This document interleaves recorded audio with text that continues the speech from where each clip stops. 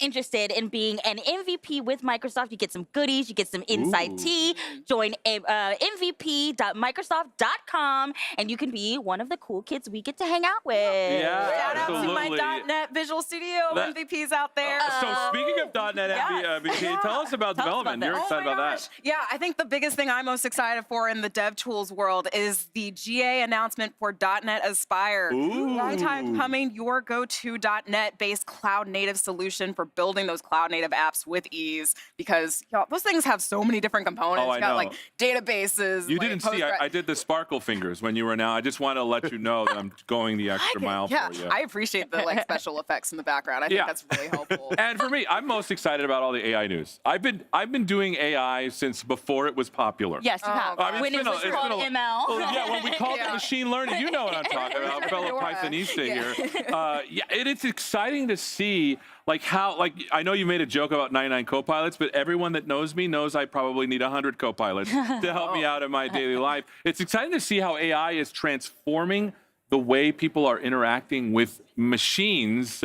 What are some cool things that everyone's seeing that people are doing with AI? Or, for example, in security or in GitHub Copilot or even in development, what are some things that y'all are excited about for AI? So one of the cool things, go ahead, Don. No, I've been excited about the RAG patterns, but that also has some security implications as well. Yeah. So talk more about the security in AI as well. So there's a couple of things that we're doing around security. So obviously you want to protect the AI itself and all the data that it produces. Correct. Because remember, we're prompting the thing, it's responding to prompts. That all gets logged too, so it's got to go somewhere and it's got to be protected. But also leveraging AI to help security folks and to help those security and operational folks. And it's great for developers to understand that all of this information that applications are doing, all the interactions and engagements and who asks the Copilot what the thing, we can keep tabs on that. And then the other thing is we can actually ask the Copilot to say, hey, go look at all this information, compare that to some of the patterns that we've seen. And are we seeing attacks? Are we seeing potential jailbreaks?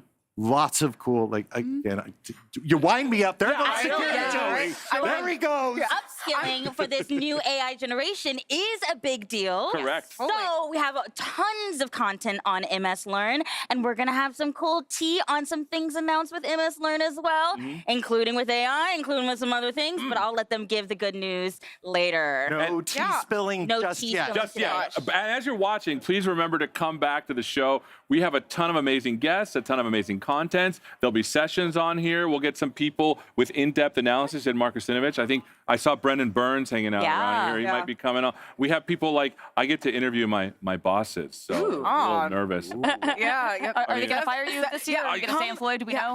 I'm going to say I'm fired up. That way, if they say I'm fired, it means that. It means that. Watch that one live. His job is on the line at that. Don't want to miss it. High stakes. Amazing. So it looks like we got some polling, right? Yeah. Okay. Yeah. So we have to actually do our job now. So wait, we're not just talking. No, wait. Sorry, we're not. I don't know. Some of us are trying out our new stand-up routines. Yeah, But we're kicking off our first poll of Build, Get Hyped. We should really just do it. Who Wants to Be a Millionaire style. That's right. We should. Yeah. First poll. All right. First question, what are you most looking forward to at Microsoft Build? Is it A, gaining skills in your career path? B, connecting with people across the tech world? C, learning more about Microsoft and AI? Or D, starting the Microsoft Learn Challenge Build Edition? Learn Challenge. I'm like a gain skills kind of guy because I already have my nunchuck skills, my ninja skills. Your dad joke skills. My dad joke skills. There it is. I didn't want to be the first to call it out. I did it earlier, and we don't I'm excited about skilling. I love learning new stuff. What is everyone else excited about? I just like connecting with people. That's why I like going to conferences. I like getting to run into folks I don't get to see very often.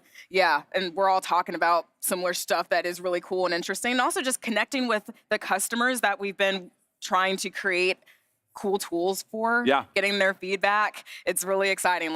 For me and .NET Aspire, I've been working so hard on the dashboard component personally, and I'm really interested to get people's takes about how that is working for them and what can be improved later down the line. And if you're online, notice that you can also build community. There's a chat. You can interact with each other. Absolutely. I think you can even reach out to us because I know I share my profile on Microsoft Build, so you can reach out to us.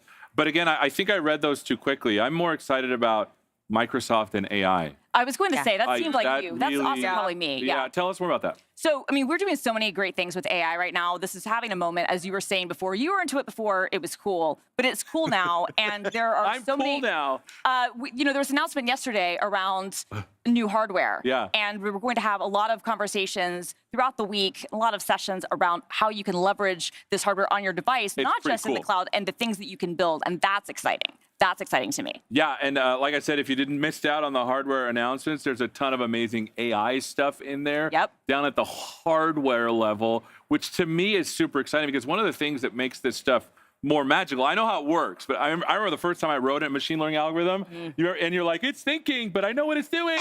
Yes, stepping through those Jupyter notebook cells, and you're like, wait, You're like, oh, going to. It was actually, I was a lot young. I was in MATLAB back then. So thanks for telling everyone my, but it's exciting. And with this hardware, now it's able to be magical because it's so fast, right? And that's the thing. And so that's why I'm really excited about it. Actually, we're getting feedback right now from the poll. People are really excited about learning about Microsoft and AI. Like that's leading. See, so I that knew makes it. a lot of sense, Coming right? right in. People are excited about this. And gain new skills, they're saying. Gaining new skills, absolutely. So I want to know from Dawn, first time build attendee. Yes. You're coming in before you landed, before you got on the plane or wherever you came from. When you wrote it down, what was the number one thing you were coming? I'm totally serious. It is the Microsoft Learn challenges that I can get involved with because we do so many with our Pythonistas already, and then we have this special build edition one. Nice. And so for people who are not familiar with Learn challenges, they are these assortments of modules and learn skills that we have on Microsoft Learn, and then we grab them together. Then we make some sort of curriculum for you, and then you get to accomplish it, and then you have your skills, and there's a leaderboard, and it's very cool. You get to gamify your learning. Who doesn't like I'm a to gamer, gamify so your learning? I appreciate Love it. the Do you get a badge or something? You do. Yes. You do get a badge. Achievement unlocked. So now that you're here, Yes, and you've seen some of the things that we're not talking about just yet, absolutely. has it changed anything? Are you going to change and find something else that you really I have have to do? I have a couple of swag booths that I need to reach out to. I've seen some swag floating around, and I can't get them too early, but I will be in line. So if you're here in person, definitely you might see me over there. All right. And also, we're really excited about this. We have a bunch of amazing featured partners. We're excited for their partnership. A lot of them are going to come on and show some of their amazing things. You can go to the featured partner page to look at some live demos, learn more about them, and really understand how they are enriching the stuff that we do. Because we build cool stuff, but partners amplify the coolness of our stuff. You know what I'm saying? I mean, that's the thing, right? We call this build for a reason. This is all about the things that you can build on top of the frameworks and the platforms that we have. And our feature partners are doing that, and the people in our community are doing that, and that's amazing. Yeah. And also for the folks out there who wrote in the poll that they're excited to connect with people, good news, it's super easy whether you're remote or in person. You can go check out the not the partner directory, the attendee directory. Yeah, the attendee directory. There's so many directories. Yeah. The attendee directory. Go make some new friends. Go find that other person who loves to use the same project type that you do, and go create the next best thing. I love the idea of because instinctually it's hard for us to reach out, but if an attendee had said, I want to connect with people, just reach out. Yeah. And so you can make that experience that we have here also virtual. I've met some really good people at these conferences, and maybe virtually we can do the same. And again, talking about connection, coming up next. Have you heard about this thing called the Imagine Cup? What? Huh? Tell us more. So this is an awesome competition that we do. We do the finals of every year at Build, where we get to see some of the top teams, all of whom are students, by the way, creating the next best thing that can help people in their day-to-day lives and really leave an impact. Look, I say youngsters because I think like I'm at the age where look at those kids. They're amazing. Just those kids. They really are inspiring. They are amazing. They build some amazing things, and just the fact that they're doing it to better the world, and they're also using technology that I just am inspired by. Yeah. It's cool to see the stuff that they're doing, right? I agree. Because they are going to change things, and we've seen so many great things happen from past Imagine Cup winners. I'm so excited to see what the finalists are doing this year because genuinely, I get inspired every year. Yeah. I'm like, wow. I'm like, Okay, you're way younger than me. Right. Well, okay, not that much younger. Let's not go there, Christina. They're not way younger than you. Totally, but look at what you're doing. I mean, I wish I had that ability. Yeah. You know, and so many levels when I was in college. It's I just fantastic. want to throw this out there. We should bring them here. We should talk to some of these Imagine Cup folks. We I just should. put it out there. Ooh. We might. Maybe a reason for you at home to keep coming right back here to the I'm Bill just Player. saying, yeah. Hey, look at You him. might get to see the big shiny cup. There is a real Yeah, cup. I There is mean, a real Donna's magic going to cup. be down there. I think they're Donna. bringing her out in the cup. Yeah, Is that- Donna is they're going to putting put Donna in the cup. By the way, if you haven't seen Donna, she's downstairs with the Imagine Cup people. She's obviously in the cup. Am I hearing this right? I believe it was Donna and the Imagine Cup. Oh, not Yeah, I think it comes not with Donna. in the Yeah. Imagine And Cup. you know what? It's one of the most Okay, it's hard. stereotypical looking That article. trophies you have ever seen. It's like huge. It looks Massive. like a trophy that you'd see in like clip art if you're on in PowerPoint. It's amazing. I just found a new saying. That looks like it belongs in clip art. Great. word art, right? Yeah. I love it. It's so good. So cool. So in addition to the really big trophy that the team can Yeah. potentially win, they also get money, right? Yeah. Yeah. Money out in the line. $100,000. $100,000. $100,000. And they get a mentoring, a couple of, I don't know how long it is, but with Satya himself. That's amazing. That's pretty sweet. I don't know about y'all, but I don't know. I wasn't doing anything like that in college. No. No, I'm not Yeah. going to I talk was about what I was watching- doing in college. I was watching a lot of This is Netflix gone and the crying wrong over 3 part of exams the and country. I dropped out. next day. Yeah, I wasn't doing anything in college. I dropped out. Yeah. But it's really cool because I don't get a mentoring spot with Satya. I go to his office. I'm like, He's like, Yeah. and they're like, please, can you step away, sir? I got lost in the area where his office is. he's really for nice, it. dude. Yeah. He's really He's good guy. fantastic. And we love the stuff that he says. And we love the aspiration that we have to make every organization and every person on the planet achieve more. And it's literally on our badges. I mean, Yeah. literally, Counting you down to just the said the keynote. company creed. Yeah. Oh, is that the company? That is- Oh, wow. There I you go. love the plug. Company man. So Yeah. And so there's a ton of good stuff. There's a ton of announcements. There's a ton of sessions. Make sure you stay here for that. Obviously, stay tuned for the Imagine Cup. And then Satya will deliver his keynote with all of the amazing things. But there's also a keynote tomorrow with Scott Guthrie and friends. Yes. So I'm Don't go excited too about far. that. Ooh, even more Really good good stuff. things tomorrow. I know, Morgan. I'm already excited about tomorrow, too, because Are you going to Oh, be is he part of doing it? it? He just criticized me for doing it. He's doing yeah. I get to do a demo. Well, you paved in, the way, Seth, Joey. So now he it. Is has that an what it is? Yeah. I Yeah. started it? I'm Yeah, sorry. I'm not gonna be like bald faced, like promoting my session on Thursday either, like BRK 114. Yeah, that would be horrible. I can't believe anybody would do I'm that. not gonna. I would never do that. You do that. It's not something No, I would do. never. That's Thursday in the middle of the day. Make sure you look it up in the session catalog. My name is Seth Warren. Sure. I wouldn't do that. I wouldn't ever No, you would never promote- do No, that. I can't No, do that. of course not. No, like Never. Yeah. demos coming to this stage in between segment, lots of conversations. I love a live demo, so I will be there. Did I get the subliminal message? I will be there. I will be there. Look, I have been praying to the demo gods all week that Yes. all of the awesome live demos that are going to be happening are going to go super. So, but first, before we get into all of that, coming up next is the Imagine Cup World Champions. Wow, Imagine Cup World Championships Yes. happening live right now. It's early. Go check this out. See you after the keynote.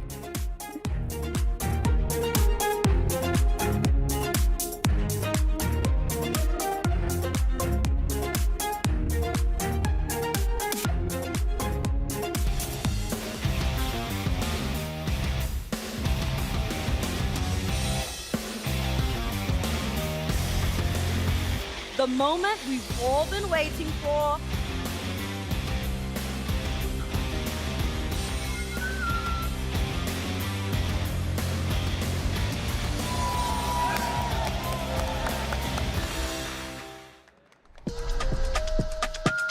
Please welcome Donna Sarkar and the Imagine Cup World Championship finalists.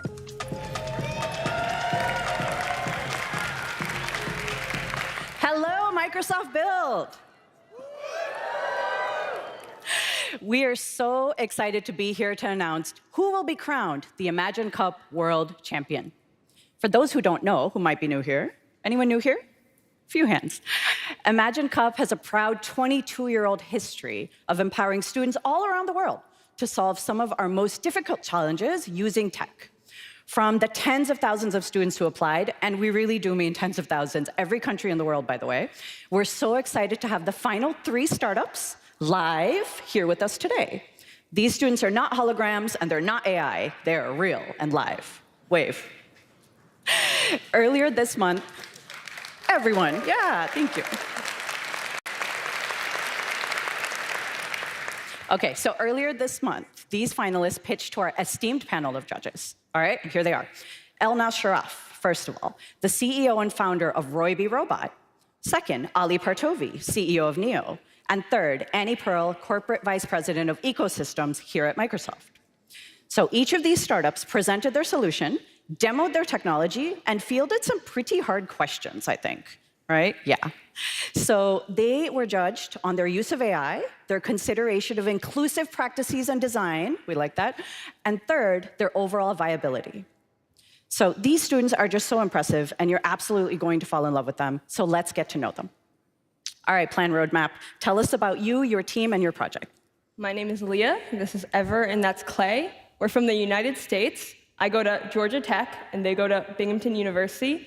We created Roadmap, a product designed for people struggling with ADHD and task paralysis. Roadmap leverages ADHD-specific motivators and simplifies decision-making to help people start their task.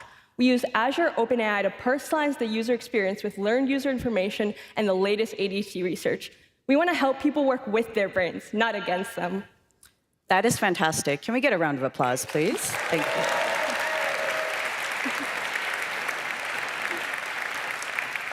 Your neurodivergent friends, thank you, by the way, just saying. All right, so next up, Jerry, over to you. Tell us. Yes, absolutely, Donna. Well, this is Akshat from India, and I am Jorge from Mexico. We both are students at the University of Oxford. And what if I told you that with a device smaller than the size of a soda can, we can revolutionize the steel manufacturing industry? Well, that's what we do. By using this sensor and our proprietary AI model, we are able to detect anomalies in the steel-making process, helping the industry become safer, greener, more efficient, and more profitable. And by doing so, we truly put AI to work for our motto, people, planet, profit. People, planet, profit. Can we agree with that? Yes. So we all know sustainable manufacturing is the future of manufacturing, yeah? Thank you for your work. Hardware is hard. Good job. All right, and last and definitely not least, from your eyes, let's hear from you, Zohair. First of all, hi everyone. I am Zülal, this is Emre, and Ege is also joining us being online today. From Your Eyes is an artificial vision company that we actually trained our own custom AI model in order to customize and localize the video image processing and real-time image processing. We also use GPT-4 for the NLP process. We have three solutions right now. The first one is the API for the developers and businesses in order to give them the basic environment to build their own solutions. The second one is the vehicle vision in order to make vehicles see. And the third one and the last one is the mobile application for visually impaired people actually to allow them see. So impressive, yes? Great job. So, you know I love a good accessibility project. That's pretty cool. I love it. Okay, so all of these startups are doing absolutely incredible things with AI and making such an impact in the world. We'd love to see them in action and watch a recap of their pitches and the competition. Let's roll. There are over 500 million people estimated with ADHD worldwide. In general, someone with ADHD has a higher chance of dropping out of school, getting unemployed, having depression, all these other kind of ailments. And we want to change that for people. I think there's two big ways that Roadmap could change the world. First and foremost, I think it could help people struggling with ADHD unlock their true potential. And then second, we can start reducing the stigma against ADHD worldwide. Okay, Plan Roadmap, it's time for your pitch. Roadmap asks small, simple questions to help you break down the task into smaller steps. And it guides you through the conversation with tailored suggestion buttons to make it as easy as possible to interact with it. Let's take the task biology lab report and type it into Roadmap. As you chat, Roadmap learns about you, and it tailors your future conversations to your strengths and weaknesses. It can also suggest integrated tools such as a timer which creates urgency, or a music player if you need novelty, aligning with the interest-based nervous system of ADHD. Winning the Microsoft Imagine Cup would give us the funding we need to address more of the things people with ADHD struggle with. The steel industry is one of the top polluters, accounting for almost 7% of the total global carbon emissions. And by using a small sensor, no bigger than the size of a soda can, we can create huge environmental impact, huge savings in terms of raw material use, and huge added value in terms of profitability for manufacturers. Jerry, we are ready for your pitch. Our system detects slag onset at the optimal level, ensuring that the amount of wasted steel is brought down to almost zero with minimal slag flowing out of the ladle. The commercial benefits are massive too, with an increase in profits by an average of $1.5 million per annum per manufacturer. If we deploy our system and get about 10% of the global steel market share, we'll be able to save over 30 billion liters of water, over 1 million tons of coal from being burnt, and enough electricity to power the New York City skyline for over 2 months. So this is the power of small incremental gains. There are more than 330 million visually impaired people worldwide. So our main purpose is to design the closest version of vision with AI. Okay, From Your Eyes, let's start your pitch. From Your Eyes is an AI vision company, and we have two solutions. The first one is the mobile application FYE, and the second one is the API. Thanks to our mobile app, visually impaired users can design their own AI assistants in order to get descriptions to the photos, videos, or other visual documents as well. Thanks to our APIs, we integrate our solutions to the required fields, such as developers, businesses, and enterprises by licensing it. For example, when we integrate our APIs with the vehicles in order to become a car assistant for visually impaired passengers. The vehicle is driving on asphalt in gray tones. The two-way road is framed by the beauties of the surrounding nature. If we win the competition, all of the visually impaired people have a chance to see with the technology. I was quite blown away by all three of your projects. Every team member is working on something truly impactful. My words of encouragement are really keep pushing during the peaks of the journey, but more importantly, keep pushing during the valleys of your journey, and just don't ever lose this passion to really change the world. Okay, yeah.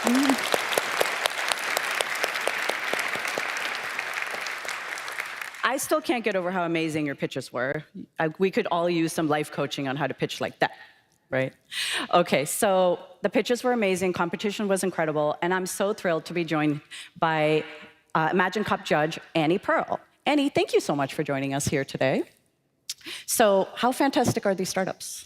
Donna, every single one of these startups has shown the grit and the resourcefulness that it takes to be a successful entrepreneur.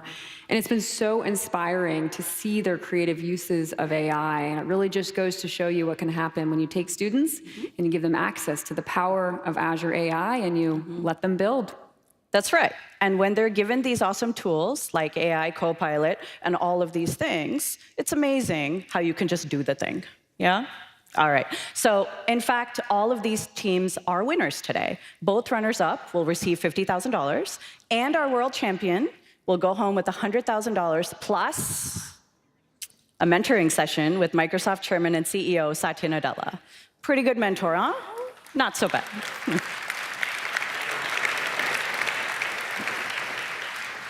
Okay, for all of you in person, you absolutely need to go up to the 5th floor, okay? What did I say? 5th floor. Demo theater and see their demos live because they're amazing, absolutely amazing. All right, is everyone ready? Yes. All right, here we go, Ready. Let's go, we need a little excitement here. All right, let's go. And the 2024 Imagine Cup World Champion is From Your Eyes from Turkey. Yeah. Okay.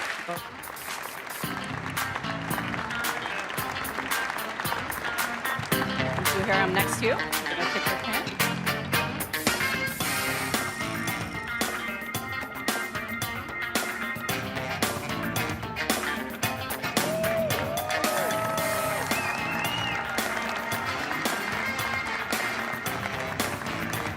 Imagine Cup 2025 is now open. Everyone, please enjoy Microsoft Build.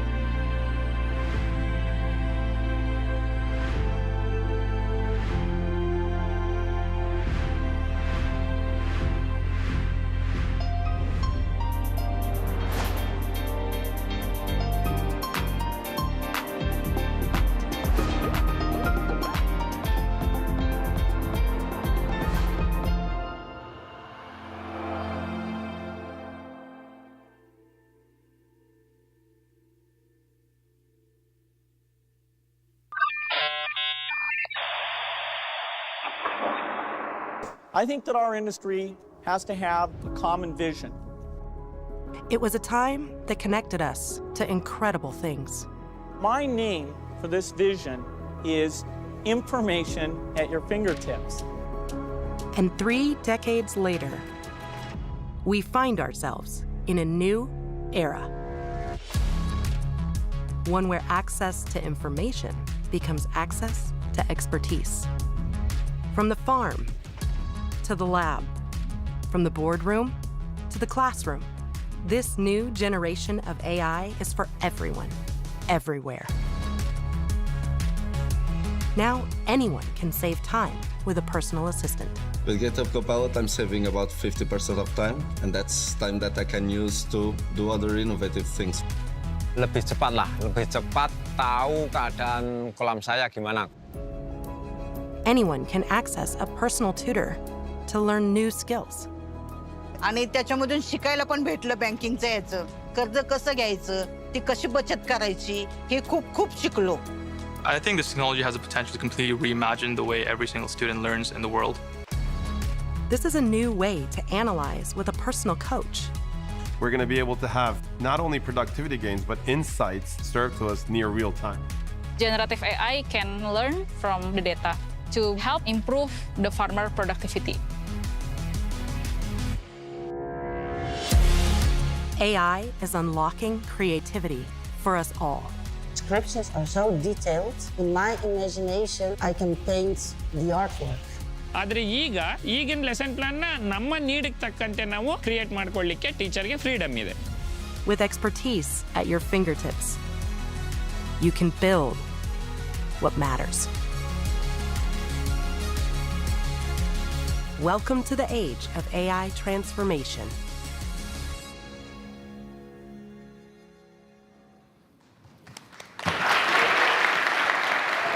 Good morning.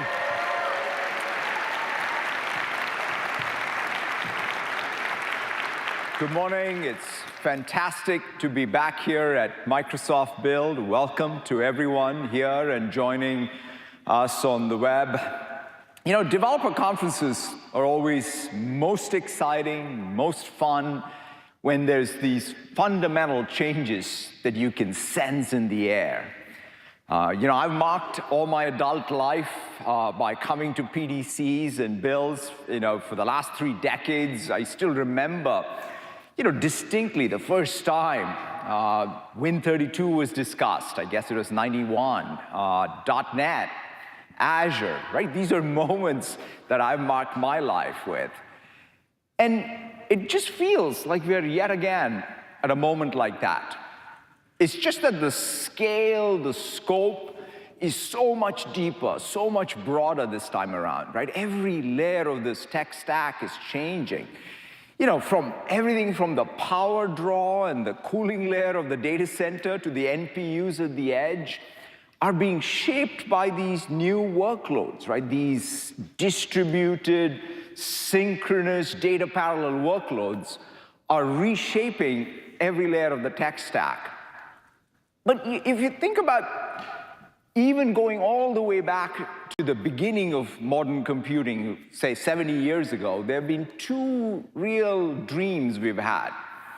First is, can computers understand us instead of us having to understand computers?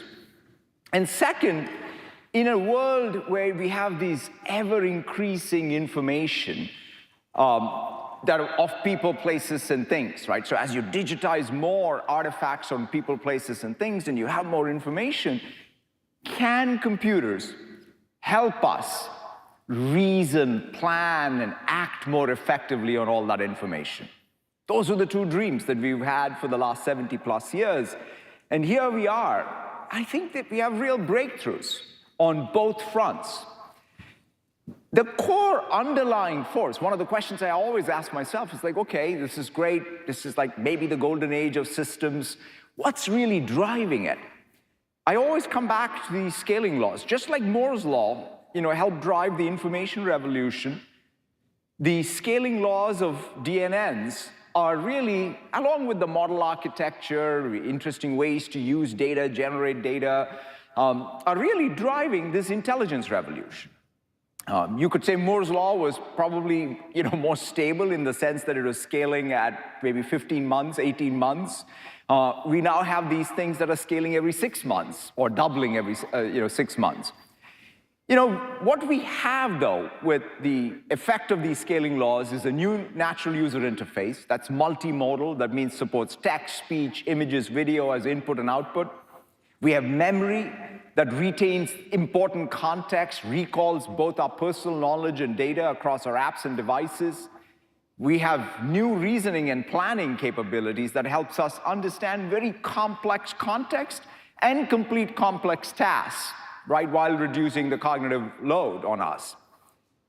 But what stands out for me as I look back at this past year is how you all, as developers, have taken all of these capabilities and applied them, quite frankly, to change the world around us.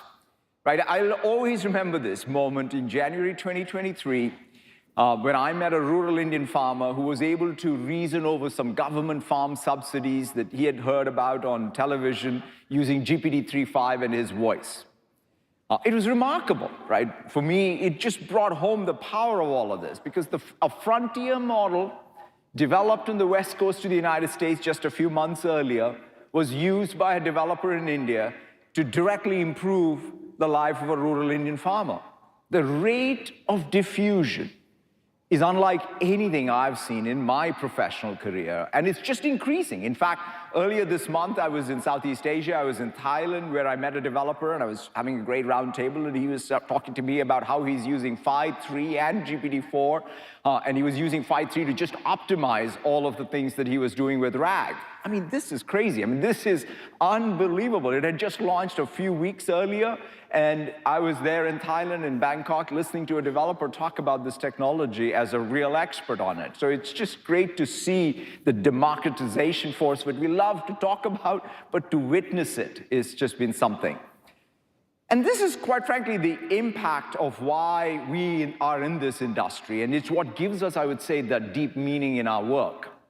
So I want to start, though, with a very big thank you to every one of you who is really going about bringing about this impact to the world. Thank you all so very much.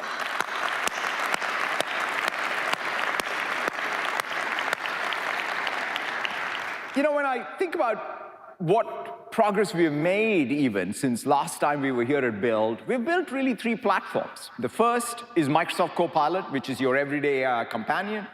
It puts knowledge and expertise at your fingertips, helps you act on it, and we built the Copilot stack so that you can build your AI applications and solutions and experiences.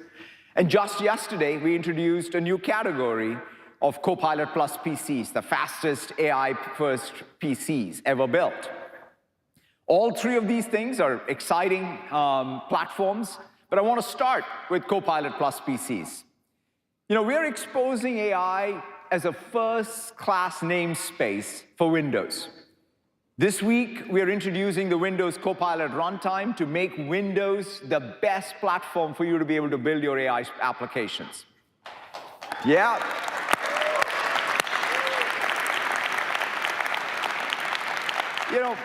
What Win32 was to graphical user interface, we believe the Windows Copilot Runtime will be for AI. It starts with our Windows Copilot library, a collection of these ready-to-use local APIs that help you integrate into your new experiences all of the AI capabilities that we shared yesterday.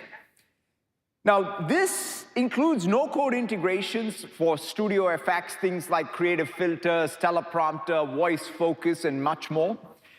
But of course, if you want to access these models itself, right, you can directly call them through APIs. We have 40+ models available out of the box, including Phi Silica, our newest member of our small language family model, which we specifically designed to run locally on your NPUs on Copilot Plus PCs, bringing that lightning-fast local inference to the device.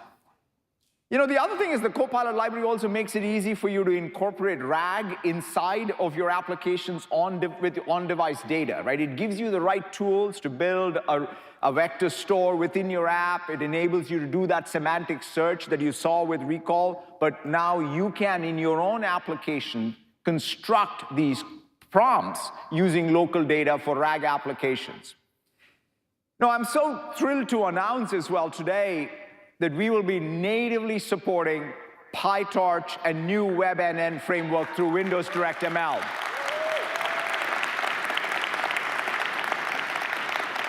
You know, native PyTorch support means thousands of OSS models will just work out of the box on Windows, making it easy for you to get started.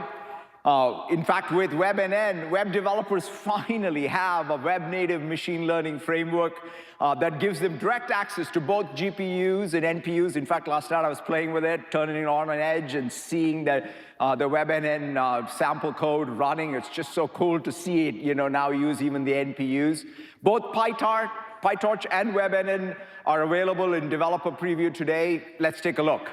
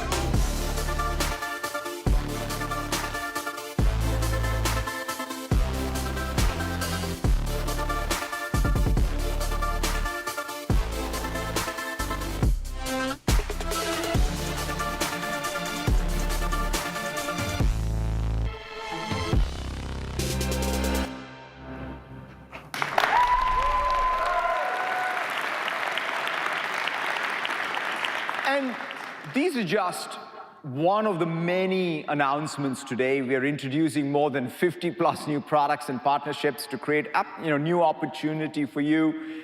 We've always been a platform company, and our goal is to build the most complete end-to-end stack from infrastructure to data to tooling to the application extensibility so that you can apply the power of this technology to build your own applications.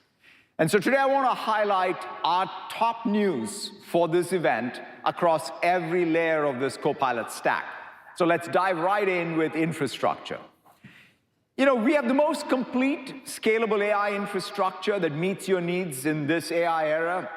We're building Azure as the world's computer. We have the most comprehensive global infrastructure with more than 60+ data center regions, more than any other cloud provider. Over the past year, we have expanded our data center regions and AI capacity from Japan to Mexico, from Spain to Wisconsin. We're making our best-in-class AI infrastructure available everywhere. And we're doing this with a focus on delivering our cloud services sustainability. In fact, we're on track to meet our goal to have our data centers powered by 100% renewable energy by next year. Yep. You know, we're optimizing power and efficiency across every layer of the stack, from the data center to the network. Our latest data center designs are purpose-built for these AI workloads so that we can effectively and responsibly use every megawatt of power to drive down the cost of AI and the power draw. And we are incorporating advanced data center cooling techniques to fit the thermal profile of the workloads and match it to the environment and the location where it operates. At the silicon layer, we are dynamically able to map workloads to the best accelerated AI hardware so that we have the best performance. And our custom I/O hardware and server designs allow us to provide dramatically faster networking, remote storage, and local storage throughput. You know, this end-to-end approach is really helping us get to the unprecedented scale. In fact, last November, we announced the most powerful AI supercomputer in the cloud for training, using just actually a very small fraction of our cloud infrastructure. And over the past 6 months, we've added 30 times that supercomputing power to Azure. Yeah, it's crazy to see the scale. And of course, we're not just scaling training fleets, we're scaling our inference fleet around the world, quadrupling the number of countries where Azure AI services are available today, and it's great to see that. At the heart of our AI infrastructure are the world's most advanced AI accelerators, right? We offer the most complete selection of AI accelerators, including from NVIDIA and AMD, as well as our own Azure Maya, all dynamically optimized for the workloads. That means whether you're using Microsoft Copilot or building your own Copilot apps, we ensure that you get the best accelerator performance at the best cost. For example, you see this in what has happened with GPT-4, right? It's 12x cheaper and 6x faster since it launched. And that's, the type of progress you can, continue to see continue to see the progress as we evolve the system architecture. It all starts, though, with this very deep partnership with NVIDIA, which spans the entirety of the Copilot stack across both all of their hardware innovation as well as their system software innovation. Together, we offer Azure Confidential Computing on GPUs to really help you protect sensitive data around the AI models end to end. We're bringing, in fact, the latest H200s to Azure later this year.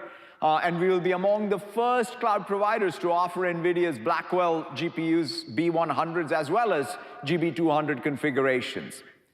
And we are continuing to work with them to train and optimize both large language models like GPT-4o as well as small language models like the 5.3 family. Now, beyond the hardware, we are bringing NVIDIA's key enterprise platform offerings to our cloud, like the Omniverse Cloud and DGX Cloud to Azure, with deep integration with even the broader Microsoft Cloud. For example, NVIDIA recently announced that their DGX Cloud integrates natively with Microsoft Fabric. That means you can train those models using DGX Cloud with the full access to Fabric data. And Omniverse APIs will be available first on Azure for developers to build their industrial AI solutions. We're also working with NVIDIA, NIM industry-specific developer services and making them fantastic on Azure. So a lot of exciting work with NVIDIA. Now, coming to AMD, I am really excited to share that we are the first cloud to deliver general availability of VMs based on AMD AMI 300X AI accelerator.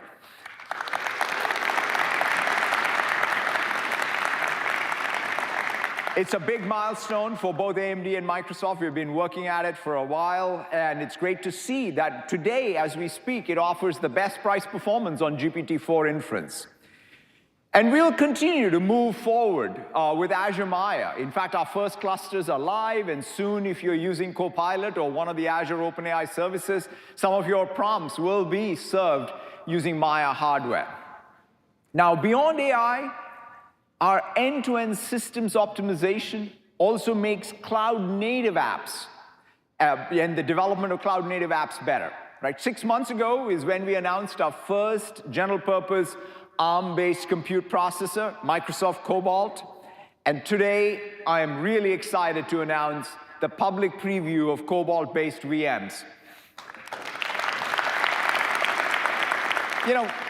Cobalt is being used for video processing and permissions management in Microsoft 365, helping power billions of conversations on services like Microsoft Teams already. And we're delivering that same ARMS-based performance and efficiencies to many customers, in fact, including Elastic, Mongo, Siemens, Snowflake, and Teradata. In our most recent benchmark data and tests, our Cobalt 100 VMs delivered up to 40% better performance than any other generally available ARM-based VM. So we are very, very excited about Cobalt getting into the market. Now let's move up the stack to the foundation models. Look, with Azure AI, we offer the broadest selection of frontier and open source models, including LLMs and SLMs, so you can choose the model that makes the most sense for your unique needs and your application needs. In fact, more than 50,000 organizations use Azure AI today. Yeah? It's great momentum. And it all starts, though, with our most strategic and most important partnership with OpenAI. Just last week, OpenAI announced GPT-4o, their latest multimodal model, which was trained on Azure. It's an absolute breakthrough. It has text, audio, image, and video as input and output. It can respond and just have a human-like conversation that's fast and fluid. It can even be interrupted mid-sentence. GPT-4o is also the top-performing model on benchmarks across a variety of modalities, and it's always going to get you to the best answer. It has state-of-the-art performance at understanding the information you actually provide in your prompt, because that's really what matters. What OpenAI demoed last week, I mean, that was just pretty magical stuff. And yesterday, we showed how Copilot will leverage GPT-4o. In the video I'm just going to play, notice that you can share your screen or session as a prompt in Copilot and have Copilot help you in whatever it is that you're doing. Let's roll the video. Hey, Copilot, how's it going? Hey, I'm doing great, and it looks like you're about to dive into some Minecraft. Ready to build, explore, and maybe dodge a few mobs? Yeah, I'm trying to figure out how to make a sword. My son plays this game all the time, and I have no idea what I'm doing. No worries. I'm here to help you impress your son. I see you've got a crafting table in front of you, which is a great start. To craft a sword, you'll need some materials. Can you open your inventory? Just press E on your keyboard. Yeah, do I have what I need? Let's see. You've got some sticks, perfect for the sword's handle, but it looks like you're missing the material for the blade. You can use wood, stone, iron, gold, or diamond. Let's start by gathering some wood or stone. Shall we head out and find some resources? Yeah, that sounds great. Oh my God, what's that? Oh no, it's a zombie! Run! You need to get away from it fast. Either sprint away or quickly build a tower of blocks straight up to get out of its reach. If you can find a shelter or dig into the side of a hill, do it now.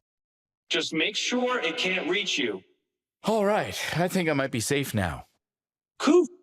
That was a close one. Great job finding shelter. It's really cool to see that.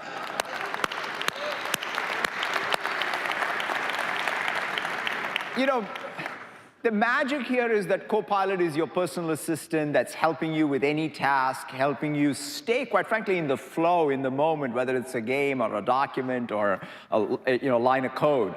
And as OpenAI innovates, our promise is that we will bring all that innovation to Azure too. In fact, the same day that OpenAI announced GPT-4o, we made the model available for testing on Azure OpenAI Service. And today, I'm excited to say that it's generally available on Azure AI.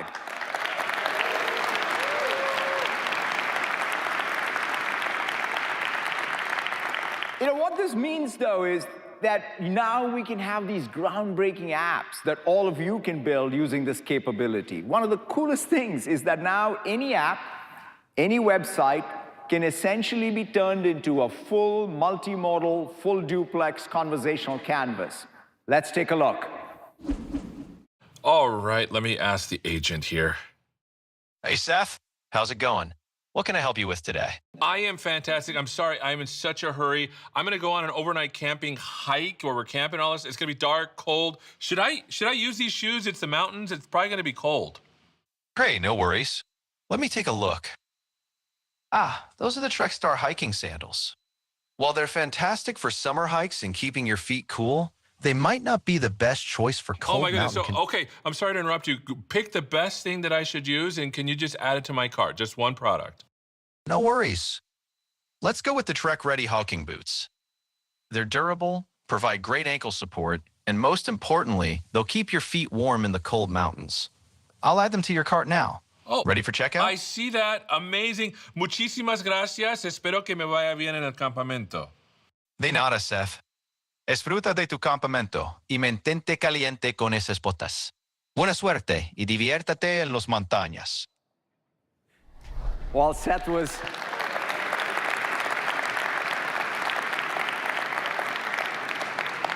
You know, Seth was in a hurry, but there you go. GPT-4o kept up with him. It's incredible. I really want to thank the OpenAI team for their partnership and really their responsible approach to innovation, helping our industry move forward. Sam will be here, in fact, joining Kevin in a little bit to talk a lot more about what's coming, right? Because that's the exciting stuff. How do you all sample what comes next? We also we're bringing lots and lots of other models as well from Cohere and Databricks and Deci, Meta, Mistral, Snowflake, all to Azure AI. We want to support the broadest set of models from every country, every language. I'm excited to announce, in fact, we're bringing models from Cohere, G42, NTT Data, Nixla, as well as many more as models as services, because that's the way you can easily get to managed AI models.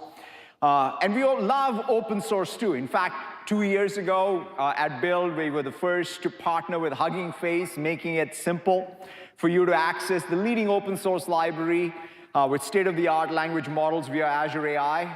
And today, I'm really excited to announce that we're expanding our partnership, bringing more models from Hugging Face with text generation inference, with text embedding inference directly into Azure AI Studio.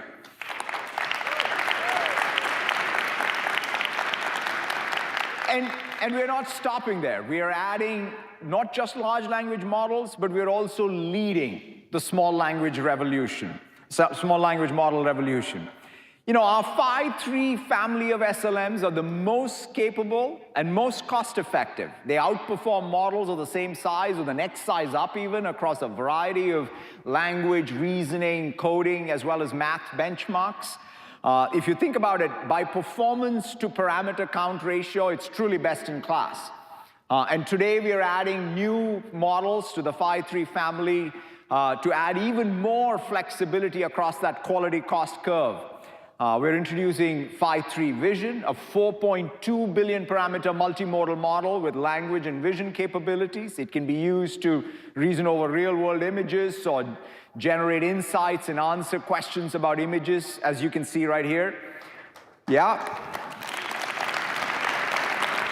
And we're also making a 7 billion parameter 5.3 small and a 14 billion parameter 5.3 medium models available. With Phi, you can build apps that span the web, Android, iOS, Windows, and the edge. They can take advantage of local hardware when available and fall back on the cloud when not, simplifying really all of what we as developers have to do to support multiple platforms using one AI model. Now, it's just awesome to see how many developers are already using 5.3 to do incredible things.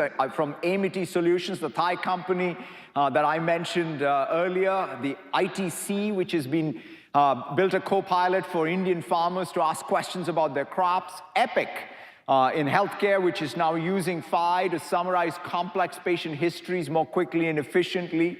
And another very, very cool use case is in education. Today, I'm very thrilled to announce a new partnership with Khan Academy. We'll be working together to use 5.3 to make math tutoring more accessible. And I'm also excited to share that they'll be making Khan Amigo, their AI assistant, free to all US teachers. Let's roll the video. You forgot already. Felt like I was in a place in my teaching career where I felt like I was kind of losing my sparkle. And I would just feel really defeated when I looked out on the classroom and I would see students that just didn't look engaged. Teachers have an incredibly hard job, and what we think we can do is leverage technology to take some of the stuff off of their plate to really actually humanize the classroom. By some miracle, we became a Khan Amigo pilot school. With new advances in generative AI, we launched Khan Amigo. The point is to be that personalized tutor for every student and to be a teaching assistant for every teacher. I started to build these more robust lessons, and I started to see my students engage.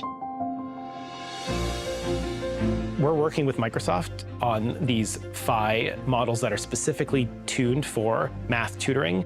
If we can make a small language model like Phi work really well in that use case, then we would like to kind of shift the traffic to Phi in those particular scenarios. Using a small language model, the cost is a lot lower. really excited that Conmigo, and especially in the partnership with Microsoft, being able to give these teacher tools for free to US teachers is going to make a dramatic impact in US education. I think we're going to make them the innovators, the questioners. Isn't that really just why you wake up every morning, right? Because that's our future, our next generation. And to me, that's everything.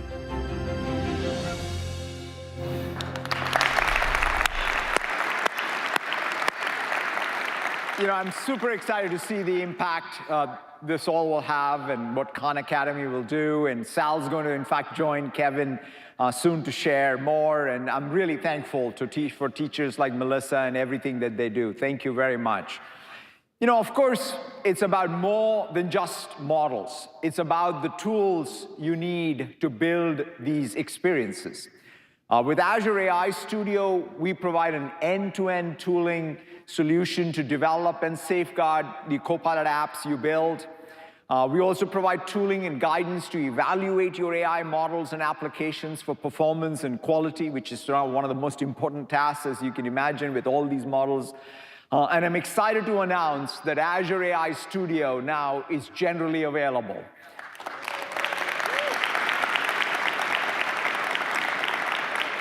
It's an end-to-end development environment to build, train, and fine-tune AI models and do so responsibly. It includes built-in support for what is perhaps the most important feature, which is in this age of AI, which is AI safety. Azure AI Studio includes the state-of-the-art safety tooling, to everything from detecting hallucinations in model outputs, risk and safety monitoring. It helps understand which inputs and outputs are triggering content filters, prompt shields, by the way, to detect and block these prompt injection attacks. And so today we are adding new capabilities, including custom categories, so that you can create these unique filters for prompts and completions with rapid deployment options, which I think is super important as you deploy these models into the real world if when an emerging threat appears.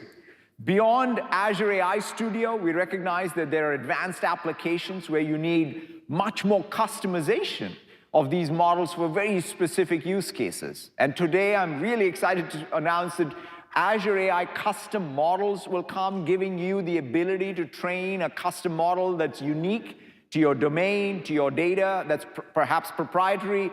That's same builders and data scientists who have been working with OpenAI, brought all the Phi advances to you, will work with all of you to be able to build out these custom models. The output will be domain specific, it'll be multitask and multimodal, best in class as defined by benchmarks, including perhaps even specific language proficiency that may be required. Now let's just go up the stack to data.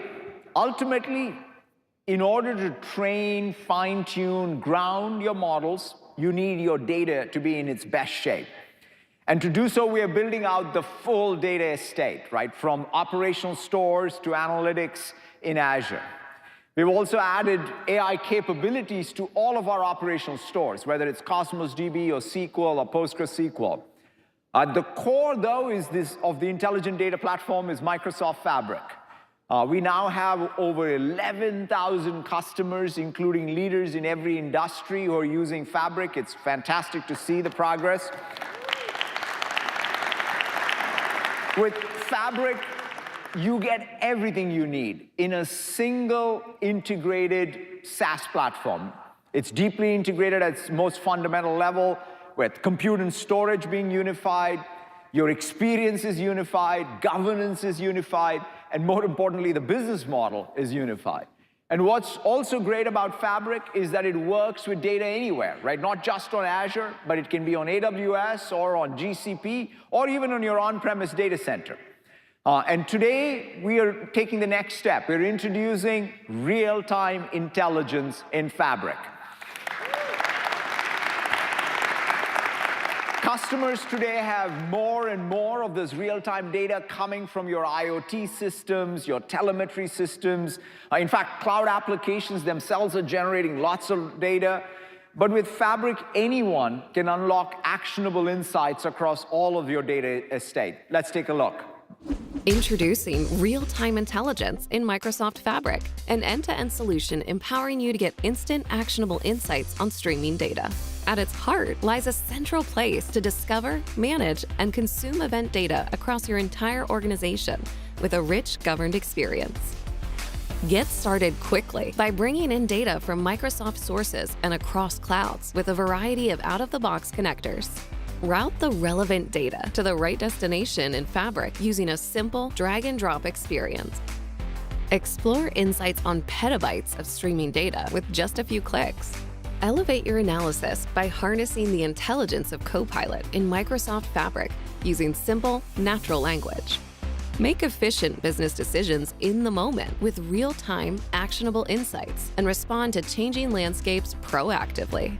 Allow users to monitor the data they care about, detect changing patterns, and set alerts or actions that drive business value.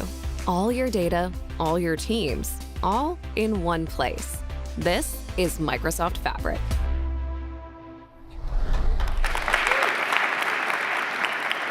And we're making it even easier to design, build, and interoperate with Fabric, with your own applications, right? And in fact, we're building out a new app platform with Fabric Workload Development Kit so that people like Esri, for example, who have integrated their spatial analytics with Fabric so that customers can generate insights from their own location data using Esri's rich tools and libraries right on Fabric, right? This is just exciting to see.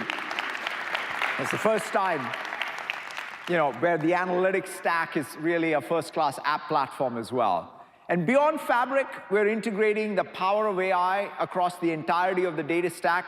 There's no question that RAG is core to any AI-powered application, especially in the enterprise today. And Azure AI Search makes it possible to run RAG at any scale, delivering very highly accurate responses using the state-of-the-art retrieval systems.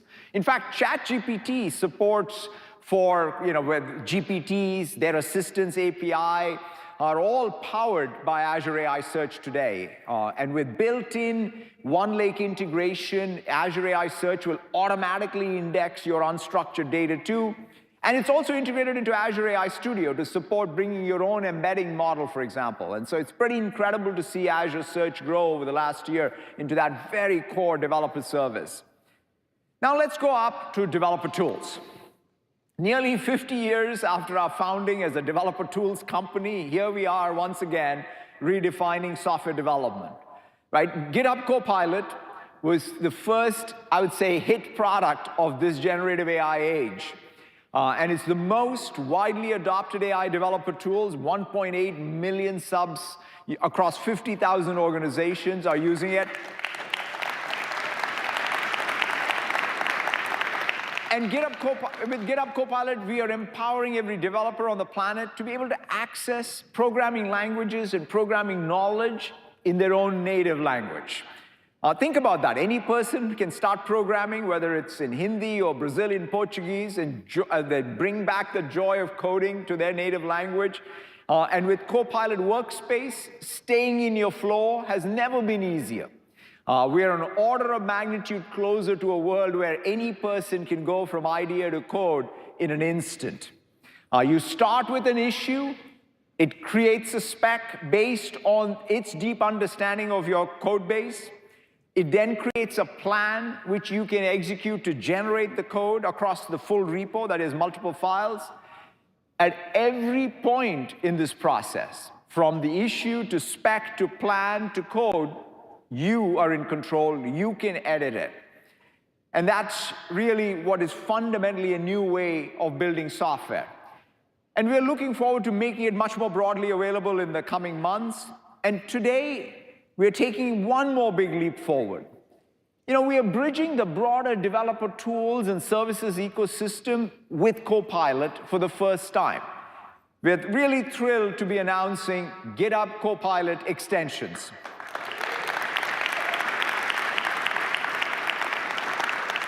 Now you can customize GitHub Copilot with capabilities from third-party services, whether it's Docker, Sentry, and many, many more. And of course, we have a new extension for Azure too, GitHub Copilot for Azure. You can instantly deploy to Azure to get information about your Azure resources just using natural language. And what Copilot did for coding, we're now doing for infra and ops.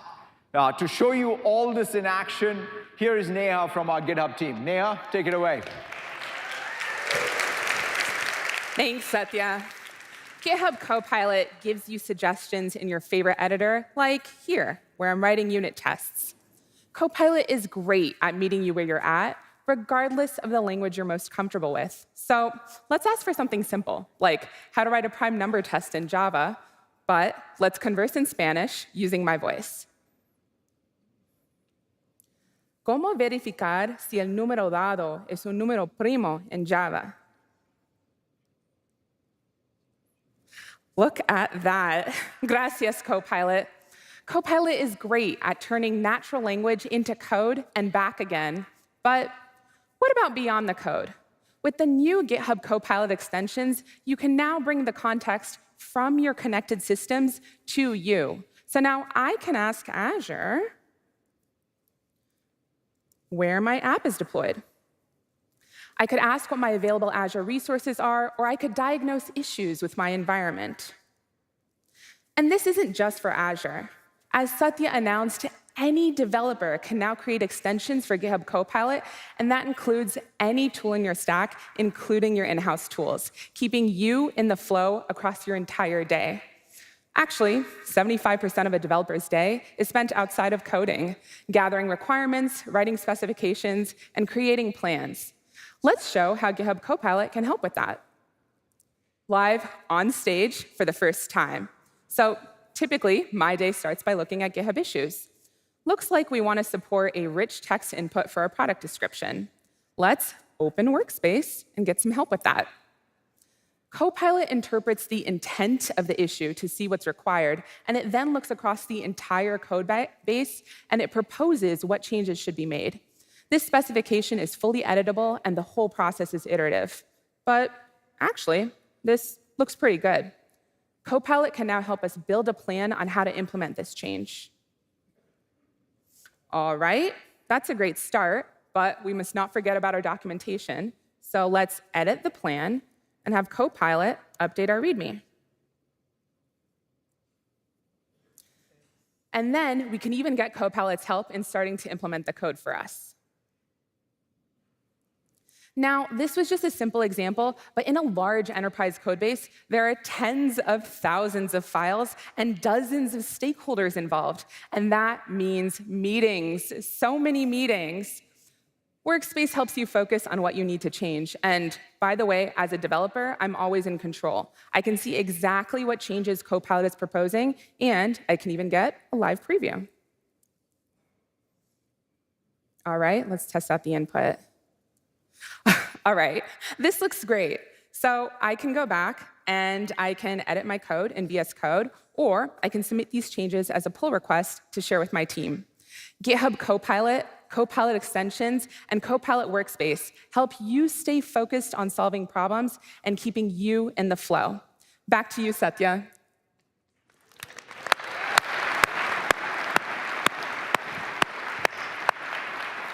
Thank you so much, Neha. I mean, I'll tell you, GitHub Copilot and everything that that ecosystem is doing is just bringing back a lot of fun and a lot of joy back to coding. And really, the thing about staying in that flow is, I think, what we all have dreamt for and dreamt about, and it's coming back. That brings us to the very top of the stack, Microsoft Copilot. We built Copilot so that you have the ability to tap into the world's knowledge as well as the knowledge inside of your organization and act on it. Now, Copilot has had a remarkable impact. It's democratizing expertise across organizations. It's having a real cascading effect, right? In fact, it reminds me like of the very beginning of the PC era, where the work artifact and the workflow were all changing. And it's just, really having broad enterprise business process impact. It's lowering, I always say this, it's lowering both the floor and raising the ceiling at the same time for anything any one of us can do. Since no two business processes are the same, with Copilot Studio, you now can extend Copilot to be able to customize it for your business processes and workflows. Today, we are introducing Copilot connectors in Copilot Studio so you can ground Copilot with data from across the graph, from Power Platform, Fabric, Dataverse, as well as you now have all the third-party connectors for SaaS applications from Adobe, Atlassian, ServiceNow, Snowflake, and many, many more. This makes the process of grounding Copilot in first and third-party line of business data just a wizard-like experience, enabling you to quickly incorporate your own organizational knowledge and data.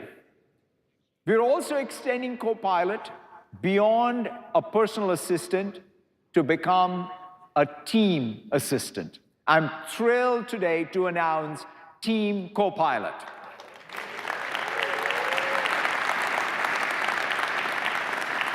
You'll be able to invoke a Team Copilot wherever you collaborate in teams, right? It can be in Teams, it can be in Loop, it can be in Planner, and many other places. I mean, think about it, right? It can be your meeting facilitator when you're in Teams, creating agendas, tracking time, taking notes for you, or a collaborator writing chats, surfacing the most important information, tracking action items, addressing unresolved issues.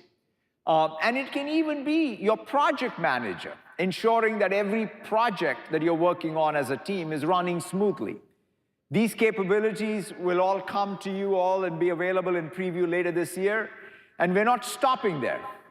With Copilot Studio, anyone can build copilots that have agent capabilities and work on your behalf and independently and proactively orchestrate tasks for you.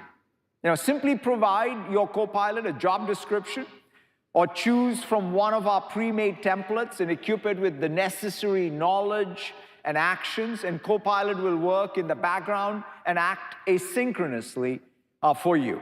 Right? That's, I think, one of the key things that's going to really change in the next year, where you're going to have copilots plus agents with this async behavior. You can delegate authority to copilots to automate long-running business processes. Copilot can even ask for help when it encounters situations that it does not know much about and it can't handle. And to show you all of this, let's roll the video.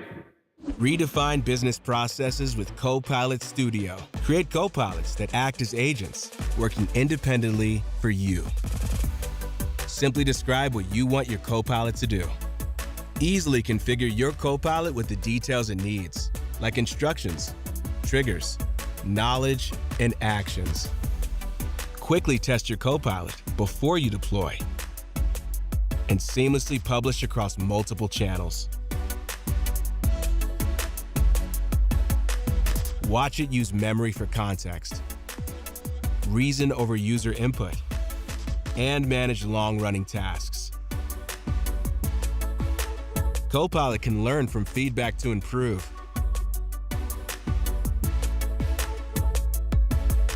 And you're always in control.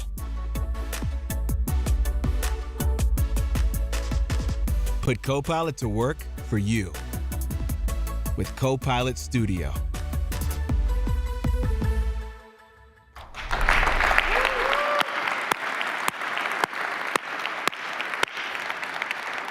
All around this stack is perhaps one of the most important things that we at Microsoft are doing, which is wrapping it with robust security.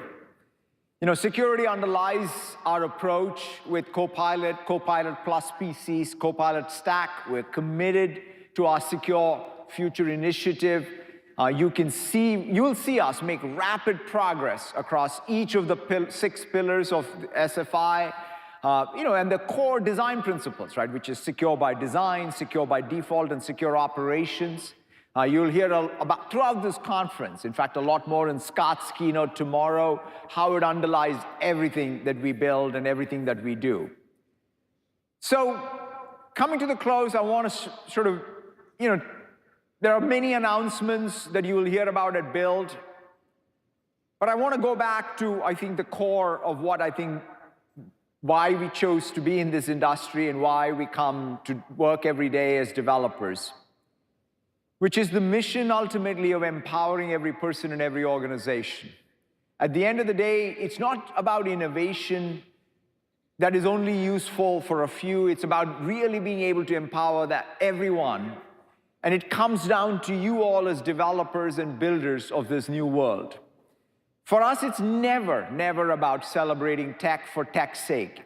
It's about celebrating what we can do with technology to create magical experiences that make a real difference in our countries, in our companies, in our communities. Already this new generation of AI is having an incredible impact, thanks to all of you, the passion you bring and the hard work you put in. And I want to leave you with this one unbelievable example of how you're all building a more accessible world, which means a lot to me, using our platform and tools. Thank you all so very much. Enjoy the rest of Build.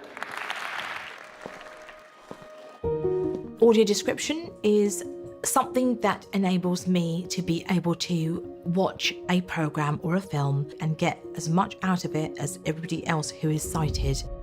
A white car drives down a road, hands on a steering wheel.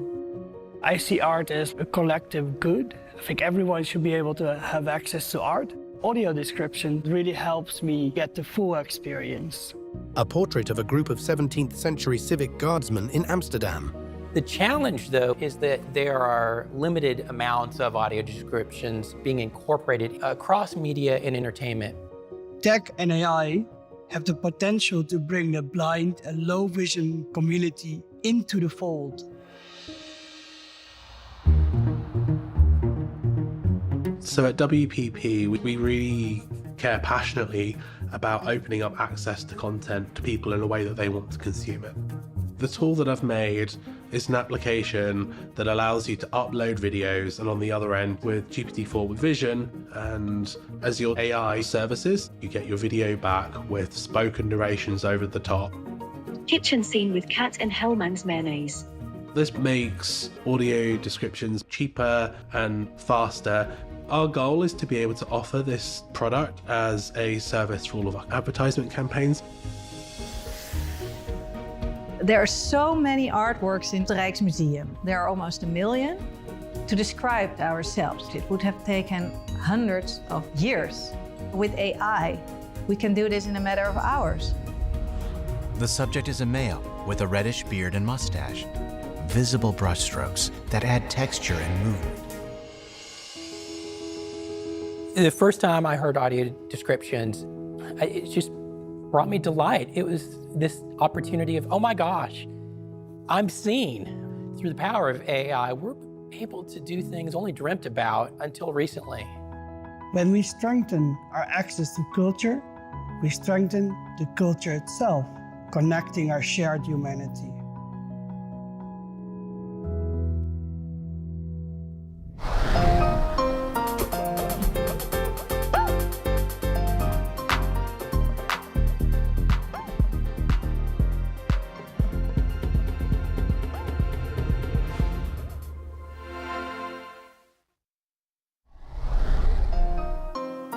Please welcome Executive Vice President, Experiences Plus Devices, Rajesh Jha.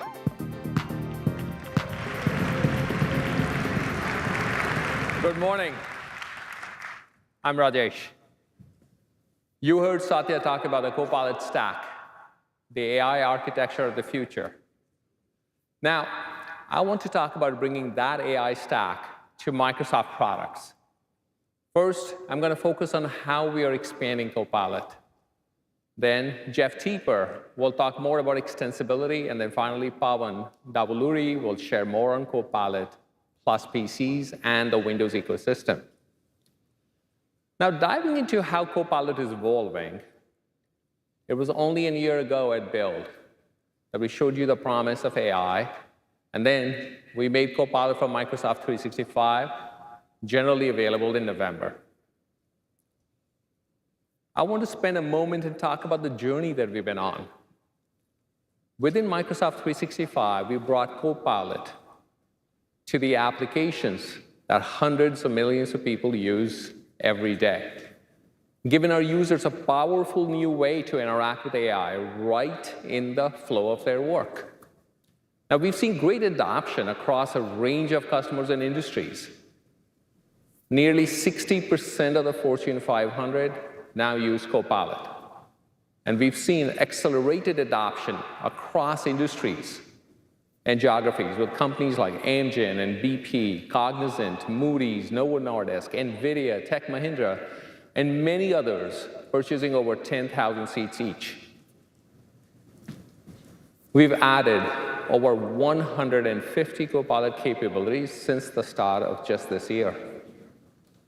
In addition, we continue to integrate Copilot across more of our productivity apps and services, from OneNote to Stream to Forms to OneDrive and more. Now, we also launched a standalone Copilot application.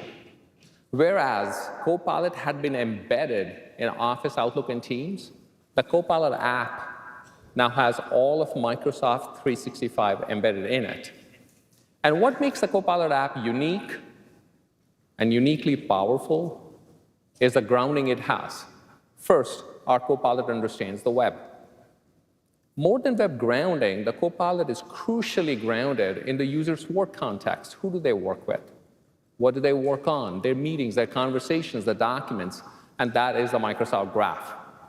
The Microsoft Graph represents the user, their team, their permissions, their organization. It represents their context. Now, it's important to know that the Copilot app is no different from any of our other commercial services in terms of compliance and data handling. Microsoft has no eyes on access, and your data is not used to train the models. So let's dive in and see how all this comes together in the Copilot app. In the Web tab, you can get answers to simple or complex questions grounded in live web data, all with commercial data protection. Now let's toggle over to the Work tab. Here, Copilot is grounded in Microsoft Graph, meaning it has access to your personalized work environment, the people you interact with, important files, Teams meetings, all your communications. By the way, this is not a demo account. This is my actual Microsoft account, using real data to show you how personal this experience really is. Of course, you're going to see some redactions. I do want to keep my job. Now, learning to ask the right question is key so you can get the most of the Copilot. To help you, there's a prompt library to give you suggestions just when you need them. Let me start by getting caught up on the latest from my boss. You may have heard of him. Copilot understands organizational structure, so he knows Satya is my boss. It scans the latest emails and chats and files, and in moments, I have a detailed breakdown with updates that need my attention. Let's try one more. Here I'm asking Copilot to propose a session title based on this very keynote script, which is a document in SharePoint, and to create a list of topics on generative AI to discuss in this session. Copilot has analyzed the document from my work environment and proposed a suitable headline. But since Copilot is also grounded in web data, it is able to recommend topics sourced from the web for me to consider. Now, switching gears. Since its inception, Copilot has been a uniquely personal assistant, as you've just seen.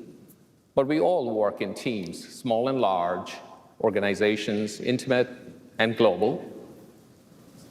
And we want to do more, to go beyond, to empower people when they come together. And like Satya said, today, we're announcing Team Copilot, the expansion of Copilot beyond a personal assistant. This will enable Copilot to serve and act on behalf of a team, a department, an entire organization, not just an individual user.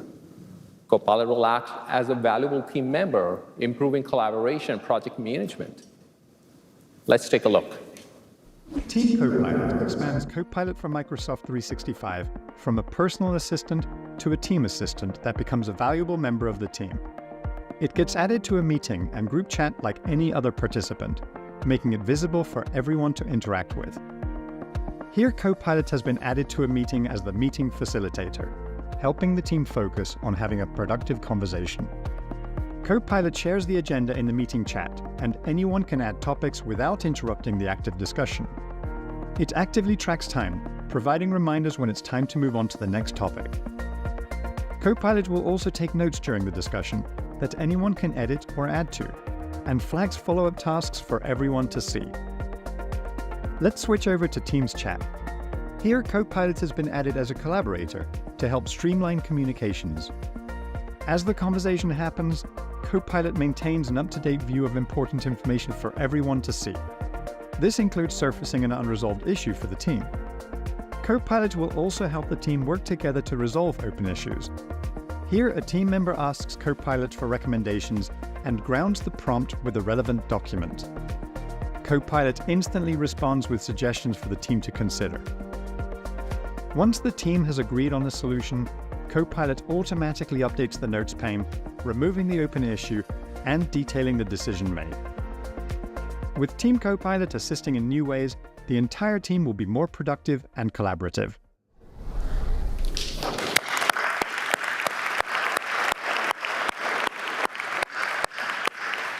The Team Copilot will be a valuable new member of any team. And these initial capabilities will be available to our customers in preview later this year. Now, in my conversations with customers, one of the top questions I get is, how do I translate productivity gains into transformative business results? And simply put, the answer is moving to a reimagining of business processes using your own copilots and agents and extending Microsoft Copilot.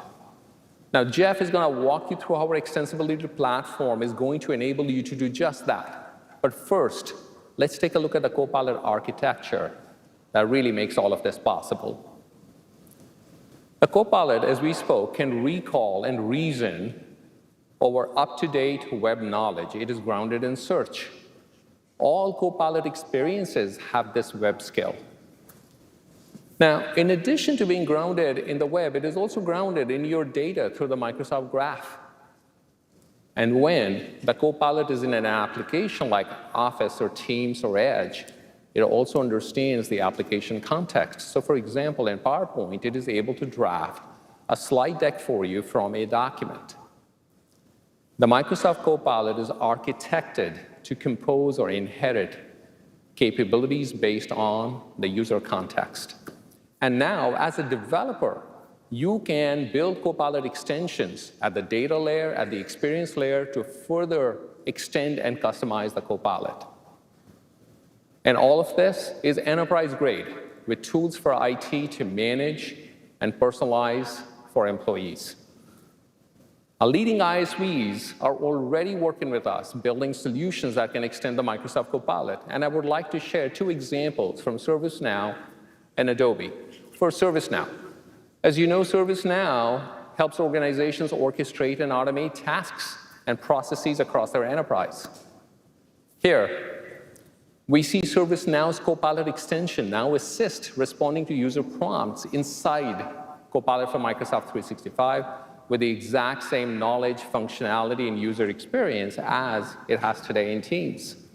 ServiceNow has included several custom zero-query default prompts to help users get started with the most common tasks without having to know how to craft the right text to start the conversation. Over to Adobe, who are working on bringing Adobe Experience Cloud workflows and insights to Microsoft 365 and Copilot.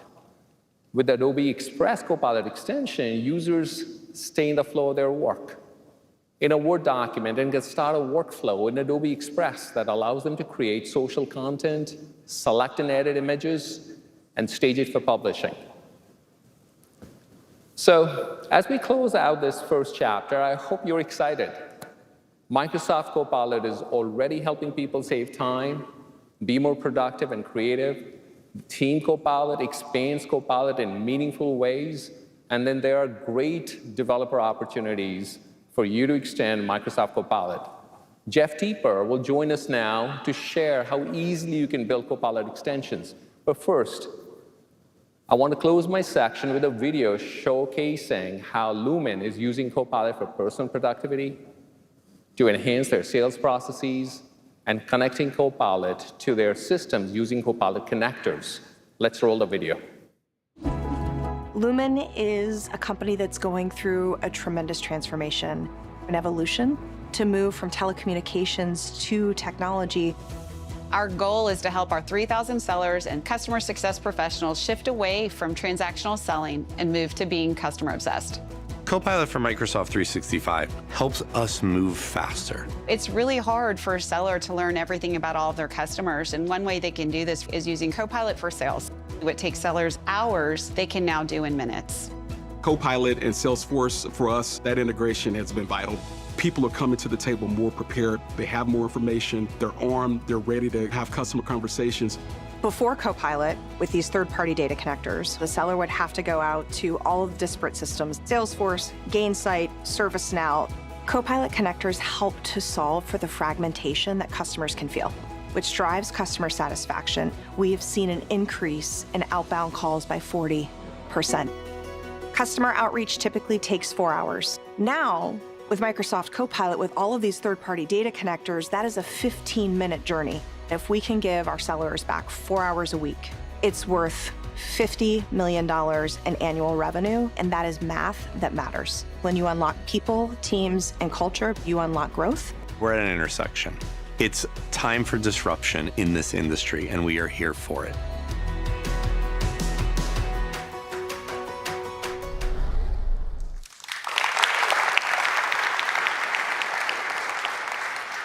Well, as Rajesh shared, you will be able to easily and securely use your applications and knowledge to build copilots that help your employees and organization be far more productive and grow your business. And you can now extend the Microsoft Copilot with your own Copilot with handoffs in all the Copilot experiences, as well as in Microsoft Teams, where you can reach hundreds of millions of users today for both the personal and group assistant scenarios that Rajesh outlined. And we are making building these copilots even easier, from a few clicks in SharePoint to more advanced customization in Copilot Studio to full control of your models, your data, your applications, your actions, your experience in Visual Studio Code. So let's first look at what this means for end users. Copilot extensions run everywhere that Copilot is, the standalone experience across Microsoft Teams, and as we're showing here in the Microsoft 365 app. On the right, you can easily browse your installed Copilot extensions, find new ones, or build your own, which I'll show coming up. And how Microsoft Copilot works is it reasons over the user's prompt and maps it to the right extensions. Or you can explicitly mention that extension like we're showing here. You're going to be able to drill into a deeper, focused conversation with the extension, like we're doing in this marketing example, that has suggested prompts for quick actions and to just show the users the capability of your Copilot. This allows the Microsoft Copilot to have real-time access to knowledge and applications in your environment. Here we're using a suggested prompt to ask about a key feature of a delivery drone. The Copilot extension you build is going to come back with a visual adaptive card, bringing in all the information to avoid an unnecessary multi-turn conversation so the user can just focus on getting their work done. And again, these Copilot extensions also run in Teams, in one-on-one, in group chats, and channels, and in meetings, so you can reach all these users today. All right, this is build, so let's get to building with our first custom Copilot extension. You're going to be able to do this with, from again, a few clicks in SharePoint to advanced customization in Copilot Studio to Visual Studio Code. We'll start in SharePoint, which is often the authoritative source of knowledge and content processes with advanced collaboration, workflow, and security, all of which Copilot honors to make sure users only get access to information that they have permission to. I'm in this SharePoint site. I'm going to go ahead and select a few documents, hit click to Copilot, and right there, that looks good. I'll go ahead and change the name of this. the delivery drone. That looks fine. And just like that, I've created my first custom Copilot that you can use to extend the Microsoft Copilot. Let's go ahead and try this one out. How much does a delivery drone service cost? And we can see it comes back with a flat fee of $5 per order. All that looks pretty good. Secure, grounded. We're going to go ahead and share that with our team. And up comes the standard sharing dialog to honor the security in your organization. We're going to copy this link, go into Teams, paste it in a chat. We'll say, try this out. We will go ahead and paste that. And just like that, in seconds, we've created a secure, grounded custom Copilot and shared it with our team in Microsoft Teams. So we're very excited about letting anybody create these secure custom Copilots, and this support will be available in SharePoint this summer. Sign up today for the preview. We're very excited about that. All right, next, Next on the spectrum, we're going to do some more advanced customization in Copilot Studio. Starting right from SharePoint, I can launch into Copilot Studio for my more advanced edits. And you can see all the information for the Copilot I just created is carried forward. So that's all there from SharePoint. And let me test this out by asking when the launch event is. And it'll return back that it's on June 20th. But what I really want is that Copilot to do work for me, not just answer questions. And so for this, I need to go into Copilot Studio and start by adding additional data sources in the Knowledge tab. Here we can add websites and files and connect to over 1,000 Copilot connectors. In this case, our account information is in 2 tables in Dataverse, and so I'll go ahead and select them. And we've got the information we need. Next, we move to the Actions tab, where I need to see if somebody's already registered for the event, and if not, send them a personalized invitation. Our event registration is managed in an external system, so we've created a custom connector to go get it. And you can see us configure that. We can tailor the action and input and outputs however we need. And then the second step is to automate the sending of that personalized invitation. We've built a custom Power Automate flow, so we'll add that as a Copilot action as well. And there you go. And pretty quickly, we've got a complex Copilot extension with content from SharePoint, data from Dataverse, 2 disparate actions, and we can go ahead and test this in Copilot Studio to see if Contoso's actually attending the launch event. It says they're not, and the Copilot conversation helps you see why, what's happening, and map that all through. We can ask a follow-up question, again, that's routed to Dataverse about who the account manager is, and we can see that's Perry Lang. And then we can ask Copilot to go ahead and send the invitation. Now, again, what's happened here is the conversation was entirely generated for me, identifying and chaining together the key knowledge from Dataverse and the appropriate actions we added earlier with generative AI capability. Last, we're ready to publish this Copilot extension back to SharePoint, Microsoft Copilot, and Teams. And from Teams, you can search for it in the unified marketplace. I can add it to one-on-one or group chats or meetings, et cetera. And again, I can see this in the Microsoft Copilot experience, that same Relic Cloud Copilot, and continue the experience there. So we're very excited. This is a pattern that people are already doing today. Let me show you what one of our customers, Wolters Kluwer, who's a leader in information and software and solutions, is doing to enhance their tax and accounting professionals' workflow with Copilot. They're building a Copilot extension to enable their accountants to complete each step of their workflows, interacting with their back-end system, just using natural language with no context switching. Copilot takes actions on their behalf, saving time and cutting the process down from minutes to seconds. And when it's time to communicate back to their client, the extension helps close the loop, drafts an email, attach the estimates, and ensures a seamless end-to-end productive experience. So we're excited about all of you building these kinds of custom Copilots and Copilot extensions. Copilot Studio is now generally available to build enterprise-grade copilots. The new capability to publish Copilot extensions from your Copilot is in private preview. And as you heard Satya say earlier, Copilot connectors are now in public preview, and they make it even easier to connect your Copilots to your business data, your apps, and workflows.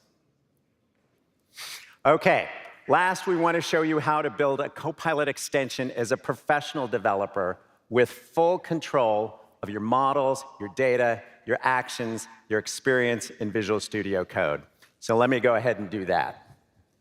So what we've got here is Visual Studio Code with the Teams AI toolkit installed, and we've loaded up a template for building a custom Copilot and using it as an extension. The first thing you see in the code is where I configure the model. You can use an off-the-shelf model. Here we're using one from OpenAI. You can use a refined model, or you can build your own, completely tailored to what you need. If we scroll down the code a little bit farther, this is where RAG integration is. And you can see in a few lines of code, we've integrated our data. In this case, Azure's vector search capabilities. You can use any other data source. The Azure AI search capability is a great one to use. We keep scrolling down. We see the actions defined and registered. But here is where we go search for our product inventory.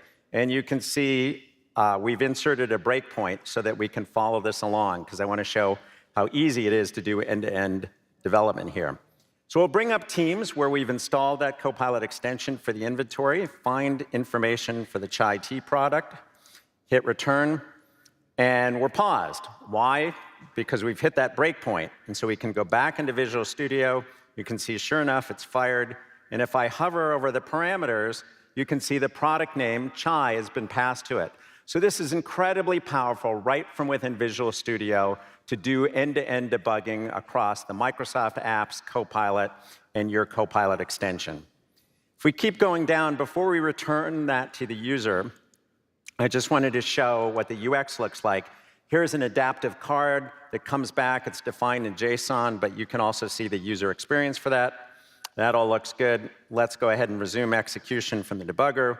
You can see we've now returned back into Teams the result, and we've got an attractive adaptive card that gets the user the information they need, does handoff with the Copilot.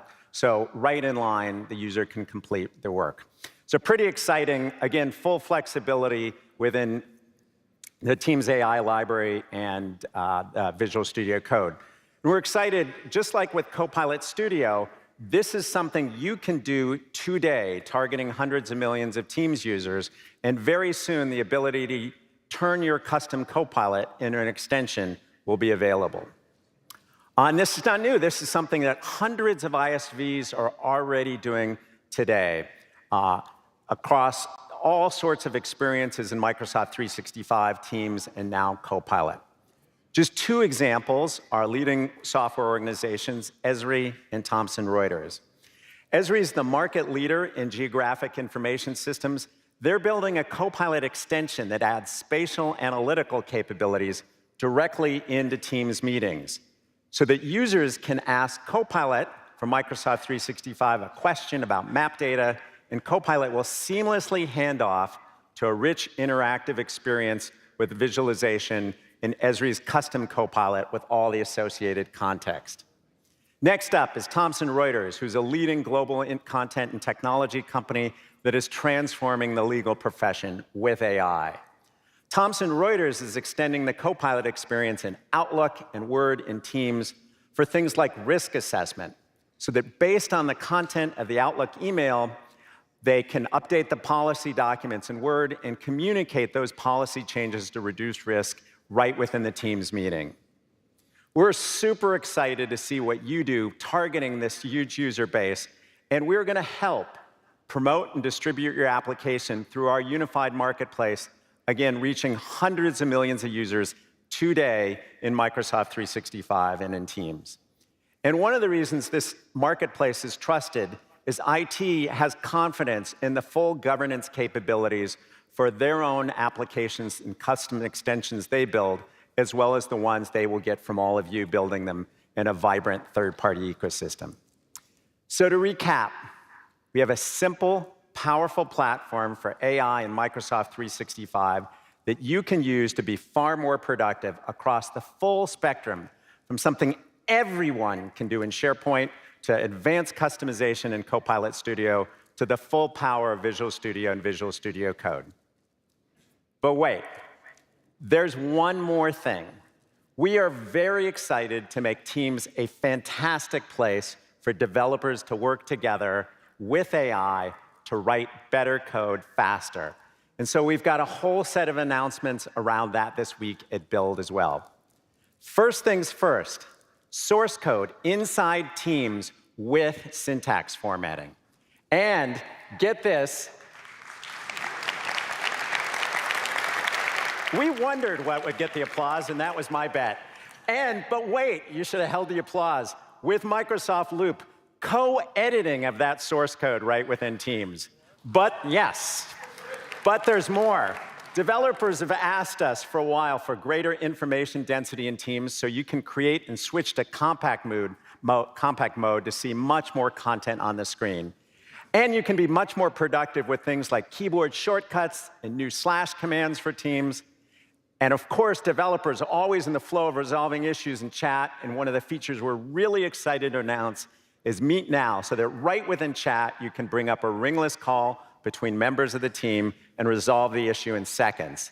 And last, developer teams love to have fun, to break from the stress, so you can use custom emojis as reactions now in Microsoft Teams. And of course, this is building on top of a growing set of partnerships with DevOps tools, Jira, Datadog, PagerDuty, and of course, deeper integration with GitHub, and much more integrated with Microsoft Teams. So we are very excited to make Teams a great place for developers to work together to build this next generation AI. The next chapter is how Windows is the best platform for building that next generation AI. And to show that, I'm excited to invite Pavan to the stage. Pavan.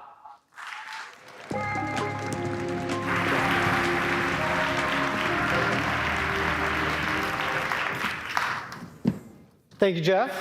Good morning. It is great to be here at Build.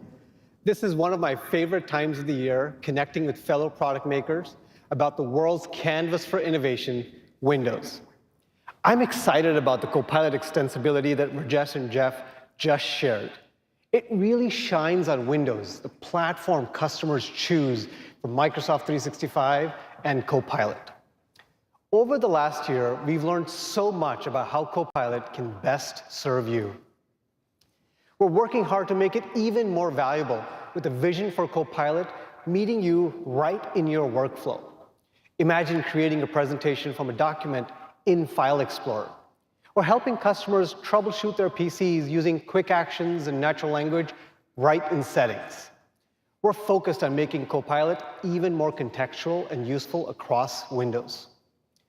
We took a big step towards that goal yesterday with the announcement of Copilot Plus PCs, the fastest and most intelligent PCs ever built.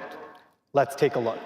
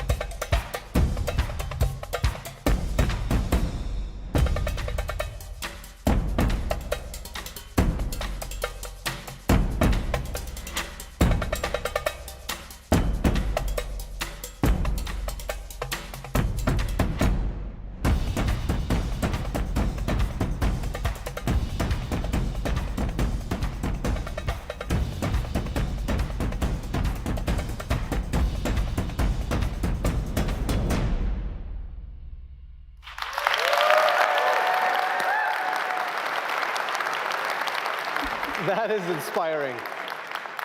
AI is woven into every layer of these devices, from the silicon to the operating system, with the most powerful PC NPUs capable of delivering over 40 trillion operations per second.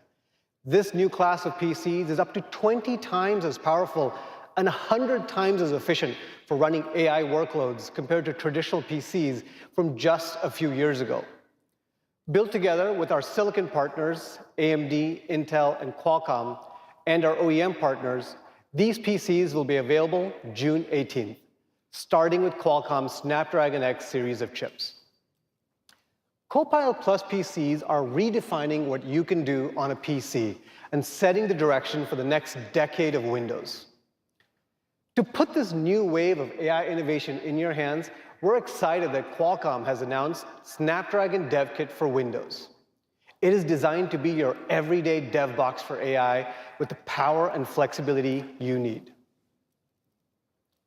As we define this new path for Windows in the era of AI, one thing that will never change is our commitment to openness. We recognize that the real value of Windows comes from the energy and the innovation of the ecosystem. It comes from all of you. So as we enter this new era, let's talk about how we're going to serve over 1 billion Windows customers together. As Satya said earlier, building a powerful AI platform takes more than a chip or a model. It takes reimagining the entire system from top to bottom. The new Windows Copilot runtime is the system that extends the Copilot stack to Windows. The Windows Copilot runtime is a new integral part of Windows 11 and has everything you need to build great AI experiences, whether you're just getting started or already have models of your own. It includes the Windows Copilot library, a set of APIs that are powered by on-device models that ship with Windows, and includes AI frameworks and toolchains to help you with your own on-device models. And it's built on the foundation of powerful client silicon, including the NPUs in the Copilot Plus devices. Let's take a look at how the Windows Copilot runtime enables an entirely new class of experiences.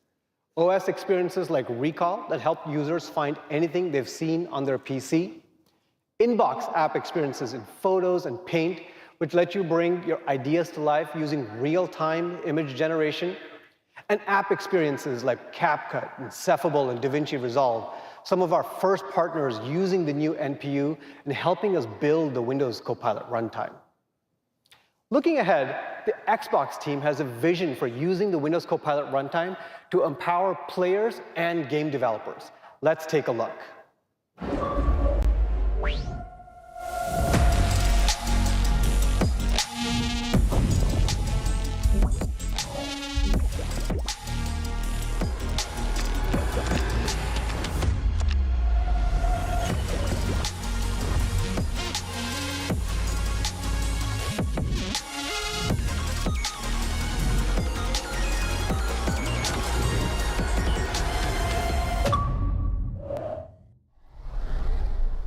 That's pretty inspiring.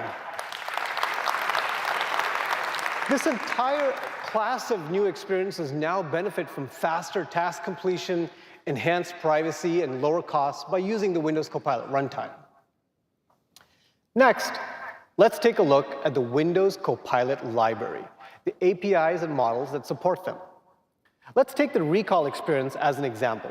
It relies on on-device models deeply integrated into Windows to capture context on the screen. That data is transformed into vector embeddings and indexed in a vector store called the Windows Semantic Index. The Recall User Activity API allows you to extend your app into Recall, so users can jump right back to where they were in your app and increase your app engagement. In the same way Edge and Microsoft 365 apps like Outlook, PowerPoint, and Teams already have. In fact, soon, Recall will draw on context from the Microsoft 365 graph. To build your own semantic index store, you can use the Vector Embeddings API. That makes it possible to use Retrieval Augmented Generation, or RAG, within your applications with your data. Imagine you have a WinForms or WPF app that works against a large corpus of sensitive data. With Vector Embeddings API, you'll be able to create on-device vector stores for those records. That's powerful when combined with the RAG API to enable natural language search in your applications for your users. Of course, that's just one example. The APIs in Windows Copilot library cover the spectrum, from low-code APIs to sophisticated pipelines to fully multimodal models, like the recently released Phi 3, the single best SLM in the world. Phi 3 Mini does a better job than models twice its size on key benchmarks. Today, we're thrilled to announce Phi Silica, built from the Phi series of models specifically designed for the NPUs and Copilot Plus PCs. It offers lightning-fast on-device inferencing and state-of-the-art first-token responsiveness. Windows is the first platform to have a state-of-the-art SLM custom-built for the NPU shipping in box. Now, let's take a look at what you can do to bring your own on-device models to Windows using frameworks and toolchains. It starts with DirectML, the lowest-level machine learning framework in Windows, similar to DirectX for graphics. Whether it's your own open-source models or an open-source model from Hugging Face, DirectML helps you scale the breadth of your efforts across the Windows ecosystem by giving you to-the-metal access to GPUs and NPUs. We also know that a lot of you do your development on PyTorch on Windows, and we're thrilled to announce that Windows will natively support PyTorch through DirectML. That's right, pretty exciting. Native PyTorch support, of course, means that Hugging Face models will just work on Windows. And not just that, we're collaborating with NVIDIA to bring these workflows to over 100 million RTX AI GPUs in the Windows ecosystem. Now, that's incredible. You can download the PyTorch and DirectML developer preview today. We're also going to extend DirectML to our web developers by introducing WebNN on Windows. WebNN is a web-native machine learning framework. Microsoft has been working with Intel and other partners to unlock the access to local ML accelerators so you can build performant AI experiences in your web apps. Behind me, you see Clipchamp's auto-compose feature, achieving faster video composition experiences and cloud savings by leveraging the NPU through ORT Web and WebNN. I'm excited to announce that WebNN is available in developer preview today.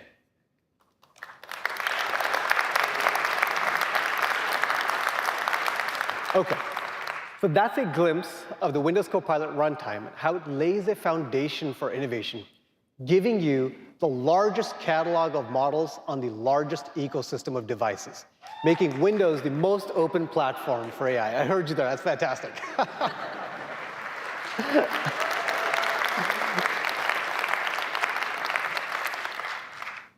As Windows transforms for the era of AI, we're continuing to reach the expanse of the platform, including all the AI experiences you create with the Windows Copilot runtime. We're delivering Windows from the cloud with Windows 365, so your apps can reach any device anywhere.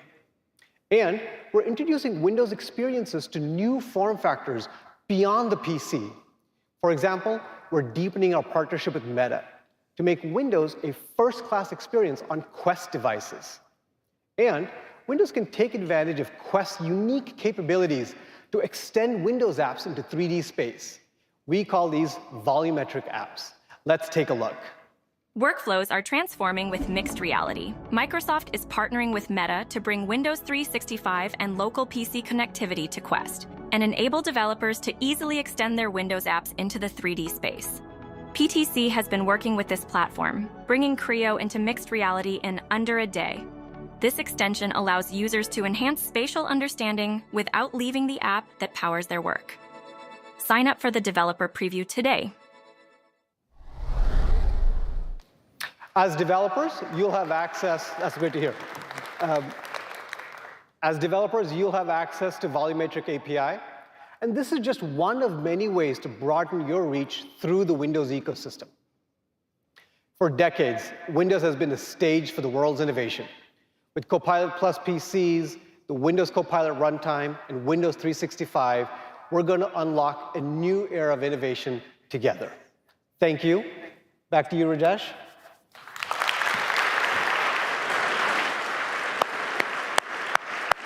Thank you, Pawan. And thank you, Jeff.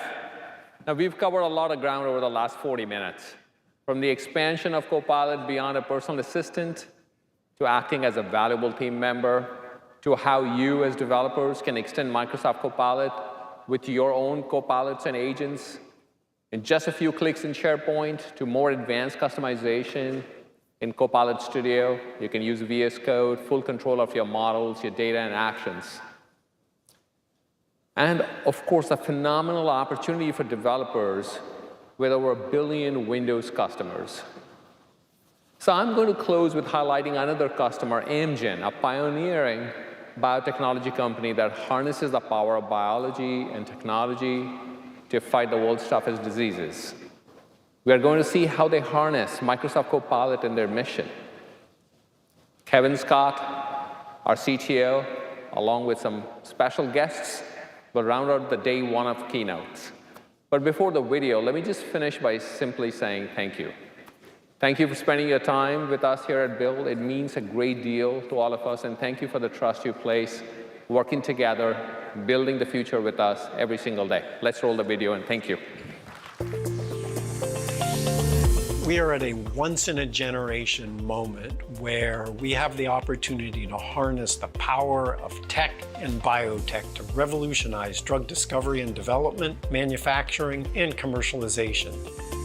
We started with 300 licenses, and now 20,000 of our employees have access to Copilot. In manufacturing, you're moving at a very fast pace. You have a lot of data coming at you.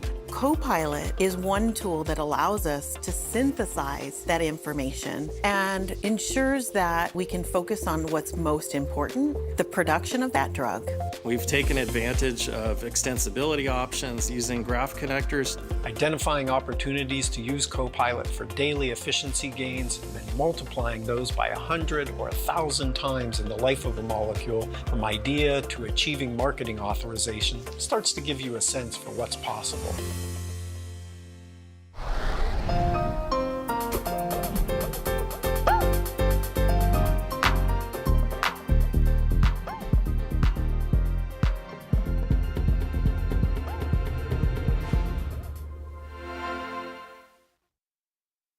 We have capabilities in our hands with these new tools in the early days of this new platform to absolutely do amazing things, where literally the challenge for you all is to go do some legendary shit that someone will be in awe of you for one day. When people are looking for food resources, it can be a humbling experience. Childhood hunger and food insecurity is a problem that we can solve, and we are using AI to connect those in need. We know through research that people prefer sometimes to talk to an AI agent, to talk to a chatbot, because they're not talking to a human. Technology can really help people get what they need with multiple resources in one place. And it's making it mobile friendly, which is really important. Most people access this information via smartphone. What we're doing at No Kid Hungry is ensuring that we end childhood hunger. Around 2019, Brian started having some issues with his ankle. I was able to get him an appointment with a doctor, and he was like, I hate to tell you, but this is ALS. How would I live in a world where my kids wouldn't be able to hear me say, I love you? The biggest opportunities when it comes to emerging technologies is the gap that it can fill. AI has the ability to increase communication, increase independence. It's the next wave for accessibility. What Microsoft is doing, their voice banking technology really gives someone back that intonation and a little bit more of their personality. Today we're gonna play like a newer version of your voice. So you just choose any phrase and then I'll play it on here as well. Hey, beautiful people, I am so happy to be with all of you. All right, I'm gonna type it out. Hey, beautiful people, I am so happy to be with all of you. Sing! I think this sounds just like me, and I am overwhelmed with joy that my family gets to experience this part of me. In many ways, I feel like I am back.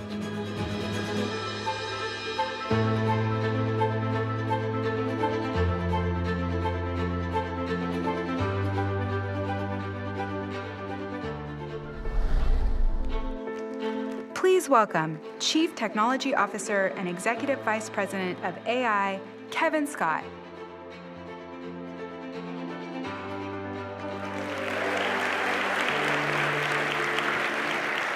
Thank you all so much for being here with us today. So I've been fascinated my entire life by tools and the power that they give us as individuals and teams to really create extraordinary things. In my own personal making, my wife sometimes wishes that the ratio of tools to extraordinary things was a little bit different than they are. But as a person who has dedicated their entire career to building systems and infrastructure, tools and frameworks for other developers to use to go make the things that they need to make for whatever reason that they need to make them, it's just extraordinarily gratifying to see the really, truly consequential things that you all are choosing to do with these new AI tools that we had a role in bringing into existence. So I just want to thank all of you so much for all of the great shit that you have made over the past year. So, I want to give a call out to our friends at Share Our Strength. But it's not just the really wonderful work that we just showed in the video that folks are doing. Like as Satya mentioned earlier, we have over 50,000 customers using Azure AI tools and the Azure AI platform. And like this range of customers spans everything imaginable, from all different industry categories, all different scales of business, from small startups to Fortune 100 companies, and all different stages of exploration of how to use AI to do transformative things, from doing explorations like trying to find product market fit, to scaling things where you found the product market fit, to folks who are just trying to figure out how to optimize and enhance the things that they've been doing for a very long while. So I just wanted to highlight another couple of things that I thought have been really noteworthy collaborations that my team has had with some of you all in the audience. So we've been doing some really cool work with Etsy, using generative AI and the Azure AI platform to build features like their new gift mode. So we have the CTO of Etsy here in the audience with us today. Hello. And you all should go check out gift mode. Like it is like a really innovative way to help you figure out how to buy things for people who are difficult to buy for, which I'm guessing like almost all of us in the room are. It's like super stressful trying to figure out what the right gift is for the right person that you care about in your life. And this is just one of many interesting things that Etsy is doing with generative AI to really enhance the experience of the Etsy product and to bring delight to their customers. Another thing that I'm super excited about is the work that Cognition has been doing. So Scott and the Cognition team are also here with us today. We have just recently announced a partnership between Microsoft and Cognition. Their product, Devin, is like an absolutely amazing tool. So like if you can imagine for yourself like some of the most tedious things that you do as an engineer or software developer, Devin is a tool designed to help you with those tasks. Like I can't even tell you all the number of times as an engineering leader or as an engineer that I've had to write code or lead teams writing code for doing things like replatforming and application. And like replatforming is like one of the laws of physics of like how we build software systems. Like it's a thing that must be done, but like, it's rare that an engineer really enjoys doing that. And so like the incredible work that Devin is doing on top of these incredibly powerful tools is just really extraordinary. And we're super excited to be partnering with them and to bring all of the power of what they're doing to Azure and having their systems and infrastructure run on Azure. So, I really want to talk with you all today about just a couple of simple things. What's driving all of this progress? Like, why is all of this happening right now? And so part of it is like we're riding an extraordinary platform wave, like something is fundamentally changing in the universe of technology, much in the same way that it changed when we were going through the PC revolution, where Moore's law was driving an incredible increase in the power and lowering of the cost of personal computing, which led to it becoming ubiquitous and something that we now all get to take for granted.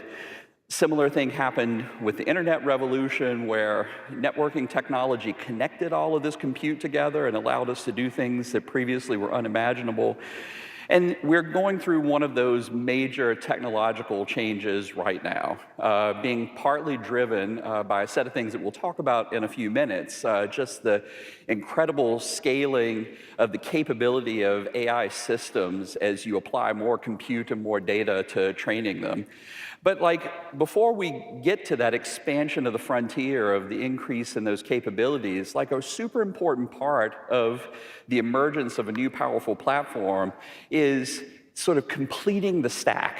So it's actually hard work, even when you have a piece of technology that is improving at an exponential rate, to figure out how to do all of the things that have to be done in order to deploy it in real applications so that you can go out and deliver value to real customers who care about what it is that you're doing. And we've done a huge amount of work over the past year on the Copilot stack.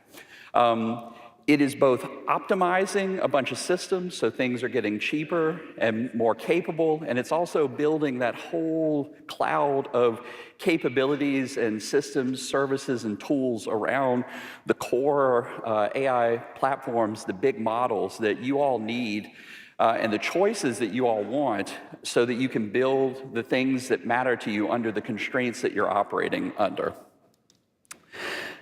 So, one of the reasons that we have been able to do this is no other company has deployed more generative AI applications over the past year than Microsoft has. And so you have probably heard us over the past year talking about all of these different copilots, like this new software pattern that we originated with GitHub Copilot, where you pair powerful generative AI with this user interface paradigm where you're using the AI to help assist users with tasks. And so you can apply this to everything. And I know many of you in the audience are building your own copilots. So Microsoft itself is building copilots for service, for sales, a copilot in Bing, copilot in Edge, copilot in Windows.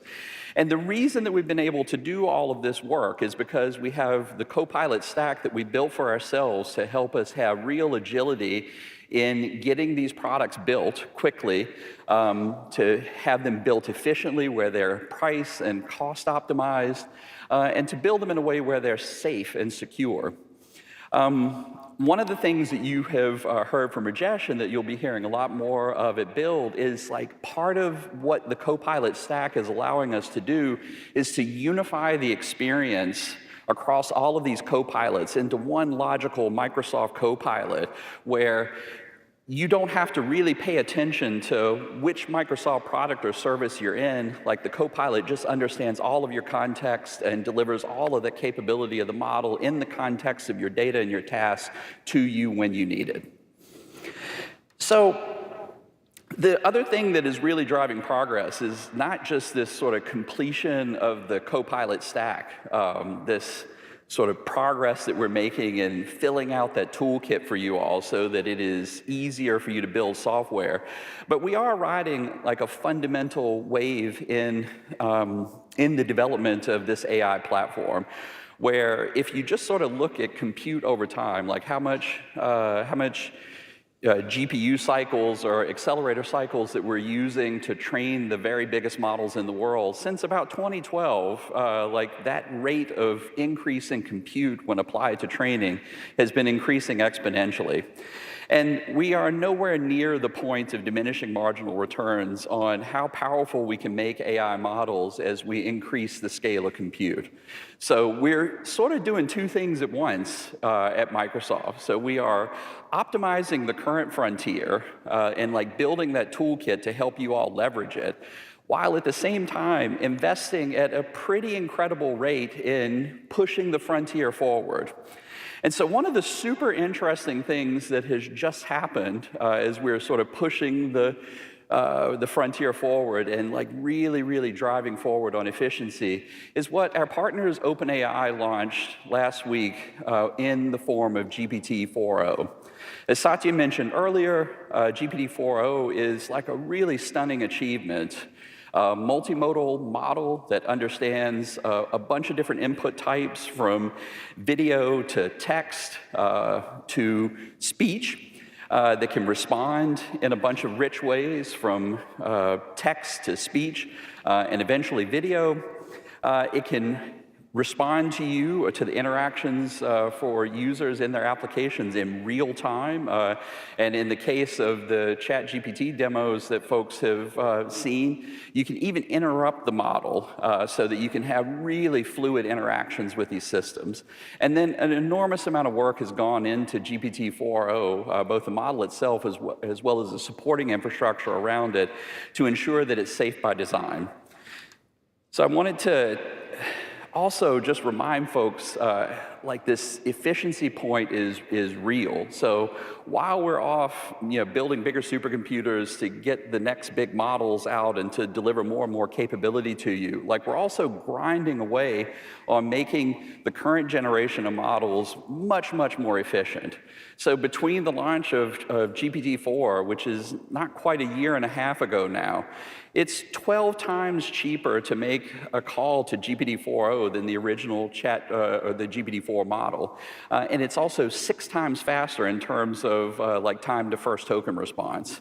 So it's just really extraordinary, like how much progress we're making because of like the full set of optimizations that we're doing, from the silicon that we're building, networks, data center optimization, as well as like an incredible amount of software work that we're doing on top of all of this hardware and infrastructure to really tune the performance of these systems.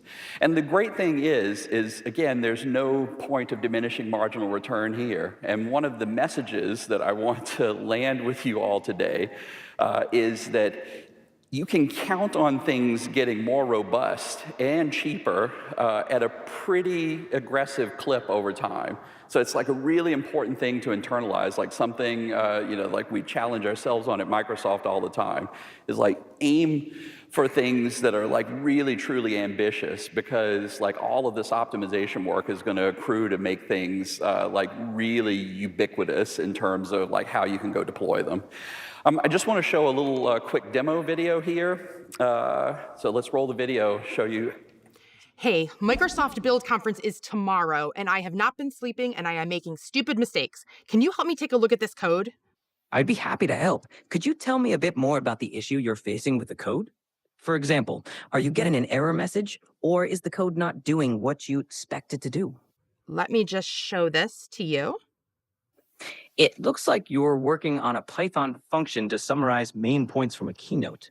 What I'm trying to do is go through a list of keynoters and summarize all of their work. And my problem is that I wanted to just add Kevin's name to the end of the keynote list, and it added every character of his name instead of just his whole name. What did I do wrong here?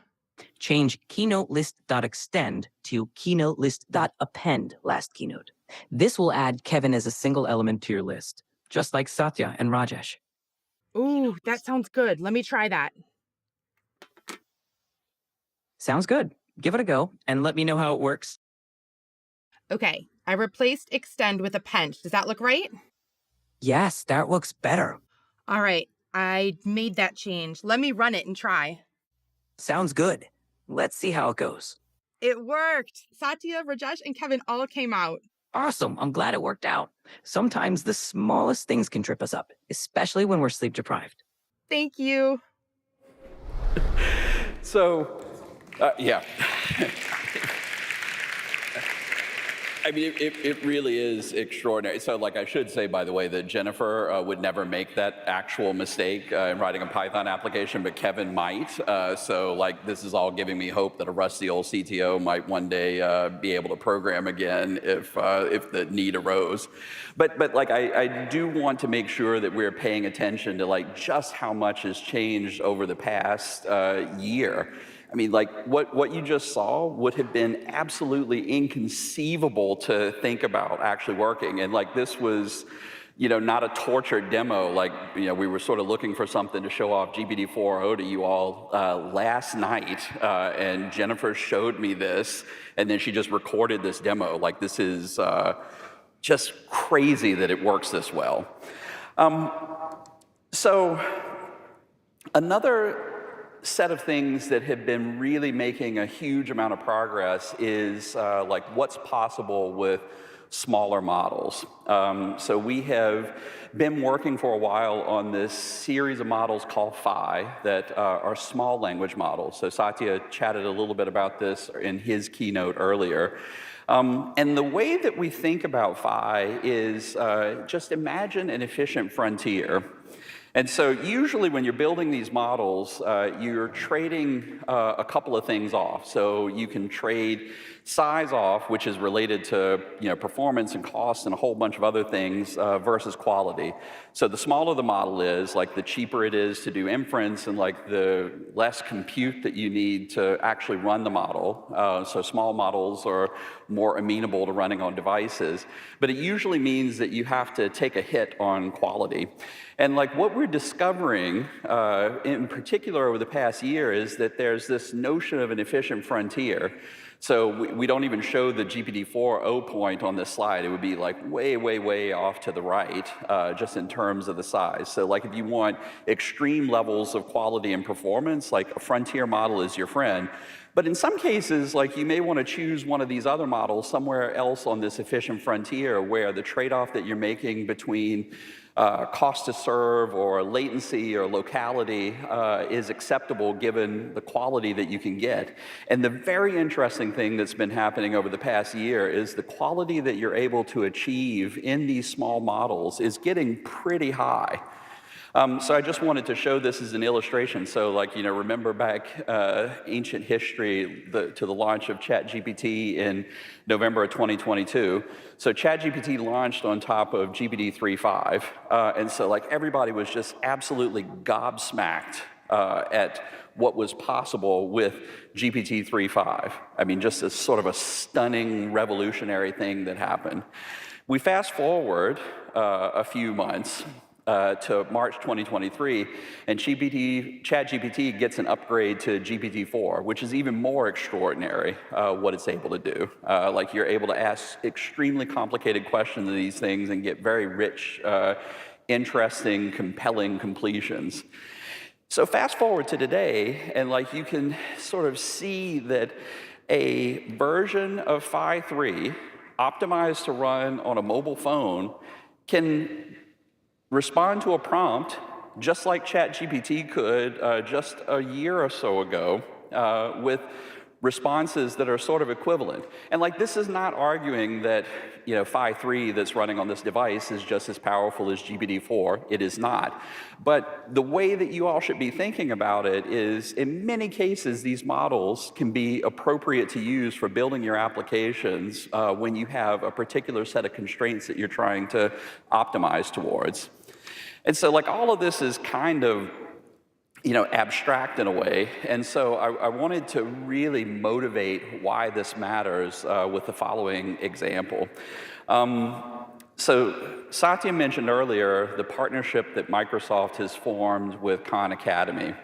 And Khan Academy's mission is really interesting and important. Like they are trying to ensure that every learner on the planet, no matter where they are, has access to high quality individualized instruction. And so one of the things that we're exploring together with Khan Academy is the possibility of achieving that goal of ubiquity of these personalized learning agents by using something like Phi 3, where you can imagine training a Phi 3 model that's very good at something like math instruction. So this is an actual interaction with Phi 3 medium that has been fine-tuned to work particularly well for math tutoring. And the challenge with doing something like this is that you have to not just have the model give the student an answer, but like you want it to lead them towards discovering the answer themselves. So like a tutor is very different from an answer agent. And so, like, it's just exciting to think about how many tools that organizations like Khan Academy have to solve, like, these really, really important missions that they have in the world. And so with that, I'd love to bring Sal Khan from Khan Academy onto the stage.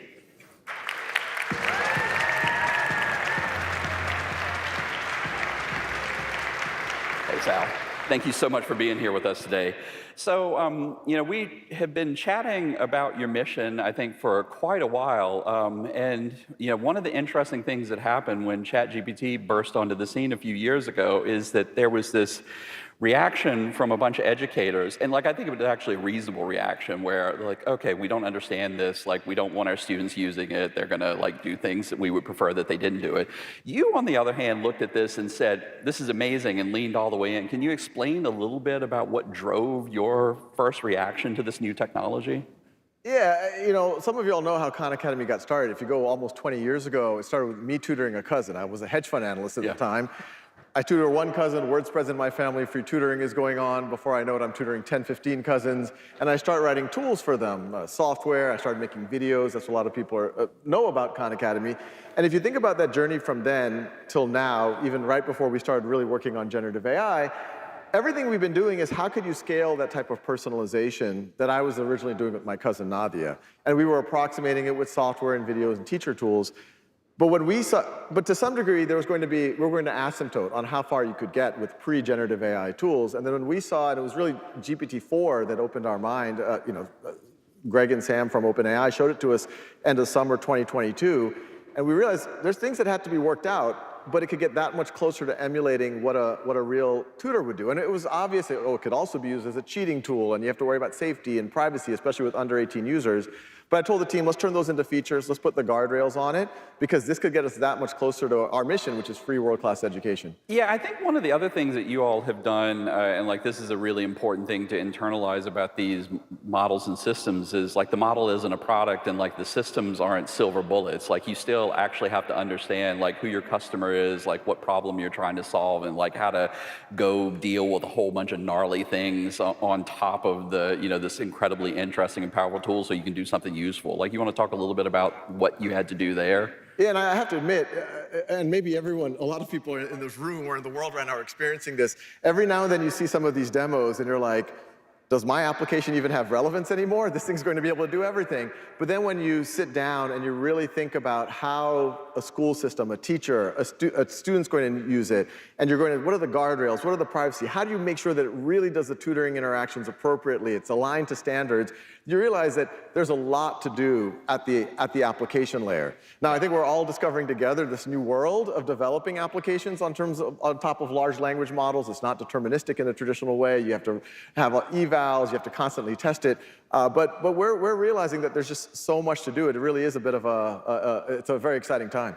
Yeah, I mean, one of the things that I'm especially excited about is like this mission that you all have for Ubiquity, and like the partnership that we're doing with you all is going to enable you to get get every teacher in the United States hands on Kamigo and your tools. And you know, like just a personal anecdote for me is like my daughter is in the 9th grade. She's taken biochemistry and just in love with science in general.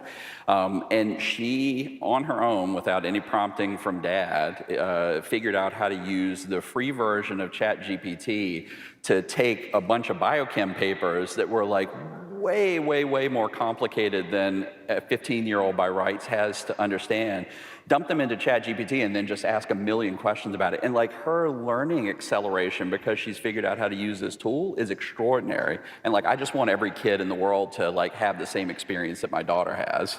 Absolutely, and you know what we realize at Khan Academy, there is a subset of students that if you give them the tool, and it sounds like you're lucky enough to have a daughter like that, they will run with it.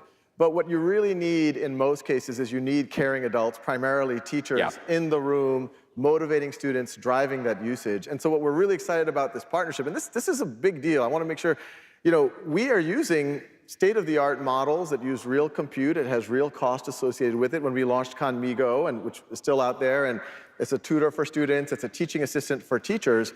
But what we're launching today as part of this partnership is these state-of-the-art teacher tools we're going to be able to give free to every teacher in the United States so that they can get productivity improvements. Yeah, big deal. Big deal. I actually think teaching will be the first mainstream profession to really benefit from generative AI, lesson planning, progress reports, grading papers, et cetera, et cetera. And I think if we can win teachers' hearts and minds, then it gives us that much a better chance of also being able to reach students. So one last thing before we go. I know that you have just written a book, and like having written a book myself, like it's like a lot of work. So why, and like everybody should like, pay attention to these fantastic endorsements the book has gotten and like go read a copy of it. It's like a fascinating work, not just about education and your mission, but like I think also it has a bunch of really interesting lessons about how you can ambitiously use AI to solve hard problems. But why did you choose to write a book now? Yeah, this is the second book that I wrote. The first book I wrote back in 2011, and I remember when the publisher had reached out to me then, I was like, why would I write a book? I could just put it all on YouTube and share it with the world. But there's something about writing a book that lets you frame the problem. Yeah. And I felt that 10 years ago or 12 years ago when Khan Academy first came on the scene, and I think this moment, we all feel even a little bit more overwhelmed. I mean, you mentioned these inflection points, this exponential growth. We're all feeling like things are changing every week. And I wanted to take the time to, for myself, understand where we are and where we're going in hopefully a reasonably timeless way that's not going to be dependent on whatever the frontier model of the day is. And I think, especially anyone who cares about education, cares about work, cares about what skills their kids should learn to keep up, how we can all be more productive, what the future of admissions and recruiting is going to look like, hopefully this will be useful for them too. Yeah. Well, I am incredibly grateful for the partnership that we have and more importantly for the work that you're doing in the world. So thank you so much for being with us today. Kevin. Thank you.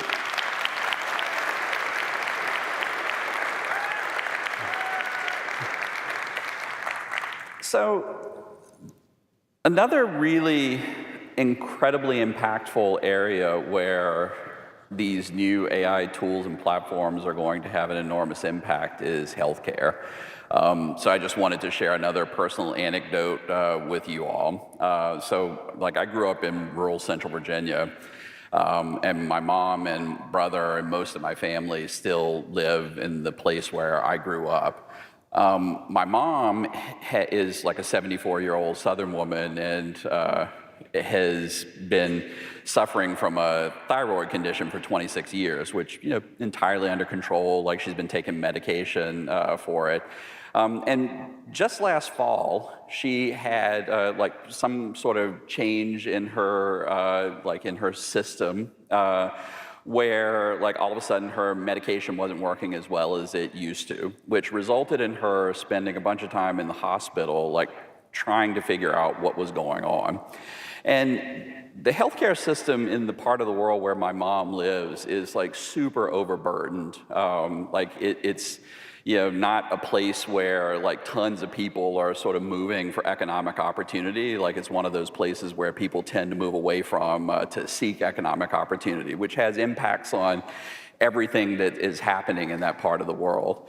And I sort of, as I was trying to help my mom navigate this situation, I was looking at how could AI have helped relieve the suffering that she was experiencing.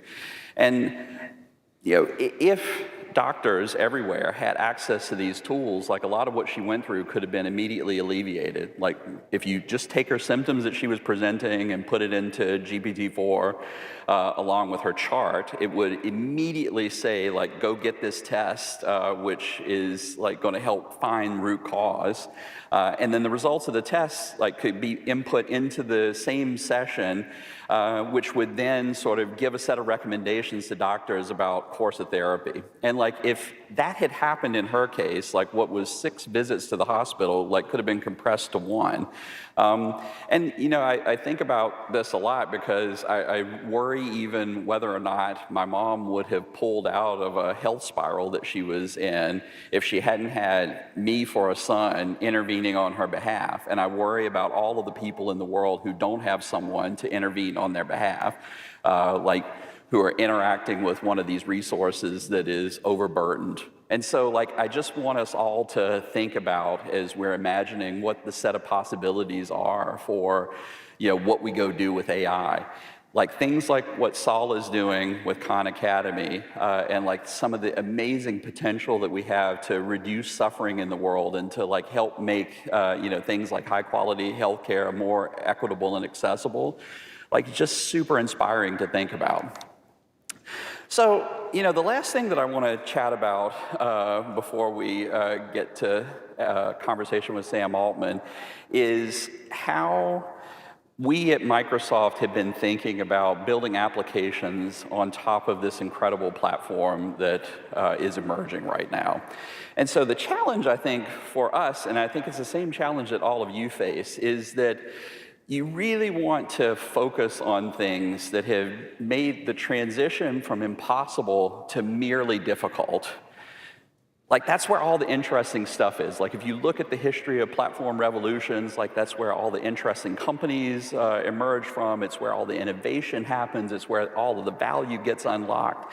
And in the case of technology platforms that are sort of exponentially progressing, it's like the only reasonable place to go aim. Because if you're aiming somewhere different, like, the platform is becoming so much more capable and so much cheaper over time that everything that you sort of have in your imagination that's too expensive to do right now or too fragile is going to become cheap and robust before you can even blink your eye.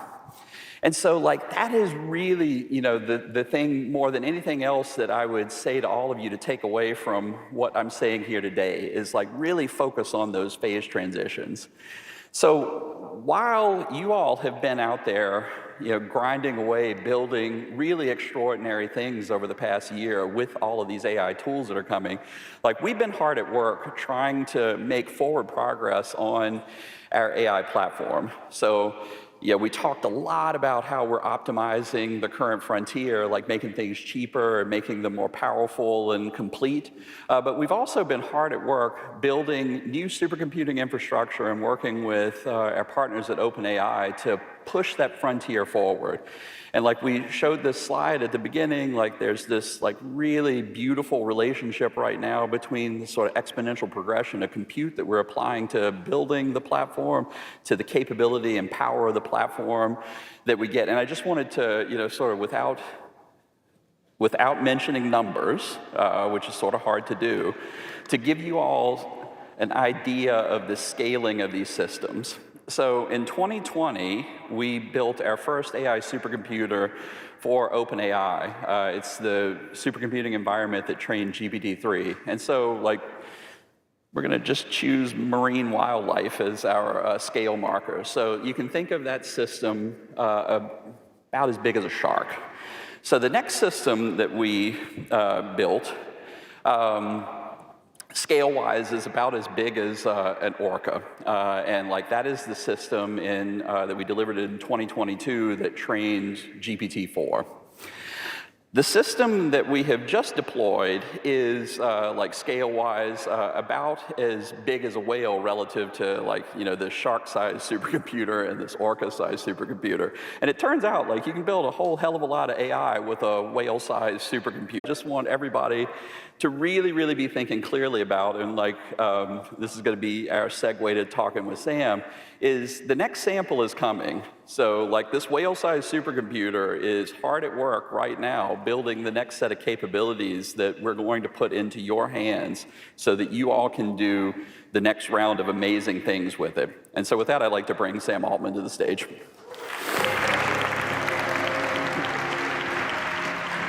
Hey, good to see you. You too. So, you are one of the busiest people on the planet. Wild week. It's a wild week. It's a wild year, man. Yeah. But so I really appreciate you taking time out to chat with us today. So I guess what I really wanted to start our conversation about, and like I asked you this question last week, is there's just been an extraordinary amount of change over the past year. Like, what has been the thing that has surprised you most, like particularly relevant to an audience of developers? Yeah. I mean, I'm delighted to be here. And obviously, great to see you, but developers have been such a core part of what's been happening this last year and a half. There's millions of people building on the platform. What people are doing is totally amazing. And the speed of adoption and talent and figuring out what to build with all of this over what has really not been very long. Like when we put GPT-3 out in the API, some people thought it was cool, but it was narrow where the utility happened. And seeing what people have done with GPT-4 and seeing now what's happening with GPT-4o, even though it's new and hasn't been out that long, is quite remarkable. I've never seen a technology get adopted so quickly in such a meaningful way. What people are building, how people are finding out how to do things that we never even thought of possible, which is why it's always great to have an API. That's been very cool to see. Yeah, and I think, you know, what you just said is like one of the most important points to me. Like there's a version of AI that could have existed that is, you know, like a bunch of smart people like building, you know, things at extraordinary scale and then just building it into a bunch of products where everybody gets to passively use them. Like the really brilliant thing that you all have done is like taken the exact same set of things and like decided to make it available to like any developer who's able to sign up for an API key. Yeah, we try to be really thoughtful about what makes a good API for this. There's going to be all kinds of ways people can use this, but the more this can just be a layer that gets built into every product, every service, the better. And we've tried to make it such that if you want to add intelligence to whatever you're doing, any product, any service, we make that very easy. Yeah, and like again, I think the progress has been stunning. So, you know, I think, you know, the setup for like introducing you onto the stage here was I saw that big blue whale. Yeah, like, you know, you're making good use of the whale-sized computer right now. And so like I without like getting too specific, which we can't be obviously, like what are the category of things that people should be expecting over the next, you know, K months? So the most important thing, and this sounds like the most boring, obvious, trite thing I can say, but I think it's actually much deeper than it sounds. The most important thing is that the models are just going to get smarter, generally across the board. There'll be a lot of other things too, which we can talk about, but if you think about what happened from GPT-3 to 3.5 to 4, it just got smarter. And you could use it for all these things. It got a little more robust, it got much safer, both because the model got smarter and we put much more work into building the safety tools around it. It got more useful, but the underlying capability, this amazing emergent property of like we actually are seeming to increase the general capability of the model across the board, that's going to keep happening.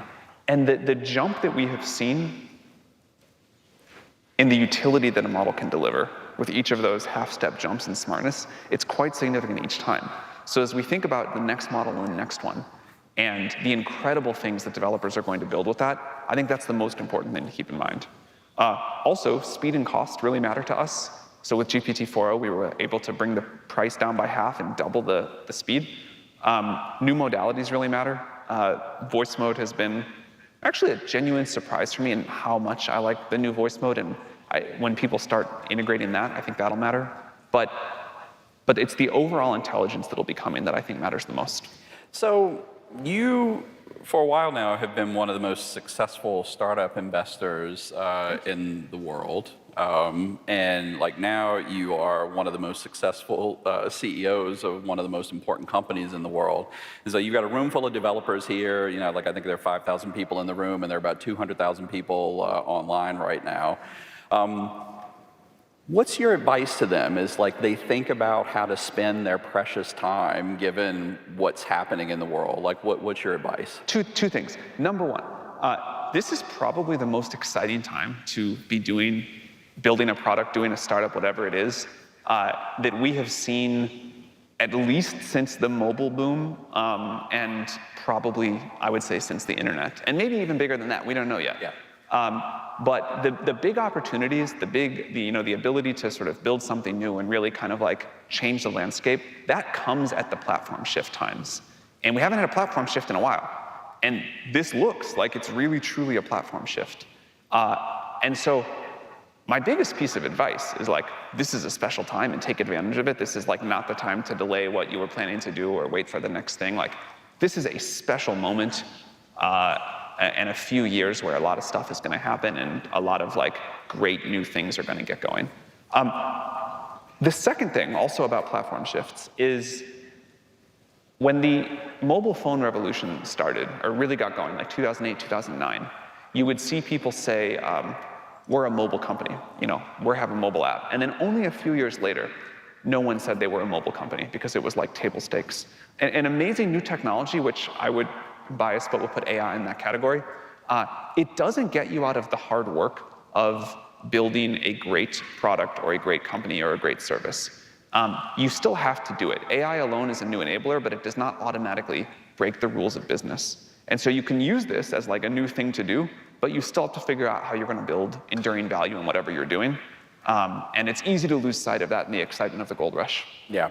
So one last thing before we let you go. So, you and I and like members of your team and members of the Microsoft team have been doing really an extraordinary volume of work over the past year and a half, 2 years, thinking about safe deployment of an awful lot of AI capability, like everything from APIs and developer tools to end products. I think we have accumulated a really interesting volume of experience, like experience that's sort of hard to get if you're not doing deployments at this scale.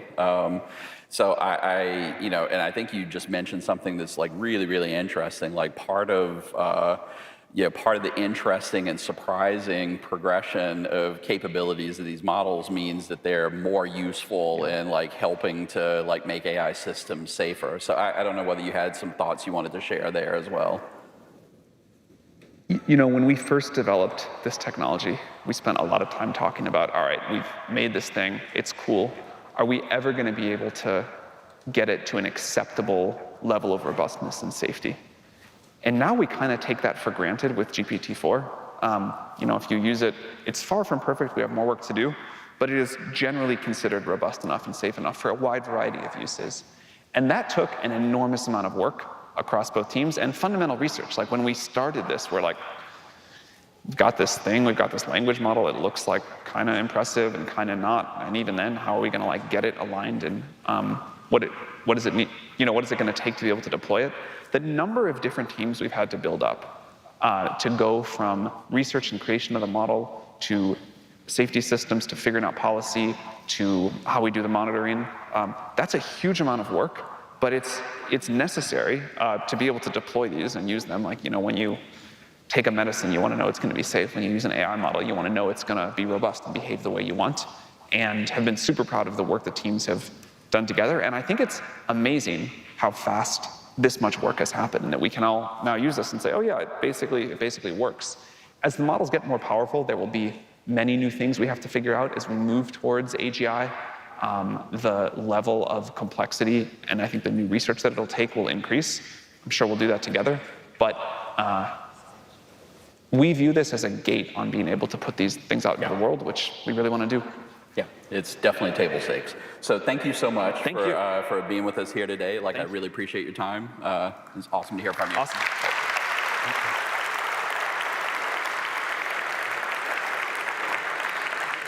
All right, so I think this is all that's separating you all from the rest of your build and probably lunch.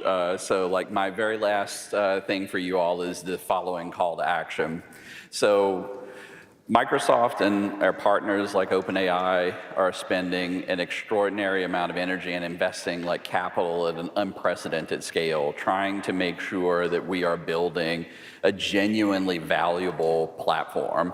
But all we're doing is building the platform. And I don't even think that that's the most important part of the AI revolution that's happening right now.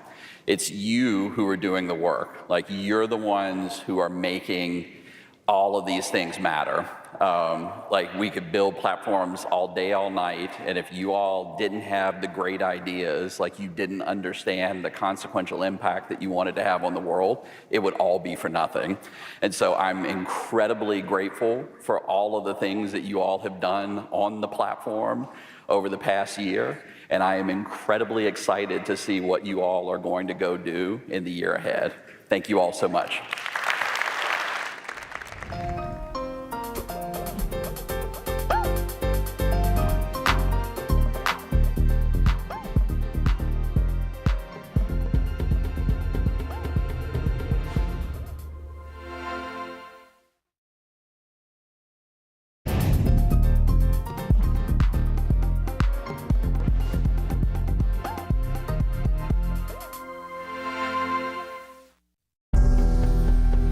We want the user experience on Etsy to be delightful. We want Etsy to be the destination for gifting. When buyers come looking for some special gift for their loved ones, we want to be able to match them to something unique and special. We have about 100 million listings and process billions of events every day. At that scale, search becomes really challenging. With Gen AI, we can understand our inventory better. We can understand our buyer's mission better. Gift Mode is a part of our product where we serve very rich and diverse ideas for anyone who likes to buy a gift for their loved ones. Our Gift Mode team, they come up with hundreds of personas. For each persona, we are using LLM to generate what would be a suitable gift. And then with prompt engineering, we are fine-tuning all these ideas. We also use LLMs to generate synthetic queries to query all of our inventory. Gen AI help us to generate a lot of ideas very quickly. And I believe we are at the beginning of a new era to connect our buyers to our inventory in a better way. Hello to Microsoft Build, the show floor, 5th floor, where it all happens. And by the way, if you were here, you'd be here to meet these amazing people. My good friend, Sam and Malix. Welcome to Build. Thank you. Hi, Donna. Thank you. Thanks for having us. All right, so Sam and Malix are from the Surface team. And you two had a major day yesterday and this morning in the keynote. Yes, so we tell did. us about that big announcement. What was it? Yes, so yesterday we actually introduced our two first Copilot Plus PCs, the two Surface Copilot Plus PC, the new Surface laptop and the new Surface Pro. They're amazing devices. They're the fastest, most intelligent laptops we've ever built. They have the longest battery life on any device, and of course, the most powerful NPU in the market right now, which will unlock a lot of AI goodness, and we'll talk about it. Exactly. Yes. Okay, so nerd time. Specs. Why are these so much better than the really powerful surfaces that are already out there right now? Yeah, we're so excited just starting with the fundamentals of these devices. They are so much faster. This new Pro is 90% faster than the Surface Pro 9 we already have on the market. I know, incredible, with more battery life and a beautiful new OLED display. We're excited to bring OLED for the first time to Surface, which you can see here. And what I'm personally most excited about is our brand new Surface Pro Flex keyboard. So we know that you get the ultimate laptop setup when you attach your keyboard to your Pro. Correct. To your Pro. And then now, we've just taken that to the next level because this keyboard keeps on going when you detach it from the device. Wait, so I can use it over here? Yeah, keep typing. Go for it. You've got some favorite hotkeys. Wait, I'm gonna press the Copilot button theatrically. Did something happen? Oh, it did. Oh, wait. It works. Oh, it actually worked. Wow. Okay, wait. I'm doing it. It actually does work. Yeah. Are you doing that? No. I promise. Hands up. Hands up. Whoa. Okay. Yeah. Super exciting. Yeah. So that really enables kind of new creative workflows if you love your hotkeys, and you can use and can touch at the same time. If you're working in kind of non-traditional productivity setups, think on an airplane where you've got that tiny tray table. It doesn't fit a full laptop. Pop your Pro up there and put this comfortably on your lap with added layers of carbon fiber, so it's even more stable than our previous. It's got a 14% larger haptic touchpad with adaptive touch mode, and the pen is always visible, so it's ready when you need it. Okay, I love this because my step one is lose the pen. Second of all is, it's my first thing that I do. I'm immediately going to lose the pen and then say, I know it's somewhere. But this is me on a plane, which is, I am like this on the tray table trying to write code, send a status update, Copilot something. But now I can actually just put it in my lap. Planes, trains, like sketchy conference centers. You just need a surface to put it on your surface, and then you can put this on your lap. The lappability goes up, which is a technical term, I guess. Yes. Totally. Yeah. Okay. Let me tell you about this one. I know. I got so enthusiastic. Don't you worry. I got my eye on that because that rose gold color, I really like that, Malix. It's called Dune. So this is a brand new color. We have the new Sapphire, the Dune, in addition to our classics, Platinum and Black. But let me tell you about this. This is a brand new design for the laptop. People love our design, so we kind of evolve it. We make it more modern, streamlined, elegant. Probably the thing that I love the most is the display. So what we did here is, I don't know if you can see how thin the bezels are. Amazing. So we're actually expanding the view. So our size is 13.8 and 15. And in both devices, we increase the viewing area so you can see more, but we shrink the device. So you get a smaller, more portable device. You get more screen without some hulking beast of a laptop. Oh Yeah, and the display is stunning. It has HDR, Dolby Vision IQ, so it's for that cinematic view, and so it's incredible. We're very well known for our typing. People love typing on this device. And now we made a few edits on the keyboard. We have the copilot key, which you already explored over there. The haptics touchpad, which we introduced in Laptop Studio 2, is now across portfolio. Yes. And it's our most inclusive touchpad. So I love that. The color is stunning. That form factor is beautiful. I love my Surface laptop. I have the burgundy one from Back, and I use it all the time. And everyone stops me to ask, what is that? Right? Yeah. And I know everyone's going to stop me to ask, what is that? And I'm going to do the theatrical demo of the Copilot button and the whole thing. So, we love it. Okay, so why are these great for devs? Because we're obviously here at Build, and devs are all like asking themselves the question, do I need this machine? yeah, so we talked a little bit about this before, but we have the most powerful MPU on this device. And we can't wait to see what the devs can do on this device to build on top of them. And of course, they're in this light and portable devices, so you can actually carry them wherever you go and work from wherever. So we're really looking forward to see what they can build on this. And we've already partnered with a bunch of ISVs who have offloaded some of their features onto this MPU already available today. So DaVinci with Blackmagic Design, Cephable, CapCut, some incredible ISVs who are already taking advantage of the MPU. So we're really excited to see what other people do next. That makes possible certain works that people wouldn't be able to do in this type of devices coming to the thin and portable devices. Yeah. Okay, what I love about this is that is a light device. That is not a hulky beast. Here's a scenario. And you tell me if this is a terrible idea. I think it's not. Announced is the AI toolkit. You can get a small language model, run it locally on your machine, and build an app around it, all offline. Yeah. But if this machine is so powerful, I can actually do proper AI development on it. Yeah. Really? Yeah. What? Go for it. Turn that Wi-Fi off, sit on a plane. I'm going to do this and send you a video. Okay, I'm not even kidding. I'm going to send you a video because that is cool because I'll be building AI on AI. Yeah. Right? On AI-powered on AI-powered laptops. That is 45 spectacular. tops. Wow. Yeah. I love that. Okay. If that one disappears, nothing happened to it. It's not me. Just pointing it. Okay, so you know I love inclusive design. You all love inclusive design. It's something Surface team is deeply passionate about it and really loves this brand. Tell us about the inclusive design story of these, because I'm sure there's things. Yeah, inclusive design is just built into the fabric of kind of the hardware and the software for Surface. When we build products that are more inclusive, we empower everyone with greater experiences. We make them more comfortable, and we don't exclude anyone in that process. And so these Copilot Plus PCs are no exception to that rule. No. We already talked about adaptive touch mode coming to the new ProFix keyboard and the new laptop. And we're excited that we're also extending the bold key set across the new ProFlex keyboard as well. So it has a bolder font and brighter backlighting for greater readability.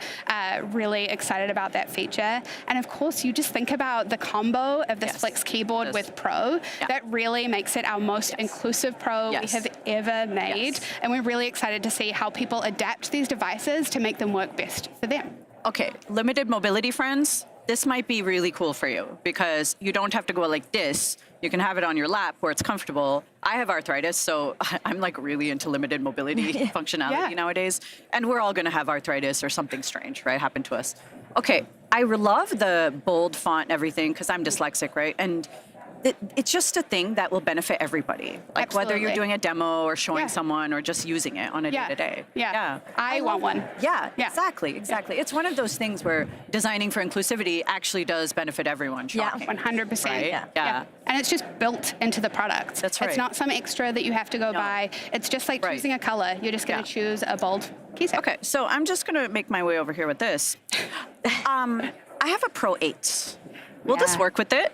It sure will. It will? Yeah, really? backwards compatible. That was going to be a trick question. What do you mean? Yeah. Really? So it'll work with Pro 8, Pro 9, the new Pro 10 for Business that we launched a few months ago, and of course the brand new Pro, and your existing keyboard that you have with your Pro 8, if you purchase the new Pro, will work as well. Really? Yeah. That's magical. I love that. Sustainability.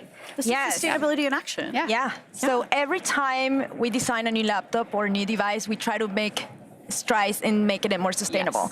These are the most sustainable laptop we've ever built. Yes. They actually have the first time 100% aluminum on the enclosure. And while doing that, we actually reduce our carbon emissions by 78% per enclosure, which is great. They have the most recyclable materials we ever have, and even the packaging. We took a step to the packaging, minimizing plastic, having all recyclable papers, so it's in every step of the way.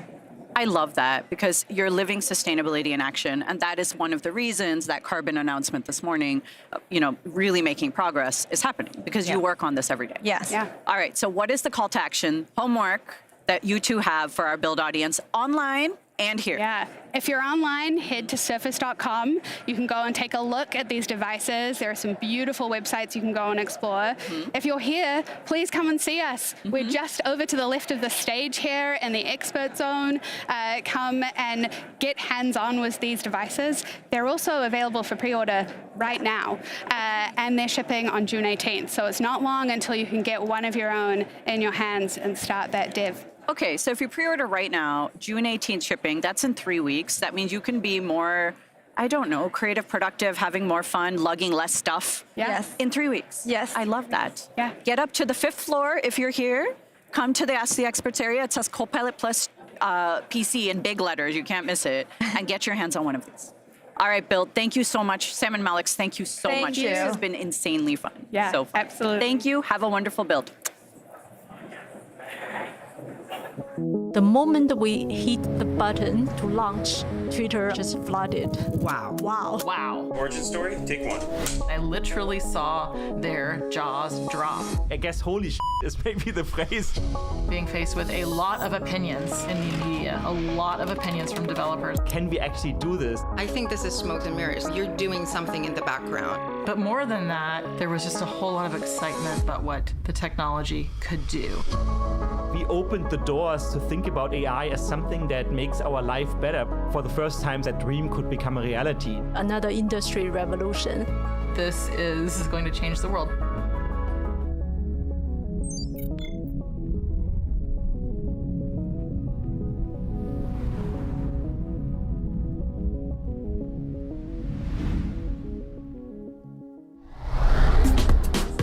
Hello, welcome back. All right, guess what? I'm here with two of my favorite people in the world, like legitly in the world. This is Stephanie and Gaston. Please introduce yourselves. Who are you and what you do? Sounds good. Gaston Cruz. I am Microsoft MVP. I'm director for Microsoft Center of Excellence in Slalom consulting firm. We bring kind of consulting for clients, value-centric, industry, technology, business, humanity. Yes. In the data and analytics space. In the analytics space, Yes, that's right. Very important space. This is going to be important later. And Stephanie. I am also data platform MVP, and I'm a BI architect with iLink Digital. That is my cover. Really, I'm a data witch. That's my true identity. She just said data witch. I love this for you. Okay, this is awesome. All right, so you both are just thought leaders, role models, spiritual guides in the data and analytics community.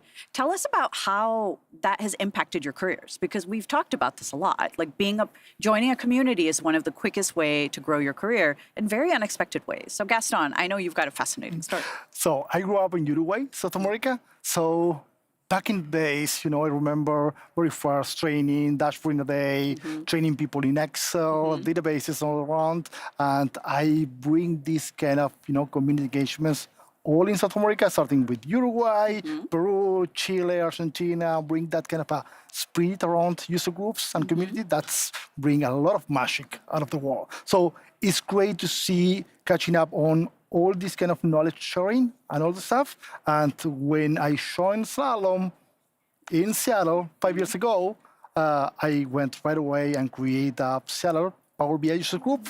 And that is kind of that sense of global community where we have hybrid community, a lot of speakers all over the place and talking about Power BI, Now Fabric, and AI space. So it's amazing how much the energy goes into community. Yes.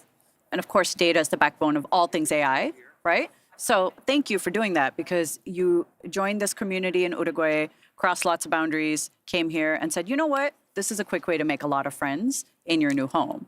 And by the way, Uruguay still has major data culture. I just came from there. And major data culture, people study it, people do work in it. it's huge, right? Because when you form a community, it just doesn't disappear when you leave. It really permeates throughout the culture and people there. Exactly. I love that. I love that. And Stephanie, tell us. Oh, yeah. Okay. So for me, my background was in nonprofit for a long time. I was in IT and nonprofit, just sitting in my own little world. I wanted to learn more about data, so I went to my first community conference, fully expecting to learn a lot, but then to go back to my room, which didn't happen because I did make myself step out of my comfort zone, go to the newcomers mixer, and just through that one event, then I met a bunch of people, and they all wanted to help me. They wanted to help the work of the nonprofit that I was doing. And the community is just so warm and kind. And then at another event, I learned about this program through Microsoft where Microsoft employees can go and do work in Africa, which was where our nonprofit was primarily based. So the next thing I knew, we had members of the Power BI product team traveling with us to Kenya and Lesotho to deliver Power BI trainings to our field teams there. That is amazing because here you are, you're thinking, I'm going to be a wallflower. And everyone's like, no, we're friends now. We're friends now. And not only are we friends, but we're going to do stuff together. And I think that's really special about a community. It's not just, oh, yeah, we're at this meetup or this conference, let's just hang and have a happy hour. But let's actually go and do impactful things that changes the world. Right? Definitely. So thank you for your work. Thank you for your work. I love how both of these beautiful people have these stories of communities not just being where you are, but crossing borders onto other continents and countries and leaving major data culture wherever you go. I think that is fantastic. Africa, of course, major source of data culture. And we've hired a lot of people from East and West Africa to do data work at Microsoft. Okay, so we never leave the audience without homework. So what is your call to action for our audience today? Get involved in the community. Absolutely. Like I said, I never thought that I would. And then now here I am a data platform MVP. And so just step out of your comfort zone a little bit and join a community and meet some people. They're going to want to help you. Yes. So how would you say, what's the best way to do that? Pick a colleague, pick a friend, and go out there, meet with your local community. And if it's not, create your own. Look at that. He's assigning homework now. Okay, so you heard this, right? Go find a random victim. We call them a friend. You can find them here, or you can find them in tech communities. Go and join a local meetup group, or start one. Do the thing. Thank you both so much for being here. Thank you. Thank you.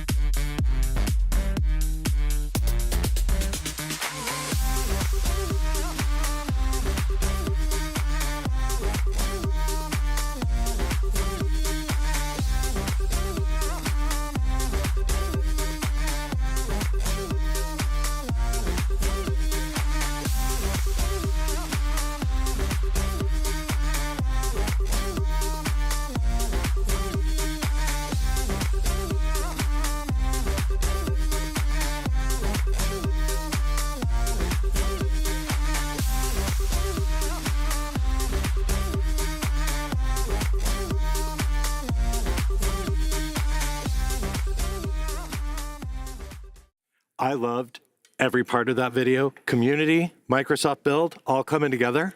Fantastic. I agree. Like, one of the best parts about going to a conference like this is that it gets you outside of the Microsoft bubble where, everyone's like, yeah, this product is totally fine. No problems, hunky-dory, whatever. And then you get to talk with actual customers who are using your tools. And it's like, absolutely, you get that feedback, and not just from there's a technical issue, but sometimes even helping drive your future planning and things going, oh, we never really thought about that potential, scenario and thing there. The other cool thing that I love about community, particularly technical communities, is you never know in the future where that connection that you make at an event like Microsoft Build is going to take you. I agree. And so if you want to keep those connections going, like actually keep them, you can go check out our attendee directory, which is on the Build website, which is your go-to place for being able to make those connections with people who share similar interests with you. So whether that's data science or AI or that one project that nobody's ever heard of, of except for like 2 or 3 other people. You know, you can make those connections. I know what you're talking about. Every project here, everybody knows, right? Of course, 100%. But in the event they don't, you've got a person there who can connect with you and make that project the next best thing. You're going to want to make sure that your profile information is all filled out and you've checked the appropriate boxes of the things that you're interested in so that you can connect and grow that community. Yeah. Now, after that, yeah, so I mean, once you're connected with your new best friend, you're probably going to need to learn some new skills in order to get that app off the ground. And that's where you can go check out Microsoft Learn, which is a really cool hub to access a bunch of different skilling opportunities. Yeah, absolutely. And if you have questions for the Microsoft Learn team, they are right here at Microsoft Build. And of course, as you continue to move forward, like things like certification, validation of skills, going off, like you said, learning something new. Yeah. Do you have a favorite module on Learn? Well, I'm working on the C# module right now, so Ooh. I think that's pretty great. That's pretty relevant to my job as well, so it's like buffing up my personal knowledge. That is so super cool. We'll chat about that later. We've been doing a bunch of work on the security modules at Learn, so yeah, super cool. Hey, listen, we have got some really cool stuff coming up right here at Microsoft Build. You tell them what's coming. Oh, yeah. Just give them a secret. Did you know Don't tell. AI can help predict flooding? Oh, that is so super cool. Right? Sandeck is going to be here for their to demonstrate their flood predictor. Awesome. No more flash floods. So speaking of Sandeck, that is a wonderful featured partner. So we also want to give a special shout out to other featured partners such as Lucid Software, Sonar, and Confluent. Absolutely. To get more about our featured partners, make sure you visit the featured partner section of the build.microsoft.com website. Yeah. Next up, Seth caught up with researchers to learn how AI is used to unlock scientific discoveries. I am super excited to be here with Dr. Nathan Baker, product lead for Azure Quantum Elements. How you doing, my friend? Good. How about you? Fantastic. So for those that look at quantum as this super futuristic, super crazy, tell us about what it actually means to do quantum. So quantum is a new way of computing. It helps us address some really hard problems that have plagued computing for a while, specifically quantum mechanical problems in chemistry and material science. And for us, it unlocks a whole new realm of accuracy in those calculations. And that's amazing. So what is Microsoft's involvement in this space? Because I know there's a two-pronged approach. Tell us about that. Well, so we're building a quantum supercomputer. We've got Azure Quantum, an ecosystem of different quantum processing capabilities, but we're also building Elements. Elements is the platform powered by HPC, AI, and quantum that lets us solve problems in chemistry and material science today. So that's really cool because one of the things is I love quantum, by the way. I went down the physics rabbit hole. I was telling you that. But I was trying to understand why chemistry as a use case, and I think it kind of makes sense, right? It does. It's all about electrons, right? And at the end of the day, it's hard to think of a bigger space to have an impact than chemistry and material science. 96% of manufactured goods have their roots in chemistry and material science. And maybe more importantly, if you look at what's impacting society, climate change, the need for renewable energy, new drugs, clean water, all of those problems have solutions in chemistry and material science. So it is a perfect area for us to be taking high-performance computing, artificial intelligence, and quantum computing and making a difference. And it's like, I don't think people know it because I learned about this, very simple chemical processes that we need just to live, we can't compute over because of just how difficult it is. That's right. Quantum is hard. It's not just hard to understand sometimes. It's hard for classical computers to compute on. That means when we try to solve quantum problems on classical computers, we often have to make approximations, and those approximations can hurt accuracy. Absolutely. So talking about scientific discovery and accelerating scientific discovery, how is quantum helping with that? So our goal is to accelerate scientific discovery using the Elements platform, compress 250 years of chemistry down into 25, and we do it by addressing 4 challenges. 3 of them are technical. One is scale. The scale of computing, trying to understand, looking instead of at a few chemicals, many chemicals for a new drug or a new solution, that's hard to do. That's something that the Azure cloud speeds up and allows us to scale out. It's also something that AI helps with. The next one's speed. We've shown that with some chemistry workflows, we can accelerate the problem by 500,000 times. That's taking a year and compressing it down to a second. That allows us to look at things we simply couldn't have looked at before. Accuracy, we've already touched on. Quantum computing comes in and allows us to relax the approximations that hurt accuracy in chemistry calculations. But the bottom line is actually productivity. It's not sufficient to develop all these cool technology tools without making them usable. And so Elements is built to have Copilot and an easy-to-use platform that allows scientists to focus on science and take best-in-class tools and use them to solve chemistry and materials problems. I mean, that's amazing because, I mean, folks, chemistry isn't everything. We're like sitting here walking things of chemistry, and so there's a ton of amazing things. So you mentioned something kind of slyly and quickly. You said Copilot. Tell me more about that. So Copilot is essential. As I mentioned, some of these tools are very sophisticated, and we think about Copilot in helping out scientists in a few different ways. One of them is helping them find the information they need to do science. That's information retrieval, using natural language to get scientists answers. But what happens when you don't have the answer? You need to run a calculation. Copilot can help build out that calculation. It can take tools that scientists maybe aren't familiar with, configure them, and put them together so scientists can focus on the science problem, the chemistry and materials problem, rather than, figuring out a user manual for a new software package. I mean, it feels like I'm living in the future. Are there any customers or people doing stuff like this? Yeah, it's there's a lot of good examples. Maybe the one we'll talk about here is Pacific Northwest National Lab. We had a collaboration with them to discover new battery materials. We used the speed enabled by AI, and we took 32.5 million materials and screened them down into 18 new materials, and one material that actually was a working, real-life electrolyte we could use in a battery. We could use it to power clocks and other things. That process typically would take 20 years if you use the traditional computing technique. This took less than a week. Oh, so very exciting story. This is exciting. And like I said, I struggled with quantum because I went down the physics rabbit hole. But physics and chemistry start to become kind of the same thing. For sure. At the end, and being able to do this in a week would have taken 20 years is quite impressive. Yeah, we were so excited. And the collaboration with PNNL was a really crucial part for making this possible.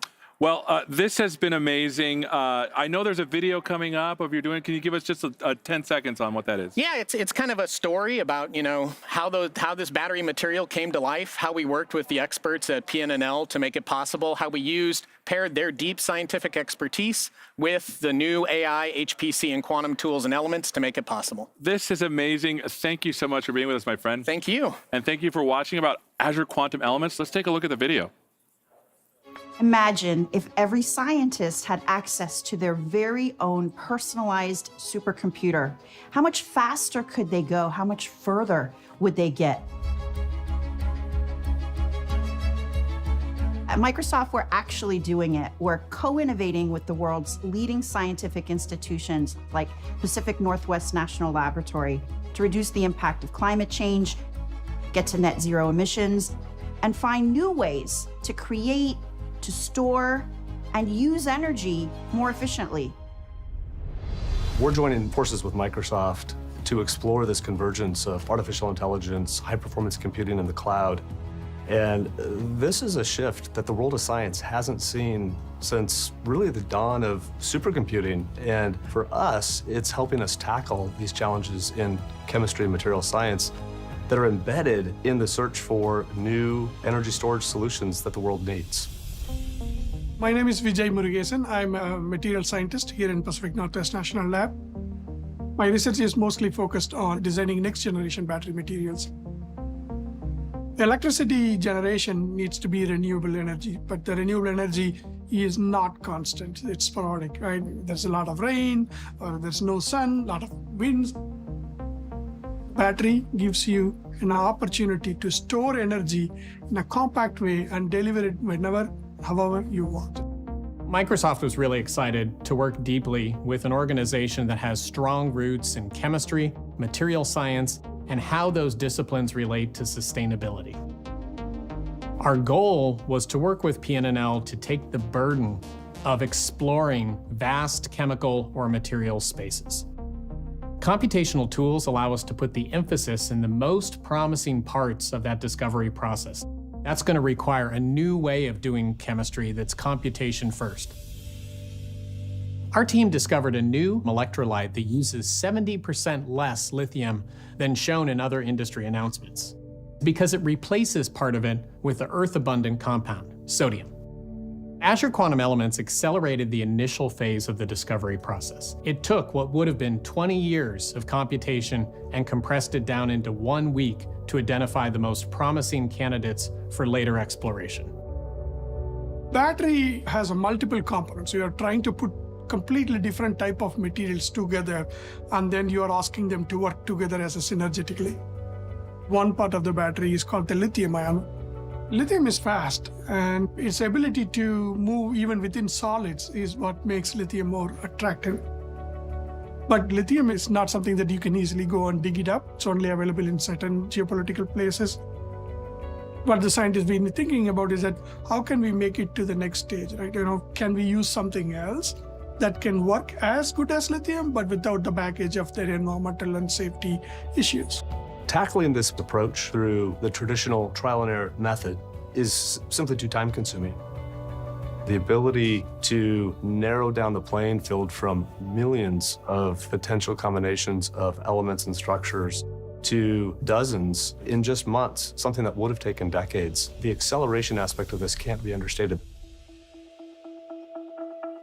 This co-innovation model has the potential to transform every discovery-based field.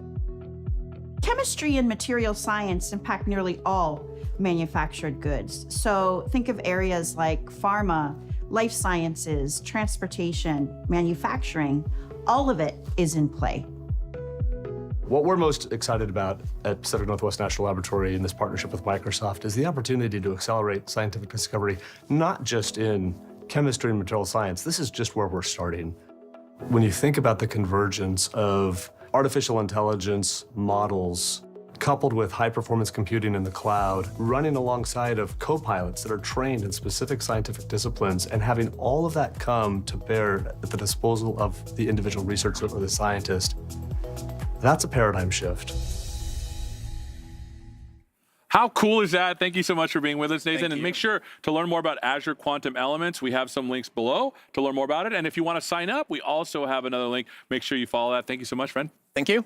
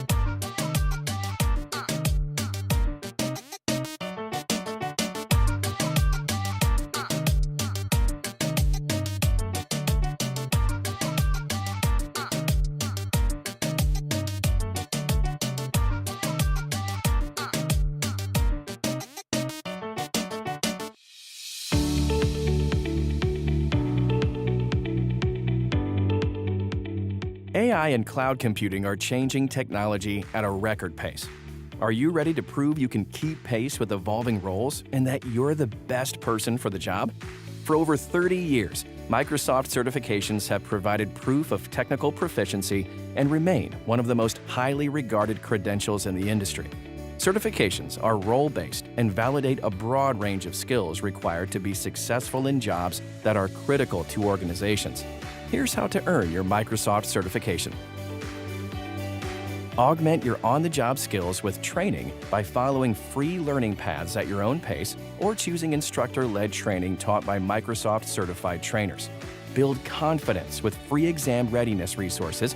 Then, check your knowledge and skills with free practice assessments. Schedule your exam, and when you pass, you'll earn your certification.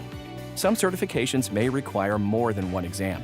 Remember, your new certification and skills are verified by Microsoft, a signal of trust to your organizations, colleagues, hiring managers, and recruiters. So be sure to celebrate your Microsoft certification by sharing it on social media like LinkedIn. Don't forget to renew your role-based and specialty certifications annually to keep skills current and stay Microsoft certified. No need to renew your fundamental certifications. They don't expire. Earn your certification to showcase your competency for in-demand job roles. Continue your journey with applied skills credentials to showcase scenario-specific skill sets. The complementary credentials of Microsoft certifications and Microsoft applied skills are all you need to take charge of your career and become indispensable. Learn more at learn.microsoft.com/credentials. Hello, I'm excited to be joined on the Microsoft Build stage with Sandra and Allison from the Microsoft Learn team, and we're going to be diving into all things Microsoft Learn.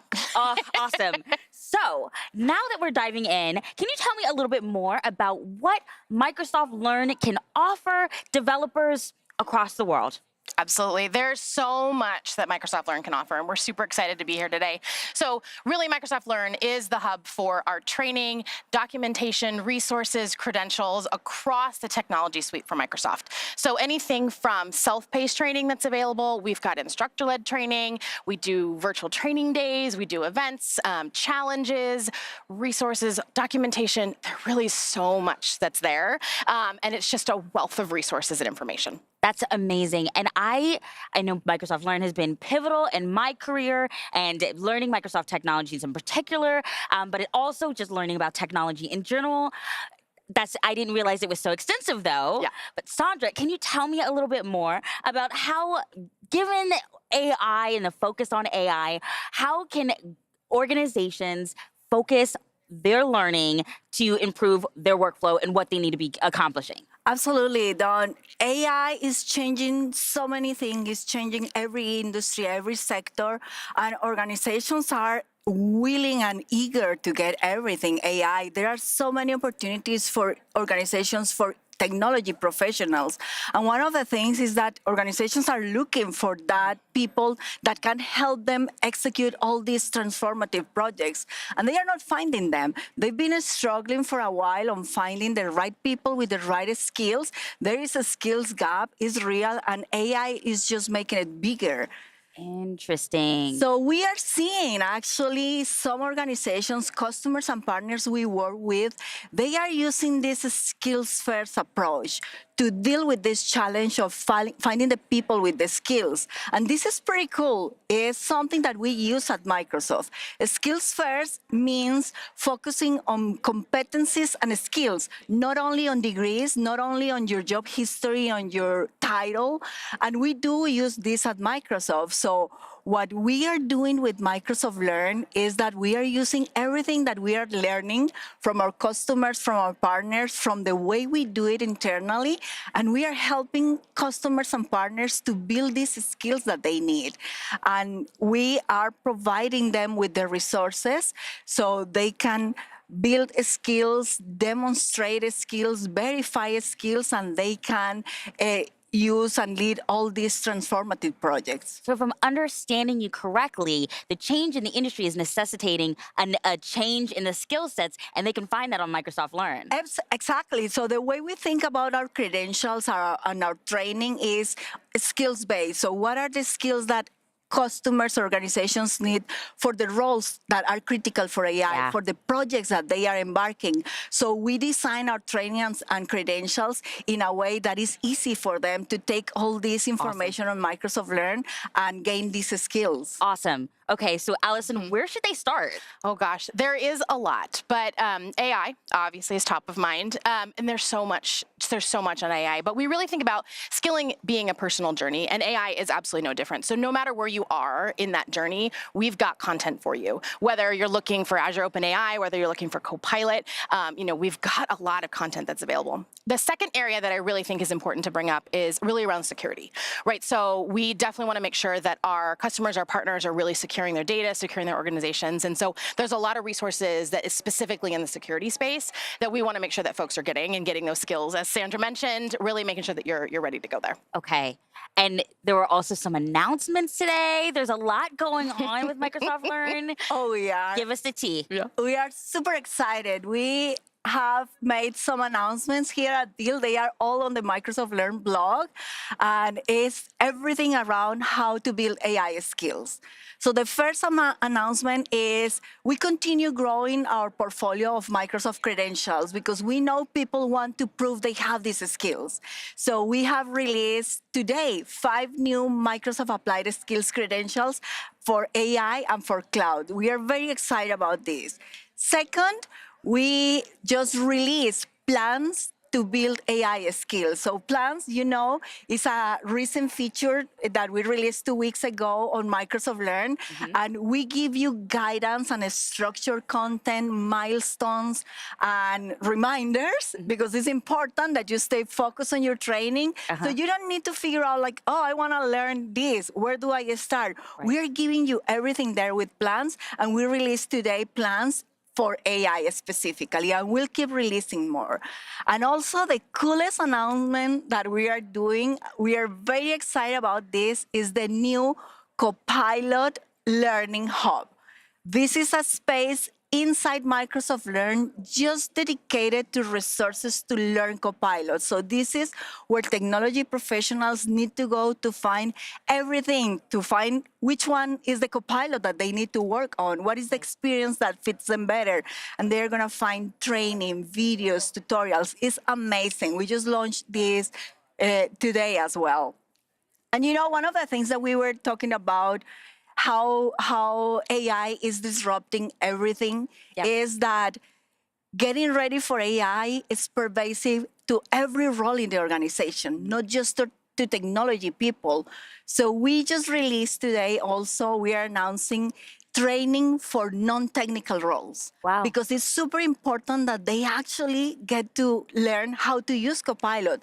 So we have a new training series for line of business users. So they can use Microsoft Copilot according to their role. So we have for marketing, for HR, for operations, people that are not so in technology, and they can use Copilot. And we also have a new training for business leaders, because a lot of companies are trying to figure out okay, this AI thing, what do I do with them? So we have training for business leaders so they can get the skills and the knowledge to plan their AI strategy adoption. Everything super happy with this announcement today. That's exciting. It's like these announcements were made for me. You are doing the learning for me. I appreciate it. Thank you from me. Yeah. But also thank you for our audience. There's stuff going on this week. What's happening this week here? Yes, there's lots of stuff going on for Microsoft Learn, even here. Yeah. And so if you're joining us in person, head on down to the 3rd floor. There's instructor-led labs, on-demand labs. There's an assessment area. You can take a practice assessment or an applied skills that we talked about. Okay. In addition, you can also take on-site certification. So if you're here on site, there's a free exam for anyone who is here on site. Cool. So definitely head on down. And then the Microsoft Learn experience, we're going to demo all the new AI features and functionalities that we have. We're going to talk about the Copilot Learning Hub. So really exciting. If you're here, definitely come check us out on the 3rd floor. I've heard such cool whispers is in the halls. I'm so excited to check it out myself. When I get a chance, I'm going to scurry away. Yes. And there's also some things online. Yes. So what's happening online? For our digital audience, we want to make sure that you are not feeling left out. Okay. And so don't worry, because all of the sessions that we have, especially all the breakouts, there are Microsoft Learn collections aligned to all those sessions. So that's where you get to take all that rich resources and information. You can take that home. So every session has a collection available to it. And then in addition, no event, no big event like Microsoft Build would be complete without the Microsoft Learn Challenge. So it's a Build edition this time, very focused on AI, but super excited. So make sure you check out the Skills Challenge. Oh, I will check it out myself personally. You got that promise, okay? I am so thrilled I got a chance to talk to you. Thank you, everyone, for joining us around the world, here and online in our digital audience. There's so much to do. How can people learn more? Great Absolutely. So we are Learn, so learn with us. Easy, aka.ms/learn@build. That's the easiest it can be. Is a place where people here attending the event can go and check and remember all the stuff that they learn here. All the resources are there. Everything that Allison mentioned, collections, the Microsoft Learn Challenge, the link to the Copilot Learning Hub, everything is in that page. So if you came to the event, it's your reminder. And if you couldn't come to the event, it's the same place. You're gonna find all the information, Learn@build. If people are having a little FOMO, they can get it online. And you can also hang out with us here. That was so considerate of you all. I appreciate it. And it's been so lovely talking to you. I'm having a blast. I'm excited to learn on Microsoft Learn. Thanks, Dawn. Absolutely. Well, thanks, Dawn, for that awesome session with Microsoft Learn. You know, as a gamer, one of my favorite parts about Microsoft Learn is the gamification of it. Like, you can earn badges, you earn XP or like experience points for continuing your growth. And personally, as someone who struggles to get motivated with certain topics sometimes, it's a really nice incentive to like see my badge collection grow and see my certifications expand and all the leveling up I'm doing. So I've not gone insane. I've not gone crazy. I've done quite a few Learn modules. I've got 2 people on my team literally pride themselves on taking every single module. They're like looking for the mass XP, like grind it out, like I'm gamer like Diablo or stuff like anyway. Completionist. There is so much cool stuff out on Microsoft Learn. You can start your journey with AI. You can start your journey with you've got some cool stuff that you've just published out to Microsoft Learn. C#. I believe there's like a Blazor module. There's a module for everything, really. Yeah, absolutely. It is a really, really great place to start your journey, all the way from sample tutorials to going into the deep dive so that you're prepped and ready to go for those certification exams, which those can be a little bit tricky at times, right? Yeah, shoot, absolutely. Even those badge questions, I sometimes look at those and I go, what are you doing? I thought I knew what I was doing, but I don't know. God. But then once you get the certifications, like you can print those babies out and show them off to the world. Like, I haven't gotten a certification or just like a nice piece of paper since college, probably. Yeah. So like just more ways to show off to your peers. Do you have all the badges on your LinkedIn profile now? I don't, but I should. That is a great idea. Yeah, there you go. That's the whole point of getting them. Right? Yeah. What's the point if you can't show off? So up next, speaking of learning, again, we have learning modules for everything, but specifically, we're going to talk about a central place to learn everything there is to know about Copilot. So Donna has more. Let's take a look. Hello, friends, and welcome to Microsoft Build. Thank you so much for joining us, whether you're here with us in the event space or joining us in the digital venue. I'm Donna Sarkar, and I wrangle copilots here at Microsoft, looking after specifically the extensibility program. So how do you use Copilot on your own data? So for the last year, my team and I have been dialing in virtually to your team meetings, or we've been coming to see you in person. And always the talk comes up to AI and copilots. With copilots, one of the main questions you've had for us is, what is the best way for me to learn how to use this copilot on my own data? Which is a very legit question. And one of the interesting things that we've learned is that every single one of you is using a different copilot experience to solve a different kind of problem. So we decided that instead of trying to understand every single business case and create all kinds of different learning tools, we're going to create a Copilot learning hub for technical practitioners. So for all of you devs, IT pros, security friends, data friends, there's one single place to go where you can learn how to use the various Microsoft Copilot experiences across the products that you're already familiar with. So if you're in front of a computer right now, I would love for you to follow along with me, okay? Go to Copilot, not Copilot, go to learn.microsoft.com/Copilot, okay? And if you're here in the digital venue, make note. You're only going to hear this a whole bunch more times. So learn.microsoft.com/Copilot, okay? So once you're there, you're going to get introduced to what looks like a very standard learning hub. And we have divided this into a 4-part activity, okay? So 4 parts, ready? First part is understand Copilot. What even is it? So let's just dig in a little bit. So here on Understand Copilot, you're going to get a good feel of the fundamentals of generative AI. What is generative AI? How does it work, et cetera? And then you're going to get an overview of the Microsoft Copilot itself. So what's in there? Let's have a look. It's going to be something like, what is Microsoft Copilot with commercial data protection? What is commercial data protection anyway? What are the feature differences with commercial data protection or not? So this is your very standard technical practitioner information, right? So once you have a good idea of understanding Copilot, you're going to move on to the next phase. Say you're a technical manager. One of the things that's going to be interesting for you is to look at how do you prompt Microsoft Copilot, all right? So once you go into the Adopt tile that I've shown you before, click Explore the Collection, come down to Prompt your Copilot tutorial. Okay, so we've created for you a set of tutorials. Let's click on this one that says Microsoft Copilot for Technical Leaders. And here we've created you a tutorial that helps you do a business case that's probably very, very common for you, which is create a skilling program in AI for your organization. This is probably something every single one of you have been tasked with this year. I know I have, and most of the people I've talked to in this venue have.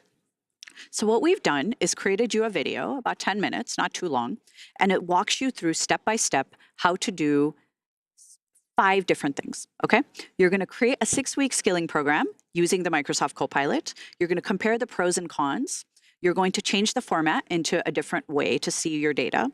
Then you're going to draft an email, and you're going to identify good skilling content for your program. For all of these, you're just going to use the Microsoft Copilot. I'm going to use it with commercial data protection. It's absolutely up to you how you do it with yours.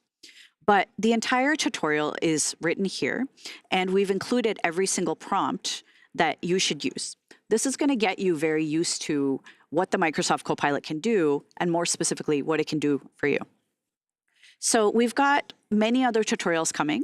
The second one is a bit more advanced, where it uses the Microsoft Copilot, Copilot in Microsoft 365, and Copilot in Power Automate to actually implement that skilling program and track who's actually using their Copilot in your business. Over the next few weeks and months, you're going to see a lot more tutorials show up, such as Copilot in Azure for IT pros, Copilot in GitHub for devs, Copilot in Fabric for data professionals, and so many others.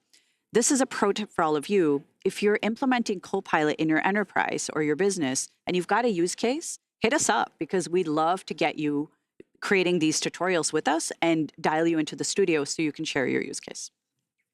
All right, so once you understand how to adopt a Copilot, you're going to think about how to extend it, because at some point you're going to say, you know what, I have some real-time data that I'd like to bring into this Copilot.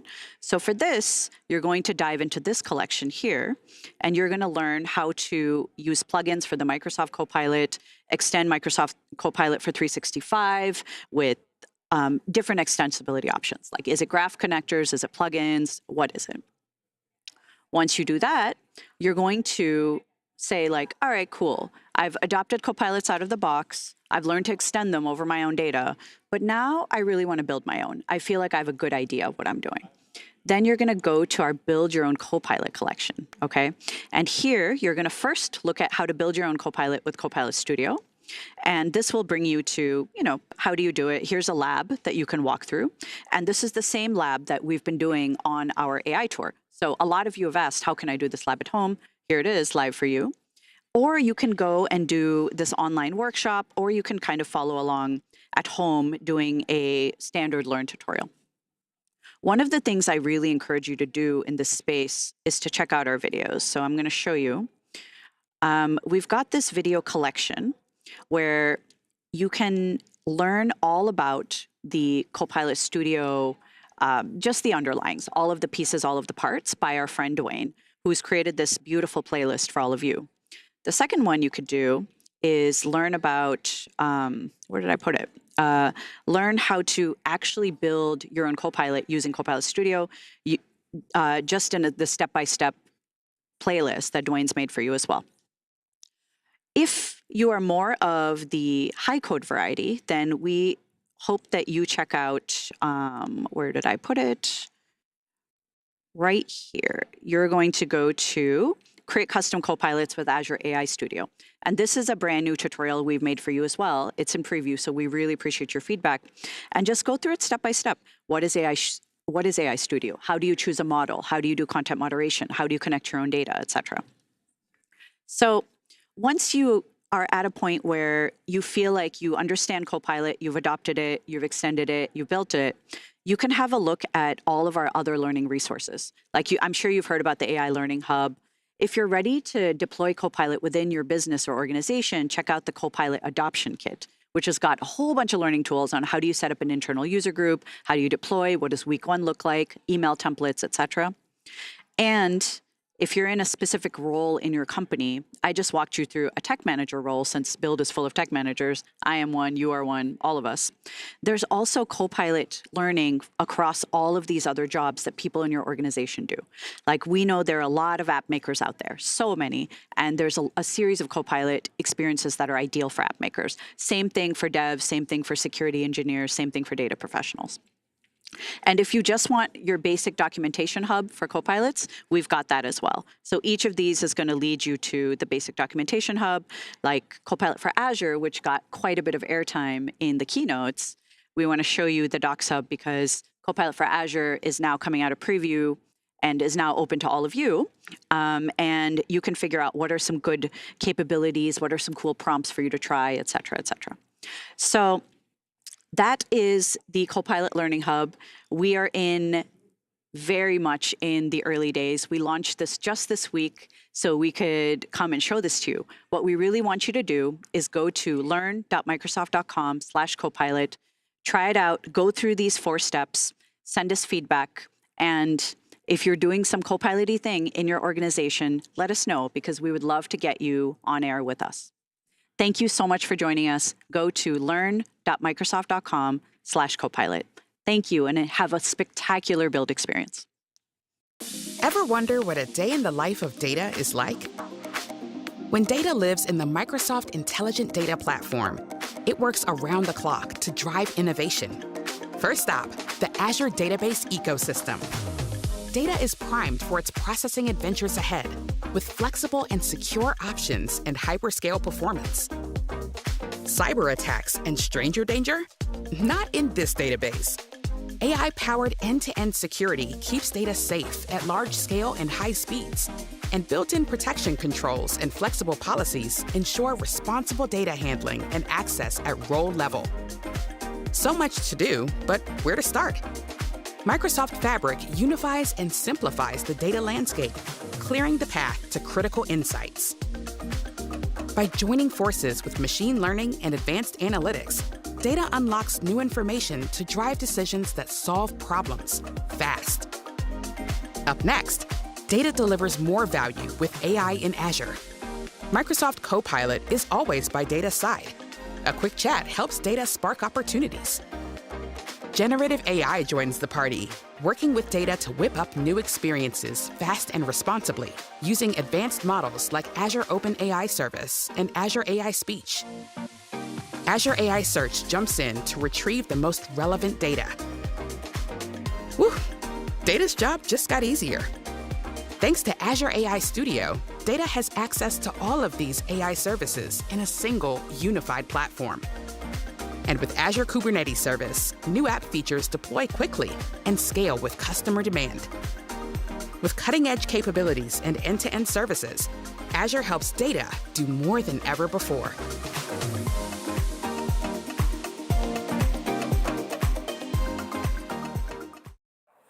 One of my favorite parts of Microsoft Build is talking with members of our community. It's why we do conferences like this, and I'm super excited to be talking with two of our MVPs. This is Carl, you're from Switzerland, although I guess now technically New York, right? And you are a cloud security architect? That's right. All right, and this is Sefala, you're from France, and you are also a cloud security architect? Awesome, awesome. All right, so there have been a ton of announcements that we've seen just so far today, and it's just the first day. I'm gonna ask both of you what you're most excited about. Carl, I'm gonna start with you. What has you most excited about Microsoft Build? Thanks, Christina. I think it's been a great day already. It's gonna be a great week. It's great to be back in like real action. Personally, super excited to hear about all of those hardware announcements that we heard and started to hear at the beginning of the week. Yeah. But much more important, I'm very excited to get back into Lumen Field, play some of that sports ball because I'm so enthusiastic about that, not departing at all. And it's great to be back in this big community action. We're super happy to have you here. Carl might be here for the fun at the sports ball. I'm here for the partying. Now, Sefala, what about you? What announcements have you most excited? Excited about the news of new area of Microsoft. This is, as you know, Copilot, and Copilot. Yes. Area, and I'm excited about the knowledge. We will share with communities and with Microsoft's product group. And yeah, it should be a great week for everyone. And we will take our time, we will relax and follow the Microsoft technologies and strategy. Fantastic. And I'm kind of speaking about this in kind of this new knowledge area and the new world of AI. For both of you, that's changed things with security, both, I think, in ways that makes things both easier and harder, right? Like it's both easier maybe for us to secure things, but also it makes some things maybe a little more vulnerable potentially. So how do you think about how you approach security in kind of this area of like this age of AI? Carl? Fantastic. I'll take the first step, and we have 5 hours, right? Yes, we have 5 hours, yes. Okay, fantastic. No, I think the main thing is from a defender perspective, when we are building new things, it's one of these things when we have new technology coming in, we are always kind of relearning the things. It's from a security perspective, it's seemingly always the same things. You think about access, you think about logging, you think about input sanitation, that sort of stuff. Right. But we need to rebuild these into our systems. We need to rebuild into the tools that we are building as consumers of this AI. But at the same time, the folks on the attacker side, they don't have these limitations. So they actually have as much or even more of a productivity boost as we are getting. Right. So how do we combat that? It's one of those fantastic things that I think we are here to learn as a community. Totally, and as you said, we could talk about this for 5 more hours. Do you have any thoughts on that? How are you in your consulting business? How are you approaching AI and security? For me, it's harder because we need to make an attention regarding the security part before to enable any platform of AI. Like a quick example, the data classification before to use Copilot. Right. Because we need to make a lot of secure of our data before to ask Copilot to find something, etc. So yeah, for me this is a good news because we need to we will have a new challenge to transform our technologies, but we need to make a real focus on the security part. No, I think that's great. And I'm glad that we have people like the two of you who are part of our MVP program and giving our teams feedback and also sharing things with our customers. Really, really appreciate that. So are there any sessions that you're looking forward to going to? Or actually, better question, are either of you presenting any sessions while you're here? I will be a lab protector, so I will help attendees to make a new lab regarding the Entra ID and application integration for the security part. Exactly, and you can catch my demo session on securing Azure OpenAI on Wednesday. Fantastic. All right, so both of these gentlemen are going to be here all week. Thank you so much for being here. And you can learn more about the MVP program at aka.ms/MVP. Thank you, Carl. Thank you, Sefala. Thank you. Thanks, Christina. Awesome. Love hearing from our very own MVPs. Isn't that awesome? I agree. Always good stuff. I've got something. What? This is one of the first builds that has a big, huge boat ton of content around the security topic, particularly with developers. Security is a very important thing, particularly in the age of AI. So you'll want to head on over to the session scheduler and do that little sort on the security topic. There's a few things out there you might want to take a look at. I mean, some Mark Rusinovich person is doing a talk on securing AI, and you know, I might want to brag a little bit, but there's some data considerations for AI adoption. I know the speaker. He's a pretty good guy. I think he's all right. I don't know. He might be wearing the same outfit that you're. Yeah, a little bit. Yeah. But speaking of AI, later today we've got Eric Boyd and Asha Sharma, who are going to be giving a fireside chat, one of my favorite kinds of chats, nice and cozy, unlocking AI innovations across industries. And then coming up in just a few minutes, we've got this flood prediction demo. Yeah, AI flood prediction. Speaking of boat tons, you might need your boat, or maybe you maybe won't need your boat this time around if AI is able to predict the floods coming Absolutely. your way. Hey, before we get to that demo, we would like to thank our featured partners, Mural, F5, and all of the rest of our featured partners. Head on over to the featured partners section of the build.microsoft.com website and look at all the cool stuff they've got there. Awesome. So once you see those really great upcoming fireside chats, the AI improving flood prediction and more, we want to hear about it. So whether you're a new attendee or a veteran of Microsoft Build, you've been here like 20 times already, we want to hear your feedback. So please share your unique event perspective by taking the short post-session survey. It's fast, it's easy, and you'll be done before you know it. So please help us make Microsoft Build the best that it can be. Hello, welcome back to Build. Guess who I corralled? Two of my good friends, Jonathan and Duncan, and they're here to talk about something very interesting. Say hello to everyone. Hello, folks. Hello. Okay. All right, so you two are working on one of the most interesting projects I've ever heard, which is actually using AI to solve a real world problem around sustainability. That is fantastic. And specifically around coastal resilience. Can you tell everyone about this? Yeah, I'd love to, Donna. Yeah. So we've coastal resilience isn't just important to you, it's not important to me, it's important to the world, right? And flooding, sea level rise, all are increasing the hazards that people are seeing globally. And what we've done at Stantec is we've partnered with AltaML and Microsoft to build an AI system to see if we can use the same approach that we've done with flash and riverine flooding. We can take that same approach, develop a coastal AI model that can better predict better predict flooding, flood extents, and flood probability throughout the world, and roll that into our existing service offerings. Okay, that is fascinating because you're taking a bunch of data you've had for how many years? Long time. Well, I mean, people have been running physics-based coastal models for decades, right? And so we're using that engineering experience, right? The kind of the domain experience, right, of hydraulic modeling and coastal engineering, and seeing if we can take that same experience and put it into an artificial intelligence. Yeah, so you're building your own model from all this data that's been collected for a long time. Yep. And what have you found AI to actually do pretty well in this case? Well, I mean, one of the reasons why we want to use AI versus those physics-based models is just how much faster you can get that result. Yeah. Right? That's really the big benefit to it. The other one is, and we're hoping, we don't know this yet because we're still in the development process, but we're hoping that's going to be kind of generally applicable, right? We want to be able to take the same model that we build and using data, say, in the southern US or other areas, and now apply it globally, just as what we did with our flash and riverine flooding models, where we found that we could create a model that could just be generally applied. Right. So AI has a lot of benefits. I mean, the speed is the big one. The cost is so much lower to run it versus, say, running the conventional ad-circ models. Yeah. And so if we can do that, it really just opens up access, right, to everyone to be able to use this model for lots of different services. Smaller communities that just don't have access to supercomputers, so they can't run the classic physics-based models, right, like ad-circ and SWIM and others.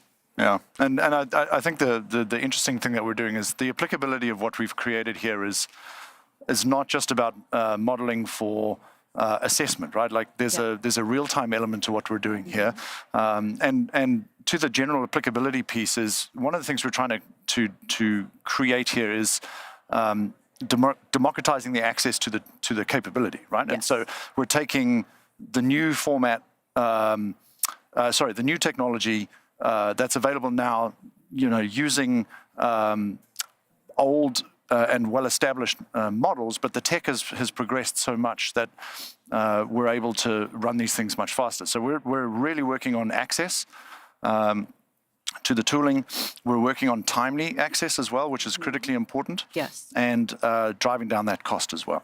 Okay, so the real-time angle is really interesting, right? That is a cool thing to invent, right? Real-time access. So tell me a little bit more about that. How does this work? So, let's talk tech for a little bit here. Yeah. So, obviously, the vast majority of what we've built here is based on the Azure platform, right? And so we're using a large chunk of the Azure toolbox, everything from DevOps all the way through to Data Factory. We're using pipelines. Yes. We're using MLflow for things like recording and testing out some of our experiments, right? So we have to have provability and reproducibility in the models. Yes. And so there's a huge investment in the Azure platform to get us the functionality that we're after. We're using GPU and clusters for speed and for processing. And then at the heart of it, we're using Databricks for data processing and transformation. Okay, what I love about this is you're using the full stack. You're using everything that is available to solve this problem. And you're able to identify how to put them together. That's right. It's the applied AI part that we are particularly passionate about at UltraML. Yeah. And so we're using regression analysis. We're using time series data and skill sets. We're using computer vision, all in combination so that we can get this real-time speed and access to the tools, which we haven't been able to do before. Right. And, as Jonathan said, historically a model would take 20 minutes to run on a 2,000 core supercomputer. Yes. We're now able to run these things near real time, which is pretty cool. That is pretty cool. Yeah. So what does this mean for users? How can they benefit from this? Because not everyone's going to be able to train these models because they don't have technical folks such as yourself in most companies. Right. Right. Well, I think that's why we're doing this. That's why we're building this. We're building this model and so that it is accessible, so that it can be included in the services that Stantec is offering, and it creates a lot of interesting derivatives, things that we can do now that just wouldn't be possible with the conventional physics approach because it takes so long to run those models. Right. You talk about real time. Yeah. Duncan mentioned real time, and real time means a lot of different things to a lot of people, right? But when we think about it in terms of flood predictor and coastal modeling, the real time nature allows us to do things like emergency management, logistics operations, right? So you can do what if scenarios and you can see the effect of the storm coming as that forecast is being updated. And our expectation of this effort is that it'll be fast enough and at a low enough cost that you can watch that storm come in. You can see what that flood effect is going to be. You can see what the impact is going to be on your critical infrastructure, access to emergency management services like hospitals, see how it's going to be impacted so that you can, during that storm, you can support whatever logistics that you need to get in place, right? In addition, but during the storm is certainly one thing, but there's lots of other services around before the storm, right? Before the storm hits, after the storm hits. So before facilitating that planning cycle, right? So that you can run more models faster and see the impact. And then after, how do you mitigate these effects? These are all services that are going to be enabled as we kind of take the model, that AI nucleus, and we wrap the product itself around it. Right. And then make it available, as a data product. If people just want to consume that model, then by all means, or they can do so through, the products that Stantec is developing. And, let's talk about the model for a few minutes here because this is pretty complex stuff. Yeah. Really complex stuff, actually. Yes. And so if you think about some of the things that we're trying to do in a supercomputer model versus, an AI-driven model here, right? When you're tracking a storm in this particular context, what we're looking at is a whole bunch of things like how high is the water going to be? How far is it going to travel inland, for example? And the what-if analysis is very important because then you have to overlay things like, well, what if the velocity of the wind is, not where we expected it to be? Or what if the size of the storm suddenly grows much larger than we expected? And all of these variables and all of these inputs materially affect the outcome of what the flooding prediction looks like.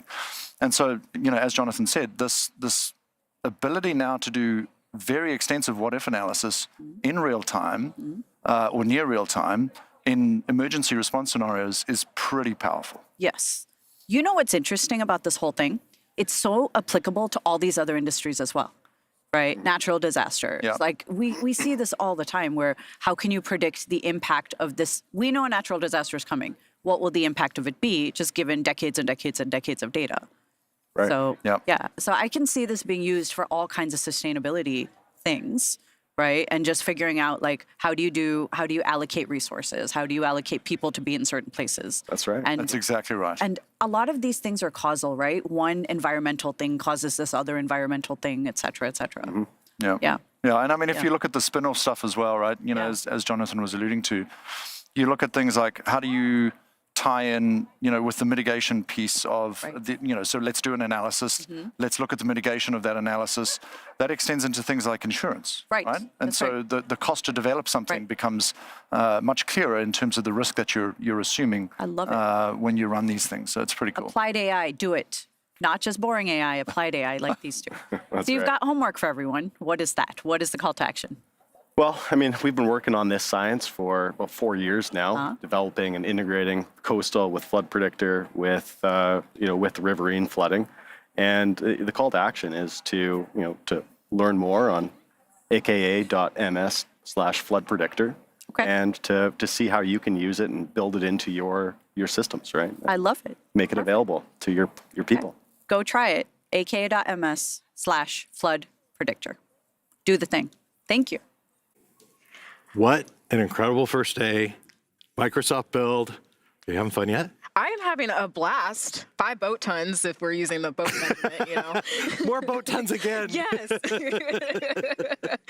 Cool. So throughout Microsoft Build up to this point, AI has been everywhere. AI really can do everything.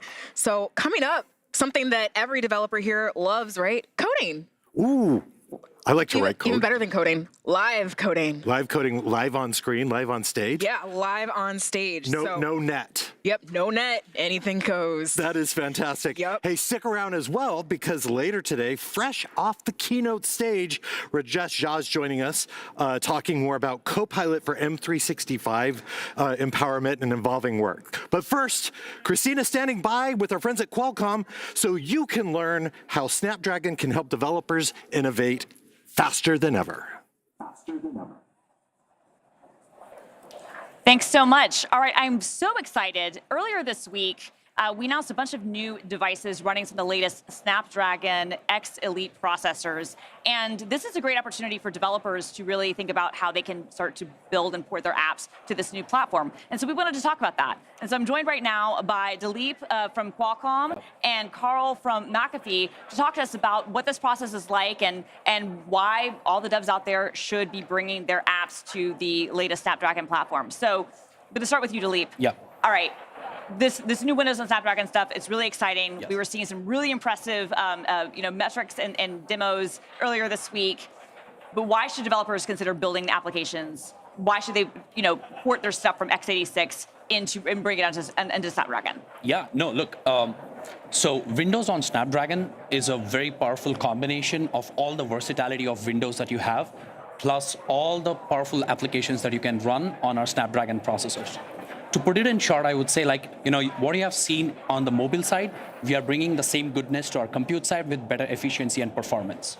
Now, coming to developer side of things, it's a great opportunity for them, right? Like, if they really port their app native to our platform, they're going to see great benefits on the performance, can really utilize the battery efficiency, and their apps are going to run much smoother. Like, the user experience is going to elevate on our platform. Now, having said that, the top 300 ISVs today, be it in the productivity domain, IT domain, security, gaming, I think everybody has realized the potential of this platform, and they're already porting their apps native to our platform.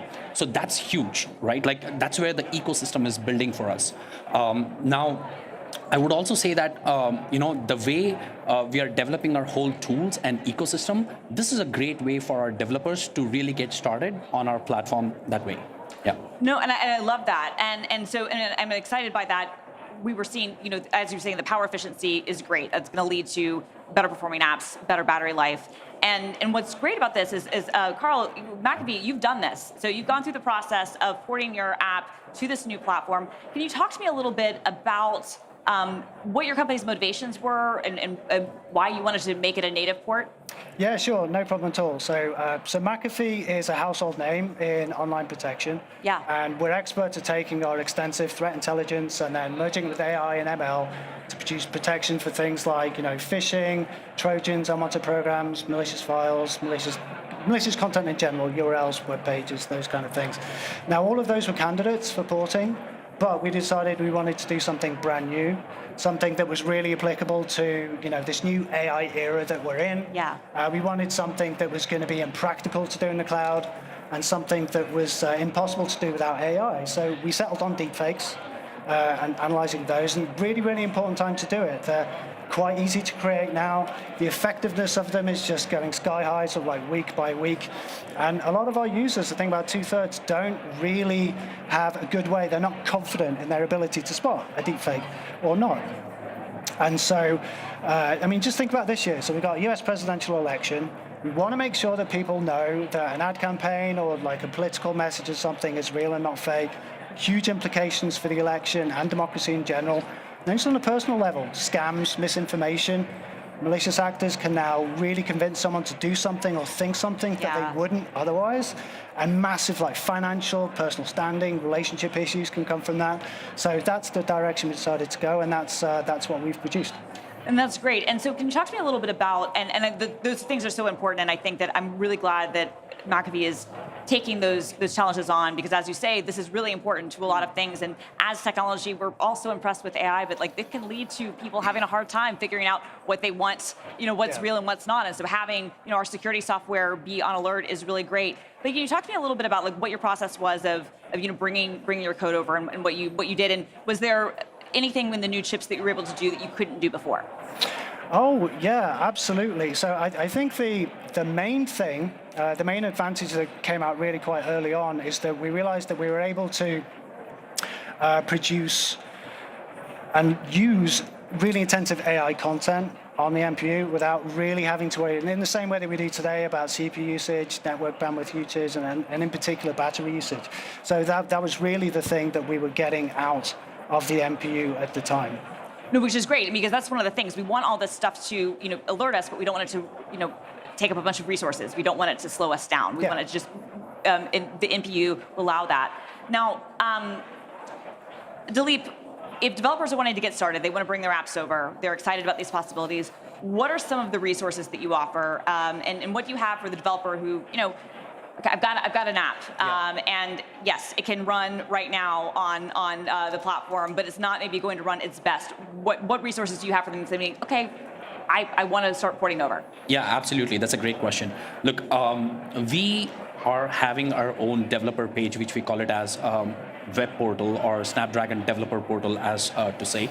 So this developer portal is a plethora of information, right? It has all the information about our cores, what are all the ISVs that have ported their applications native, and we have a comprehensive documentation as well, like all the getting started guides, the sample application, sample codes for developers to go and get started there.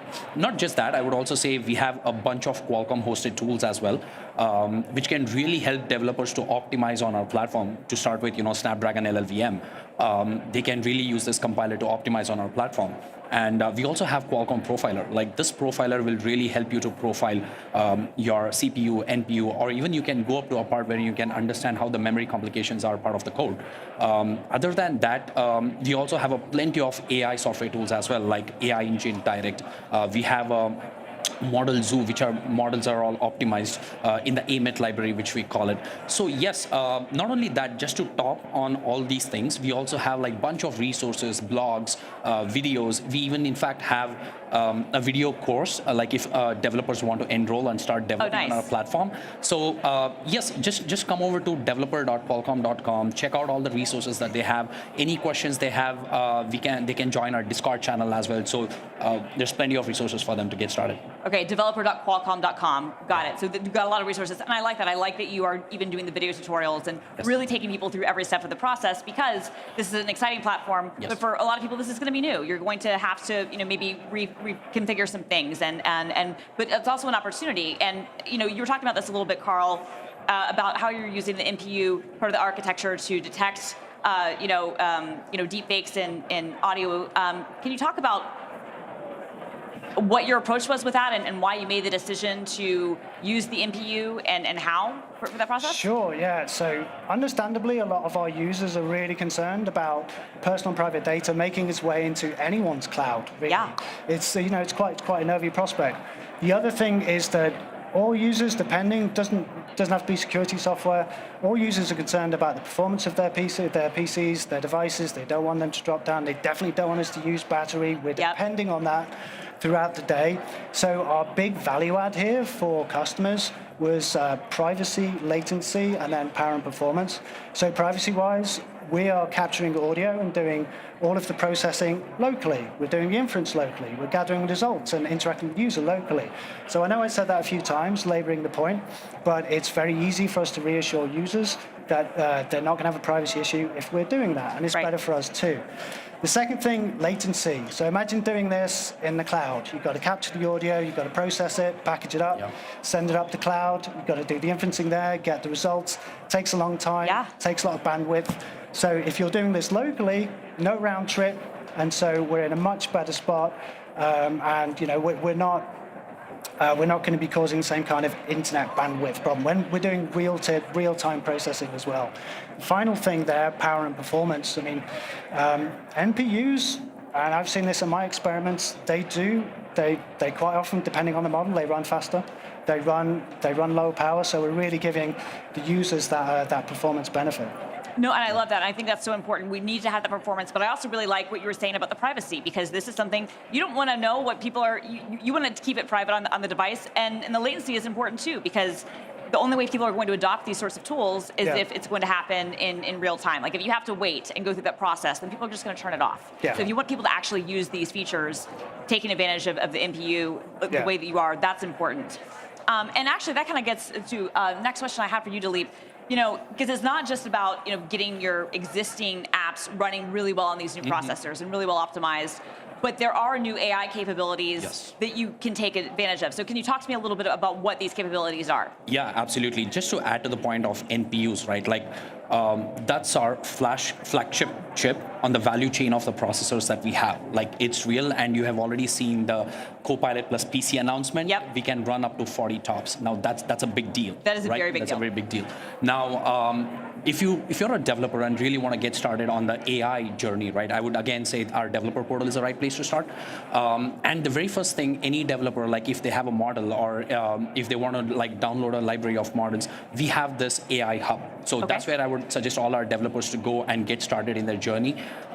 Go use AI hub. It's very fast. In probably less than 5 to 10 minutes, you'll probably deploy the model on the device. Nice. So once you do that, right? Like again, you have multiple options. For example, Onyx runtime. Like people are already using Onyx runtime on different platforms. So at Qualcomm, we also support Onyx runtime. So if you can bring your model and can run on multiple endpoints like CPU, GPU, or NPU.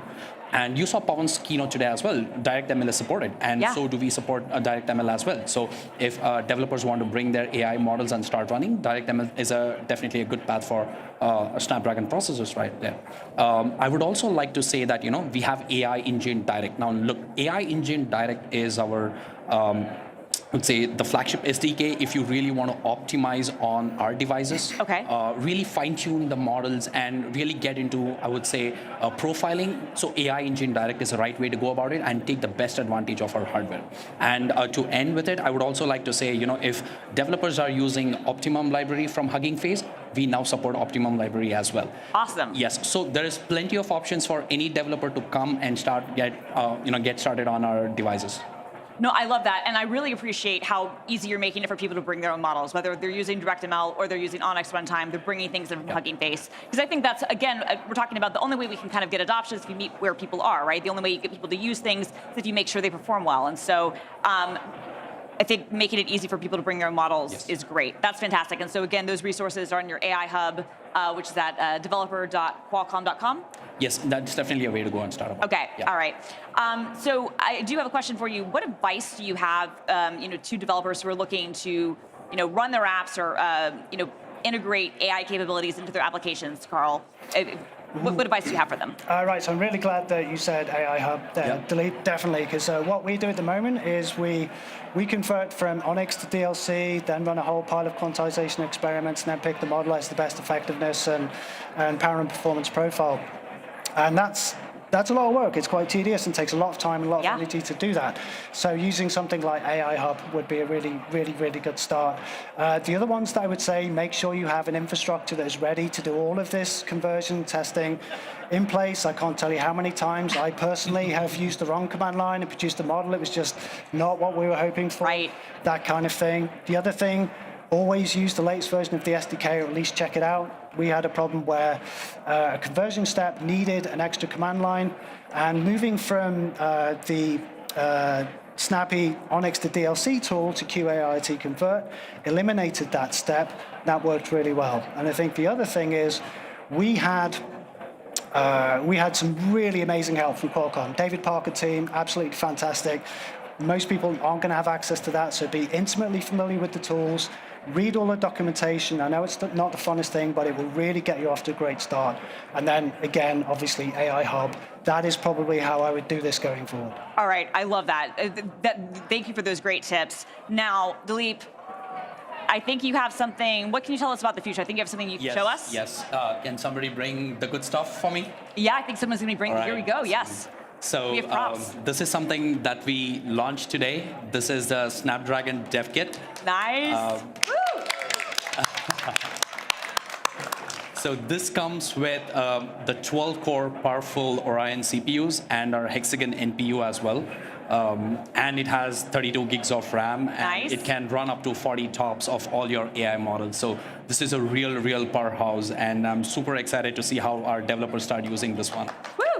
I love it. I love it. And so, great announcement. And thank you for bringing this. Thanks for showing this off. So this is how people can go ahead and start testing their steps today, especially with AI. I love this. All right, now I want to thank you so much, Dilip. Thank you so much, Carl. I'm really excited about this. I think the next generation of apps that we're going to see in the next few months and then in years in the future are going to be really great. If you want to dive in deeper into learning all about all the things you can do on Snapdragon, head over to the AI Hub and check out more in the featured partner directory. Once again, thank you both so much. Thank you so much. Thank you. And we're back. We're back. Yes, and we're going to have a poll for you. Don't forget to interact in your chat. We want to hear from you. Where are you in your tech career? 4 options. Ready?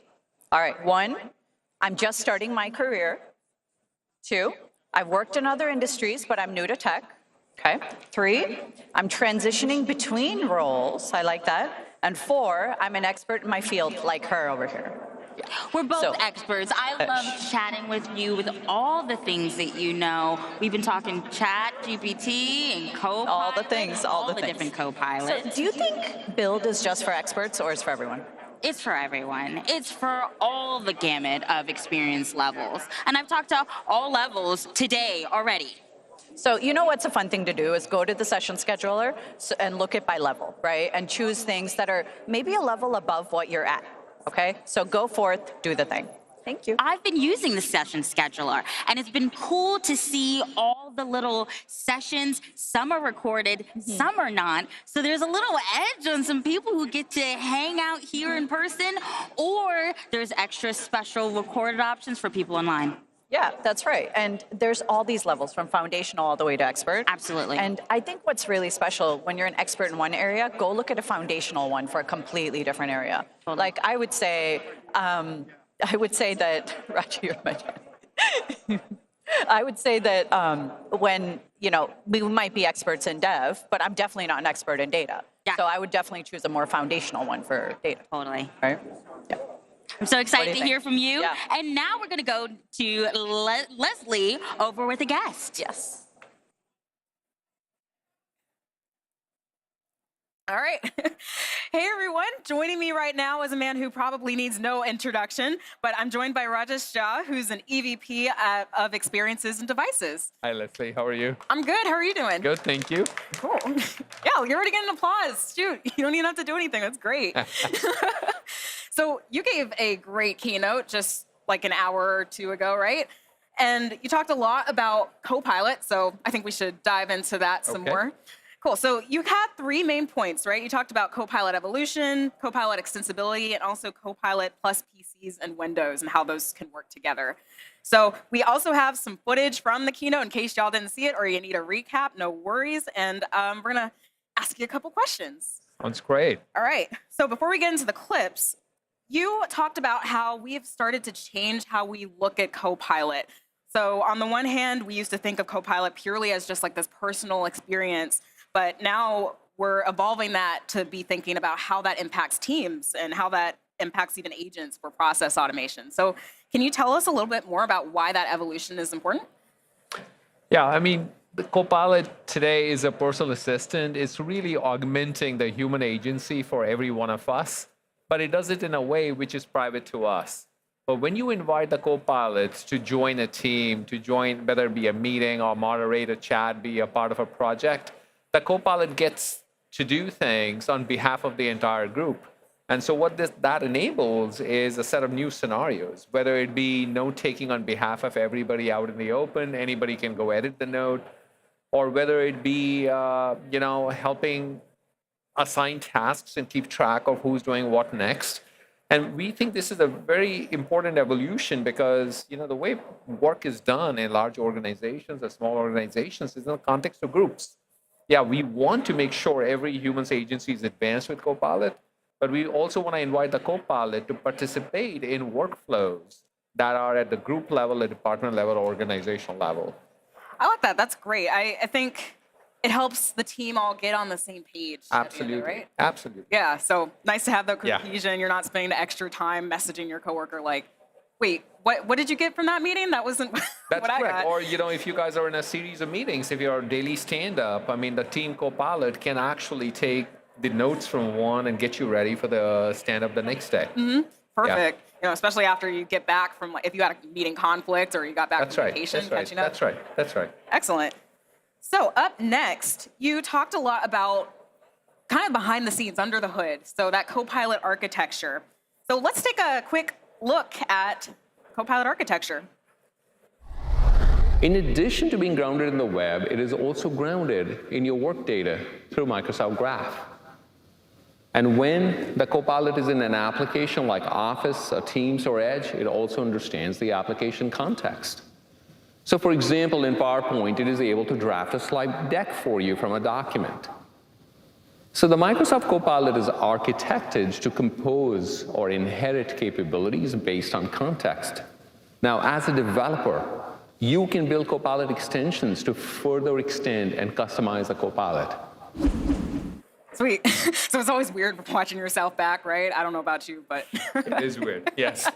Cool. But what are some of the key takeaways that people should take from how Copilot is structured, and how does that benefit developers?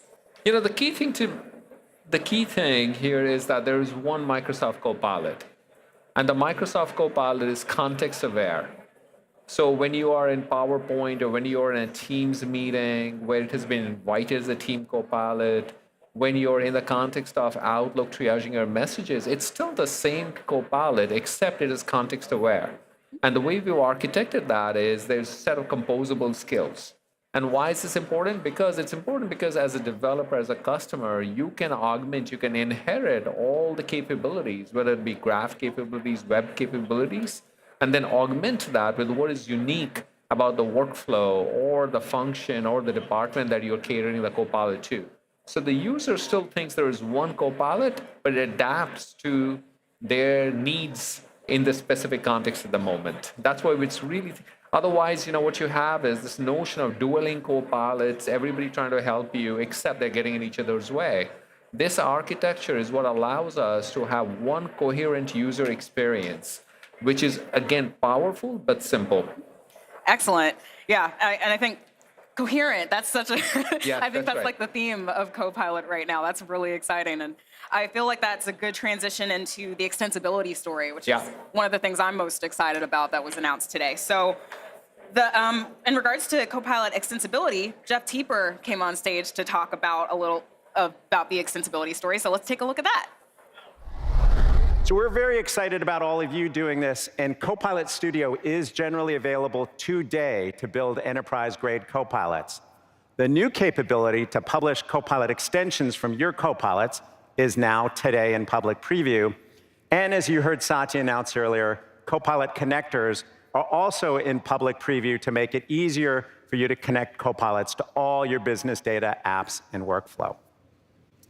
OK, last, I want to show how you build a Copilot extension as a professional developer with full control of your models, data, actions, and experience in Visual Studio Code. Cool, good stuff. I know the first thing I'm going to do personally is check out Copilot for Azure. Like, that would be so helpful for my own development workflow. Like, I can't wait. So there's a lot going on with extensibility in Copilot Studio. So how can developers best get started and take advantage of all those new tools that are being introduced? First of all, I would just say, again, the reason extensibility is important is because you can now extend the Copilot for your personal workflows, your tasks, for your specific job functions. And the key thing here is that the tools don't really matter. You can just take a bunch of grounding information in SharePoint and make a custom Copilot out of it. You can use Copilot Studio, and you can add knowledge, you can add actions, you can be a professional developer, you can add a Copilot to it. You can add capabilities to the Copilot and extend the Microsoft Copilot. The core thing with the extensibility story is, as a developer, you now get to reach not just users who are on Microsoft Copilot, but also people who are on Microsoft Teams, because we did the work to make sure that the platform was the same, whether you were extending Microsoft Copilot or whether you were extending Microsoft Teams. Because as a developer, what you really care about is distribution and visibility and getting to the users. And so that's why we want to maximize the possibilities for you to reach the right users by having your extension show up in Microsoft Teams and Microsoft Copilot. Excellent. And it sounds like just between the architecture and the introduction of Copilot Studio, it's very easy to make those extensibility. Absolutely. I mean, this is low code, no code with Power. The entire Power platform has been brought. All that stuff's been brought to Copilot Studio. So whether you're an information worker extending a SharePoint site, whether you're a low code, no code developer with Copilot Studio, whether you're a professional developer, you can extend the Microsoft Copilot. Perfect. So last question, or second to last question. Okay. So let's talk about Windows. And again, if you haven't seen the keynote, check it out. Add it to your digital backpack. If you haven't already, go rewatch it. Lots of great highlights. So we talked about yesterday at an event that introduced the new Copilot-based PCs. So let's talk a little bit about that.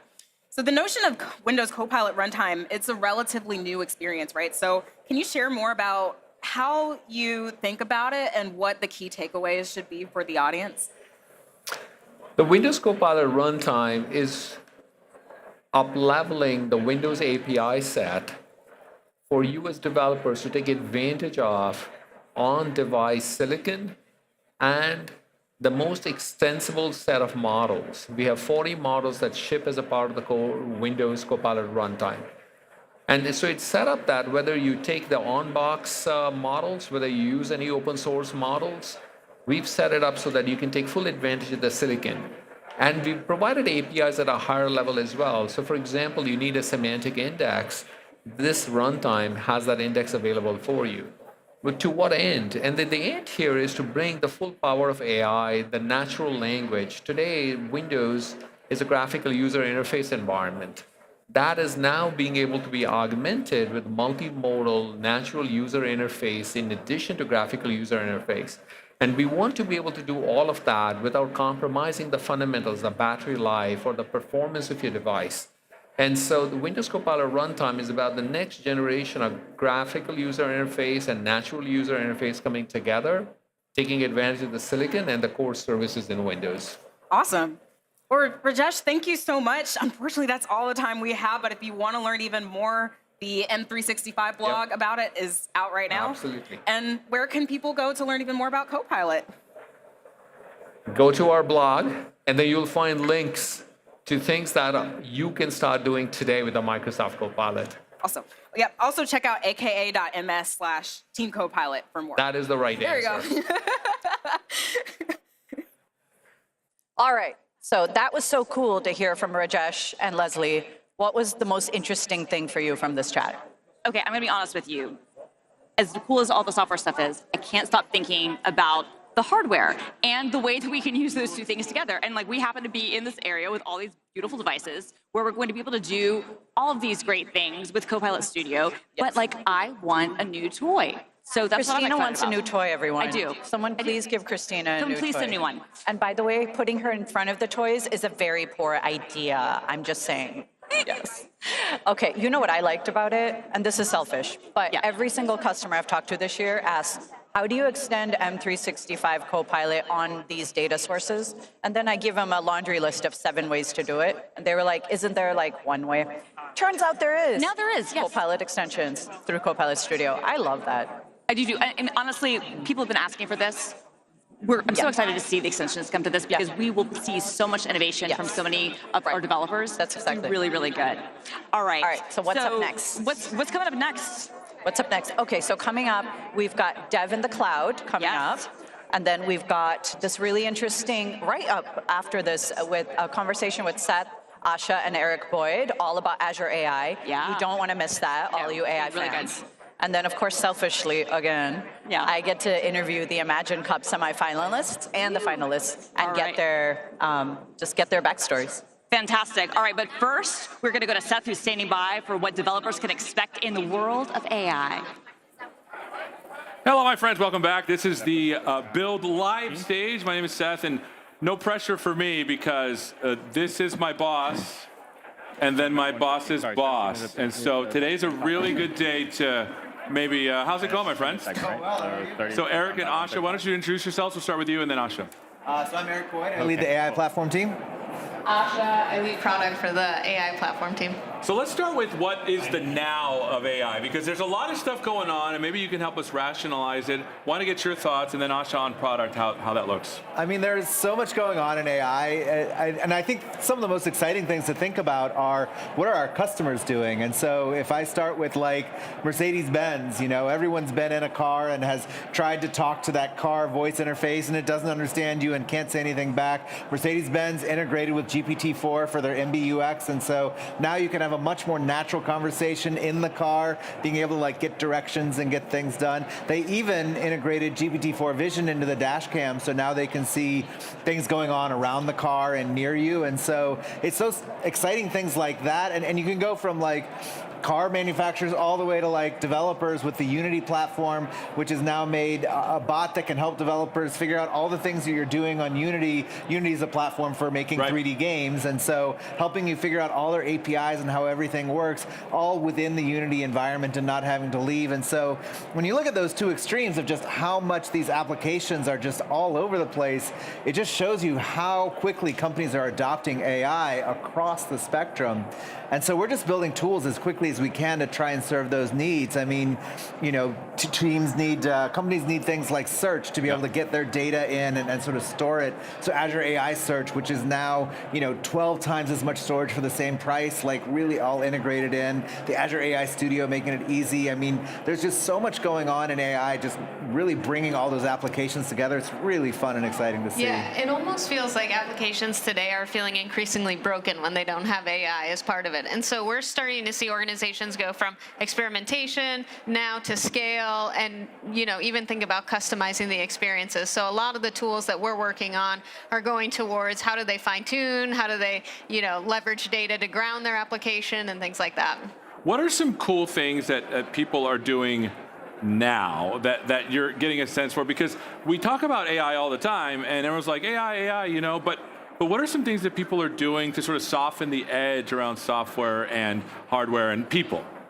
I mean, you just see it in all the different use cases, right? I mean, I talked about a couple where we see what Mercedes-Benz and Unity's doing, but there's so many other examples where, you know, they're trying to build solutions to make it easier to interact with people. I love the example Satya gave in his keynote this morning of the Khan Academy.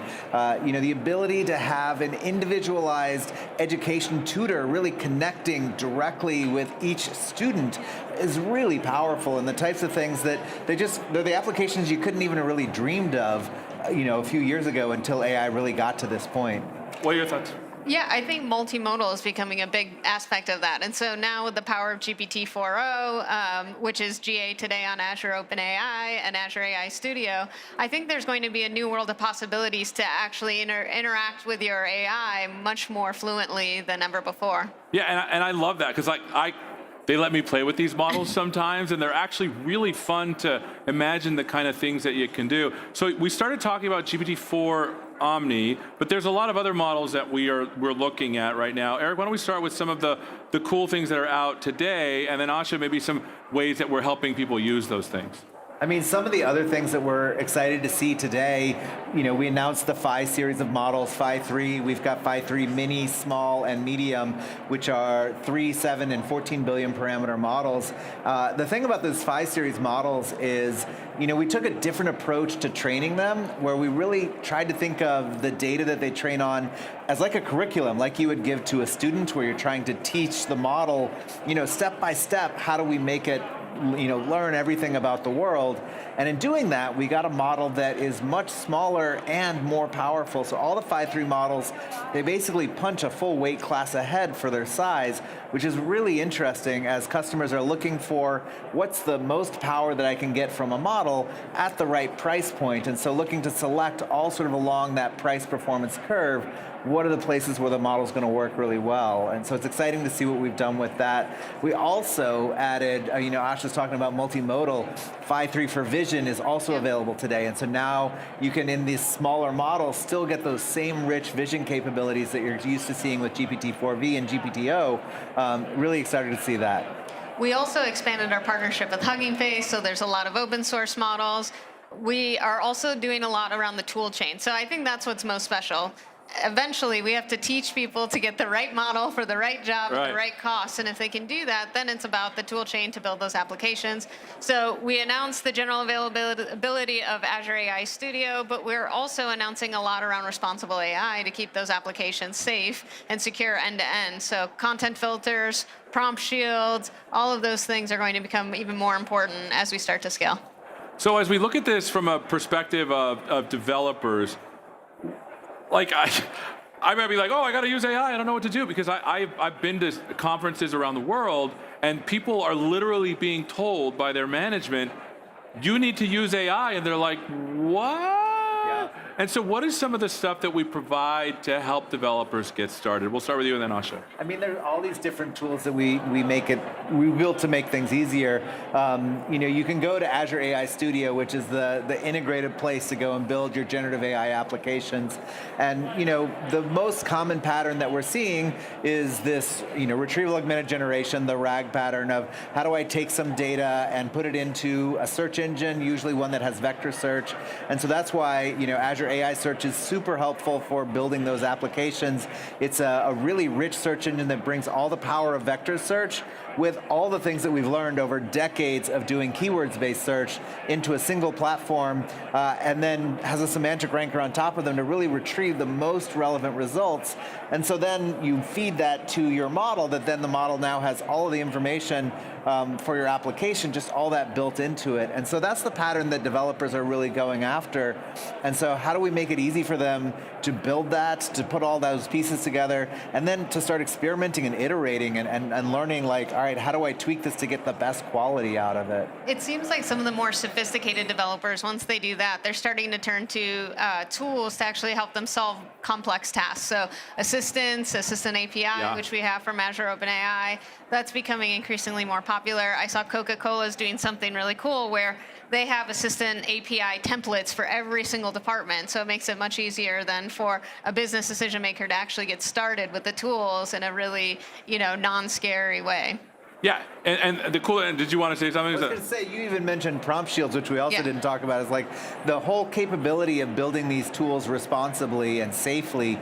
We provide the Azure Content Safety, system, which is built into the Azure OpenAI service, and you can then add on to any other model that you want, but it gives you the full set of safety tools that you might want, things about how to, give different levels of control around, violence or sexual content, or how do you want to manage that, all the way to reducing hallucinations, to managing prompt shields, which is really controlling jailbreak and things like that. So all those are just making the developer's life easier as they go and build these applications. So I want to lean in here just a little bit before we get to some of the other questions about safety and responsibility. Can you tell me how Microsoft is taking this particular task seriously and helping developers do it as well, Asha? Yeah, we've been working on it for the last 8 years. So this is, we think about this as cutting edge technology needs cutting edge responsibility. And we're still pretty early in it, but after 8 years, we have 90 tools, hundreds of features, and we do a lot of the work ourselves. So before we release a model, there's a lot of work that we do to provide the Azure promise, but then we also provide tools so developers can actually customize their needs.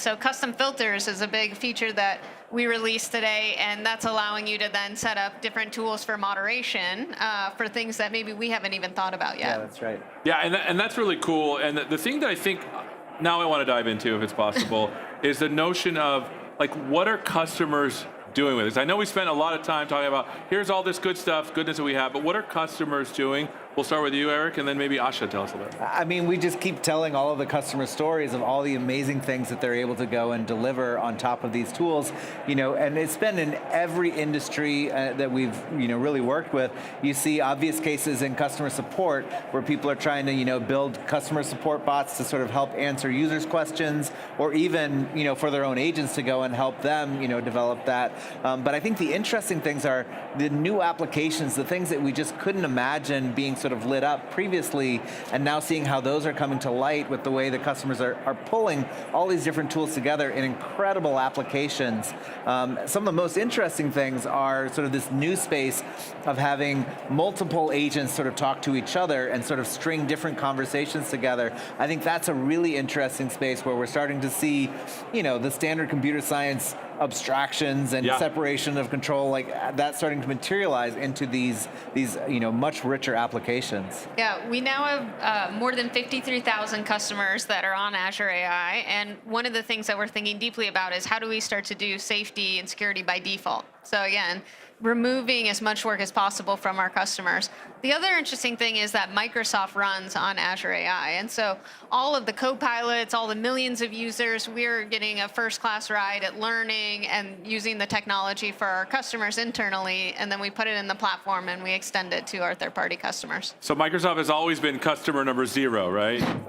Literally from the start. When we first started building, out, our capabilities with the Azure OpenAI service, we first launched Bing Chat, and then we launched M365 Copilot and GitHub Copilot even 18 months before that. So we've built all of that, as Asha said, on the same platform that we make available to our customers, so they know we've literally bet all of Microsoft Business on it so they can trust it with their business as well. And that's awesome, because like I said, I use this stuff, and I know what it does, and every once in a while, it's pretty surprising what you can do. And so as people are sort of getting immersed in the RAG pattern and doing that kind of development and they're getting that to work, what are some things that people should look forward to, or how should they orient their thinking when it comes to experiences that they may be able to develop? Yeah, I mean, one of the big things is I feel like we have to just be thoughtful to not do AI for AI's sake. It has to create real value. So it has to improve the way you live, improve the way you work. There was a study that showed that skilled workers that use Gen AI are seeing a 40% improvement in the way that they work. And so, you know, we are constantly thinking about that from a product perspective, which is how do we build tools to help developers solve real problems? And so I would say don't lose sight of that. The second thing to look forward to is and we showed this in one of our sessions, we're moving much more code first. So we want to meet developers where they are. More and more, we're seeing all applications becoming AI applications, and we have the best IDEs in the world. And so we want to make that really, really simple to wire up your applications, change out your models, and do so without any thrash. I mean, I would add too, you know, Asha touched on multimodality earlier.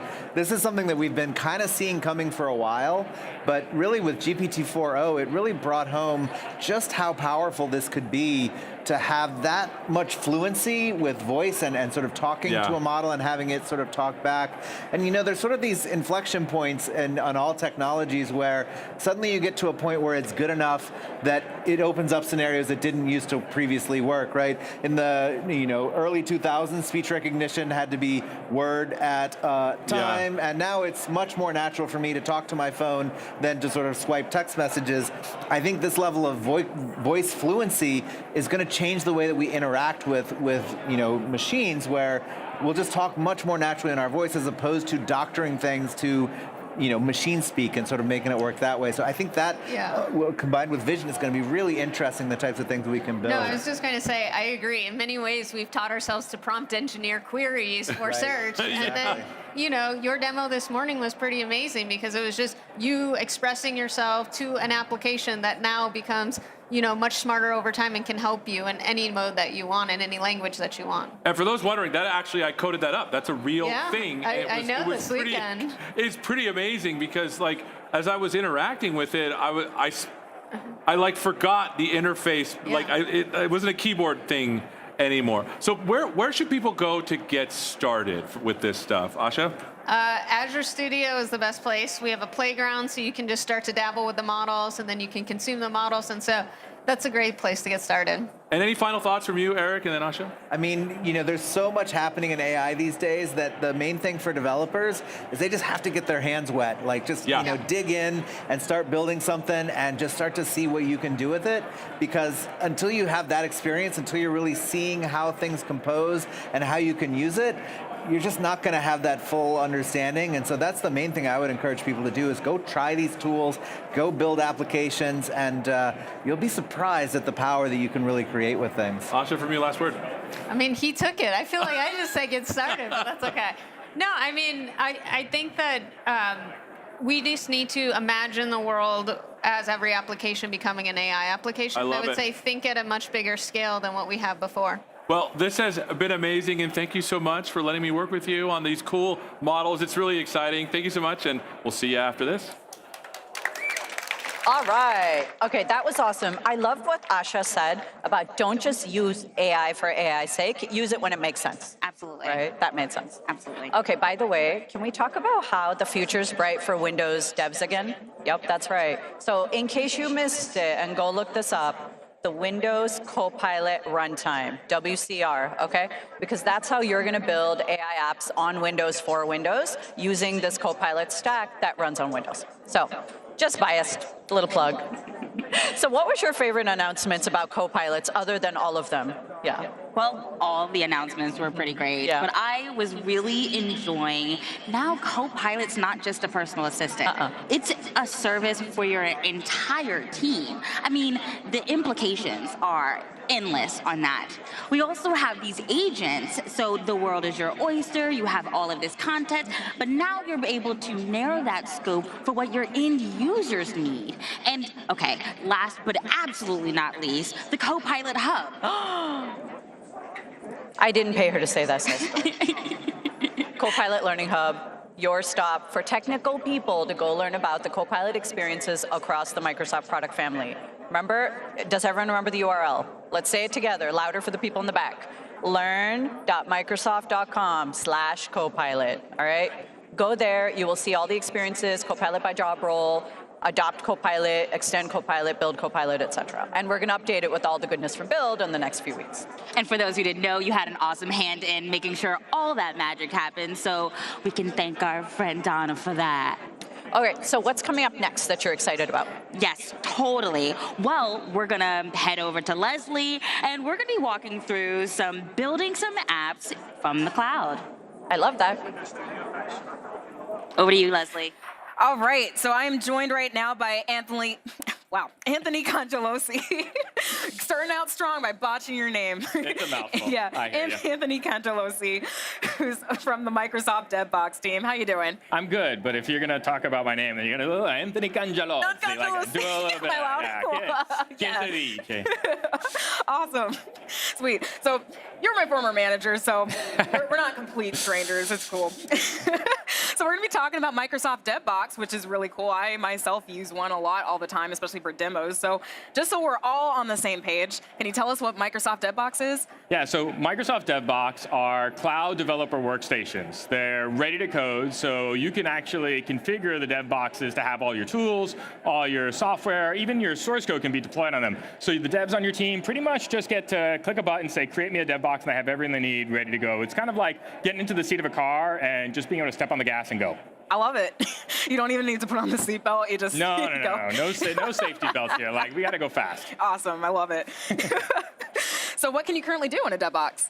Oh, you can do so much. I mean, like, it's your workstation in the cloud. You've got everything from, kind of entry-level machines all the way up to high-end 32-core dev boxes. You can do, front-end development, back-end development, data engineering work. You've got all the compute you need to build pretty much any kind of application from the cloud.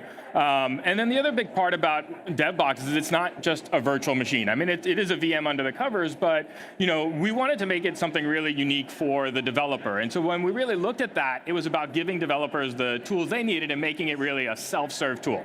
So when you rock up to DevBox, you have a developer portal, you have an experience where you can go and create your DevBox from any number of different projects and even different kinds of configurations of DevBoxes. Great. So, I mean, we can talk a good game and say that DevBox is the greatest, but it means nothing if us at Microsoft aren't actually using it. So how is Microsoft using DevBox today? They use it a little bit. I'm actually super excited. I'm really proud that we have over 25,000 developers in Microsoft alone using DevBox. And that's 25,000 using it. 2/3 of them use it as their daily driver. I'm going to make a lot of car analogies here. Like, daily driver, this is what they drive in and out of work on, is inside of a DevBox where they're getting all their work done. And not to mention, actually, we actually were able to increase satisfaction for our internal devs for their environment setup experience, because they don't have all that toil of configuring their environment. Work that would take days to set up. Like now, that first week of work. That first week of work is done. Like, you're lost. Like, okay, who's that person that knows what the updates are to that out-of-date wiki? Right. No, they've got it already pre-built. You really just sit down inside of Visual Studio Code, you hit build, and you're surprised, like, wow, that just worked. That's great. So, yeah, I mean, you basically said it, just allowing teams to all get on the same page very quickly, regardless of how you come into it. Everyone's got the same environment without having to do all the crazy legwork or getting someone to help you for half a day to set up. Yeah, I mean, the team is a big part of it. You don't have developer productivity without the team also being able to use it agilely. And so, I talk about ready-to-code developer workstations, but you have to be able to do that for every team. It's not just one generic image that gets pushed out to everybody. So each team in Microsoft actually builds their own custom environments. The Office team, you had Rajesh Jha on here earlier, right? Like, they have thousands of developers using DevBox with their own custom images, building their core environment, building their web applications, building the native versions of Office, all from inside of a DevBox. And then you take our team, the developer division. Visual Studio has their own projects with a totally different configuration inside those environments. They've got Visual Studio deployed. They've got like 3 versions of Visual Studio because they're working on the latest versions, the latest builds. If you create a dev box inside a dev div today, you actually get 100 gigabytes of source code and binaries and SDKs all pre-deployed into the environment for you, custom and ready to go. I mean, like, think about the time it takes to just clone that repository. Oh my gosh, yeah, what a nightmare. Yeah. Yeah. And I think for me, what I like about it is like it's a nice sandbox to experiment. Like I use mine a lot for Visual Studio Code, and any like Azure things I want to play around with. And it feels like a safe space to be able to try that stuff out without it like impacting my base machine sometimes, right? Do you feel the same way? Totally, Yeah. totally. I mean, like, it's ephemeral. So you can create one dev box, you can create 3 dev boxes, you can create a second one for an experiment, a proof of concept, a demo, like you said, right? You know Scott Hanselman? Yep. Yeah, so he Heard was of him. telling me a story about what sold him on DevBox was he was doing a demo to a customer, and as he was doing the demo from his workstation, he was on a DevBox, and his machine blue screened. Oh. He turned his chair, moved to a second device that he had that was already logged onto his workstation, logged back into his dev box, kept going, didn't lose a beat on his demo. Everything was there. He was able to pick up where he left off. And the anywhere access about it wasn't just from his machines. He's been, you can walk out of a movie theater and have a dev box on the remote access in your iPhone, on your iPad, wherever you are, you have access to your developer workstations. That's great. I forgot all about, you can do it on your iPhone and your mobile devices. That is really exciting. So you can just take your development environment anywhere, for real. Yeah, I mean, maybe we're encouraging the wrong kind of work-life balance, You're right, but yeah, maybe. the fact that it's anywhere is at least peace of mind to know if you need it, it's there. It's like you have the option. We wouldn't advise it if it's going to mean you're going to be doing stuff 24/7, but it's For nice sure. to have. Yep. So it sounds like DevBox can do a lot. So how customizable is it? Like, what's the scope? Oh, pretty much everything you can customize on it. So we've got base images that have Visual Studio on them. We have generic base images. We even have images from Docker who have built custom images that integrate Docker Desktop into those images. And then from there, you can layer on all the customizations you can think of using something called DSC, or desired state configuration.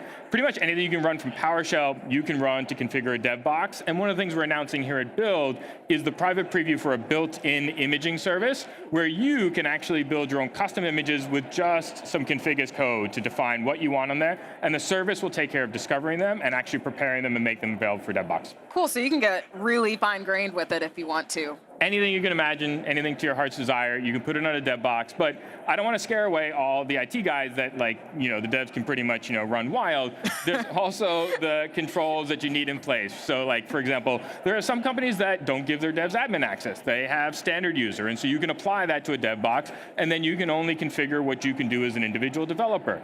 The other thing that we found has been really exciting for companies using DevBox is every DevBox is also enrolled into Intune. So you get all the device management that you use today with your physical devices, you get them on a DevBox as well. Again, without having to go through all the steps required to Intune the machine. Yeah, it's a great product. It does some phenomenal things, but the service takes care, enrolls it for you. You know your device is already enrolled. The other thing then is now you also have all your identity as well. So you log on to the DevBox service with your corporate identity. You get into your workstation, you're already logged in. Even VS is already logged in because it's detecting the identity on the machine. You get a really smooth experience end-to-end. Yeah, perfect. So you mentioned announcements at Build, and I hear you might have a breakout session coming up, right? We do, yes. Cool. Can you tell us a little bit about what people should expect there and why they should totally come to your session? Oh, they should This is your totally. pitch. Oh, great. Well, you're going to come to the session. Hopefully that I don't flub my opening lines, but you can come to see that. But if nothing else, it's Breakout 184. It's build any application from the cloud with Microsoft DevBox and Visual Studio. We're going to cover 3 things, and we've kind of summarized it here, but we'll go into demos and go much deeper. We'll cover basically where we're going with the platform for teams using DevBox, how you as a team can leverage it to customize the environment, how DevBox is really personal and powerful, how you can use DevHome integrated to customize it for yourself individually, and then how DevBox is built for enterprises to be able to control and set the guardrails they need so they can delegate more to teams to be able to own their DevBoxes. Awesome. Cool. So that's really cool. And you already talked about basically what's new, and I'm sure you want to keep some of that for the demo when you're demoing that. There is so much more in the demo. Yeah. You've got to see it. I mean, it is 40 minutes long. Ooh, good tease. Lot of Check it out, goodness. y'all. Yep. So if people want to learn even more or get started with DevBox, where should they go? Wait, why haven't they started yet? I know, right? Yeah. What's up with that? Well, if they do want to get started, there's an AKA link. Yes, AKA. it's actually down below if you're watching down- the screen. Yeah. Down here? Right Yep, there? I'm pointing probably Okay. not to the right thing, but that's okay. You can go to aka.ms/devbox/blog/msbuild/2024. Can we make that way simpler? aka.ms/devbox. I Go like there. that. Go there and get started. So thank you, Anthony. Thanks a lot, Leslie. All right, it's us. We're back. All I right. love DevBox. Yeah. For anyone who knows me, they know I love dev tools. I really have been getting into just tweaking and understanding and loving my environment. And we have so many options for that. DevBox is a really cool one. And in my past life, I was a consultant, and DevBox would have been so nice, jumping from team to team, ramping up quickly. But I love to get to learn, and I hope everybody gets to join in. Okay, so she has a very good reason to love DevBox. I love DevBox, Anthony over there, because I am lazy. I don't like setting up my environment. I find it extremely annoying for new projects. Right now, I'm building a bunch of random AI apps, and I like being able to have my DevBox without them touching each other, right? And I kind of want to mess with these new SLMs, the Feed 3, for example, in maybe the AI toolkit. And I want to do this in a DevBox, because if it doesn't go well, I want to close that and leave, acting like it never happened. Yeah. Right? Yeah. But what about, let's jump into some polling. Okay, polling. I want to ask the question. Sure. Okay, I get to choose the question. Ready? How are you using AI in your career? Options. Okay. Option 1, totally focused on empowering workers. Option 2, just starting to think about it. Option 3, it's not even on my radar. Don't say that. Or 4, I see the opportunity, so now I'm training myself. Which one of these are you? Put it in the chat. We want to hear from you. Which one of these are you? I'm just starting to think about it. Yeah. You're starting to think about it? Yeah. I like that. I'm very much in category 1, like totally thinking about empowering workers. That's why we made Copilot Learning Hub, just so you like that segue? Absolutely. Yeah. It's why I really do think once people find a great use case, they're just all in. All right, I'm going to cue off to Christina now, who's about to have a fascinating conversation. Over to you, Christina. Thank you, Donna. All right, I'm super excited. I'm joined right now by Asim Datar, who we're going to be talking about empowering scientific innovation with AI and quantum. So that's a really fun topic. And you are the VP of Product Innovation. So we've been hearing Microsoft talk a lot about accelerating scientific discovery, whatever that's supposed to mean. And I'm going to ask you more things about that. So can you tell us more about this mission? What does that actually mean, and what's it about? Yeah, firstly, I'm very excited to be here. Thank you. The energy and build is just amazing. Let me start off by saying that, it's very complex to understand nature. And everything in nature really boils down to understanding the laws of physics, chemistry and materials, biology, and even, material sciences to a certain extent. So, whether it's about discovering new electrolytes, whether it's about, reversing climate change, whether it's about finding a new drug, it all comes down to scientific innovation. For decades, researchers and scientists have been racing against time to, really accelerate scientific discovery and lead this innovation. And so we're on a path to empowering them, with the combination of our platforms in order to accelerate and bring these products to market faster. So our real big vision is about accelerating science, and that's kind of what we're really after. I love that. And so how does Microsoft fit into that landscape? Yeah, so if you think about Microsoft, we're bringing the best of AI, quantum, and then supercomputing in order to sort of build platforms in a hybrid manner so that everything's under one roof. Mm-hmm. If you think about, we've made massive investments in supercomputing. Yeah. If you've heard Satya talk, over the last few months, we've announced billions of dollars that we have invested into both AI and computing. Right. We're on the roadmap to sort of bringing real quantum to bear, and so we're really focused around bringing all of our research in order to make quantum a reality. And then finally, if you think about all the research that we're doing on the AI side of things, that's deep research that we're bringing to AI models to really accelerate this scientific innovation. I mean, some of these AI models are trained on 200 million data points of molecules. I mean, that's huge. And then finally, we're looking at hybrid, meeting customers where they are. So combination of these three things is what we're bringing to bear. And that's why it led us to the development of Azure Quantum Elements. Azure Quantum Elements is really the service in private preview that you can use. And our goal is to really accelerate and compress 250 years of scientific discovery into the next 25.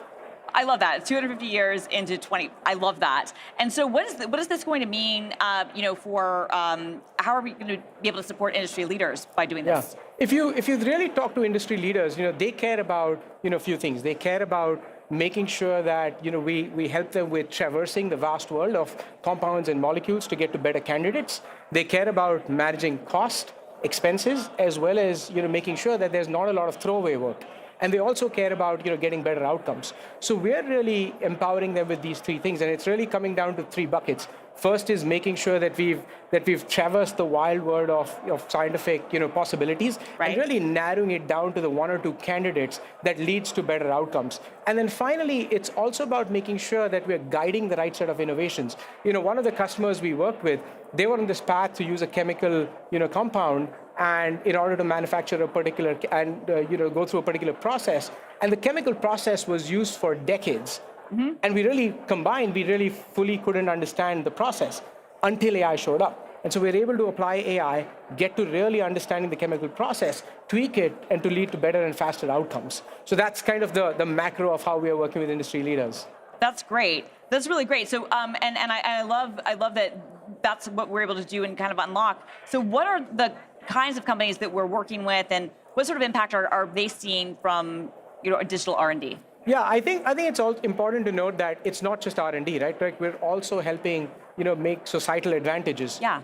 I'm really proud of the work that we've done with Pacific Northwest National Labs, and working with them, we were able to sort of go chase down and really build a new battery material that uses 70% less lithium. Oh wow! So we started off with 32 million compounds, and then isolated them down to like 10, and then came down to 1, and out came a battery. And what better than showing you? Yeah, so show this to me. We actually built a physical battery that's now actually powering a clock. And so this was done in 80 hours. Otherwise, it would have taken years and years and decades of research. And if you think of it, it's like before AI showed up, it's like finding a needle in a haystack. Yeah. Good luck with that. Right. And so we're really, really proud, and this is just really scratching the surface of the art of the possible.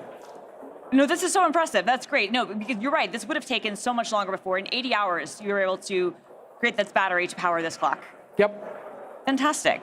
That's fantastic. And we're also working with some of our other customers in addition to PNNL. We are working with the likes of Johnson Matthey for better research on hydrogen cells. We're working with ASCO Nobel to make sure that there are paints that are sustainable. And we're working with somebody like 1910 Genetics to make sure that we can bring drugs to market faster. I mean, if you think of the drug manufacturing process, it takes about a couple $2 billion. And if you're lucky, the drug will hit the market in 10 years. Right. And so we're looking at compressing all of that and really making it possible to accelerate the scientific method. And how much does that, how much of this innovation has happened in the last few years? It feels like this has happened almost overnight. I know that it's been a long process, but I'm just curious, how much of this is something that we've really only been able to unlock recently? It's been a journey, but I think the real unlock has also been with decades of AI research that we've done to sort of bring these models to bear. And there's more to come. There's more to come. So how do you think that this, R&D landscape is going to kind of grow and evolve in the future? Yeah. As we talked about, AI is just one piece of the puzzle. Right. I think with AI, we're just scratching the surface. We talked about AI, supercomputing that's in the now, but we can't imagine the future without talking about quantum. Right. We look at, really 3 stages of how we want to bring quantum to bear. We talk about level 1, which is really foundational. Those are the traditional NISQ machines. And you can use those for, simulations, and they're great at that. Last month, we announced a real breakthrough. We worked with our partner, Continuum, and we used their hardware, used our error correction, and we were able to really get to demonstrate stable logical qubits. And that's the first of its kind. And Microsoft is really proud and humbled to sort of get to that stage. We were able to run about 14,000 experiments on real logical qubits without hitting an error. This is 800 times better from an error rate standpoint than what exists out there. And again, this is level 2. But the real unlock comes from level 3, when we are able to sort of get to a real quantum supercomputer that just puts AI at the next level. And so, even with level 2 today, we're able to do a lot of computation. We're able to accelerate scientific discovery, and we couldn't be more excited about what's to come. And we believe that our unique approach with the topological qubits will get us there. That's really, really fantastic. And so, when you were kind of thinking about it, do you have anything you can maybe, where do you envision the future, or what are you hoping that we will see? Yeah, I think in a nutshell, it's going to be about AI, supercomputing, and quantum. And I think quantum just takes it to the next level. So even like from a today's standpoint, we're barely scratching the surface with AI. I couldn't be more excited about the art of the possible when it comes to materials discovery, chemistry, and bringing drugs to market. Yeah, and I like that. And can you talk to me a little bit more about kind of how you see these two worlds intersecting? Because we have kind of historically spoken about these things as separate kind of scientific advancements, even though I think you're right, they're going to be converged. Can you talk to me a little bit about how you see that happening? Yeah, I think if you think about the AI models of today, there's still a lot that needs to be done to sort of train the models, traverse using all the data, sort of ground them. With quantum, I think it's just going to take a quantum leap, like if I'd call it that way. Right. And so I think we couldn't be more excited when these three things, really come to life. And you couldn't look at scientific discovery without 1, 2, and 3. It's really about applying, all of these things to the entire scientific method, not just about the front end of it or the back end of it. Right. Right, and I know you talk to researchers all the time. What's their response been to this possibility, and what are they excited about? I guess maybe continuing to discover and look through. Fundamentally, I think we're discovering a lot of use cases. Yeah. Right? This is groundbreaking tech, and so as we think about this tech, researchers get excited about, oh, can we do this? Can we apply it to that? And so the use cases that we are seeing are varied. And the applications are many. So we're just excited to sort of build this platform, give it to the hands of researchers. And again, like we have a scientific copilot that's grounded in the scientific domain. I love that. Without the copilot, I think it's hard for researchers to collaborate. And so I think what we're really excited about is bringing that copilot in the scientific domain and really getting to innovation faster. I love this, and I love how this is all working together. So how can customers get started today? Azure Quantum Elements is in private preview. So, I encourage developers to go try it, and I encourage scientists to go try it. You can go to the Azure Elements webpage and get started. You can try our scientific copilot and go from there. Thank you so much. Thank you. Thanks for having me. Thanks for being here.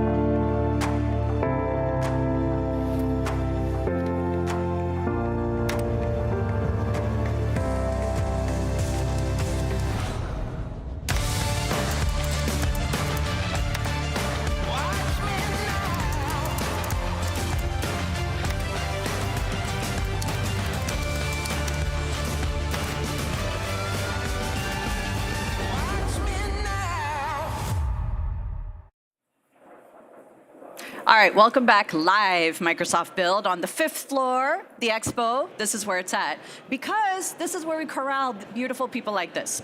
All right, so all of you saw the Imagine Cup finals this morning and the World Championship, but did you know we had tens and thousands of student startups apply over the course of the entire last year?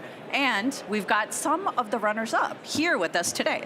So what I would love for you to do is introduce yourself and the name of your project. Yes. Yes. I'm Karthik, and our project is called Appease. Perfect. I'm Lance Pareto, and I'm part of Appease. And I'm Raghav, and also I'm part of Appease. I'm Davi, and I'm from WIG. Hey, I'm Utkarsh, and we're a part of Adalat AI. Awesome. All right, so I know these projects, so I'm going to act like I don't know about them, okay? Just for you. Now, your projects are just so impressive because you're not just using technology to build something random, like Uber for fresh fruit, looking at you, Silicon Valley, not to be mean, but you're actually using AI to solve real problems that you see in your countries and your communities. I think that's really impressive, and please keep that spirit throughout your careers and lives. Tell us just a quick 1-minute pitch about what your project is. Yeah, so Appease is a developer-first student information system. So the biggest advantage of Appease is that it's an open framework which developers can use to extend its capabilities. Also, we use multimodal copilots which can be used to empower educators and students with actionable insights grounded in university data. I love that because modernizing education, which needs to happen all over the world, and this solution can be used in every country in the world with local data. Yes. All right. Next, actually, you got a mic. Yeah. So WIG aims to bridge the digital gap by using AI to bring quality education to isolated communities that don't have access to internet. Yeah, that's it. Yeah, and you know what's really important about this? That's much of the world. And I feel like there's so much we could do with small language models running on mobile devices, et cetera, et cetera, et cetera. And this problem you're tackling can apply, again, to so many places in the world. So I love that. And then you? Right. Hi, we're Adalat AI. We're a legal tech startup that builds AI solutions for justice systems to help reduce judicial delays and backlogs in courtrooms in India and developing countries and improve access to justice. I love that because you're democratizing, I can't say the word, access to legal care, which not everyone has access to. And often it's so skewed and so biased, right? Again, that's a thing in the US, that's a thing in India, it's all over the world. All right. So what are some things that you all found interesting while working on these projects? The pace of development of AI, especially Microsoft Copilot and other generative AI experiences, like just a week back, we had GPT-4o come out. Yeah. So we literally implemented it the next day in our Copilot, and we saw a dramatic change. So the significant evolution of generative AI experience is what really excites me in my own startup, Appease. And what we are doing here at Appease is to use these technologies to really improve academic welfare for universities all around the world.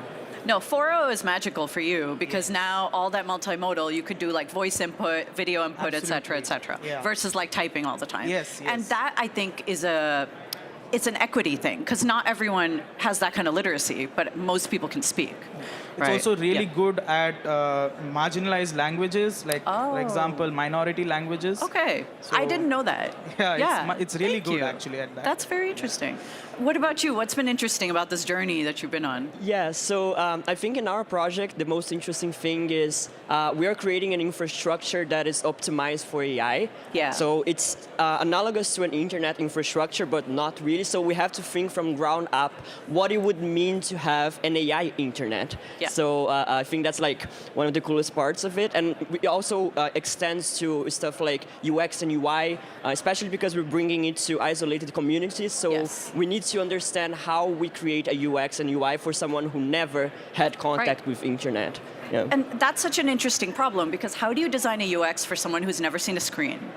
Right? We can't say like, oh, log in. With exactly. What? What is login? What is login? What is an airplane Back mode? button, forward. Yeah. Submit. Error. What are Exactly. these words? So we have to design something intensely human. Yeah. And again, I think GPT-4o could be interesting. Yeah. Because voice-based is more natural for these sorts of scenarios. I don't think voice is relevant for all the time, but sometimes it makes sense. Yeah, Right? exactly. All right. And what did you learn? That was interesting. Well, I think there's nowadays a lot of the focus is on generative AI, understandably, but in the legal context, there are limitations of using it because of hallucinations and issues like that.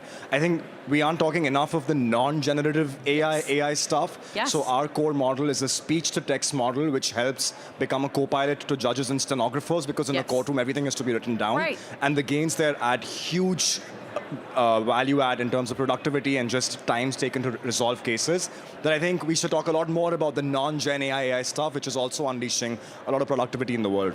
You're absolutely right, because AI has been around for 50-something years, and the way we act, it was invented 2 years ago.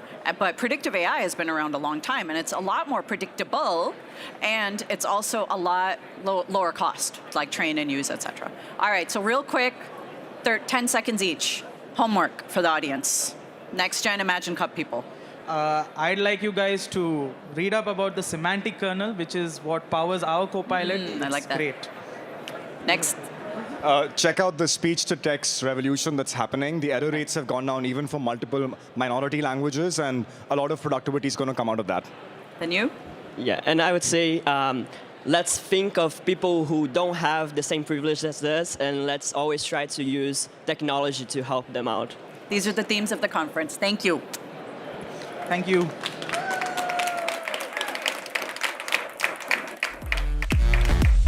Great job.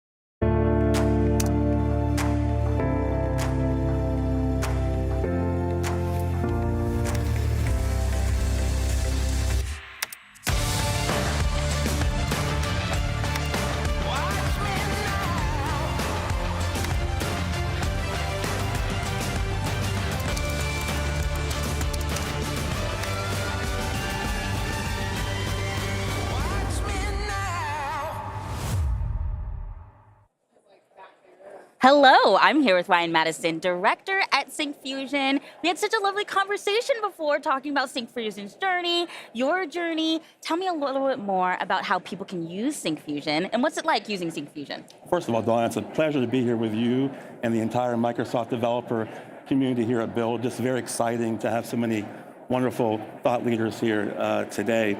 The Syncfusion was founded on the principle of delivering innovation with ease. Okay. Now, what does that mean?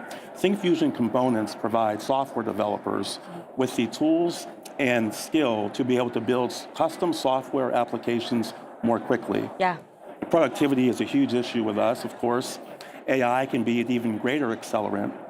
Basically, Syncfusion helps developers do what they do best, which is to focus on innovation, software development, without getting bogged down with extra details. Customer support, of course, is always very important in any industry, and we're no exception to that. We're extremely proud of our live 24-hour support that we give to the entire software developer community. Also, we have special services for mission-critical applications, like video conferencing, for example. Speak about mission-critical applications. Syncfusion is used worldwide in some of the most amazing ways possible. Just the healthcare industry, for example, there are applications right now that are tracking people's and monitoring people's heartbeat. They are monitoring people's insulin levels for diabetes. In fact, in some developing countries, Syncfusion is being used to monitor clean drinking water for small school children. It's very special to us, of course, to see how we're being used all around the world in so many different ways. Developer by developer, application by application. That's amazing missions, you have amazing initiatives that you're taking part in. I would love to know more about how do people get involved and understand Syncfusion? How can they learn more? Sure. Well, first of all, go to our website, syncfusion.com. It's syncfusion.com. But even more importantly than that, it's reviews. It used to be, I'm sure you know, Don, years ago, we used to try something out and then decide. Well, the world's changed. Awesome. Now we go to reviews first. We see other people's experiences, other people's journey, and make our decision. And so there are thousands of independent reviews on sites like G2 where software developers share their experience with SyncFusion. They share their journey. And people here in attendance at Build, people watching online, can go to those reviews and learn about SyncFusion even more. I'm so excited. Thank you so much. And we're going to cut to our next part. Thank you. Thank you, Dawn. It's been great. Thank you. Enjoyed it. Thanks so much, Don. I'm here with Scott Wu from Cognition AI. How you doing, my friend? How's it going? Fantastic. So if people have been under a rock and haven't seen Devin, why don't you tell us what that is, and then maybe we'll play something. Tell us what it is first. So we got a little clip, actually. This is of Devin setting up an Azure API endpoint and helping the user through that. And so in this case, the user was asking how to set up with Azure and how to get their own endpoint Well, hosted. hold on. Let's get this video rolling, because I want people to see this actual video. So there's a video you brought. Let's get it. There you go. Okay, Sorry, what are we looking at? Yeah, and so Devin is an autonomous software agent. And what that means is that Devin has all the same tools that a human engineer would have to solve a problem like this. And so Devin can write plans, can execute multi-step, can use the shell, the command line, can use the browser, can edit code, can run code, and all of these different pieces. And so here the user's just asking Devin, hey, can you help me set up this endpoint? And Devin will help the user. First, here's how you get your credentials set up. Then let me go and walk through the CLI, and then let me go run all the commands for you. And so Devin writes the code, Devin hosts, Devin runs the commands, and gets that all set up. I mean, this is amazing, and I'm watching it here on the big screen here. Yeah. This is quite amazing. So this is a developer productivity assistant kind of thing? Yeah, exactly. And so basically, you know, we ourselves work with Devin all the time, and we think of it as a tool that helps make every software engineer much more productive. So tell me, because I want to get down to the brass tacks here. How is it making you more productive as a developer? Yeah. Tell me that story. So one of the funner use cases that we have for Devin is we use Devin a lot when we're building Devin, actually. And so like a lot of the pieces that you see on the site, you know, the search bar or hooking up a lot of the APIs or, you know, some of the different back-end work, even all the our own data visualizations of usage and things like that, we actually built those with Devin. And so at this point, Devin puts out a lot of the commits, you know, in our repositories. Hold on. So let me see if I'm understanding this right, because you said a lot of stuff super fast, and I heard searching, I heard coding, and I heard committing. Are we talking that it does all those things? Yeah, and so Devin works end to end, right? And so Devin has access to our GitHub repository, for example. It has access to our code base. It can make the PR. It can test it out by itself. It can do all of these pieces. And, you know, you just review the code and give Devin instructions in English of what you're looking to do. There's got to be like some kind of anecdote of you using this internally where it surprised you. Oh, there's been some fun ones. I mean, I recently one of our friends wrote a script actually to go reclaim miles on their flights, for example. Wait. I thought this was a software tool. They had Devin go and write the script, and so Devin built an app that would do that for them, and it would go and like manage all of this and things like that. We've had people use it to like, you know, build like restaurant booking apps or all sorts of things like that. This is amazing. So my sense is that we're at an inflection point where this might change the way we build software. What are your thoughts about that? Yeah, you know, I think software is going to change a lot, and I think you know, it's always changed a lot. Like a long time ago, way back, software was about punch cards, you know, and then at some point it was about assembly, and then it was about C, you know, and we keep entering these new eras. And I think one of the really interesting things is there's really just so much more code to write. You know, like there's so much more to build, and you know, people have so many great ideas, right? And so what we really want to do is bring the magic of software engineering to more people, you know, and give more people the ability to take their ideas and turn them into reality with Devin. And that's cool because like I feel like it's redefining the way we interact with computers because you're giving Devin some tasks, and it's able to rationalize and figure it out. Yeah, no, absolutely. And so, you know, software engineering, I think, has always been at its core about this really deep like problem solving and really figuring out what exactly you want to build, thinking through your ideas, thinking through the specs, the details, the architecture, right? And you know, we want Devin to help everyone with all the installing packages, dealing with the implementation, debugging, you know, testing, right? And just help make everyone faster because there really is so much more to build. So this is super cool. I'm excited to check it out. But there's a partnership you have now with Microsoft. Why don't you talk about that? Yeah, so we just had this announced this morning, actually, at the keynote at Build. And so, you know, we're going to be working with Microsoft. Initially, we're going to work with Microsoft on a few different migration and code modernization use cases, which is super, super excited. You know, Microsoft obviously works with a lot of different clients on that.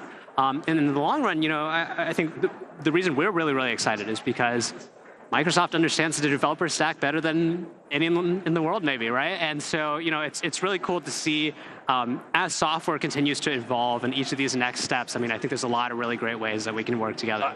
Look, I'm just excited to be able to interact and write code and be super productive with some of this stuff. So where can people go to find out more? About 10 seconds. Yeah. So cognition.ai or devin.ai are our websites. We're on Twitter at cognition_labs. Check us out there. Awesome. Well, this has been amazing. I'm excited to check out Devin. I've seen a little bit of it, but I'm excited to get my fingers pruning. All right, Awesome. More. Awesome. Thank you, Seth. More.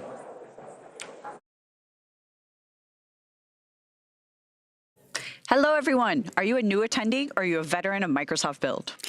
I'm a veteran. You're a veteran. We're both veterans, Yes. but so are all of you if you've ever done this before. Yes. So either way, we want your take. So what we would love for you to do is share your event unique feedback in the short session post-session survey, okay? Fast, easy, done. Go and do it now.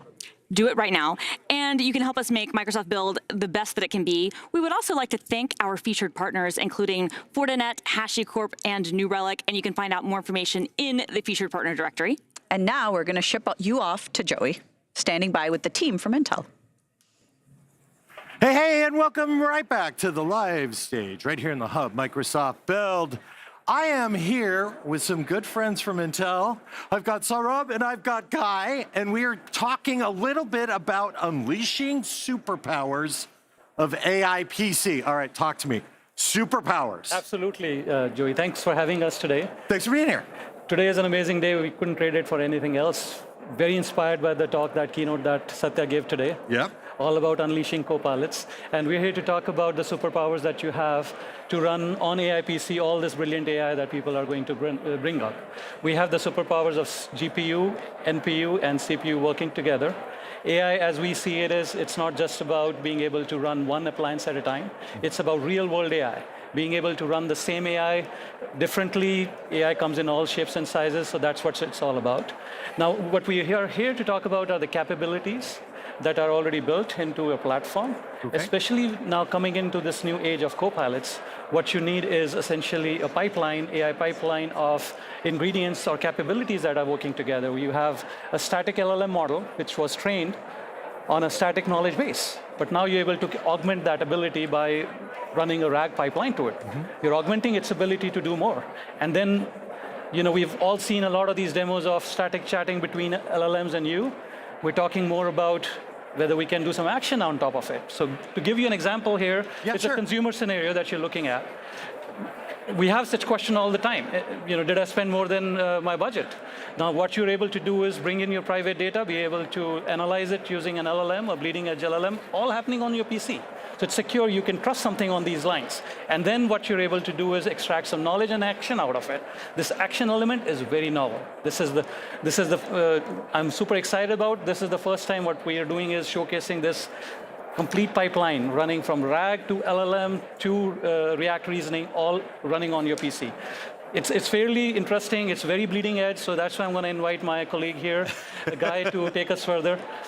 He's our top researcher at Intel who's been driving some of this work. Go ahead, Guy. Thank you. Okay, so today we would like to talk about the great experience with 5.3 powered by Intel Core Ultra processor. We will go over 4 different demonstrations. The first demo is 5.3 agent with React prompting. In this demo, we will see how 5.3 is an agent that can respond to user query and that can reason and take actions according to the user query. In the second demo, talk with your private data, we will see how users can talk to the document and get an answer with retrieval augmented generation. Then we will see Phi2 inference acceleration with quantization and speculative decoding. And in the last demo, we will see the multimodal Lava Phi3. Now, for most of the demos that you see here, we released an open source Python notebook. So I really invite you to reproduce the results and get the great experience that we will show you today. Probably I will not have time to go over the third demo, so I invite you to our booth to watch all the demos. Okay, so let's start with the 5.3 React agent. So prompt are the instructions and context that user provides to a language model in order to achieve a desired task. It can be chat or question answering. React prompting was first introduced last year by Princeton University and Google Research. It's a new prompting approach, and React stands for reasoning and acting. This method allows LLM to go beyond the simple text generation. Yep. It's actually allowed LLM to use tools and perform actions to better address the user's input. It allows LLM, as you can see in the diagram, to incorporate tools such as retrieval augmented generation, Gmail, Wikipedia, Bing search, and more. Please note that some of the tools can access your own private data on device, and some of the tools can access the internet. Okay, let's have a look at the diagram again. So in the first phase, we insert the user query into the React template prompt. Then we inject this prompt into the agent. This is what you see in the middle.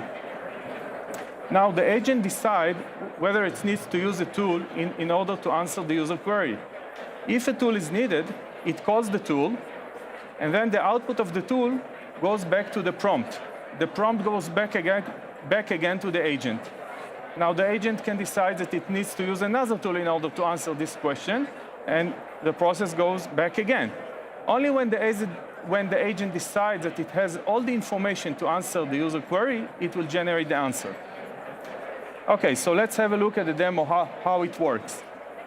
So for our demo that we will show you here, we use two different tools. We use retrieval augmented generation and Gmail. For the retrieval augmented generation, we indexed 150 BBC Sport News articles. So I'm going to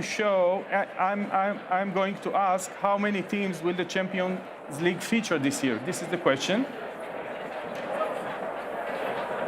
And as you can see in the first line, labeled by thought, the agent reasons and understands that it needs to use a tool in order to answer the question, right? So it used RAG. It answered the question along with the references it used to answer this question. This is what you see, the text in the grayed text. And then I'm going to ask the agent, send this answer over Gmail. And now you'll see again that the agent understands that it needs to use another tool, which is Gmail, in order to answer this question. So this agent here, I mean, it looks really smart to me. It's making a lot of these decisions really for you. smart. Yeah. Very cool. Very cool. Okay, so let's move forward. Retrieval augmented generation with 5.3. So retrieval augmented generation allows LLM to access external knowledge by injecting retrieved information. Let's have a look at the diagram to see how it works. So first, the user indexed tens or even thousands of files on device. These files are being embedded, indexed, and saved into a vector DB. Now, once the user provides a query, we retrieve the information from the database, and we create new unified new prompt, which is composed from the user query and from the retrieved information. We inject this prompt to the LLM and generate the answer. So RAG has several advantages. So first, it augments the LLM knowledge without the need to train the model. Second, there is efficient use of data, right? Because we do not feed the whole document, we just feed the retrieved information. It reduces hallucination, and it improves the reliability of the models, because when it gives the answer, it quotes and refers to the relevant data where it took the answer from. Let's see how it works in the demo. So I'm going to use the same BBC Sport News article for this demo. Sure. But this time I'm going to talk to the machine, right? And okay, not yeah. type.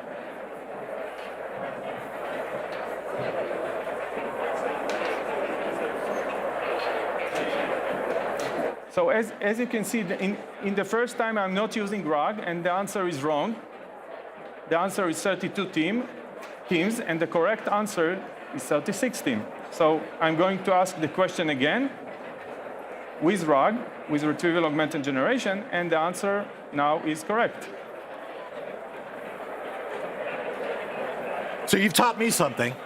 Because I didn't know the Champions League championship had expanded teams. But secondly, I'm really curious, how does this actually run on the Intel Core Ultra processor?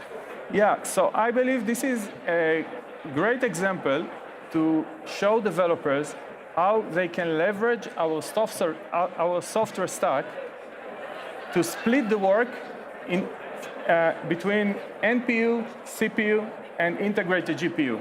Because what we see here is that the Whisper algorithm, the speech recognition, is running on the NPU. Okay. The Phi-3 inference running on the integrated GPU. And the database search is running on the CPU. So this is a great example. OK, so let's move forward to the Lava Phi-3 model demo. So Lava Phi-3 was trained with vision encoder. So the model can handle multimodal tasks that involve text and images. And what I'm going to show you in the next slide is visual question answering. So I'm going to insert an image, and I'm going to ask the model to describe the scene. So as you can see, the model has a detailed understanding of the scene, very good understanding of the scene. It even recommends this place for fishing or simply relaxing.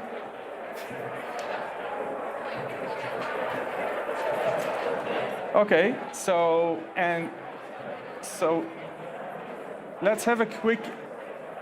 OK, so let's have a quick look at on the code. So this is one of the core parts of the code. This is the LLM inference part. So I just want to show you how easy it is to run Phi-3 and actually LLM inference on the Intel Core Ultra processor. So you just need to define the name of the model. You define the quantization config. Here we are using 4-bit quantization. You need to load the model. You load the tokenizer. Then here we give some sample. We tokenize the sample. We tokenize the input, and we just call generate. OK? And in this case, we use OpenVINO. So it's very easy. And for developers who would like to use Onyx with DirectML, the flow is very similar and very easy. Just define the name of the model, load the tokenizer, define your sample input, and just call generate. Very easy to run. Very cool. Very cool. Awesome. Thank you, guys. Thanks for helping us. As you saw, this was quite a performance of the AI PC running an LLM together. So this is where I would really want to emphasize that what we are looking for is real-world AI.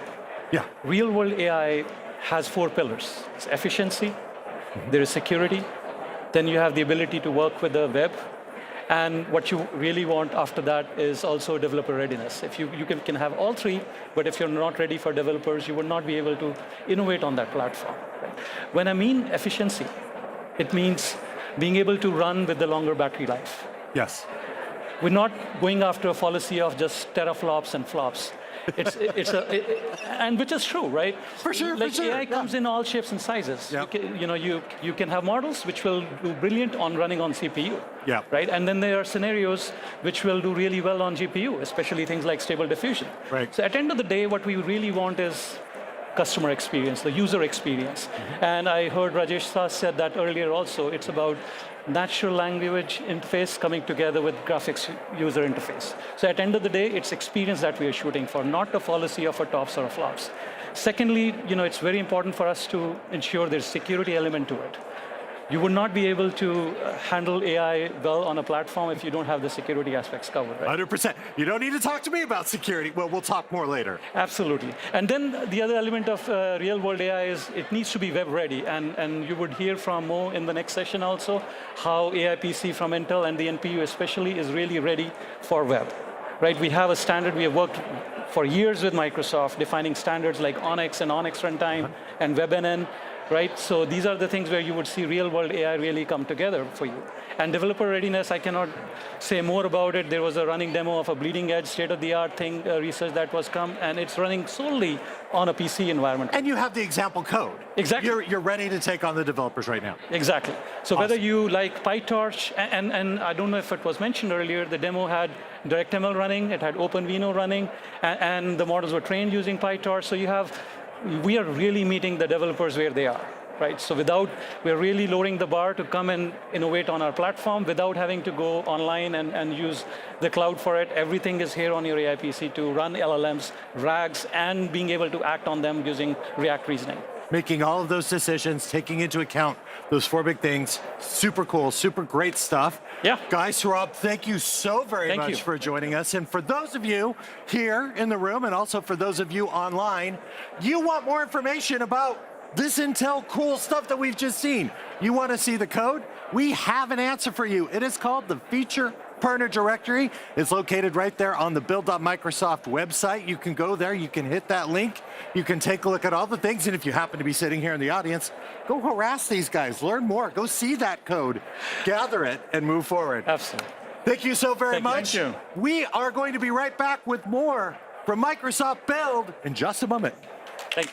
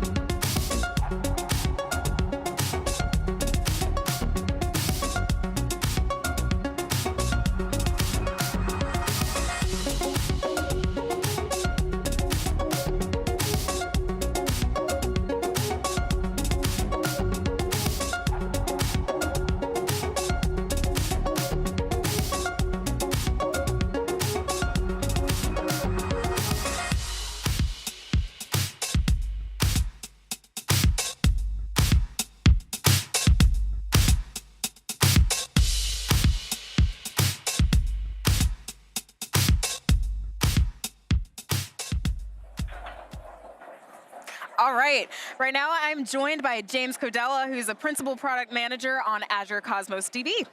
Welcome, James. Hey, Leslie. Happy to be here. Great. Happy to have you.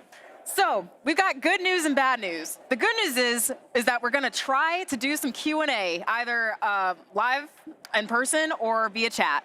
The bad news is that we're going to try to do some Q&A. So we've got a lot of content that we're going to be talking about that's really cool. We may or may not have time for a lot of it. If we do, that's great. If we don't worry. We've got a go-to link for you to learn more about everything that's new in Azure Cosmos DB. So speaking of which, what are some of your top highlights that are being covered throughout Build right now surrounding Azure Cosmos DB? Yeah, so you may have heard we announced earlier today that we're building the universe's most scalable vector database in Azure Cosmos DB. We announced native vector indexing and search integrated right into the core database. We also announced the preview of the disk-ANN index, which I'll talk about a little bit more in a minute. It allows very efficient vector search at high accuracy at any scale. We also have lots of integrations with our favorite large language model orchestrators like Semantic Kernel and LangChain. Sweet.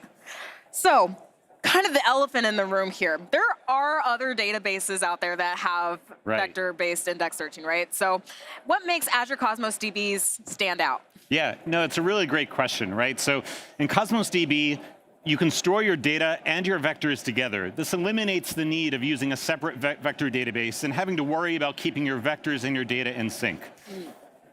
Furthermore, Cosmos DB has a very rich NoSQL query language. You can actually conduct vector searches and filter them based on any existing query filter predicate, ranges, date times, numbers, strings, even spatial indexes. It's very diverse, very complete. And then finally, we offer many types of flexible indexing. We have flat or brute force indexing for very precise 100% accuracy, but we also have quantized flat or compressed brute force, and then the disk-ANN state-of-the-art vector indexing algorithm that I talked about a minute ago.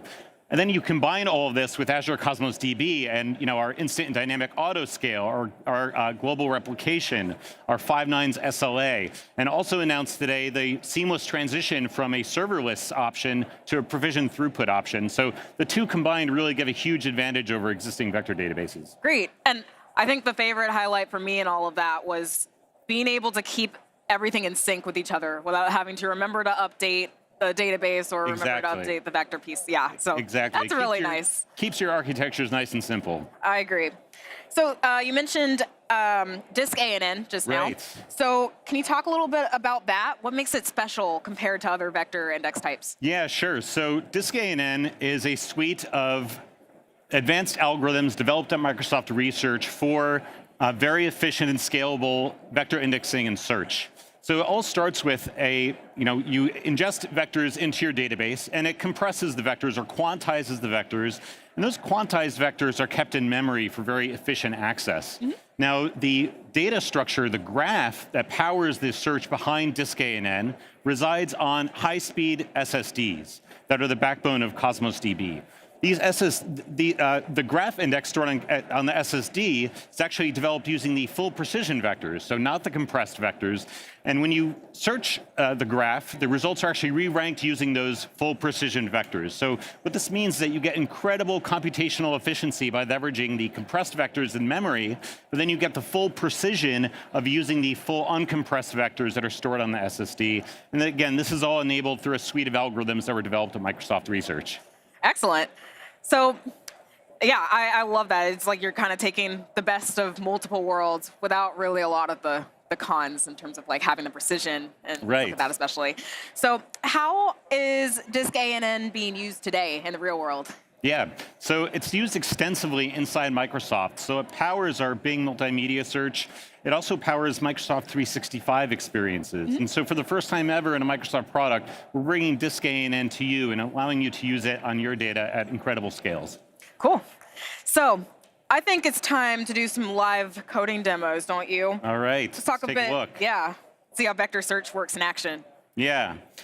All right, so to get started here, I have a Jupyter Notebook running, so I'm going to use our Python SDK. We have a rich set of SDKs for Cosmos DB, as I'm sure you're already aware of, and so we're going to use the Python one here to do some simple vector search. So I'll just go ahead and set up some of my configurations. And then I have something new here for vector search in Cosmos DB. I have to define a policy to tell Cosmos DB where to look in my documents for the vectors. And then I have to define an index, just like I do any other property. And this time I'm going to define the disk ANN index for this container. I'll set up my connection details. I'll have a helper function here that helps me create embeddings really easily using Azure OpenAI. And then I'll get to the meat of it, this sort of vector search, right? So we're going to be using, so here's my vector search query. We're going to be using a new system function in Cosmos DB called vector distance that executes the vector search for us. Okay. So we can project that as a similarity score in the select statement. Cool. We can actually add a where clause and say that we only want to see results that are above a certain similarity score. Right. And then I can order by vector distance. And this is what leverages that powerful disk ANN index. So in this case, is it like the higher the vector distance, the more similar the values are? That's right, yes. So we're going to use cosine similarity, which is a recommended distance metric for Azure OpenAI embeddings. And so the most relevant results will have the highest score, and the least relevant results will have the lowest score. Cool. So we'll run a quick vector search here. And so I have this database. I forgot to mention, I have a container that's full of these products for an imagined e-retailer, right? And so I could search for show me red phones that maybe are in this e-retailer's database. And I can see the documents that come up, right? There's this plush red phone 2000. I see bright phone ultra red. So a lot of great options here. And one thing that you'll notice if we actually search through here is that not only have I done a vector search, but I'm also using a query filter to help me get the right content, right? Because sometimes vector search is really useful and really semantically relevant, but sometimes it just doesn't quite meet the bar. So you notice what I'm doing here is I'm adding a where clause of where it contains c.name red. So I'm looking for a string, a substring in that property name. And again, I can just combine any query filter that I want with this and run it with my vector search. So, and it's really simple to execute vector searches that way. So in this notebook, we've also done a couple of other things, right? So we're going to build this really simple chatbot or shopping assistant for this e-retailer. And we can store our chat history in Cosmos DB. We can also orchestrate our chat completions with our large language model. And we can also implement a semantic cache to save us time and cost for making LLM calls, API calls, every single time there's a user question. And then we can deploy this in an Azure web app if we want, but we can also have a simple function running here in Gradio. So Gradio is a great package to use for a quick POC. And now we can have this chatbot that I have for my Cosmic Marketplace demo. And I can say, show me red phones you have in stock. Whoops. You have. Let's try that. Right. So it will execute the vector search. And again, the vector search and the retrieval is actually really fast. So latency here is because I'm using GPT-4 and it takes a little while. And because we're doing a live demo, so and the of course, demo guys are we're just doing like, a live demo, and we're not the only ones using the internet here at Build. Yeah. But cool, there we go. Now we can see all the options that we have. It's put in a nice format, and we're able to take our data stored in Azure Cosmos DB with our vectors stored in Cosmos DB, execute a vector search, and connect it to our RAG pipeline for our LLM.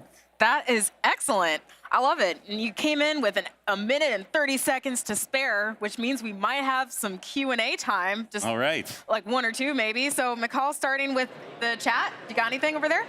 Yeah, actually, one interesting question came in. Can I use any of the Azure Cosmos DB SDKs for vector search? Yeah, it's a great question. So today you can use the Python SDK, our .NET SDK, and the Java SDK. Soon to be JavaScript SDK, and Go will come a little bit later. Cool. And let's do an in-person one. So, hi. Yeah, thank you. So my question is, how would this work if you have a multi-tenant application? How would this work if you have a multi-tenant? Multi-tenant application? Cool. Yeah, it's actually a really great question. So Cosmos DB is designed for multi-tenant applications, right? So one thing that you could do is maybe start serverless. Serverless is great for multi-tenant apps, or maybe you don't have tons of demand for every single tenant. And then and then we have a natural progression, a seamless integration where you can move from our serverless to provision throughput model. And then there's multiple different flavors of dealing with multi-tenancy, everything from isolation on the partition key level, index level, container level, database level, and even resource level. Thank you. All right. Great questions, y'all. And that concludes our Q&A. Very short and sweet, but great questions all the same. So if we didn't get to your question, no worries. Where can people go to learn more? Yeah, so you can check us out at aka.ms/cosmosdb-diskann, or you can come over to the CDA over there and ask me some questions. Great. Well, James, thank you so much. Go check out the booth if you're here in person, and also go check out the website. Yeah. So thanks again. Thanks, Leslie. All right. That was awesome. I loved that. That was it was cool. fantastic. Yeah. All right. By the way, so much news in the world of Azure, right? So much news. What's been your favorite? I really like the Azure AI Studio enhancements. Yeah. I know we've talked about it a little bit, but there's the toolkit, and that includes Azure SDK as well as Visual Studio Code, which I love and are both critical to my deploys. These are all your wheelhouse. Yes. You live in this all day, every day. This is my thing. This is the wheelhouse. That is my wheelhouse. I love it. You know what I loved? At Ignite, Azure AI Studio went into preview, and to see it go live at GA, now at Build, is pretty cool. Full circle. So everyone go forth to use Azure AI Studio. If you're not using it, go and use it. Speaking of, GPT for Omni-O is soon going to be available for everybody in Azure AI Studio. It's in the early access program right now. But while you're waiting, get real familiar with how to use Vision and all of these sort of multi-models. They're multimodal models. There's a bunch of them already available, as well as small language models, open source models, et cetera, in the Azure Model Catalog. So if you haven't gone and taken those and built your own little AI app, you could do it very easily. Yeah. And it's decidedly a low-code activity. Yeah. Right? I'm really excited about the responsible AI enhancements. Yes. Make sure you check out that dashboard, give us feedback. Yes. I'm so excited to hear about the audience diving into some more of that stuff we're showing for you. Okay, so I like that, the content moderation dashboard. Okay, let's talk about that a little bit. Yep. So you're building an AI product. Hello. You're building a content moderation, you're building an AI app, and one of the things you have to think about is like, okay, what kind of content moderation do I want to have? What do I want to block explicitly? Like, I don't want to talk about war, I don't want to talk about violence, I don't want to talk about this, that, and the next thing, but I'm okay, I have more tolerance around these other topics over here. So I like that level of freedom that you get. It's not just like high, medium, low, but there's all those individual levers on what you care about. Go in there and have the granular fine-tuning, different type of fine-tuning, but you get to really own that model and figure out then what's the needs of your use case. That's right. Okay, so funny information, fun fact. Do you know that our team worked very closely with OpenAI to make sure inclusivity is factored into responsible AI? I love that. And a big part of inclusivity is people with disabilities. So we made sure that our AI models are not, well, we're trying to make sure. We are doing our best to make sure our AI models are not ableist towards people with disabilities, right? Because that is important for our global audience. You know what? Joey's waving at us, so we're going to bounce to him and end video. Hey, Donna and Don, thank you so very much. I was just waving because I saw Donna over there. But hey, we'll come right to me anyway. Listen, I have got an awesome, cool segment with my friends from NVIDIA. But before we do that, they brought us a video. So let's check that out. Microsoft and NVIDIA are helping the global $46 trillion manufacturing industry digitalize their processes. Industrial workflows require highly skilled teams working across many tools and applications. NVIDIA Omniverse Cloud APIs on Microsoft Azure bring data interoperability, collaboration, and physically based visualization to software tools for designing, building, and operating industrial digital twins. To build an operational digital twin, designers first design, engineer, and simulate products and manufacturing processes using Hexagon Nexus. Facility planners use Hexagon scanners to capture the real world and render in Reality Cloud Studio. Engineers work in Rockwell Automation's Emulate 3D to simulate production systems before deploying to the physical factory. Then, with Omniverse APIs, data from each of these applications flows seamlessly into a unified Omniverse digital twin in Microsoft Power BI, where teams can see their 3D data in context. When the factory comes online, IoT data is live linked to the Omniverse digital twin in Power BI. And when connected to Microsoft Copilot, factory operators can gain insights into their production data using natural language. Together, Microsoft and NVIDIA are bringing AI and collaboration to the next era of industrial digitalization.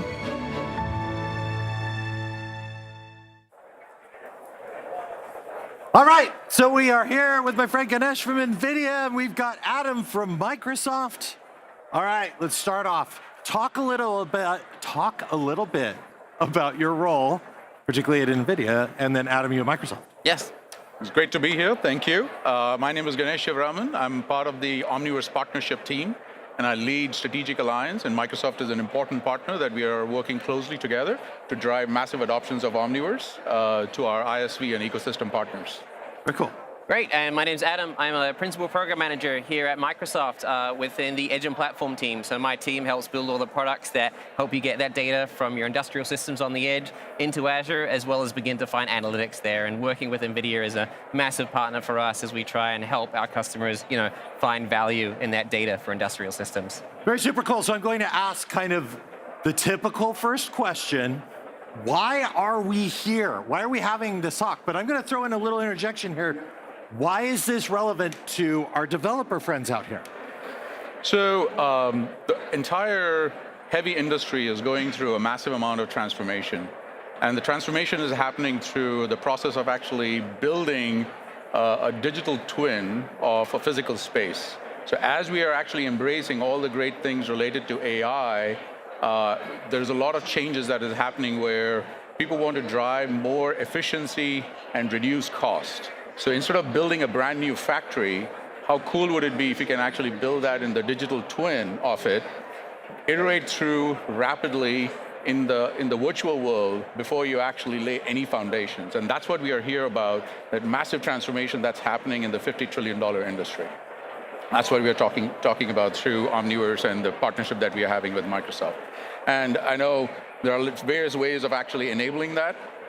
Yes, and before all that, like a lot of these kinds of things, the reasons we do it, like Ganesh mentioned before, optimizing these designs, creating these operations, and some of the mechanisms that we do this with, these technology enablers we have, are these open standards, this concept of USD or OpenUSD that we'll talk about more in a second, as well as this generative AI and the use of robotics, and the ability to essentially use robotics and create environments within Omniverse that you can then use to train these robots later on down the line without having to commit all these resources to doing it, as well as, of course, RTX with NVIDIA.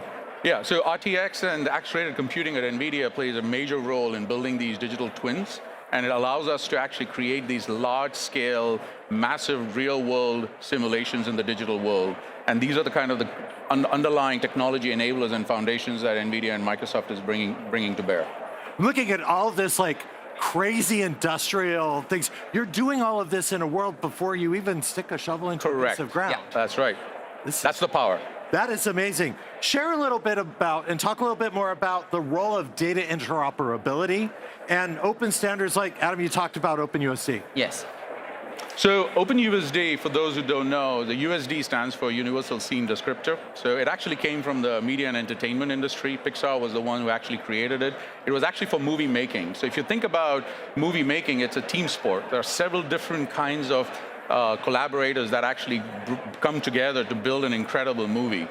Guess what? In the industrial world, it's also a team sport. You have several different functional expertise that comes together to build a factory.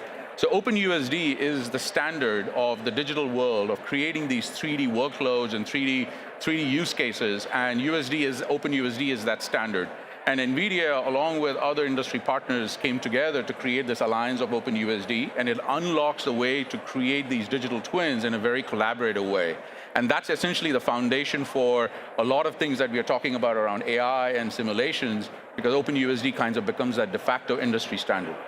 This is crazy because normally when you think Hollywood, right, you're like, they're the ones who create these fake things right in front and that stuff, and then we're almost flipping it in reverse, where you're doing it kind of in a not real world, and then bringing that to the real world. That's right. That's exactly right. Technology that Hollywood built. That's right. Super cool. That's right.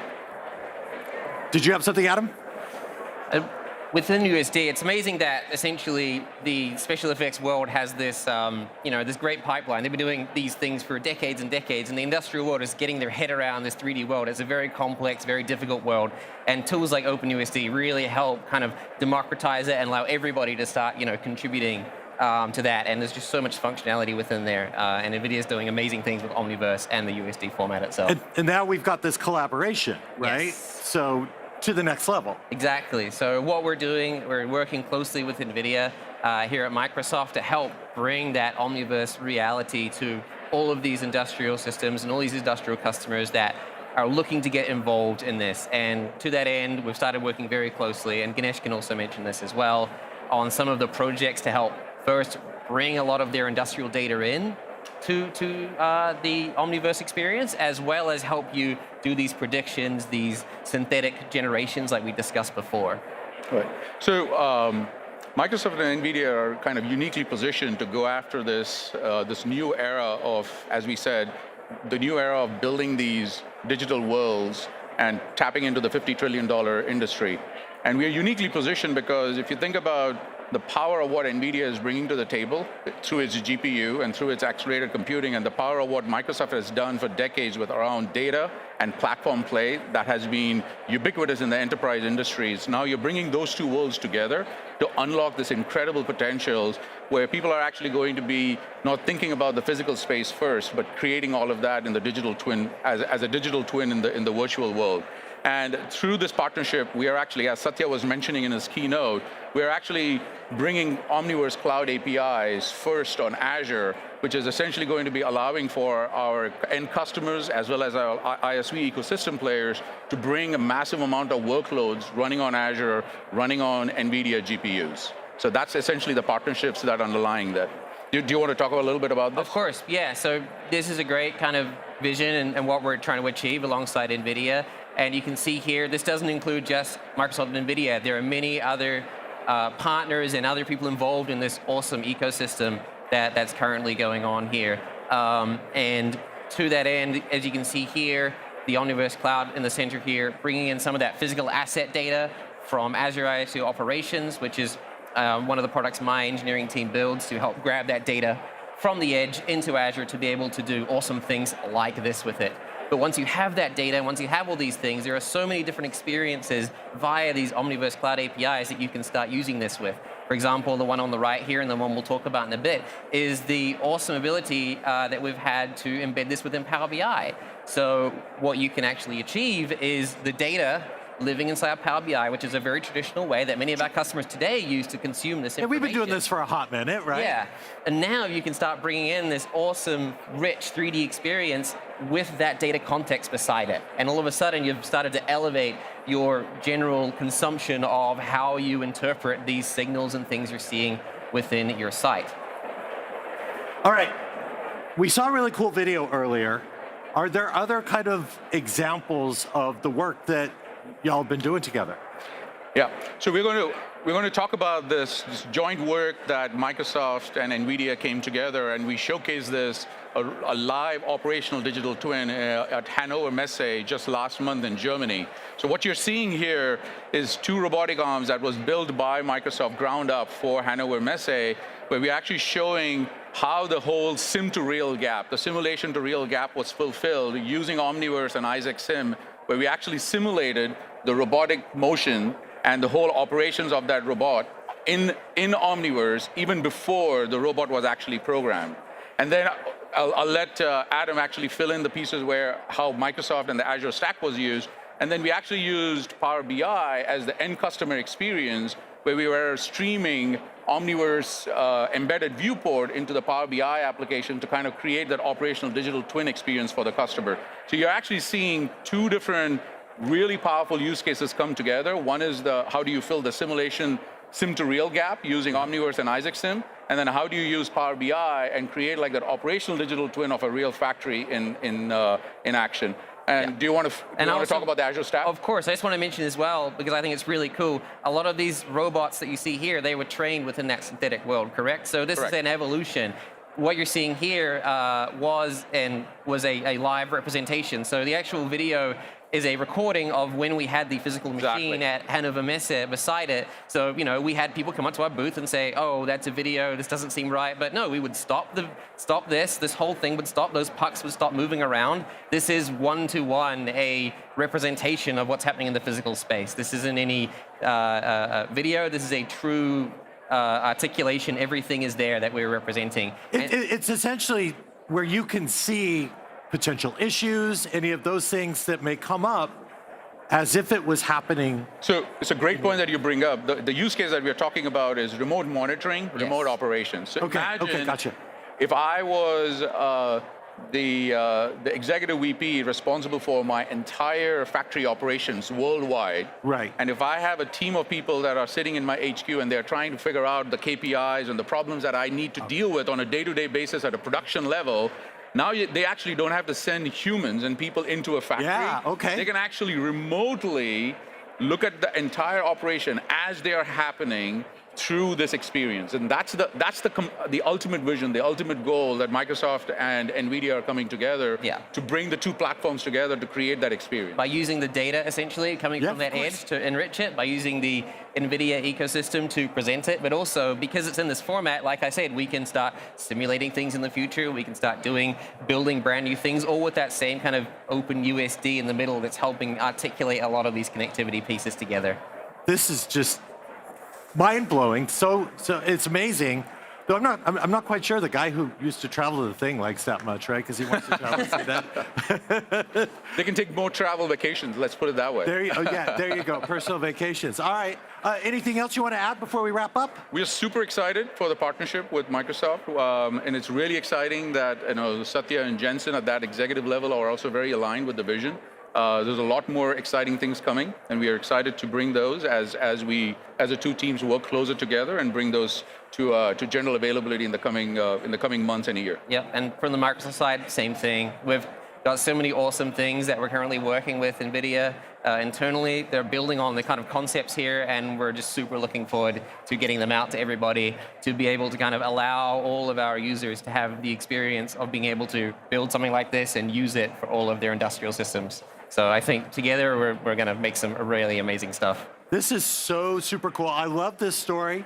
I love hearing, oh, hey, we're going to take things that were invented in Hollywood and we're going to bring this into a manufacturing world, and we're going to change not only how you do things before you build. That's correct. All the way through building to actual real-time execution and delivering that with the data and the power and the tool set. A lot of these tool sets are already in use. Correct. We have Azure, we have Power BI, and then you just expand upon it with the NVIDIA experience. Exactly. Yeah. So super cool. Ganesh, Adam, thanks for being here. Thank you. And for those of you in the audience and those of you watching at home or wherever else you happen to be watching, looking at Power BI data, you can get more about the NVIDIA partnership that we have through our partner directory, the feature partner directory right there on the build.microsoft website. You can go there, get some really cool demos, get some really cool information, so check it out.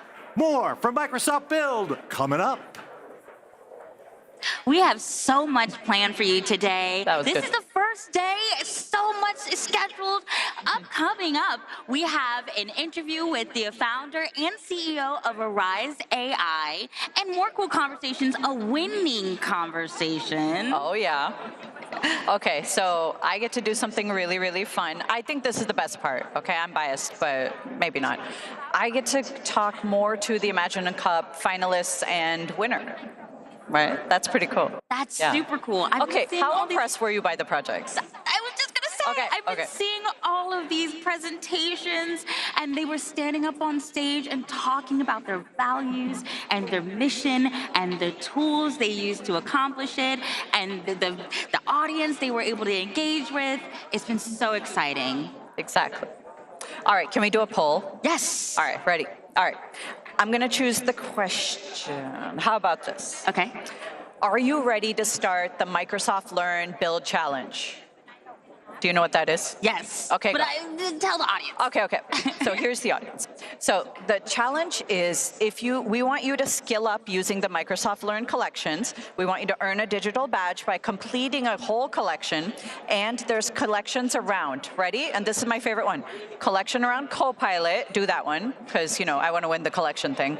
Second, GitHub, Microsoft Azure, and Microsoft Fabric. So choose one of those collections to do, and then you will, be the Microsoft Build Challenge winner. Yeah. Yeah. I love that you get the leaderboard, but tell me whether or not you're ready. Okay. First option, yes, I've been waiting for this. It's on my radar now. Second option, tell me more on how to get signed up. Third option, or fourth, I'm registered and ready to go. I want to hear it. Which are you? Yeah. All right. And I love the Microsoft Learn challenges. I've been able to engage with some of them. And what's really cool, they have this leaderboard. Which one are you going to do?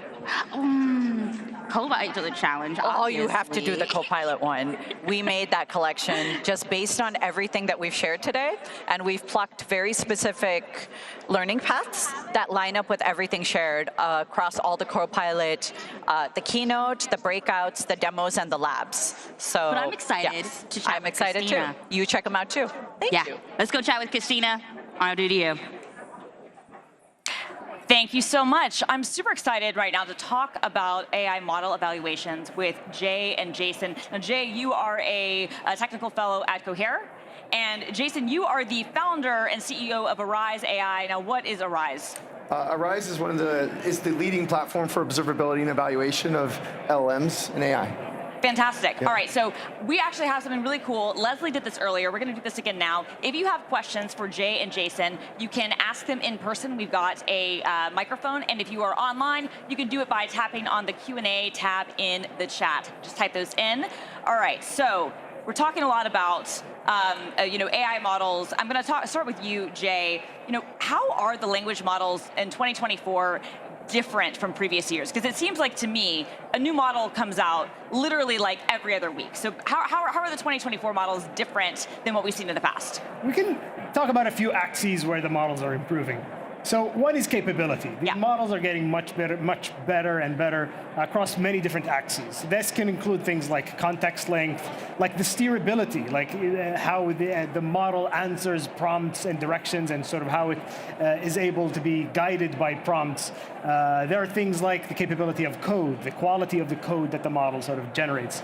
But there are also improvements in terms of efficiency and how this is, for us at Cohere, we focus on enterprises, and for enterprises, efficiency is important. That smaller model is fast, it outputs results sort of very, very quickly, and so more and more the industry is figuring out better and better ways to have the smaller models do much better performance across various tasks. No, which is really exciting to see that, I love that trend because I think it's good for all of us. We get more apps out there and more usage out there. Jason, when it comes to evaluating these models, how are teams evaluating their LLM applications?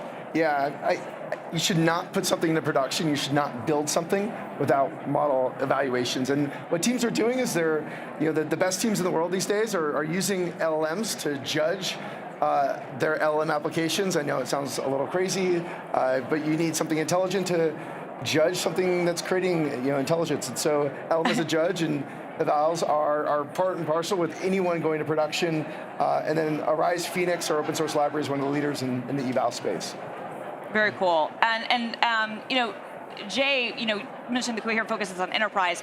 How are enterprises thinking about RAG, retrieval augmented generation? Yeah, retrieval augmented generation arises as maybe the most commonly sought after use case for deploying large language models. Yeah. When the enterprise or when companies sort of started to deal with generative AI and generative language models, people started chatting with the models, but then the next thing that they wanted to do is how to make their output a little bit more factual. Right. Or how can I chat with my own data, internal data. And so retrieval augmented generation makes that possible. And so over last year, we saw a lot of people trying to do demos and POCs of initial RAG demos, but there are several ways to make those better and keep improving them. And so we have, let's say, a roadmap of advanced RAG techniques that people can do to improve the capabilities of these models beyond just doing a search step and then a generation step where you insert the context. And so focus on reliability, focus on improvement of the search step and the generation step, as well as things like multi-hop RAG and multi-query RAG, which all come together to make RAG systems that are more and more capable and reliable for the enterprise. Because that's also what they want, right? Because it's great to have these models, but we really want it to be tuned to our data and what we're doing, not just kind of a generalist sort of thing. Jason, when we were talking about this actually earlier before we got on stage together. We think about observability for AI applications and LLMs. Like, how do you tie that into evaluation? And like, why does that even matter? Yeah, I think it's really hard to go from a Twitter demo to a product. Really hard, and harder. In the AI space, incredibly hard. And so what you need is observability to be able to troubleshoot and debug these apps. You need to be able to have observability to collect the data to even evaluate in the first place. So these frameworks like LangChain and Llama Index are incredibly complex. So debugging a one line of code app can be 100 distributed system calls underneath. Yeah. So observability is used to collect the data and use it and troubleshoot what you have to bring it from demo to production. Yes, which I think is important, right? Because I think we've all been there. We're like, we built this thing, and it's almost there. Yep. And then the debug stuff is the thing that was going to take us forever. The last 20% is the last 20% because of how the systems are built and because of the whatnot. I'm actually hearing that we do have some questions. We're going to start on the digital side. What is our first question? We do actually have a question. This may be a good one for Jay. What are the best practices for evaluating RAG systems? So that's a great question, because a lot of people deploy and they need sort of a way to measure RAG. And it's not a straightforward evaluation, but there's a number of ways to look at it. So there's a RAG system basically is two major components, a retriever and a generator. And there can be language models in both of them. And so thinking about evaluations for the retriever on its own with classic information retrieval metrics, and then the generator itself with things like faithfulness, but also end-to-end evaluation of the entire sort of RAG flow. Our team has been putting out research. One of them is the KILT benchmark to evaluate RAG systems end-to-end. And so that's a good way to decompose it into all of these and sort of troubleshoot each of these components on its own. Very cool, KILT system. All right, our next question is actually going to come in person. Please step up. What's your question? Okay, thank you. So this is a question to Jason. Jason, like in past 2 years, we have seen a shift in a lot of things from traditional ML to like LLMs. Like, what is the major shift you have seen in terms of observability? Yeah, so we hinted at it at the beginning. We're in traditional ML, you have a performance metric like precision or accuracy. In LLMs, it's an eval. It's using an LLM to generate that performance metric versus something that's traditional. So I would say that's one big area that's come up. I would say the other one is just there's a proliferation of frameworks. The LangChains and Llama indexes make what goes on under the hood even more important to trace and understand what's going on in each part of your chain. So I think those are the two big differences as I look at this space observability-wise. Thank you. Great. All right, our next question from the digital side. Sure, yeah, we actually have another one for Jason. What are the biggest challenges in moving an AI product from demo to production? Great question. Oh, wow. Great question. So I do think I do think some of these frameworks, I would say a LangChain, for example, I see a lot of teams that have built that proof of concept on it, but as they go to production, it's quite hard to debug.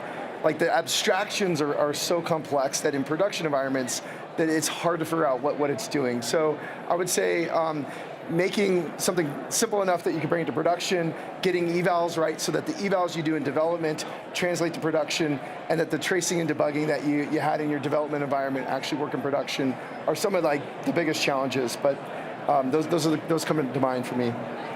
Jay, do you have anything to add to that? Anything that you've seen in your experiences? So focusing on reliability is a major thing. Yeah. I love the Twitter demo. You're completely correct. Is a common thing. Exactly. It is. So reliability and measurement is key for business use cases, I would say. No, and I think you're right. Like we all get, kind of starstruck by these demos, and it looks great, but it's not going to really be ready for production. Certainly not in enterprises. Yeah. So that's why we need to do testing. That's why we need to do reliability, and we need to do these evaluations. All right. So final thoughts from both of you. Jason, where can people go to learn more? Yeah, so aka.ms/arise with a Z is the link for getting to check out the product. Check out Arise Phoenix, one of the open source tracing evaluation libraries out there that's gaining in massive popularity. Awesome. And Jay, anything? We'd love people to search for Cohere in Azure. They can deploy Command R in our latest sort of models to do advanced retrieval augmented generation privately on Azure. Fantastic. Jay, Jason, thank you so much. Thank you. Thank you. Okay, I love that session. I was supposed to be paying attention here, but I'm listening to them. That was really interesting. I've been talking at you the entire This time. is true. This is true. Okay, everyone, I heard the funniest thing in the whole world, okay? Someone said Joey as a unit of measurement. So someone's like, that thing is 1.5 Joeys. Correct. Your That's unit of frightening. measurement I'm a here at unit, Microsoft unit Build. of measurement. At least I'm not an AI model yet. Wow. Okay. But I'm not sure how you would test that with another AI. AI Inception. Yeah. We have AI Inception at Microsoft Build also. Okay, you know what was interesting about their talk? All of the different ways you can RAG stuff. Yeah, I got a lot more, because I'll be honest, my RAG knowledge is lacking.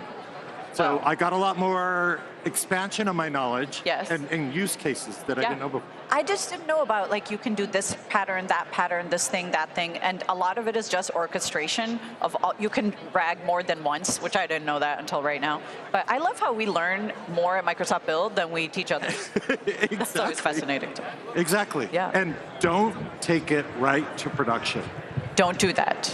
Hey, I hear you're going to meet the Imagine Cup World Champions. I am. So that is definitely the favorite part of Build. I'm going to be interviewing Zulal and Emre in a little bit, and we're going to talk about what their project is, who's the first person they called once they won their ginormous trophy this morning, and what they're going to do next with their project. I am so excited for this because when you talk to the semifinalists and runner-ups, I was like, how did they not win? And now we've got the actual winners. So this is absolutely amazing. All right, we're going to send it over to Dawn. Dawn, it's your turn. I'm here with Peter McDonald, VP of Cloud and Strategic Partners at Snowflake. I'm so excited to chat with you. I hear you have some initiatives with AI and Microsoft and all of that. It's really exciting. Can you tell us a little bit more? Absolutely. Just about a year ago, Satya and Snowflake's CEO announced a new reinvigorated partnership focused on bringing AI to our customers with the Snowflake Data Cloud platform. Snowflake has some great capabilities in scalable analytics, ease of use, data collaboration that we've seen wide adoption in enterprise, including many thousands of customers on Azure. So what we want customers to understand is whether you want to use the Microsoft AI stack, the Snowflake AI stack, or a third party, Snowflake is the best or the ideal data platform to build on top of. Now, on top of that, just last month, we launched Snowflake Arctic. Snowflake Arctic is an open, large language model focused on enterprise use cases. So things like instruction following, SQL generation, things like that. We're at the top or near the top of all the industry benchmarks, which is great. And it's open. It's licensed under Apache 2.0. And we provide code templates and a bunch of other things for customers to use it. So that's been fantastic. And it's available not only in Snowflake Cortex, which is our own AI offering, but also on other model gardens, including, for the folks here at Build, most importantly, Arctic Model Catalog. That is so cool. I'm smashing benchmarks. Good news. I love open source. That's great news. And I also know that you have some new news from today. Yes. Okay. So just this morning, we had another big announcement with Microsoft, and that is regarding how Fabric OneLake can now interoperate with Snowflake using the Apache Iceberg format. This provides for interoperability and bidirectional data exchange between Fabric OneLake and Snowflake, so you don't have to go through the cost and otherwise to manage different data silos. When you can access through Microsoft 365 data in Snowflake. If you're in Snowflake, you can access data in Fabric. So great cost savings, great collaboration. Super happy to be partnered with Microsoft. I'm so glad we got the latest. Thank you so much for joining me. Great, thank you.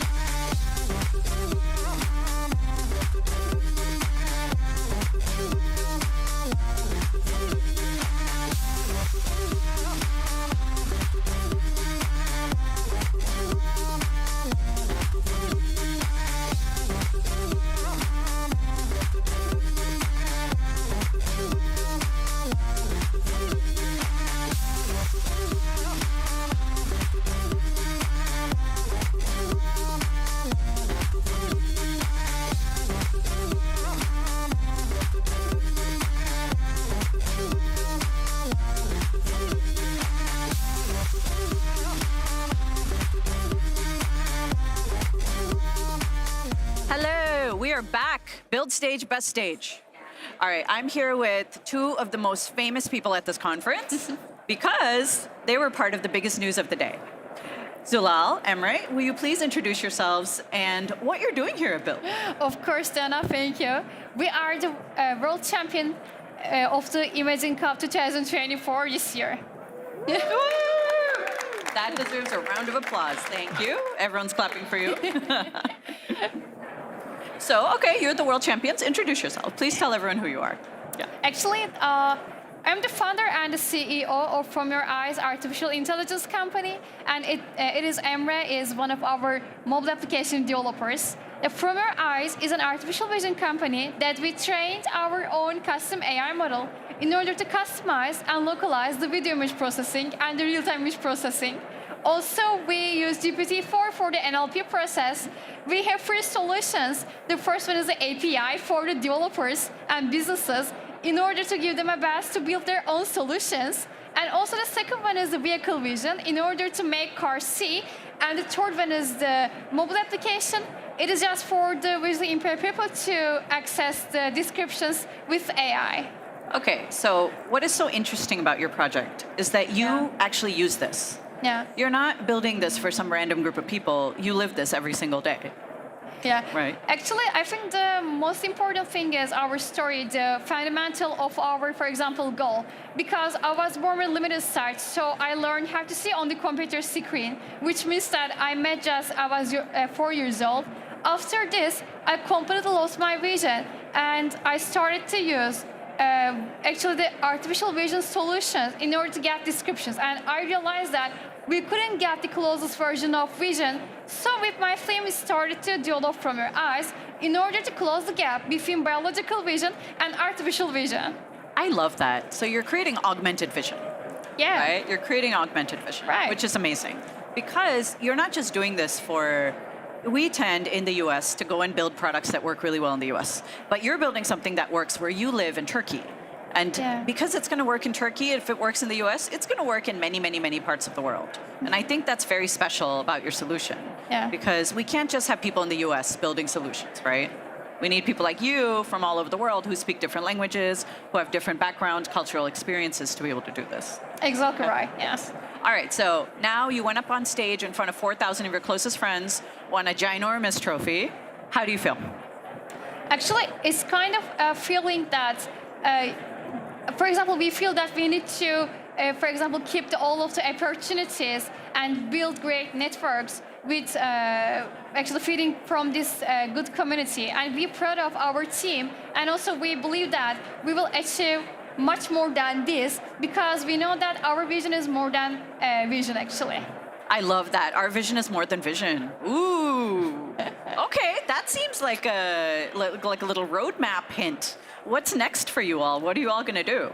That's a great question, too. Yeah. Actually, we have 3 next steps. The first one is that we are in the investment round. So we need to close up this investment with a huge required actually investment, actually.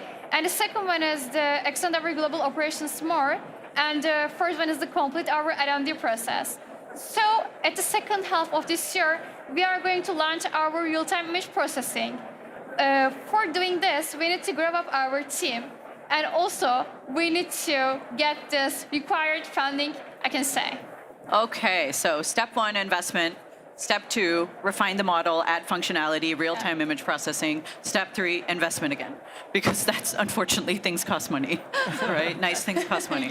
So I love that because you've already got a plan. And when you came in, you already had like a detailed plan. And you've got customers. What I think is very interesting. Do you want to share with everyone who your customers are? It's a big deal, actually. Of course. Yes. Actually, especially on the vehicle vision part, we have special customers. The first domestic car of Turkey, which is TOGG, is one of our customers because when we integrate our API or APK to the vehicle, we directly start to work with the operating system of the vehicles and to reach out to in cameras and outdoor cameras of the vehicles in order to assist the drivers and the passengers, being as a virtual assistant for them. And also the biggest airport of Europe, Istanbul Airport, is one of our partners. We integrate our API to the mobile application of the IGA in order to make sure that the fully accessibility for the visually impaired people during the airport journey. For example, finding the right exit door, passport control, or shopping. There are so many cases to solve them, actually. Do you think you would use this app to navigate the airport by yourself? Yeah, of course, actually. She's like, obviously, how do you think I got here, fool? Thank you. I appreciate that. All right, so Imagine Cup 2025 is now open for business. What is your advice to next year's applicants, next year's students? Okay, actually, they just need to trust themselves and build, imagine, and live. And actually, Imagine Cup is here to support them. Look at that, call to action, so clear. Have a vision, build the thing, and really lean into the Imagine Cup community, the team, the program to help you. Thank you so much for joining us, and thank you too. Thank you so Tulal much. and Emre. Welcome back to the Microsoft Build stage. We are at full swing in day 1. In our previous interview, they are so cool, the Imagine Cup participants and the winners. The winners, no, what they're doing is incredible. Like, I'm blown away. The tech is so impressive, and I love them. And they already have customers. I know. So cool. I'm very, very proud. Like, yeah. Very, very cool to see. So, we've got a bunch of stuff coming up. Like, we were going to be learning about the latest from Microsoft Copilot Studio. Yep. That's something we've got going on because this is the Copilot show, basically. And so you definitely want to stay tuned in for that. What else do we have going on that I know that you're excited to see? Yeah. Well, if you're interested in a career boost, yes. I mean, I know we all could use a little bit of juice sometimes. It depends on what the industry's looking like. You can do the applied skills on Microsoft Learn to really get that level up you need. I think that's really encouraging. I've had the pleasure of talking to the Microsoft Learn team today, and it's been so rewarding. And they're also like really great people who just invest so much energy into really learning the landscape. No, and what's really great about Microsoft Learn is that they update this stuff all the time. So if you're looking to get upskilled, especially when we talk about AI, the Microsoft Learn resources genuinely are fantastic. They're some of the best, and especially as we get more into the LLM space, it's a really, really good place for people who might not have a lot of background but want to do that upskill. So take that challenge for sure. Totally. And it's not just for students. No. It's for people of all skill sets. And especially if you're like an expert in one area but want to do the beginner content in another. That's the thing. Skill. All right. Well, we've got more coming up next, but first we're going to kick it on over to Joey. Hey, thanks, Christina. Man, I miss Christina. Hey, so earlier this morning, I was sitting there watching the keynote with Satya, and he talks about this thing called WebNN. And I went, Self, what is WebNN? And I thought to myself, hey, let's bring my good friend and Intel fellow, Mo, right here to the build stage to talk a little bit about WebNN. Welcome, Mo. Thank you for joining us. There are applause in the room. Yes, of course, of course. Okay, I need details. Talk to me a little bit more. The keynote, it wet my whistle. All right. So I am super excited to be announcing here at Build the availability of WebNN for Dev Preview, a very powerful API that is going to bring AI to the web platform on all devices, on all browsers, taking full advantage of hardware capabilities of AI PC. Okay, ready now. All right. So today, between 60 and 65% of the time people are on PC, they are actually on the web. Duh. True, that's me all day. Like video streaming, video entertainment, education, search, and all the applications that are there. Bringing AI everywhere means bringing every AI to the web platform on the device. In fact, with age of AI PC has begun, the device, the AI PC, is best suited for running a lot of those experiences on the device. The way it is done right now, it is through the magic of a URL. You go to the cloud and you execute your inference in the cloud. But the device is capable of doing that. Much better latency, less cost. Why do you have to pay service for that when your device is capable of doing that? And much less overall energy consumed and better privacy protection. So with AI PC, the Intel Core Ultra has 3 AI engines: CPU, GPU, and NPU that you heard this morning in Satya and Pawan's keynote, each having its own sweet spot. Like if you want to do something quick, turnaround, lightweight, CPU might be the best choice. If you want to do something throughput-oriented, GPU might be the best choice. And if you want sustained, power-efficient AI experience, NPU might be the best choice. And this complex system, to program that by web developer who are not Ninja system developer, they need an API. And it is my privilege to be announcing today with Microsoft the preview availability, dev preview availability of WebNN, a AW3C standard API across all devices, operating system, and fully capable of taking advantage of hardware capabilities. It is intrinsically supporting the heterogeneous execution engine of the system, AI PC like CPU, GPU, NPU. It is already integrated in the most popular machine learning frameworks like Onyx Runtime Web. It's one of the backend execution providers on Onyx Runtime Web. And it delivers near native execution characteristics, near native performance, near native power. You will see the results now. More importantly, its methodology is general and it supports computational graph. So any model can be translated to WebNN. Bring your own model. That is WebNN. Okay, Mo, I want to ask you, how big of a deal is on-device web AI, and in particular, WebNN? It is absolutely transformational. Now the developer, for the first time, doesn't have to worry about the backend service. The application itself is equipped with the software to run on the AI PC, delivering AI experience with near native performance. I think with 17 million web developers, we will see a surge of web applications that are designed with AI integrated in them from scratch. So it is an API, standard web API. It can be used directly by the developer. It can be used as part of a framework, use Onyx Runtime Web. Then it runs on WebNN and takes advantage of hardware capabilities. It can be used inside the browser. It can be used outside the browser. The implementation takes care of that, running it efficiently, mapping it to the hardware platform that the system is running on. It is a JavaScript API. Any machine learning model can be translated to that. Its performance is near native. By that, we mean above 80% of native performance.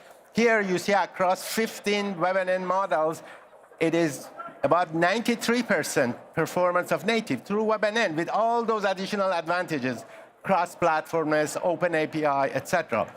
On GPU, here you see across these 26 models, above 83% performance of native delivered by WebNN.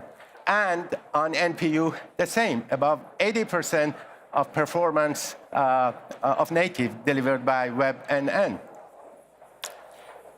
So here is a website hosted by Microsoft. I highly encourage everybody to go and explore these exciting AI experiences.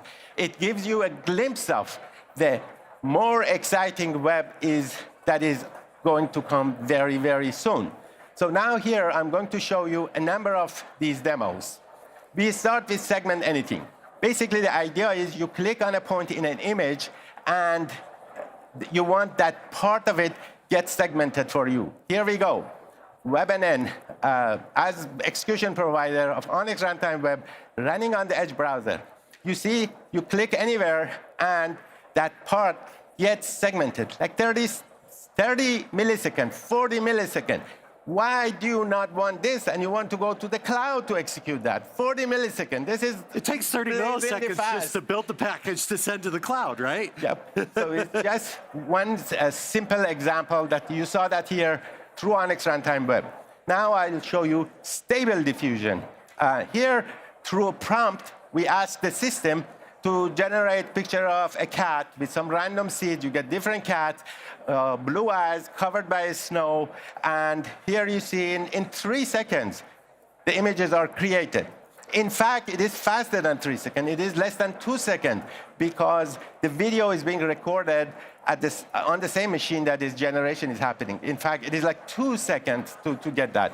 And here, you basically see a different generation of stable diffusion on this demo. So, and you can come by Intel booth and play with that, generate anything you want, humans, etc., and with the same speed. Next, I will show you NPU execution, WebNN running on NPU. We will show you object detection in live camera running on NPU. In that demo, we show a phone that is having a movie to the camera of an Intel Core Ultra laptop. And the object detection is done by NPU. The video, the camera capture is done by GPU. Here we go. So you see on the left side, object detection at more than 100 frames per second running on NPU. On the right side, in the task manager, you see NPU utilization high. GPU utilization high because GPU is capturing the media stream and NPU is doing the object detection. This is AI PC at its best. It is delivering this experience. Each part of the system is executing what it is good at, and you get basically this experience. And as mentioned before, NPU is designed for sustained AI experience, power-efficient AI experience. Next, I'm going to show you a demo of NPU running on ConMigo. It was great to see Sal Khan in the keynote this morning with Kevin Scott, and also Khan Migo mentioned in basically the CEO keynote. As a result of collaboration with Khan Academy and Microsoft, we have a proof of concept demo of speech to text done on AI PC using WebNN. Today, Khan Migo, essentially Khan's innovative, intelligent tutor and teaching assistant for students, for teachers, and for parents. You can interact with the system through speech. You record your speech, you submit, it goes in the cloud. It goes to the cloud, it gets translated, and the result is sent back. This is a proof of concept that the same experience, you can actually do it with better latency on AI PC. So here I stay quiet, and you see the student is talking, and speech to text is being performed on the device. And to show you, to make you confident that it is actually happening on the device, we disconnect the Wi-Fi. And you see, without network, it is delivering the same experience. Here we go. Let's debate There whether should be homework sound. is necessary or if it should be banned.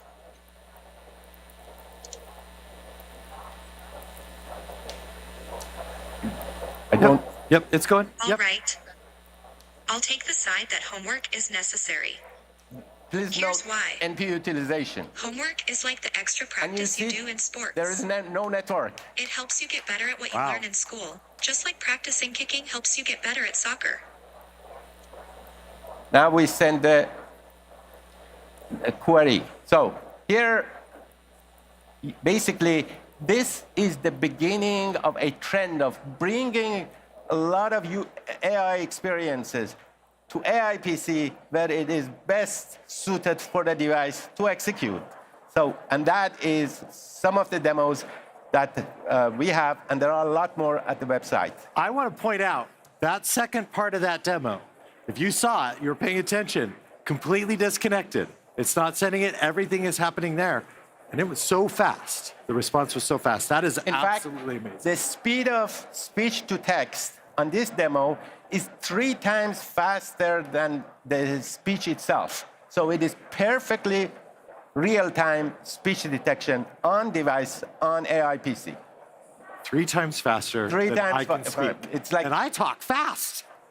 System is faster. NPU is faster. So. All right, Mo. I have to ask this. Is WebNN an Intel-only thing? Is this an Intel Microsoft technology? What are we talking about here? No.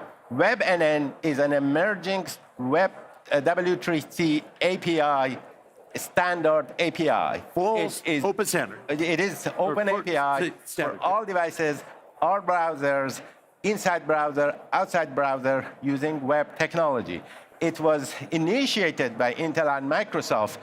My colleague Nin-Chin Hu and Dwayne from Microsoft, they are the editors of the spec, but since version 2 of WebNN, we have great participation from other industry leaders, Google, Hugging Face, and many others. So, and recently, Apple and NVIDIA have also joined the working group. So it is an industry coalition to bring AI to the web in the spirit of open web platform, like video on the web.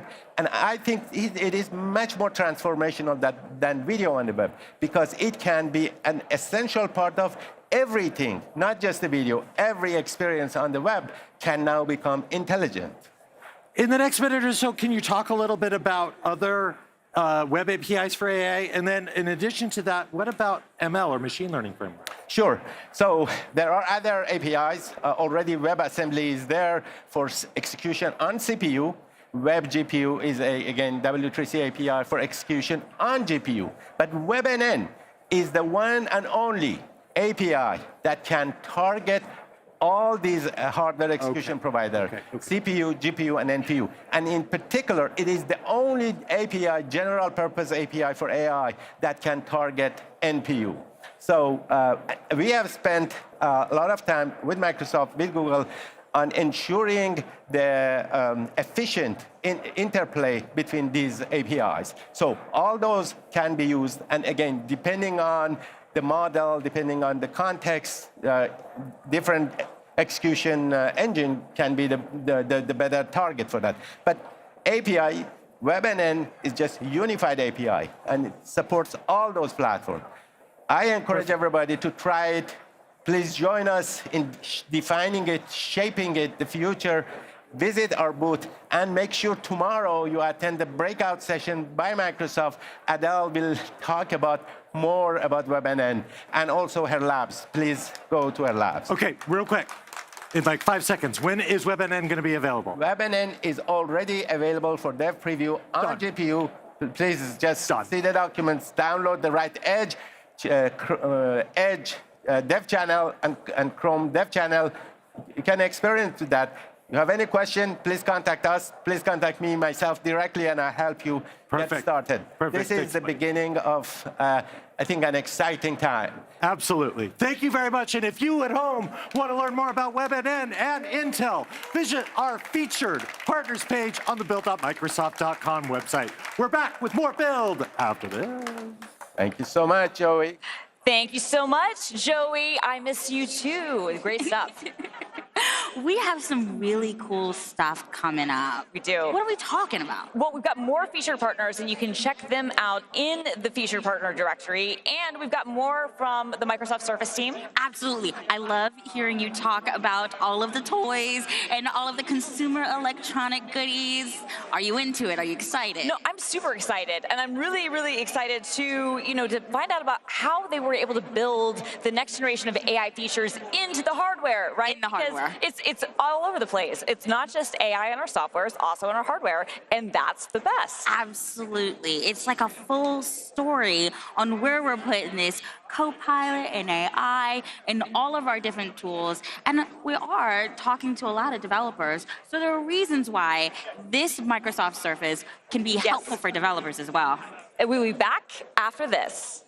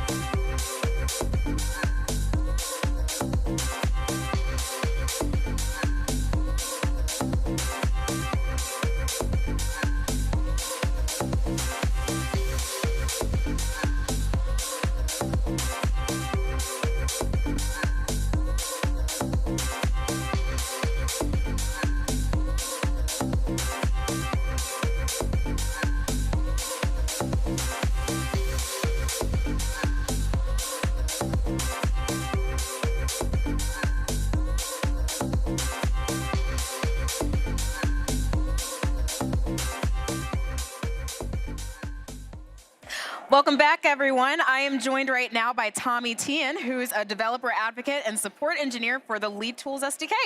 How you doing?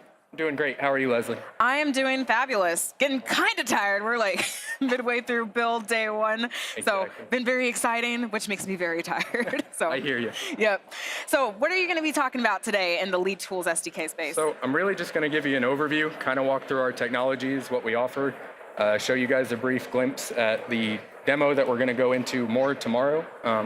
That's about it. But this is actually my second Build conference, but it's my first time being up on the stage and being a speaker. So super excited to be here and get to share some of the awesome ways that our SDKs enable and enhance intelligent document processing. Sweet. What a way to level up on Build trip number 2. Exactly. Cool. So can you tell us a little bit about the SDK, where Lead Tools came from, and how it stands out amongst its peers? Absolutely. So we're actually based out of Charlotte, North Carolina. So we've been around for 34 years.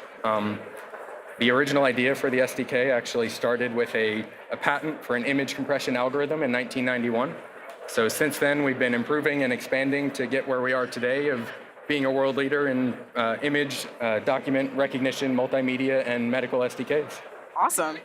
Cool. So what are some of the unique parts of Lead Tools? Like, why should somebody consider choosing Lead Tools over another kind of SDK like that? So a big point that I like to make is most of the technologies offered nowadays are cloud focused.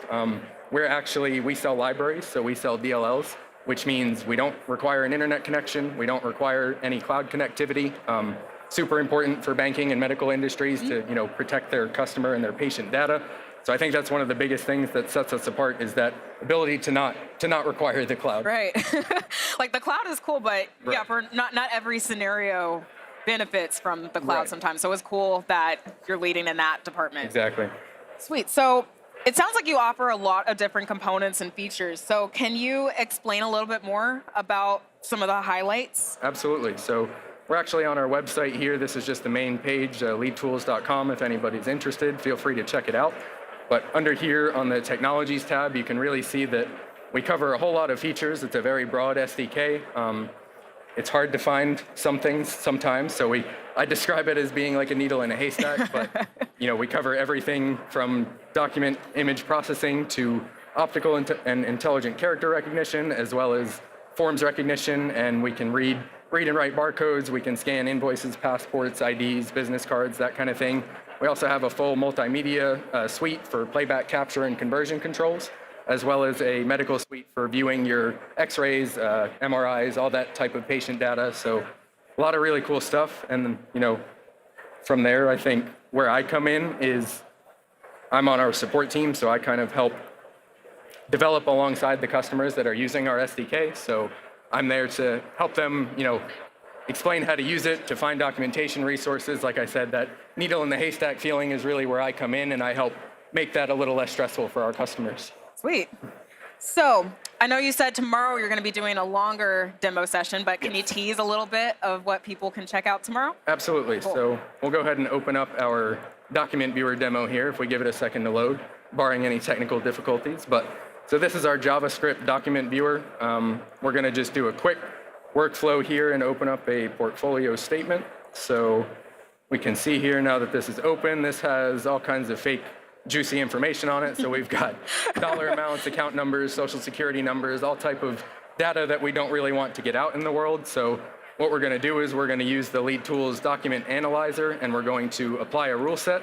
And what we're going to do is say we want to look for all of that PII, find it, and redact it. So when we hit apply and commit here, under the hood, that document analyzer control is actually using machine learning and regular expressions and pattern matching to find all that sensitive data that we were talking about. And then you'll see here our final document comes out perfectly redacted and ready to go wherever it needs to go next in its workflow. That's awesome. But yeah, just a little teaser. That's great. I could use that personally. I just had to do some redacting in a statement I was sharing with somebody. Gotcha. Yeah. So that's great. Sorry, Billy Bob. Cool. So since you talk with customers, you probably have talked with a lot of them about some of their current frustrations and how to make things better. So what's up next? I think the biggest thing is, bridging the gap between the technology and the end user. So that's kind of, like I said, my personal goal is to make that developer experience as streamlined and painless as possible. So I think, continuing to move forward, create great technologies, give them to our customers, and have somebody that can show you how to use it. Great. Well, Tommy, thank you so much. And drop by your booth, definitely. FP53. Perfect. And see you guys tomorrow for a demo. Cool. Thanks, y'all.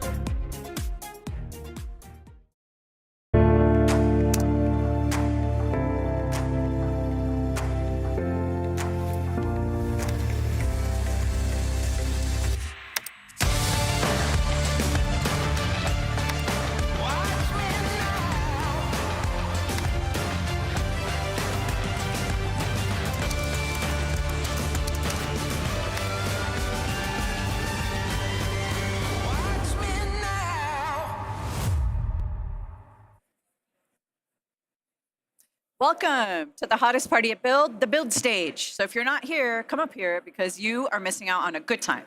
Speaking of a good time, I'm with my very good friend Kendra Springer, and I know I say that about everyone, but this is actually true. This one This is actually true. See, she acknowledges knowing me in public.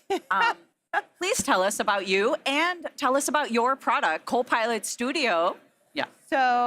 So I am the principal group product manager for Copilot Studio. I recently transitioned. I used to lead the product design team. Yes. And so transitioning over to the product side of the house has been awesome. And, just have an incredible team. And I am so excited about all of the announcements that we're making this week. We've been working really hard. So, a little bit about Copilot Studio.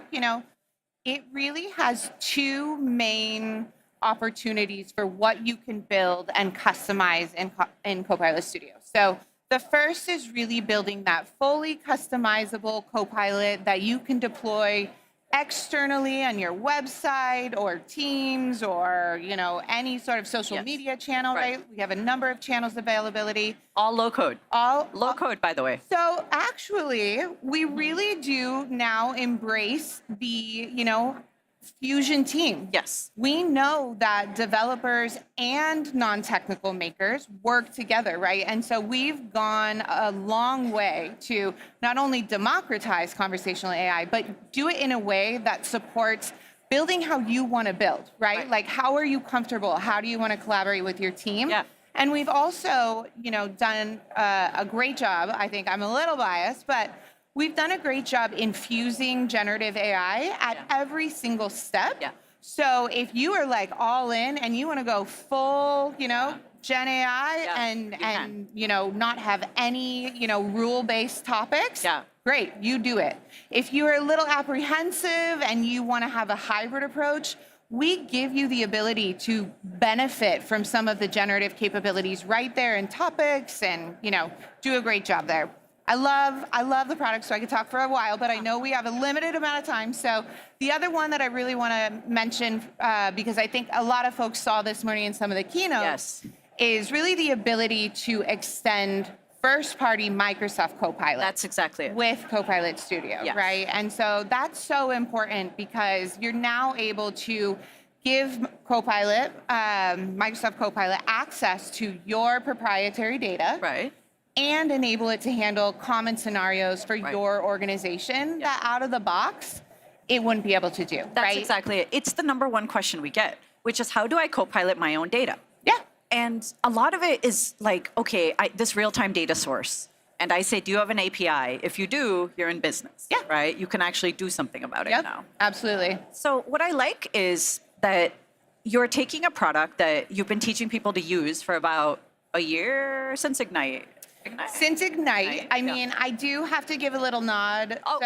Okay, by the way, these shoes, we were talking about it before. Look at these shoes. These are amazing. Custom, homemade. Yeah, she made them herself, okay? Yeah. And I did give a nod today with my, the predecessor to Copilot Studio, my Power Virtual Agent socks. So, we've really been in this space for the last 6 years, right? Watching the evolution not only of AI, but also bot building, conversational experience in the industry. So I love that because you're building on something that you've been working on for so long, which is it's my baby. It's your baby. It's literally my third baby. After her real human children at home. But okay, so conversational experiences, Copilot Studio, and now we've got Copilot connectors. Yes. Tell me about this. So I am so excited about Copilot connectors, and there's a couple of reasons why. From a personal perspective, this has given myself and my team the opportunity to work with some really incredible people across the organization. That's cool. But what it means to you all, right, within the audience is now, previously you only had the Power Platform connectors, right? Which, over 1,300 plus, I think now is the number. So there's a lot of options, but you didn't have access to the graph connectors, right? Nope. And so net, the TLDR is now you have all of the ways that you can connect to your data and leverage the information there or complete actions, right there in one place, right? And so we've taken a step to introduce a fully, customizable, manageable, extensible knowledge experience where you can really tap into the data that you have, further saving you time of, manually authoring topics to be able to handle scenarios. What I like about how you've done this is that you're trying to reduce complexity for devs and makers. Right, because one thing we love to do at Microsoft, and you know this and I know this, we love to give people 17 ways to do something. Yes. Right? We're like, oh. We really like to do that. We love that.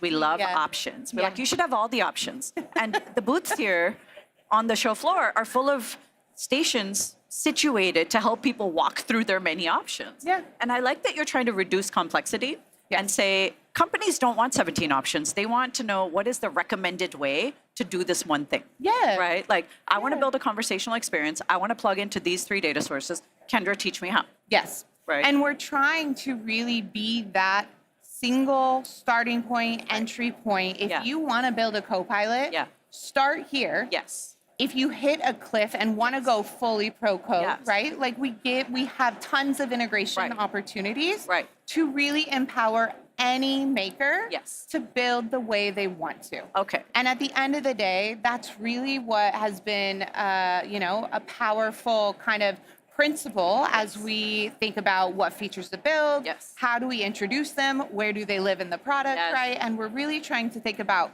who is the persona, who is the person that wants to use this feature, right? So I'm really excited. We are reducing complexity. Yes. And the new UI is beautiful. It's beautiful. I'm so proud of my team. And just the conversational way to even build it. I thought that was very meta. Yeah. Like conversational UX to build a conversational experience. Yeah. That was wild. Meta. Inception-y. Yes. About 3 years ago, we did this pie in the sky exercise. Yeah. And this meta idea of using a bot to build a bot or a Copilot, right? And I'm like, oh my gosh, 3 years later, we're here, and it's amazing. This conversation. I remember. Yes. We were talking about it at Power Platform Conference 2-3 years ago, right after pandemic. We're like, why isn't it easier to build this thing rather than put every rule, like if I say this, do that, if this, then that, because that's a pain. I don't like that. Right? And you all have been trying to make it simpler, but this is the most simplest way to get going so fast. We really want to make it powerful, extensible, innovative, right, and safe. Exactly. Right? So, okay, speaking of responsible AI, right? Big topic in the news right now in general. And you all do think a lot about responsible AI. Tell us about some of the principles and practices that you put into place. Yeah, absolutely. Truly, I can say that the principles and the processes that we go through is why I work at Microsoft. It's why I'm proud to be building this product here in this company. Because I think it's a differentiator. We go through rigorous reviews with legal. We do rigorous reviews with sensitive use cases to really find out, okay, of this feature, are there vulnerabilities there that we need to mitigate, that we need to look at? We do a concept called red teaming, where we do a large number of tests, both manual and automation. I'm looking at one of my PMs back there. He's like, a number say it louder of about tests. the red teaming in the back. Yeah, say it louder. And so we go through these processes to make sure that, there's no harmful content being surfaced. There's I like no the content answers moderation, that aren't grounded. Yeah. Also, they make it really simple. You choose, do you want high moderation, medium moderation, low moderation, a bunch of levery things. Yep. So I like that you can go as broad as you want, or as narrow nitpicky as you want. I'm very nitpicky, but I know your start person who's building their first Copilot may not be as nitpicky until they test it. Right? Yes. Yes. So I like that you give the option. Yep. And I think it's super important to my VP, Omar Aftab. He does a great job of prioritizing, we want to be at the forefront. We want to be innovative and cutting edge, but we need to do it in a safe and secure way, right? And so we're announcing a number of security features that I am so excited for. I know we're almost out of time, but I will just give a little nod to, You're going to have, safer defaults, and we're going to alert you in the product if any of these defaults have, been changed. So an example is copilots now out of the box require authentication, which is huge. I like that. We Safety, also, security, big deal. Safety, security, big deal. Yeah. We are also now out of the box when you are having your data grounded in a SharePoint. Yeah. We are adhering to the security policies and Of the settings SharePoint. within Of the SharePoint, yeah, right? which I love. So when you're getting an answer back, we are only returning information to you that you have access to. Yes, you have access to. I like So, that because it comes from that authentication at the beginning. Yes, we Okay. adhere to their Yeah. security trimming to Okay, really people have been ensure. waiting for this. Yes, Thank they've you. been I just waiting for learned this right now, by the way. Yes. Okay, this is awesome. So okay. this is big. We have the ability to set your authentication for various automation to your end Only access user what you have. instead of the maker. I love that. Which has been huge and a much requested feature. And then last but not least, we have this now in preview, but it's going general availability. It is a game changer for admins to have like a fully transparent audit log. Of course, we're getting hollered at, but I'm we going to are way bounce to over time. Christina. I'm so But sorry. call to action, try Copilot Studio today. Try Over to Copilot you, Studio Christina. today. All right. Thank you so much, Donna. And the Kendra's shoes. Those shoes are ridiculous. I want them immediately. No, like we're supposed to be talking about how great Copilot Studio is, and it is. And you can it's check great. out more stuff about that in the session scheduler. But like, I really want to talk about the shoes. Oh yeah, no, like I will find those shoes. I'm gonna figure it out. I want some immediately, especially for .NET. That would be really cool. That would be really cool. But you know what else is really cool? What else is really Microsoft Learn. What? Yeah, a really great place to level up in your skills, whether that's an existing skill that you have, maybe like C#, or you want to go learn something new, like something in the realm of AI and more. You can do it. You can earn badges. You can earn badges. Yeah, show them off to your friends. Post them on LinkedIn. No, and honestly, the AI content is really, really good on Microsoft Learn. Highly recommended, especially if you're just trying to kind of get into that area. Really recommend it. They have great stuff about GitHub Copilot as well. So if you are into the best Copilot, GitHub Copilot, check out Microsoft Learn. I have to agree with that. GitHub Copilot is the best one. Yeah, so learn.microsoft.com is the place to be for all of your skilling needs. And up first, we're going to be talking about skilling even more. Yeah. This time with how Microsoft applied skills can open doors. Yeah, and how's your build going so far? We haven't even seen each other. I know it's been a minute. Well, I thought you were going to be Joey for a second, and I'm a little shorter. Just not quite. I mean, it's kind of refreshing to not look up. Yeah, so my build's been going great. A lot of great, exciting announcements. I've been talking to some pretty cool people. How about you? It's been going great, but we're actually ready to go to Dawn now, who's going to talk to us more about applied learning and with Microsoft Learn. Things around. There we go. I am so excited to be joined with Senior Director of Worldwide Product Management of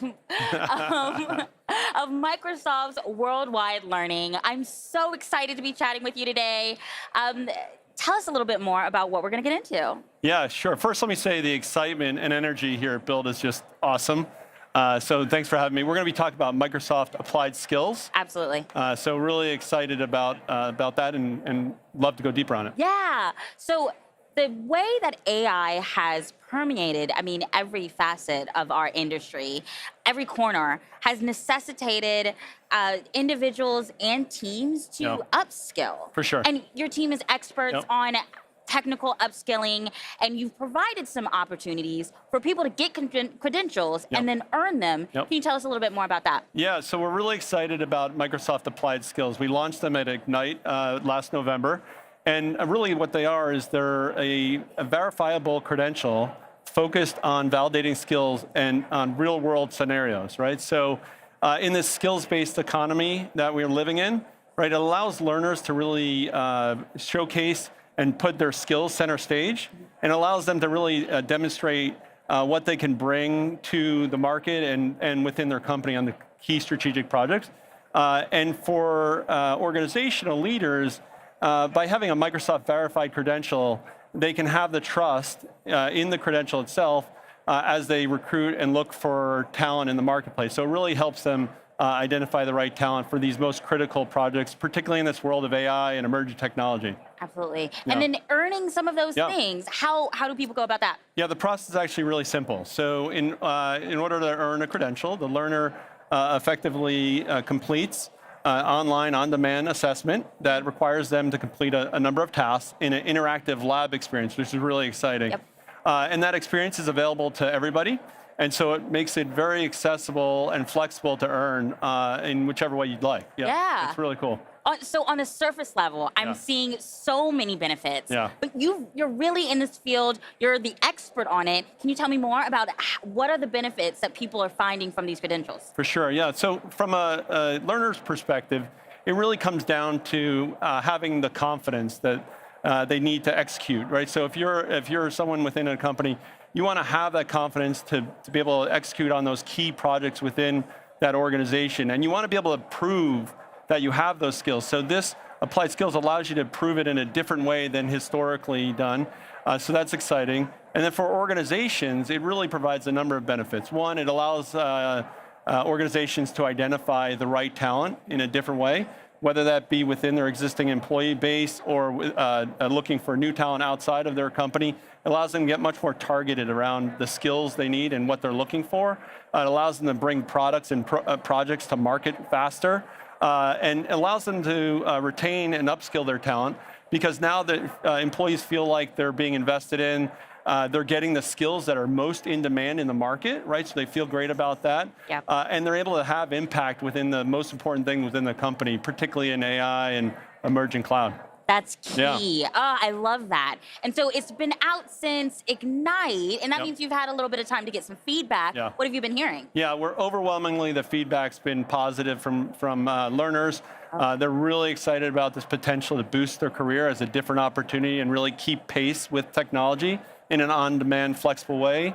And organizations really love the focus on these real-world scenarios, right? And so we've heard lots from them as well that it's helping, they're applying it and seeing the benefits in terms of employee productivity and skill development within their organization. And we've actually heard great feedback too around sort of the flexibility and accessibility of it and making it, creating a sense of equity amongst all people learners. Yeah. I love that. Yeah. And I love the idea and the through line that you kind of highlighted, that people are able to really take matters into their own hands. Organizations, Yep. team leads can Yep. take matters into their own For sure. hands to upskill their teams Yeah. where they need. And I'd love to know more. The audience, I'm sure, Yeah. would love to know more. Sure. How can they learn more? How can they follow up on some of the advice you're giving? First and foremost, just want to say, being that AI is so front and center, a big part of our strategy for this is AI in our credential strategy. And so we have a portfolio of credentials across in all the solution areas, and with almost half of the credentials focused on AI specifically. We launched 3 new credentials today at Build that are AI focused, which is really exciting. And there's more to come from that perspective.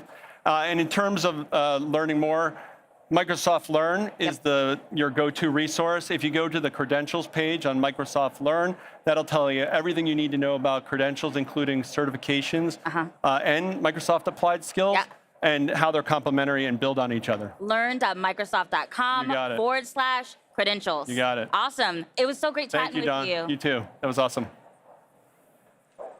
Thank you so much, Don. You know, skilling is such an important part at events like Microsoft Build.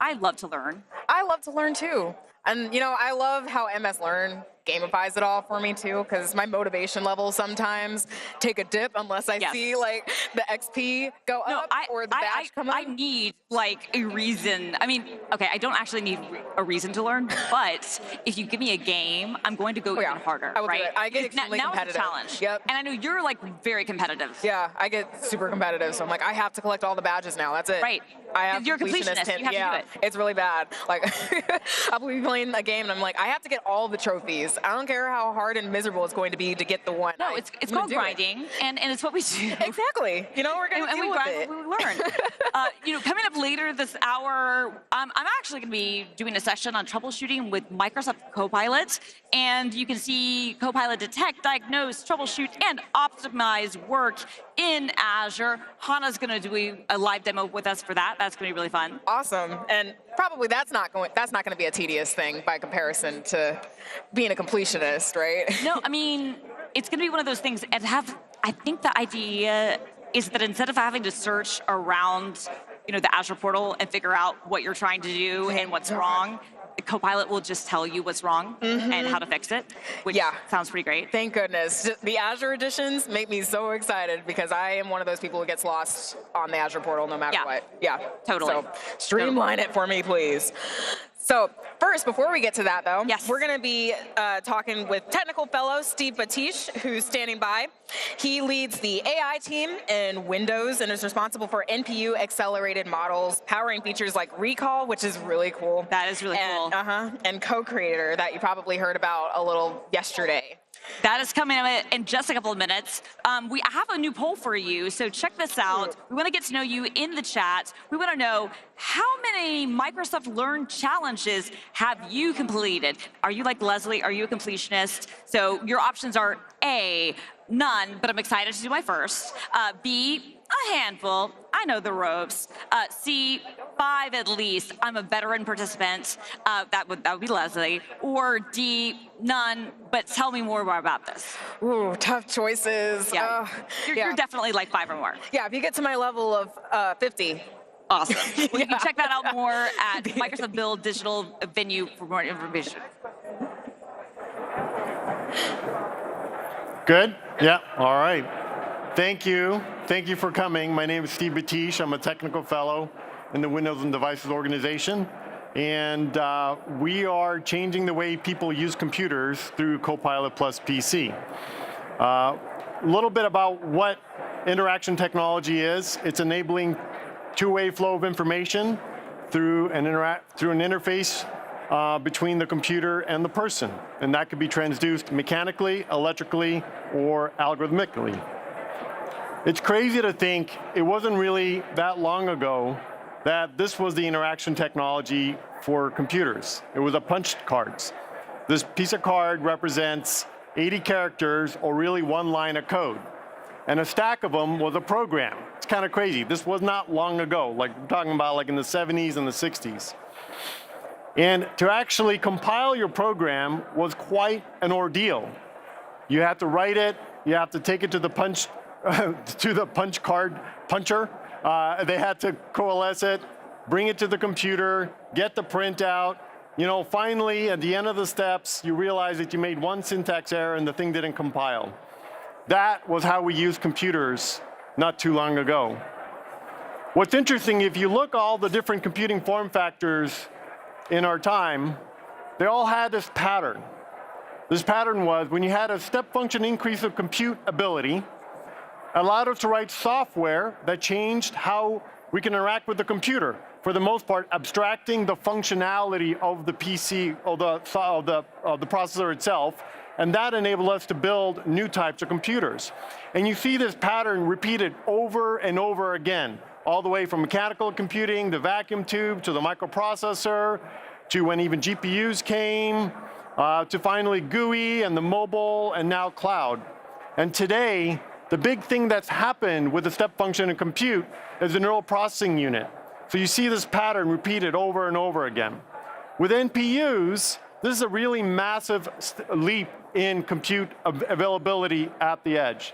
And the reason is neural processing units are really specific for the computation behind neural networks.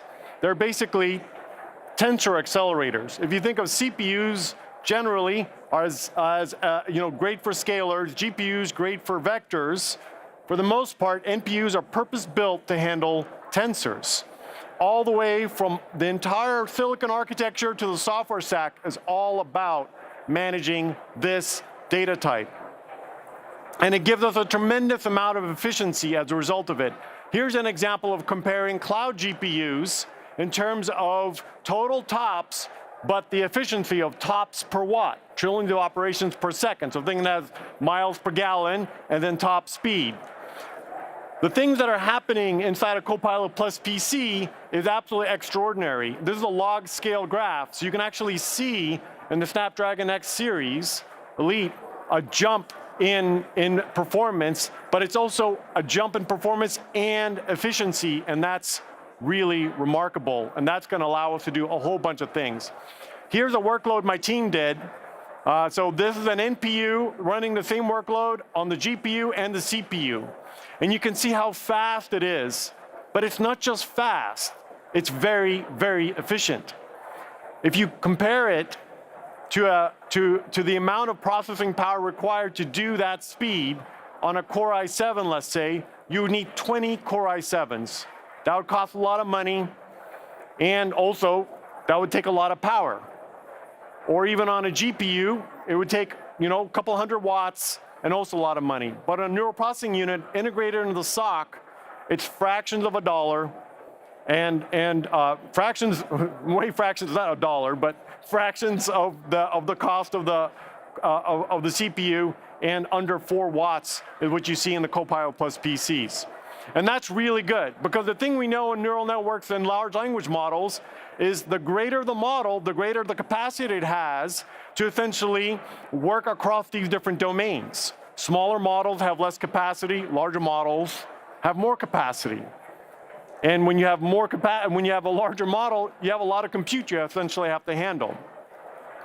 And you can kind of see what's interesting has happened in the AI kind of field is at a certain size, you get these kind of emergent operations happening. All of a sudden, the model leaps in its ability to do pretty magical things.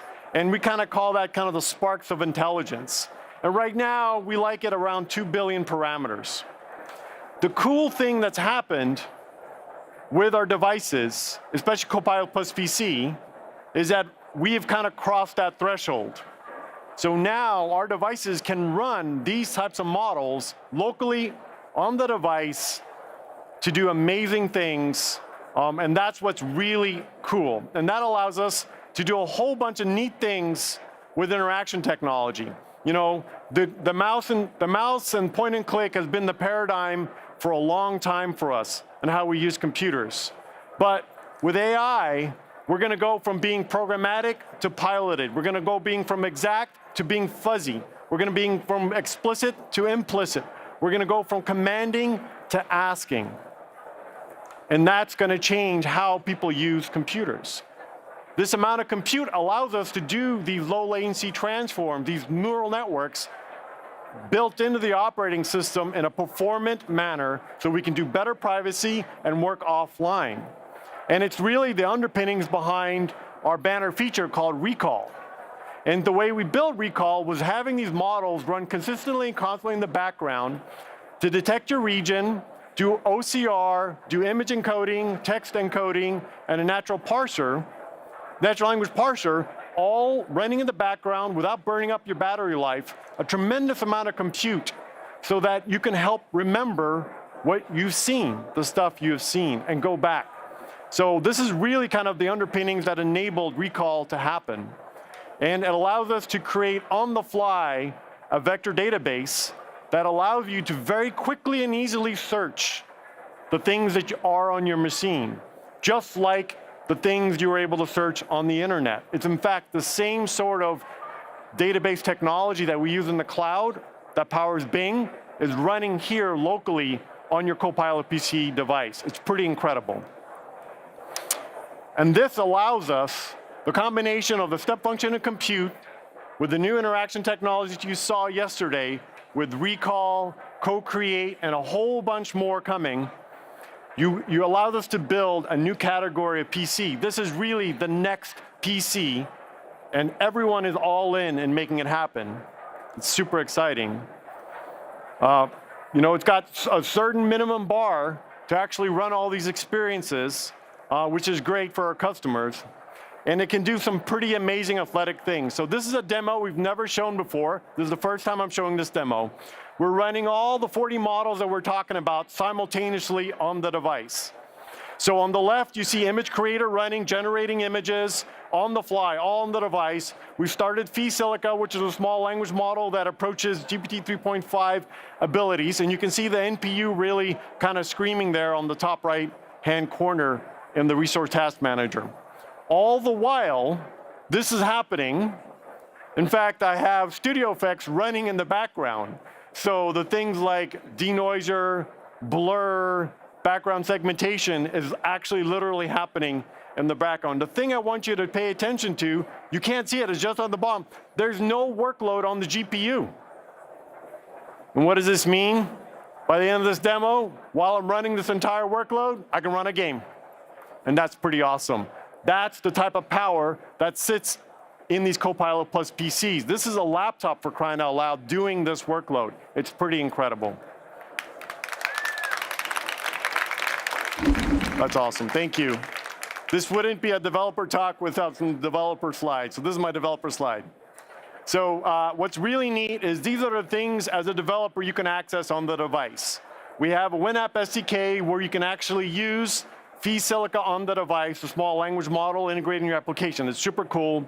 You have OCR that runs super efficiently and fast on the device with multiple languages.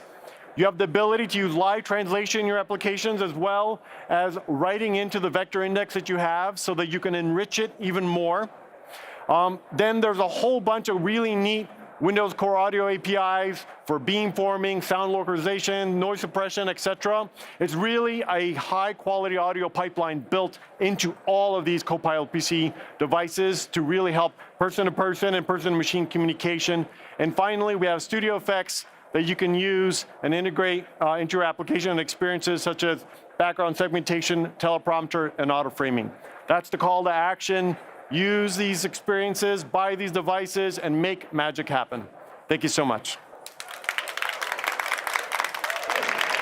All right, thank you, Stevie, for a great conversation. And if you just woke up from like a 2-hour cat nap or the food coma that you probably just had from all the food that you're having at home or in person, welcome back to day 1 of Microsoft Build coverage. We are on the Microsoft Build stage, or adjacent to it right now. Yeah. Close to it. Yeah, close to all the action. We've been watching a lot of cool stuff. Yeah. Demos, presentations. We had just a great conversation with our technical fellow.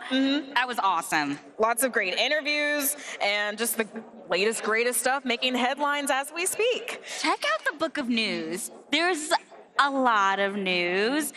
What are some things that you've been excited to hear about? Oh my goodness. GitHub Workspaces, I think, is really cool. Yeah. Yeah.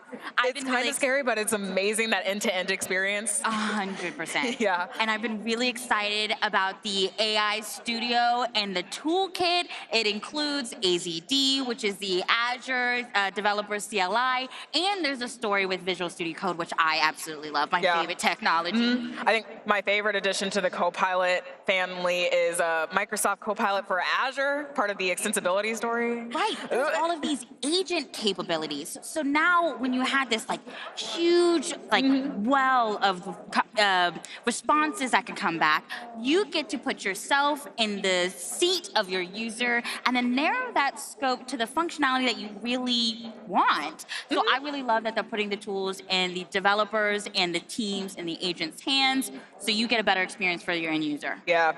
Also, as one more, .NET Aspire is out, so all of you cloud native application folks or people who need to write them and don't want to run into all the problems that can arise with cloud native apps, it is GA, shameless plug. I worked on it, so I can't help it, but it's so cool. I'm so excited. We are going to cut to Christina live with our colleagues at Oracle. Over to you, Christina. Thank you so much. Azure and Oracle, two great tastes that taste great together. And so to talk about this, I'm here right now with Aaron Chappell, who's Microsoft's CVP of Azure Core, and Karan Bhatta, who's the SVP of Oracle Cloud Infra. Welcome, guys. It is great to be here. Yeah, nice to be here. Super happy to have you here. So let's talk a little bit about the exciting Microsoft and Oracle partnership. Yeah, well, it's exciting. You know, our partnership really brings Azure's robust cloud capabilities together with Oracle's mission-critical databases and applications. And every customer's journey to the cloud is different. And this flexibility allows customers to really choose their own solution for their own unique journey.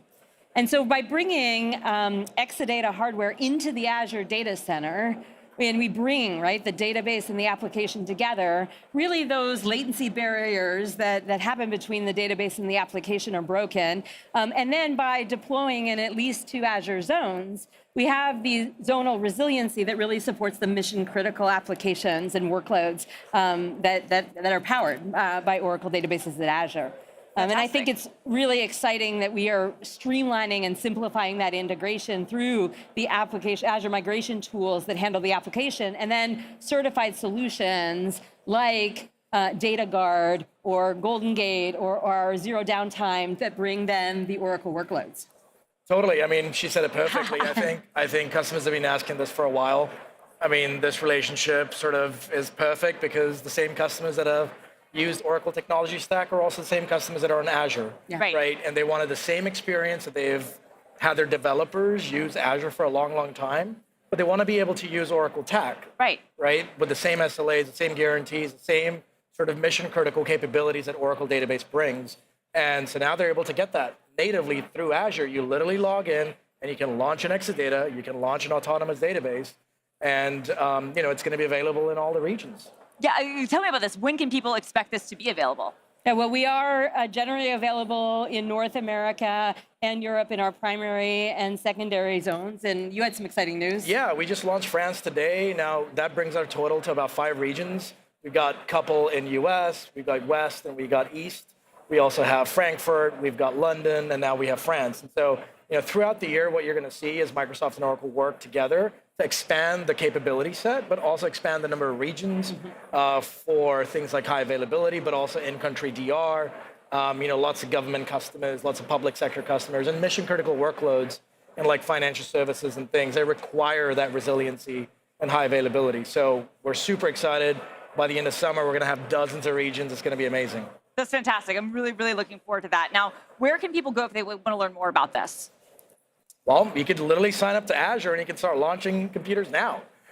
So if you have reps, you can talk to them. We offer our Oracle customers that are also Azure customers the ability to bring in a lot of the capabilities for their database contracts into Azure. So if you have a support contract with Oracle, you can actually apply those credits to your Azure spend as well. And your Azure spend into your Oracle support credit. So all of the capabilities will just sort of move over, and it's very seamless for them. So it's as simple as going to the Azure portal and launching a database. And if you're here on site, I'm headed over to the Cloud Platform Community booth after this, and so please come by and have a conversation. Yeah, no, if you're here on site, be sure to check out Erin. She will be at the booth, and you can go to the featured partner directory to get more information about Oracle. And as you said, just go to the Azure portal, look for Oracle, click something, right? And then we've got it. Thank you so much, both of you. Really appreciate you being here. Thank you. It's great to be here.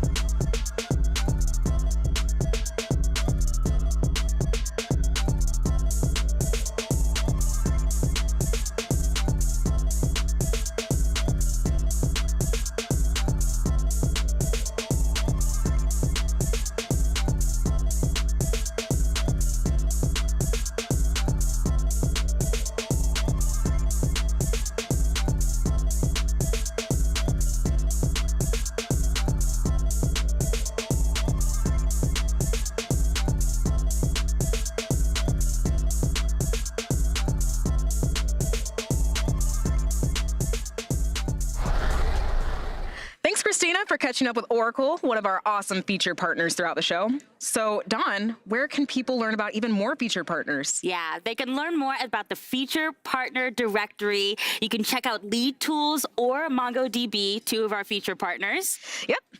And now, if you're interested in learning more about using Microsoft Copilot in your everyday development, which chances are you are, keep it here because coming up, we are going to be showcasing Microsoft Copilot in action, developing for Microsoft Azure.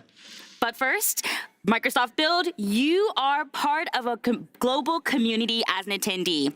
We're going to go to Donna for more. All right, we're back on the Build stage, the best place at the conference. I know I say that every time, but this time I mean it because I commandeered these beautiful people who were doing something useful, and now they're going to do something more useful, which is explain themselves to you. Hank. Okay. I don't know. Oh, you use the microphone. Yes. Okay. So you're the founder of the global AI community. That's Correct. a big freaking deal. Please explain to everybody what that is. Yeah, so the global AI community is a worldwide community with over 200,000 members. No big deal. And consists in like, how many countries are there? Almost in every country. 195. And yeah, we organize events like the Global AI Bootcamp, which reached 250,000 people this last quarter with over 100 venues participating. And yeah, it's a great place to be there. And the global AI community is there really to connect all these local communities together to do great things. I love it. So where did you get these two beautiful people? So these two people are part of the global AI community, and I invited them here to tell their story about the global AI community and how they are connecting and what they're doing. So Roland. Yeah, we've been doing this in the Netherlands for, I think now, for 7 years. So that's a lot of bootcamps, a lot of conferences. And still, it's so rewarding every time when people come up to you and say, well, I attended this and this bootcamp, and you really jump-started this AI journey for me and helped me get started. So that's very cool. And just last week, we had the AI Community Day, which you organized, which was kind of a different format. We got together 14 communities, local communities in the Netherlands for topics around AI. We had over 200 attendees, over 20 sessions, more than 20 speakers, and it was so much fun. Just getting these groups together and learning from each other and meeting new groups. So amazing journey. Okay, so wait. far. Netherlands is not a big country, and that's a lot of people. Yeah. Are you trying to AI everyone in the Netherlands? Yeah, everyone wants to do AI, right? So This is a scheme. Yay, look at this full-on shenanigans you did. Yeah, I like that. Cool. I like that. Proud of you. Good. All right, tell me. Yes, so as a good segue, you built this huge community of communities. I ended up being a really small community. So I started a community about 2 years ago called the South Florida Generative AI User Group. I was an early beta tester on Copilot during COVID, so I was like, we should get people together to talk about this. Yes. And there was about 12 people in the group, and they were mostly my friends and relatives. However, it started to grow. ChatGPT came out, people got very excited. We grew really fast, but I was running it and I don't know how to build content. I don't know like what to teach. I have lots of ideas and I'm excited to teach, but this is when I met Hank and the work that he's doing, and they have this workshop in a box that we use. We've done it twice, and it allows everyone. So one of the nice things about my community is that it is super inclusive. It's not just ethnically inclusive, of course, and gender inclusive, but we had 10-year-olds talking about Roblox and Minecraft. We had 65-year-olds talking about how they were using Copilot in their work. And it was extremely inspiring for everyone who joined, but I couldn't have done it without being attached to a much bigger community that gave me all the tools that I needed. That is so cool. So other than the friends and family you coerced to join your community, and then you're making them do all this tutorial and training, how did you grow that community organically? Is it just people got excited about AI and they're like, oh, look up this thing? How do they find you? This is a great question. Yeah. So one of the biggest, I think, most important things that you did with the global community is attach it to Meetup. The meetup.com. Clever. And I was already a Meetup, so people were finding me organically. But then, as us who are interested in social media do, I started to tell every single person I knew and their family to join an AI for everyone type of community, and that's how we grew it. And we're up to almost 350 members now, which is pretty good for someone who's not really trying to do that. That's a lot of people in South Florida. Yes. That's not like New York City meetup for AI. That's amazing. So I see what you're doing. You're doing the everybody and their actual mother meetup groups, right? That's cute. I like that, right? So how do you feel about this? What's your plan for world domination, which you're doing? Like, other than the world domination part? Oh yeah, that one is going quite well. Now what we are going to do is we are going to give more accessible content for everyone. Oh, I like that. So that everyone that is not an expert on AI can organize one of these events. Yes. And let everyone do a workshop. Yes. Or let's play with ChatGPT and those kind of things. You know, there's a little resource called Copilot Learning Hub that might be vaguely useful for this. Absolutely. But also, I think it's so important that those of us who do create content figure out a way to do this workshop in a box thing so that it can scale through others. Yes. I love that. Do you have a call to action? Homework? Yes, ak.ms/community/AI and learn more about the global AI community and how you can join. I love that. Go join your local global AI community today. 195 countries. Do the thing. Thank you so much, Donna, and do the thing indeed. I love that talk about community. Yeah. And you know, one way to find community here at Microsoft Build is the attendee directory. So you can use it to find people with similar interests. You can make a connection, make friends. I've made friends so far. You? I've made so many friends. That was an excellent segue. I love talking about community, and the friends that I've made are in the directory. And if I wanted to, I can put those friends in my backpack. Yes. Do it. Do it. Speaking of directory, we've had so many feature partners that we've been able to talk about. You can also check them out in the feature partner directory. And the things we've been chatting about, we're going to be continue chatting about. So stay here. Don't go anywhere. You know, you might be able to go and handle your business, but then come back, okay? Come back because we'll be talking about news, all the things that they're offering us in person and online. It's going to be great. Yeah, we've got some great demos coming up, and in just a couple of minutes, we're going to have, I think Leslie's going to be showing us like the AI Developer Toolkit with Weave. I love that. We'd love to see this. So we're actually going to go to Leslie right now. All right, I'm joined right now by Alex Volkov, who's an AI evangelist at Weights and Biases. Hey, Leslie. How you doing? Good. Awesome. So I know you have a lot of cool content to share, so I'm just going to pass the reins to you and let you have at it. Awesome. I'll start. Thank you. Cool. Let's do it. Hey, everyone. My name is Alex Volkov. I'm an AI evangelist with Weights and Biases. I'm here to talk to you today about confidently iterating on your LLM-powered applications in production using Weave. So traditional software is deterministic. If something goes wrong on production, you can read the code and deploy a fix in real time. Well, LLMs, while they're awesome, building with LLMs on production tends to give you non-deterministic results, and they're effectively a black box. So how do you deploy something on production that you don't know what it's going to do ahead of time? Well, we call this experimentation. And this is something that we at Weights and Biases build great tools for a long time. You try lots and lots of stuff to see what works as you develop the intuition for developing these things and how these models will answer in production. Then it's very important as you iterate a lot to track everything that you do. If you don't do this, you will quickly get lost and won't know what's going on. And as you build those intuitions, you have to build those intuitions, you have to have robust tools to be able to inspect individual examples, to be able to dive into a specific user case and look at what the users did and what they talked with your model and what the model answered. And of course, it's very important to also measure progress. Measure progress to know whether or not you're doing great. And how do you measure progress with something that doesn't have a right or wrong answer? Sometimes LLMs just respond with a lot of text. And we do it like we do with any kind of fuzzy thing. When there's no right or wrong answer, we do metrics. And instead of testing, we just do evaluations. So here's an example of evaluations. You build a data set of a few questions. This is an example from our chats that we built an LLM tool for. We have a bunch of questions. And then for each of those questions, we basically ask our LLM to generate an answer, the response. And then we add a score. The score can be a human-generated score, or we use another LLM as a judge. This is a simple example for evaluations.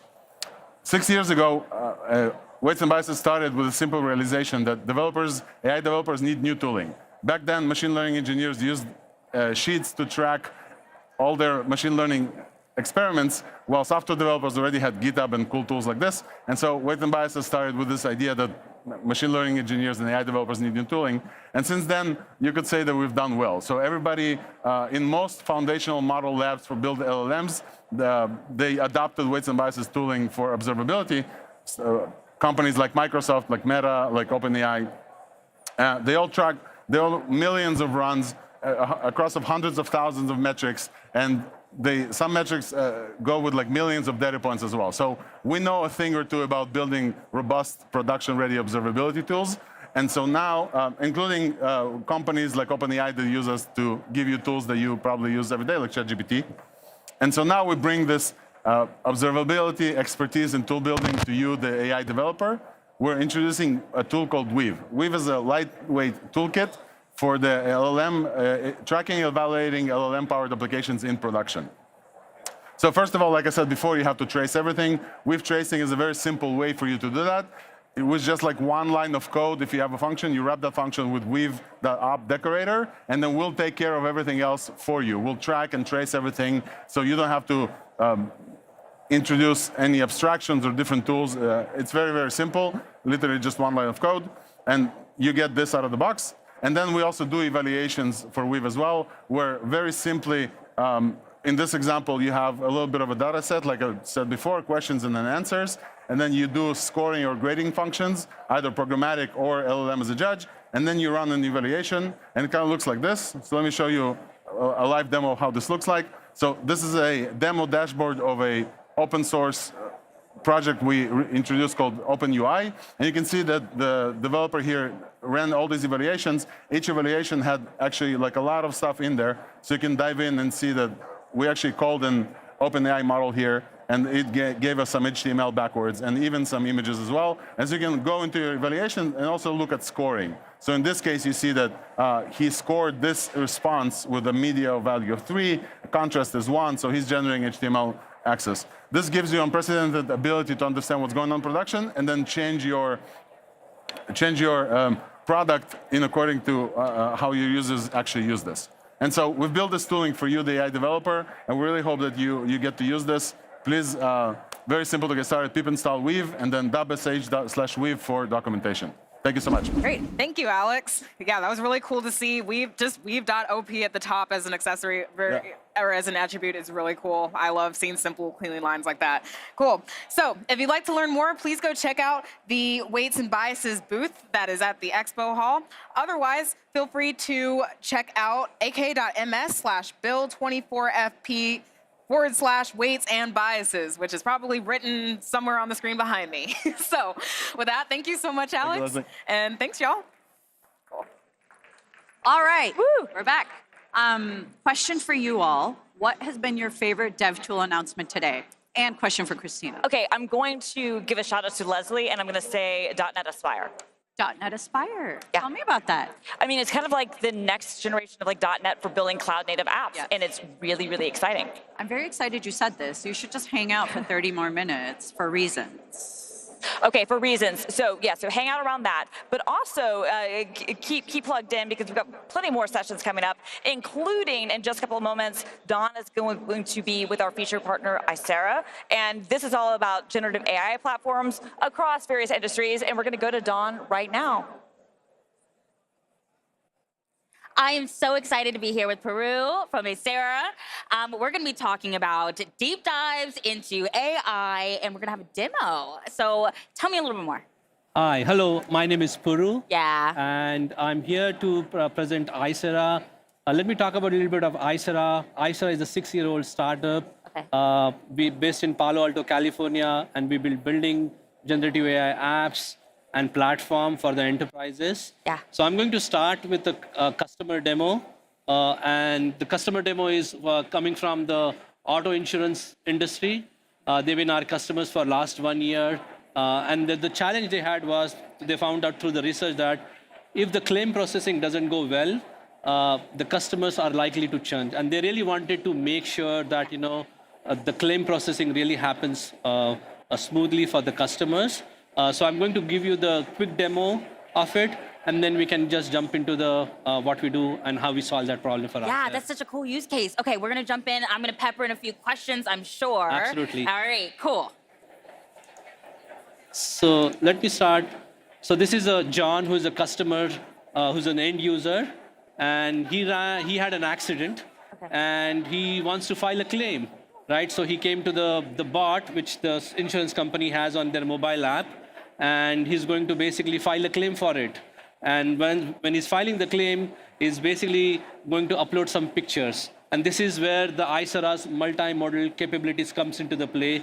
So it's basically going to automatically understand these pictures, his car versus the other driver's cars, identifying all of the details, and all of those things done automatically just by looking at the pictures. Well, with all of this happening automatically, there is this, thing I've heard in the news. There's hallucinations that are happening with this AI based off the context. It may give you some things that you weren't expecting. How do you reduce hallucinations in this? Great questions. And one of the key things, the way iSara has done is building this domain-specific LLMs. That's one of the ways you can actually reduce the hallucination, because once you have an understanding of a given domain, let's say in this case, an insurance domain, you can now really understand what the users are asking.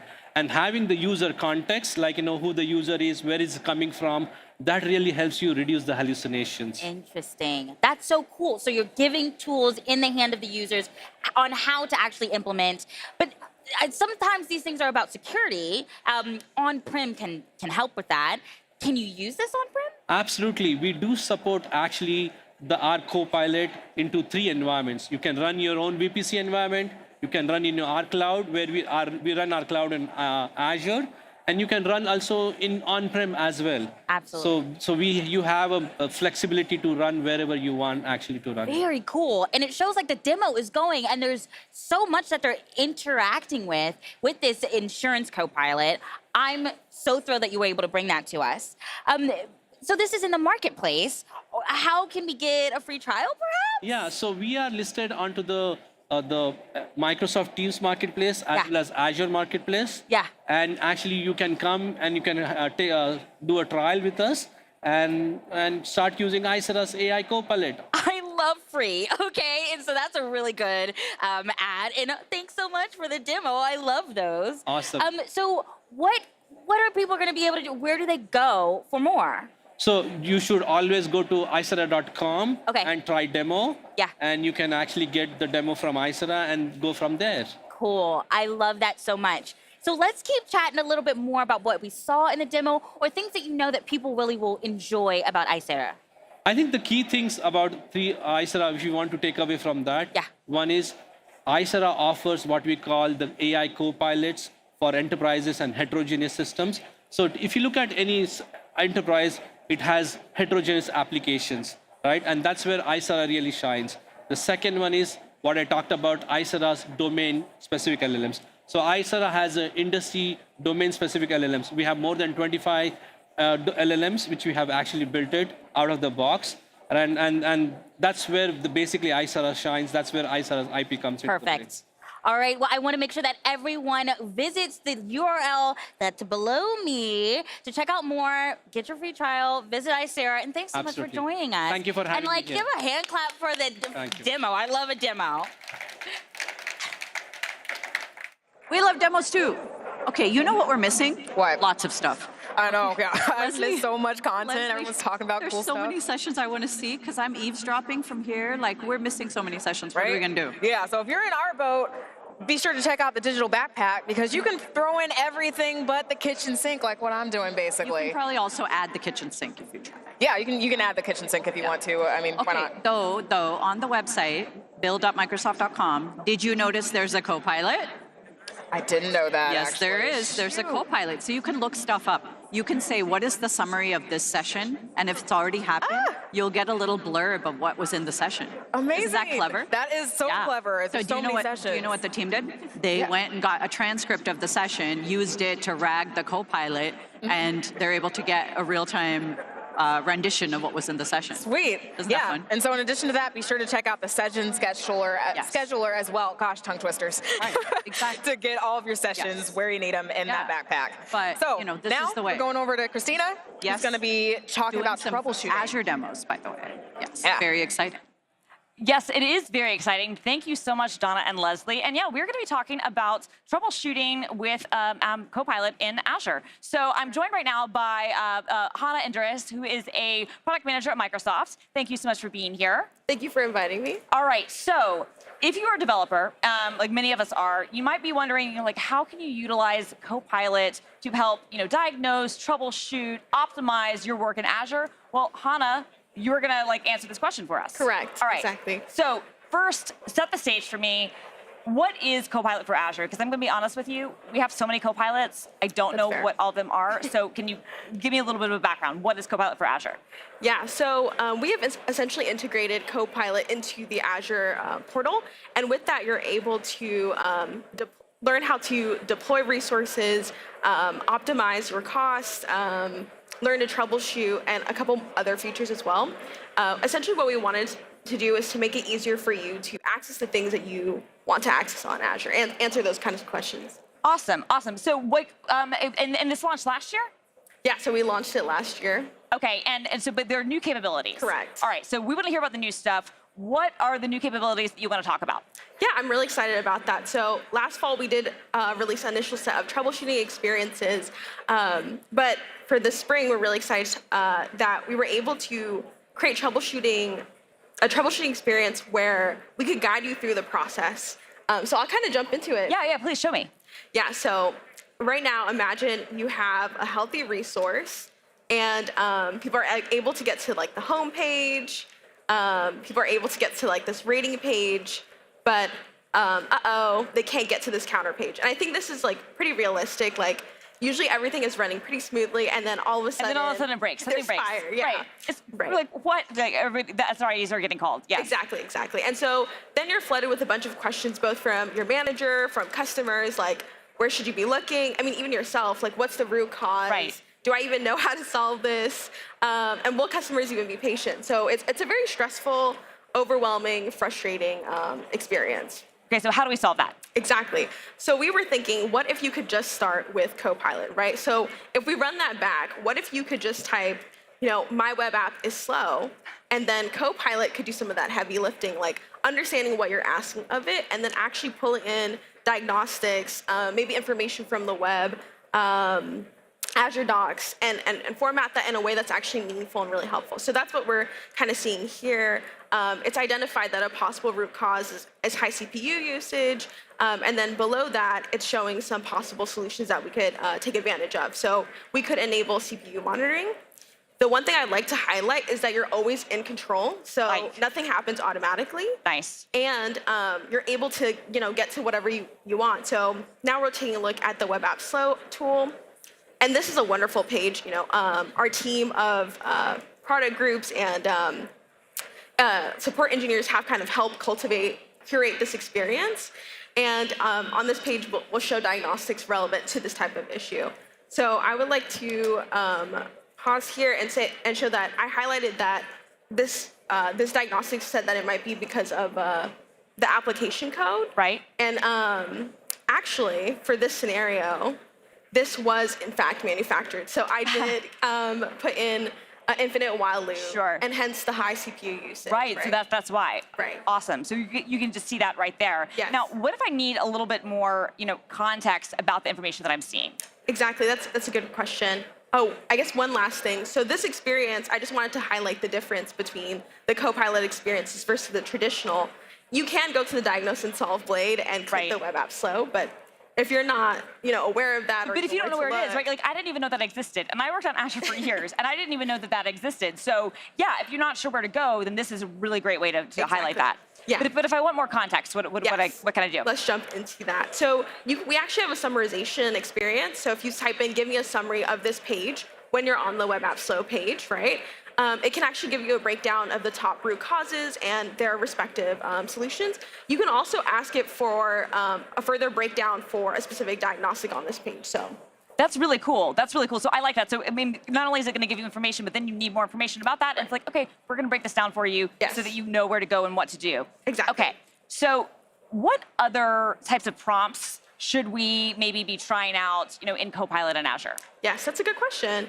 So for this initial release, we kind of have 5 main categories. there are certain troubleshooting scenarios that we've really like honed on in. If your web app is down, if it's slow, if you're running into high CPU issues, if you are running into latency issues. Outside of that, we also make it easier to find some of the tools that can help you through this process. So if you need to take a memory dump, if you want to enable auto heal, if you want to see your event logs, you can use these kinds of prompts. And then we also allow you to be proactive. So before there is an issue, getting a sense of what are the risks for your application, the best practices, making it future-proof, and then the summarization and explanation, you've kind of seen it earlier. No, but I like that idea.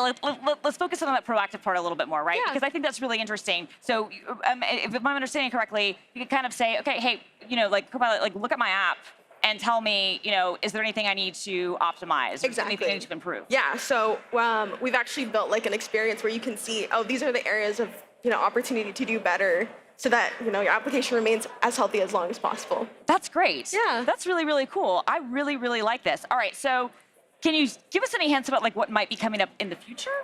Sure.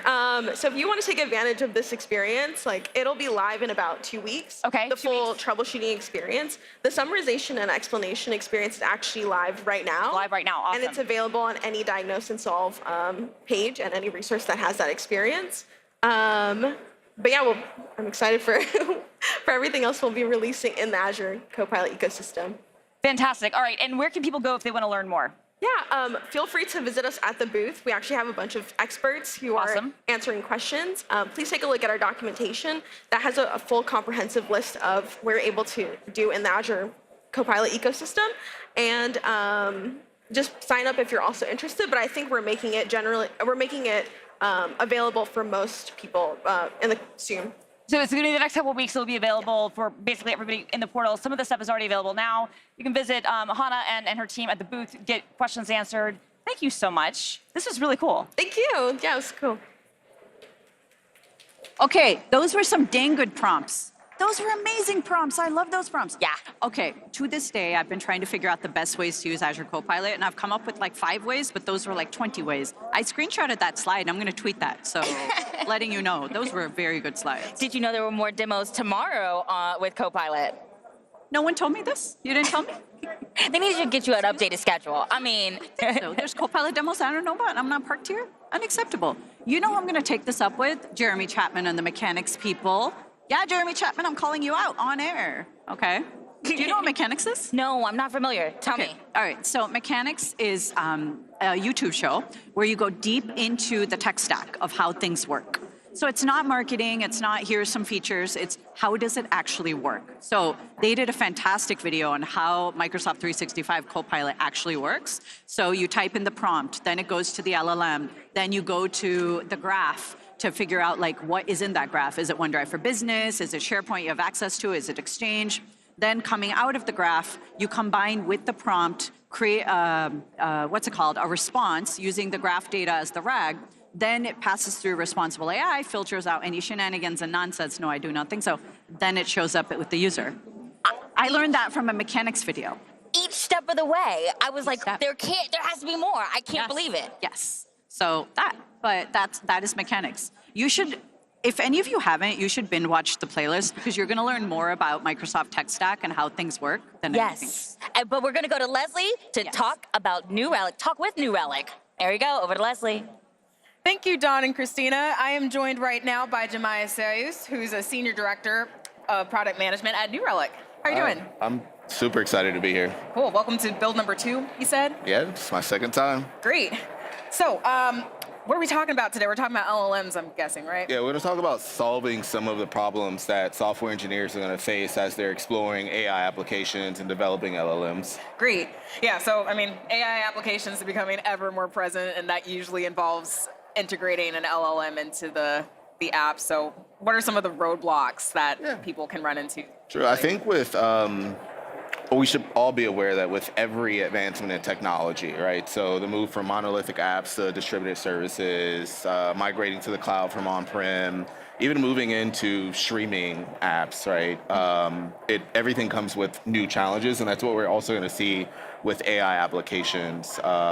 Thinking about the differences in between developing the two different applications, right? So AI apps are dealing with more latency, slower response times, things like that. So some of the challenges that developers really need to be thinking about is one, how to properly scale those applications, right? So making sure they have the right infrastructure in place to understand what's going on within their systems. How to address some of the issues with latency, understanding that from the user request into the LLM, into the database, that's going to take time, and you're dealing with user experience at that point, right? And our users aren't necessarily thinking about, oh, well, this request is taking a long time because there's so much more happening on the back end. They just want an answer. And more importantly, they want it right. They want the right answer. I want it right, and I want it now. And that's also another challenge that we face, right? Is making sure that your answers are accurate and you have the right information going back to users, because if not, then you deal with trust issues and you have one shot before they move on to another tool. And there's so many tools that are happening right now. So those are some of the key things that software engineers are facing as we move further into this exploration of AI and the power that it truly brings to our lives. That makes sense. I know accuracy is definitely a big deal for me. It's like, is this right? So how can developers effectively address, you mentioned like latency and performance issues, and also scalability when it comes to integrating those LLMs into the AI-based applications? So there's a few things, and it's a mixture of following current best practices, also advancing your tool set, and then building in like just some core processes into the way that you're doing things, right? So on an accuracy side, you want to be trying to provide the best response possible, right? So it's identifying gaps inside of your training models to be able to provide additional context using things like RAG, right? So making sure that you can close those gaps and get rid of the possibility of hallucinations. But then also you want to be pruning your data set on a regular basis, and that's going to help with the latency and the back and forth, right? Starting to reduce some of that time. So it's really thinking about the information that you're training your model on. And then from there, observability actually really comes into play with understanding all of the other things. So from a scalability standpoint, you want to make sure that your architecture is strong enough to provide the computational power that's needed, and that you understand what's going on there. Observability is going to give you insight of like your end-to-end traces. And then you want to also be looking at things like cost management, understanding how many tokens am I spending on this request, or how are we managing costs? Should we be using pay for, LLM? Should we be training our own models? So those are some of the things that they should be thinking about to solve some of the challenges. And it's really a mixture of everything above in order to provide like the right need for your particular use case. Cool. Now I know we're running low on time, but do you have a quick SparkNotes demo that you could show us maybe? Yeah, I can actually show you what some of this looks like within the New Relic platform. Sweet. Right? So just to give a brief overview, this is kind of like the landscape of all of the services that are reporting data in. I can see applications, hosts, things that are instrumented with agents and open telemetry. But I want to go into a specific service. It's just a sample AI app, right, where I'm building a chat service, right? And this is going to give me a view of all of my requests that have come in within the last 24 hours.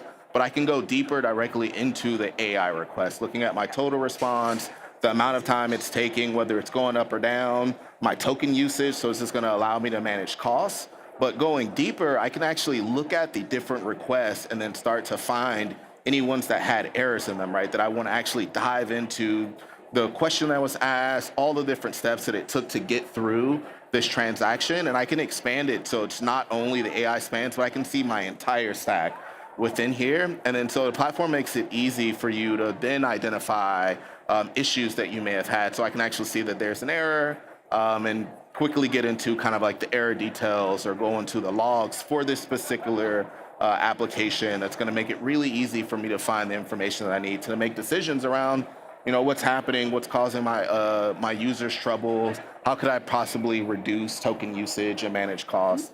All right, so we make it really simple to see all of that within one space with the rest of your entire stack being shown as well, and it's all in context. Cool. Well, that is awesome. I love seeing a centralized dashboard like that. And if you want to learn more about New Relic and the work that they're doing to alleviate the troubles of integrating LLMs, you can check out aka.ms/build24fp / New Relic or the Chiron that's right behind me. So thank you, Jemiah. And come over to our booth if you have questions. That'll be a little bit easier. See, that's easy too. Yeah, check out the come right booth over too. to the booth. All right, thank you so much. Thank you. Yep. Okay, I had no idea there's so many ways to integrate an LLM into an app. Have you checked out the New Relic booth yet? I am on my way over there next. Let's go right now. Okay, no, we got a couple things to say. By the way, have you seen all the MVPs wandering around? I love MVPs. I know you do too. I love the MVPs. It's another part of our community that's integral, just like our featured partners. And we get really cool insights and conversation from them. They are under NDA. They get all the cool tips and tricks and all the features. And they're like part of our feedback loop on really vetting these first level alpha versions of our products. Yes, exactly. Also, what's really interesting is that MVPs are generally customer facing. So they go out there and teach people how to use Microsoft products all the time. It's like that is their job. So when they come to us with feedback, we know it just doesn't represent one person's opinion, but the opinion of millions of people that they support. So dear MVPs, we love you. Thank you for coming here and supporting us. Thank you for being a subject matter expert on all cool things that we get to put out. I appreciate it. When we were talking about the Copilot booths, I always said, can we have MVPs do at least one person per shift? Because they're going to have insight for what customers want that us product team nerds will never have. Yeah. I've been in the other side of scheduling some of those meetings internally with our external, let's call them family. I love them. And they get to be part of that kind of work that we do. And we get to teach them and all of that. It's been really great. And they teach us. I love it. Awesome. Well, next, we're going to be talking with some MVPs with Christina. We'll be talking with Eve Party and Priyanka Shah. Off you go. Christina. Thank you so much, Dawn and Donna. All right, as promised, I am actually here with two of our MVPs, and I'm here with Eve and Priyanka. How are both of you doing? Oh, thank you. We are great. Yes, we are very excited to be here. Yeah, no, Eve, this is your first Microsoft build? Exactly. This is my first time. and Priyanka, you've been here before? Yes, I was here before. My second time, if I'm not wrong.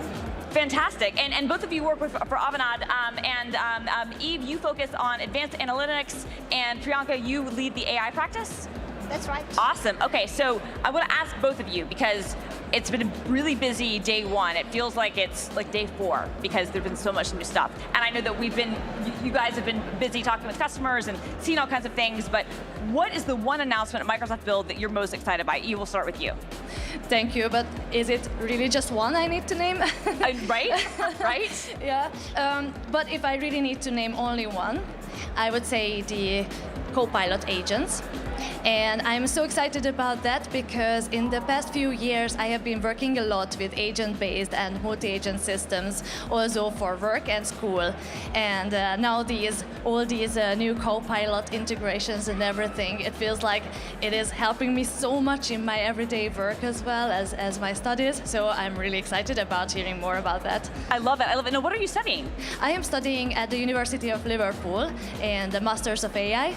Fantastic. Fantastic. I love that. And Priyanka, what about you? What of all the announcements, which one has you most excited? Absolutely. No, as Eve said, right, there were a bunch of announcements which I'm excited about, but if I had to really pick one or two, that would be around small language models. Yeah. So, I mean, it's extremely exciting to see Phi 3 family of models, the Phi 3 Mini, Medium, Phi 3 Vision going live, and to see the tremendous power of small language models being able to do multimodal tasks and, handle vision alongside text. So yeah, that's SLMs is one announcement which I'm extremely excited about.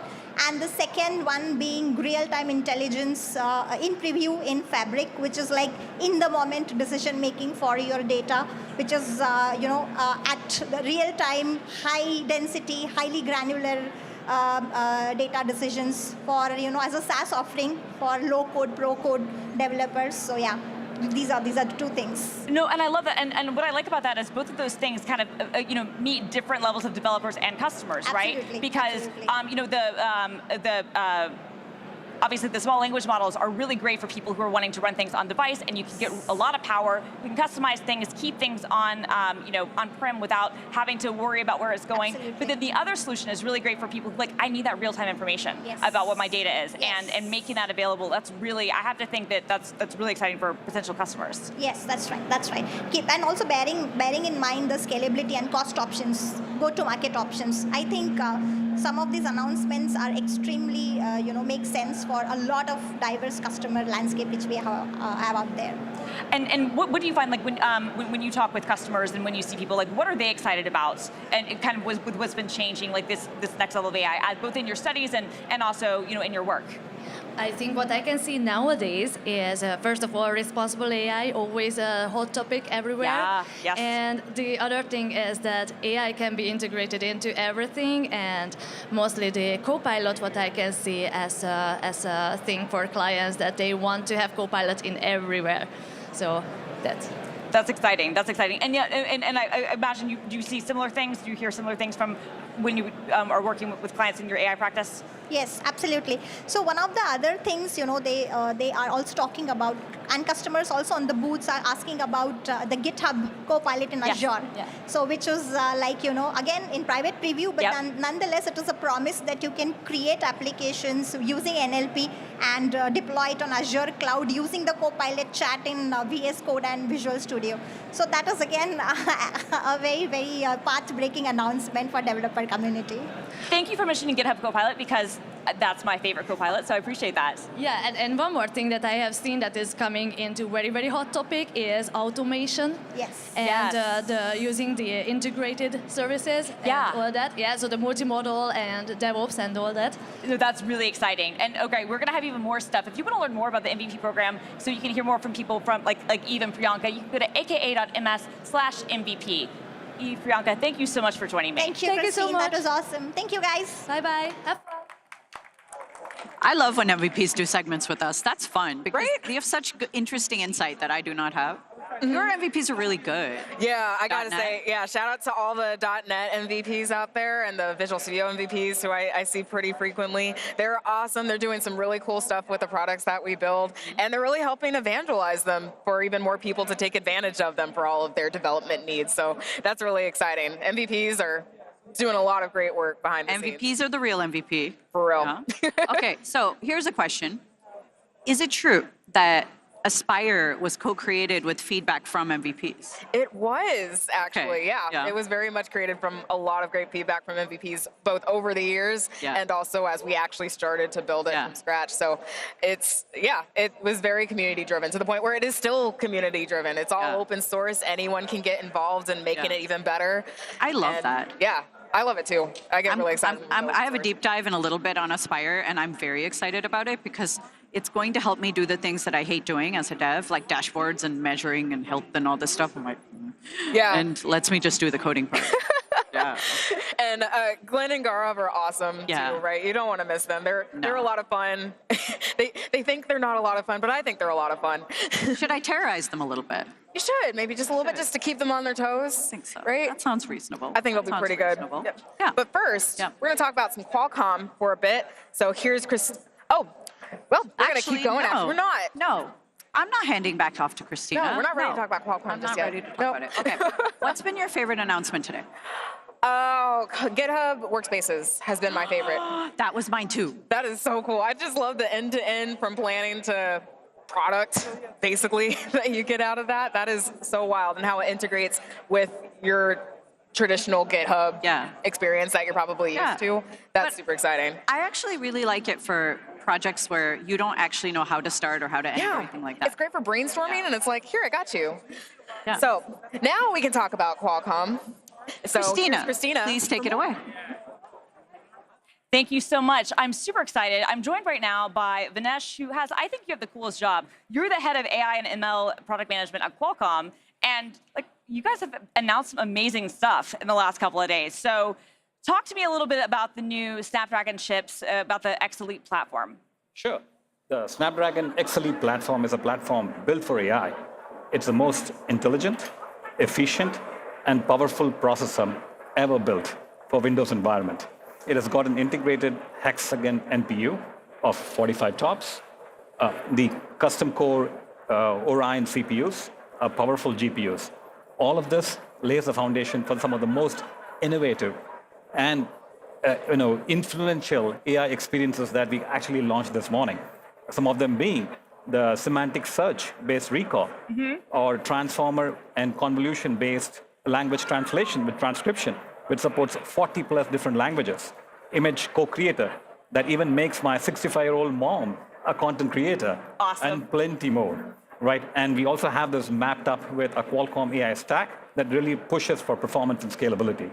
Isn't it wonderful? No, it's really, really good. That's so impressive. And you were just mentioning some of those demos that you've got it built. Can you kind of give me a quick overview of what some of the demos that you're showing off are? Oh, absolutely. For the last 12 to 18 months, the Qualcomm AI team has been working with plenty of solution providers, ISVs, ecosystem partners, and also with Microsoft OS teams to build some interesting and immersive experiences. So I really urge your audience to please pay a visit on Qualcomm booth and FP22, wherein you'll be seeing an interesting set of experiences around DJ Demo, or DJ Pro, I should say, and not to mention the most coveted Copilot Plus that only runs on Qualcomm SoCs on the Microsoft booth on the left-hand side. I was going to say, can we take a look at this? Oh, absolutely. Yes, let's take a look at this.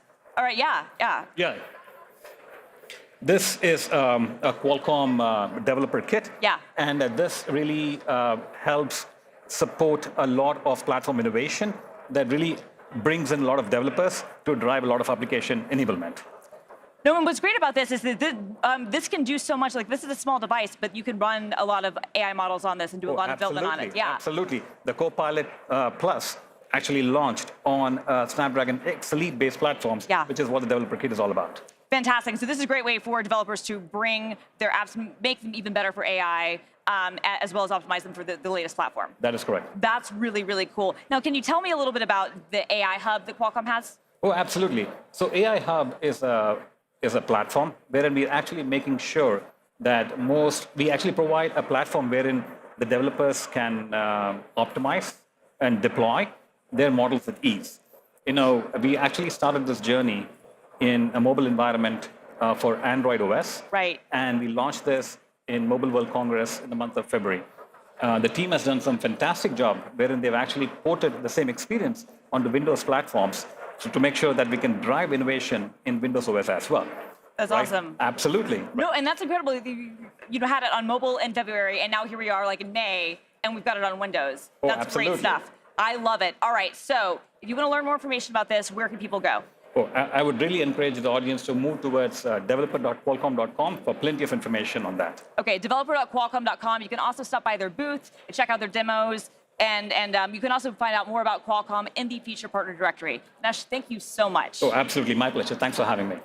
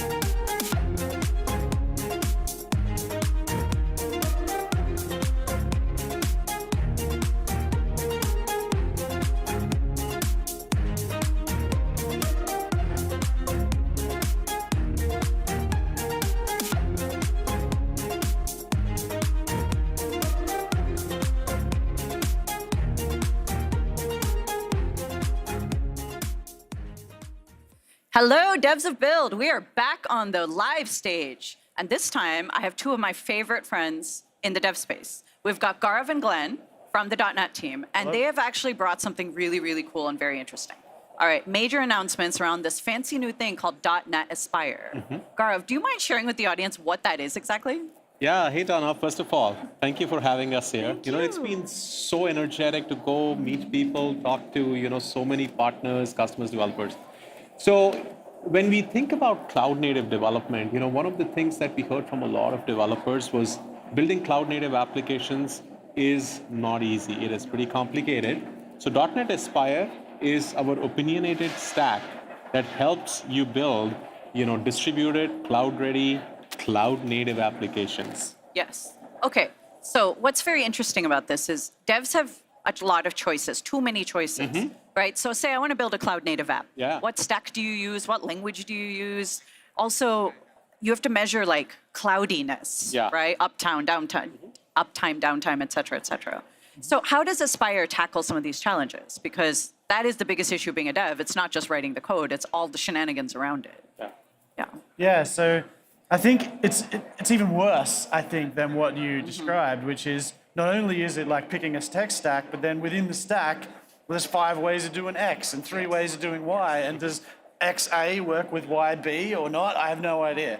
And so as we were preparing for Aspire, that was a big thing that people kept telling us. And so within Aspire, we have several pieces that make it up. One of them is components, Aspire components. And Aspire components are the idea of having a kind of a spec for what a good library for a dependency should do. It should set you up for resiliency, make sure you've got make sure you're doing logging properly, set up with OTel.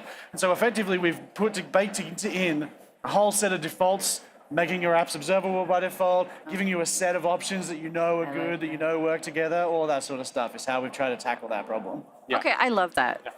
Go ahead. No, thanks, Glenn. I think the thing I was about to add is if you abstract it to a higher level, what you could think about is, today if you look at the, cloud native landscape, developers have to pick and choose so many different components. They have to bring things together. They have to, spend so much energy working on the infrastructure, thinking about how do we pull. What we are trying to do is provide developers a set of tools and libraries that helps bring the defaults together for you to have very quick onboarding, right? So that's the place where we are starting, but we want to also make sure that we are giving developers the flexibility to edit things. Okay, I like this because you're giving them a get started today in a box, but enough that they're not trapped into it. So they can adjust and make changes as they want based on the areas they care about. That's correct. Right, so I'll give you a real example where I actually want to use Aspire. So I'm building a travel agent, okay? An agent that books my travel for me, cool. Sounds great. What I don't want to do is deal with like observability. What is the uptime, I can't say the word uptime, of Azure at this moment, right? What is the resource allocation? So I want Aspire to do these things for me, but like testability, I would want to micromanage a bit because I want to make sure it's accessible, all of these things. So I feel like you've built something so interesting because it makes it easy for devs to get started, but still gives them all of that freedom. Was that one of your goals when you first started building this? Yeah, absolutely. So we had a set of principles early on, and one of them was developer first. One of the things that happens is developer first and foremost, and it was almost the core of everything we did. Because often in this space, ops is such a big concern that it leaks into all of the dev tools and all of the ecosystem. And what we set out to say was like, okay, when I run my app, and I want to see a dashboard, I want to see all the metrics, I want to see the things I need as a person sitting at the keyboard to figure out what's wrong. What I don't need is like long-term monitoring, all of these things that the ops people need. And in fact, I kind of aggressively do not want to learn those things. Right. Correct. Right. And that's what we were focusing on from the very beginning. Okay, I love that you said this because I love DevOps as much as the next person, but I am not a DevOps person. And I don't want to be a DevOps person, and I don't want to learn ops when I'm supposed to be a dev, right? So apparently you brought some sort of video that shows all these dashboards and charts and graphs and such and such. Yeah, we should run it. We should. Let's roll the video and take a look. Let's see it. .NET Aspire is designed to make building great cloud-native applications easier and more productive than ever, whether it's a single project or an entire distributed system with all of its services and dependencies running together. Here I have a cache running in a container, an API service, and a front end all running on my local machine. Aspire orchestrates these all together, so I don't have to worry about spinning up multiple projects or the containers. It does it all for me from a single .NET-based project. The dashboard is a one-stop shop for all things app diagnostics, monitoring, and so much more, enabling me to inspect various states and statuses of my application. We enable health checks, telemetry, resiliency, all for you automatically with our service defaults. We can see that telemetry information is coming in here thanks to the Aspire components. And traces are a great way to pinpoint performance problems or failures, especially when they span multiple processes and machines. Additionally, service discovery built into Aspire converts user-friendly names into network addresses, so we handle everything for you. When you're ready to publish, you can right-click Publish, and it will automatically take your application, convert it to containers, and publish it directly to Azure Container Apps or other places that you want to deploy. Okay, so I love that. And I have terrible shiny object syndrome, right? As we do all of us. So .NET Aspire, new shiny thing. I love it. I'm obsessed with it. I want to use this. How's this going to integrate with what I already use so my boss isn't like, what are you thinking? Introducing a new thing. Yeah, so I think, Glenn talked about one part around our principles, which is like being developer-centric and starting for their problems. And the other big piece, in terms of thinking about the principles that we've applied is like, how can we make sure that developers can incrementally adopt the product that we are building. So with .NET Aspire, whether you are transforming an existing .NET application into being cloud ready, or you are building a net new application, whether you are on Mac, on Linux, on Windows, you can apply it everywhere. Whether you are on Azure, whether you are on AWS or any other cloud, you can apply it. So for us, the biggest thing has been to give that choice to developers to meet where they are and make sure that the technology we are building is really incrementally adoptable. I love how inclusive this is. I didn't know that this worked integrated with like AWS, GCP, et cetera, et cetera. Yes, the folks from AWS committed the code for AWS to the Aspire Really? repo, we worked on it together. That's cool. Okay, that's new information. Yeah. So those companies, every company, I guess, is multi-cloud. Yeah. So they're going to be able to use this without it not just being for the Azure.NET code base, but for all of it. That's correct. Huh. That's very clever. Look at y'all. Yeah. I like that. Really, you've thought about lots of things. Okay, so today's build, what does the future look like? The next 3-6 months? Yeah, so November. Yes. Every November, new version of .NET comes out. So put that in your calendar. That'll be the next version of Aspire that comes out. And what we really want to do between now and then is it's not very long. We GA today at Build. And then, so between now and November, there is a mass of feedback that we want to desperately hear and incorporate into what we then ship again in November as we figure out all of the things that we need to work on going forwards. Okay, so between now and November, you're doing a giant co-creating activity. You're saying, people, go try it, integrate into your environments, use it for real. Don't just use it for testing. Give them feedback because they're going to do the next rev based on your feedback. That's right. That is absolutely correct. That is beautiful. Yeah, we want, because, I think as we've been developing this, the basis of Aspire was learnings from a lot of Microsoft internal teams that we brought into the product and are now bringing to the community. And we really want to co-create and co-build with the community and get feedback. Oh my gosh, I love this story so much. Yeah. This makes me so happy. Do you have homework for anyone? So, go. One thing from my side, Yes. If you are new, if you have not tried, go to aka.ms/AspireGA. That'll give you the information to get started. So please go check it out and give us feedback. aka.ms, Aspire GA. Do the thing. Thank you. Thanks, you. Thanks, Donna. Thank you. Thank you, Donna. That was such a great interview. Shout out to the Aspire team for creating something awesome. I'm so excited it's GA. So, that wraps up actually day one of Build. I think we ended on a pretty high note. It was great. It was a full day of stuff, but we have demos from the Microsoft mechanics on stage tomorrow. Yeah. So don't miss this. Join us back here at the same place. Also, we're going to have an interview with Microsoft low-code leader Charles Lamanna. Plus, we're also going to have Mark Rusinovich. Of course, on Security Day, we're going to be talking about security with Mark Rusinovich, who's going to be diving inside AI as it relates to security. For those who don't know, that's inside the brand of Mark Russinovich. Yeah, so you don't want to miss any of it. It's going to be a really fun-filled, secure adventure that we're going to be having on day 2 tomorrow. So thank you all for watching, and see you all tomorrow. See you tomorrow. Bye, friends.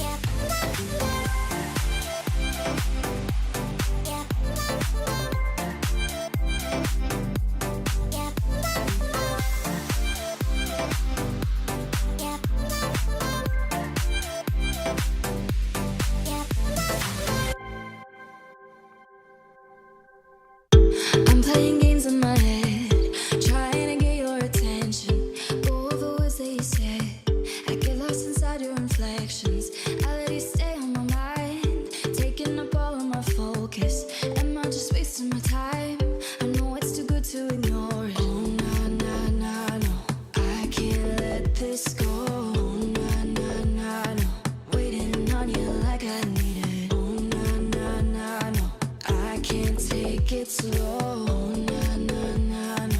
Ain't no way to stop this feeling. Think I'll lose my mind. Loving you from silence. Honey on my mind. Open ocean eyes. Nobody's gonna love you the way that I do. Honey on my mind. Wanna look at it come to life. Nobody's gonna love you the way that I do.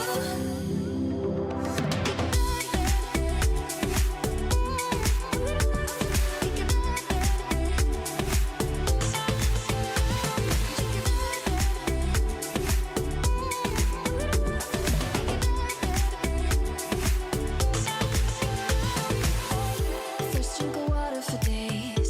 Sun coming out of the storm and exhale my troubles away. Soon as you walk in the door and you see who I am in full color, you understand like no other. I take a swim in your mind, find what's been missing in my life. Oh, nah, nah, nah, no. I can't let this go. Nah, nah, nah, no. Waiting on you like I need it. Oh, nah, nah, nah, no. I can't take it slow. Nah, nah, nah, no. Ain't no way to stop this feeling.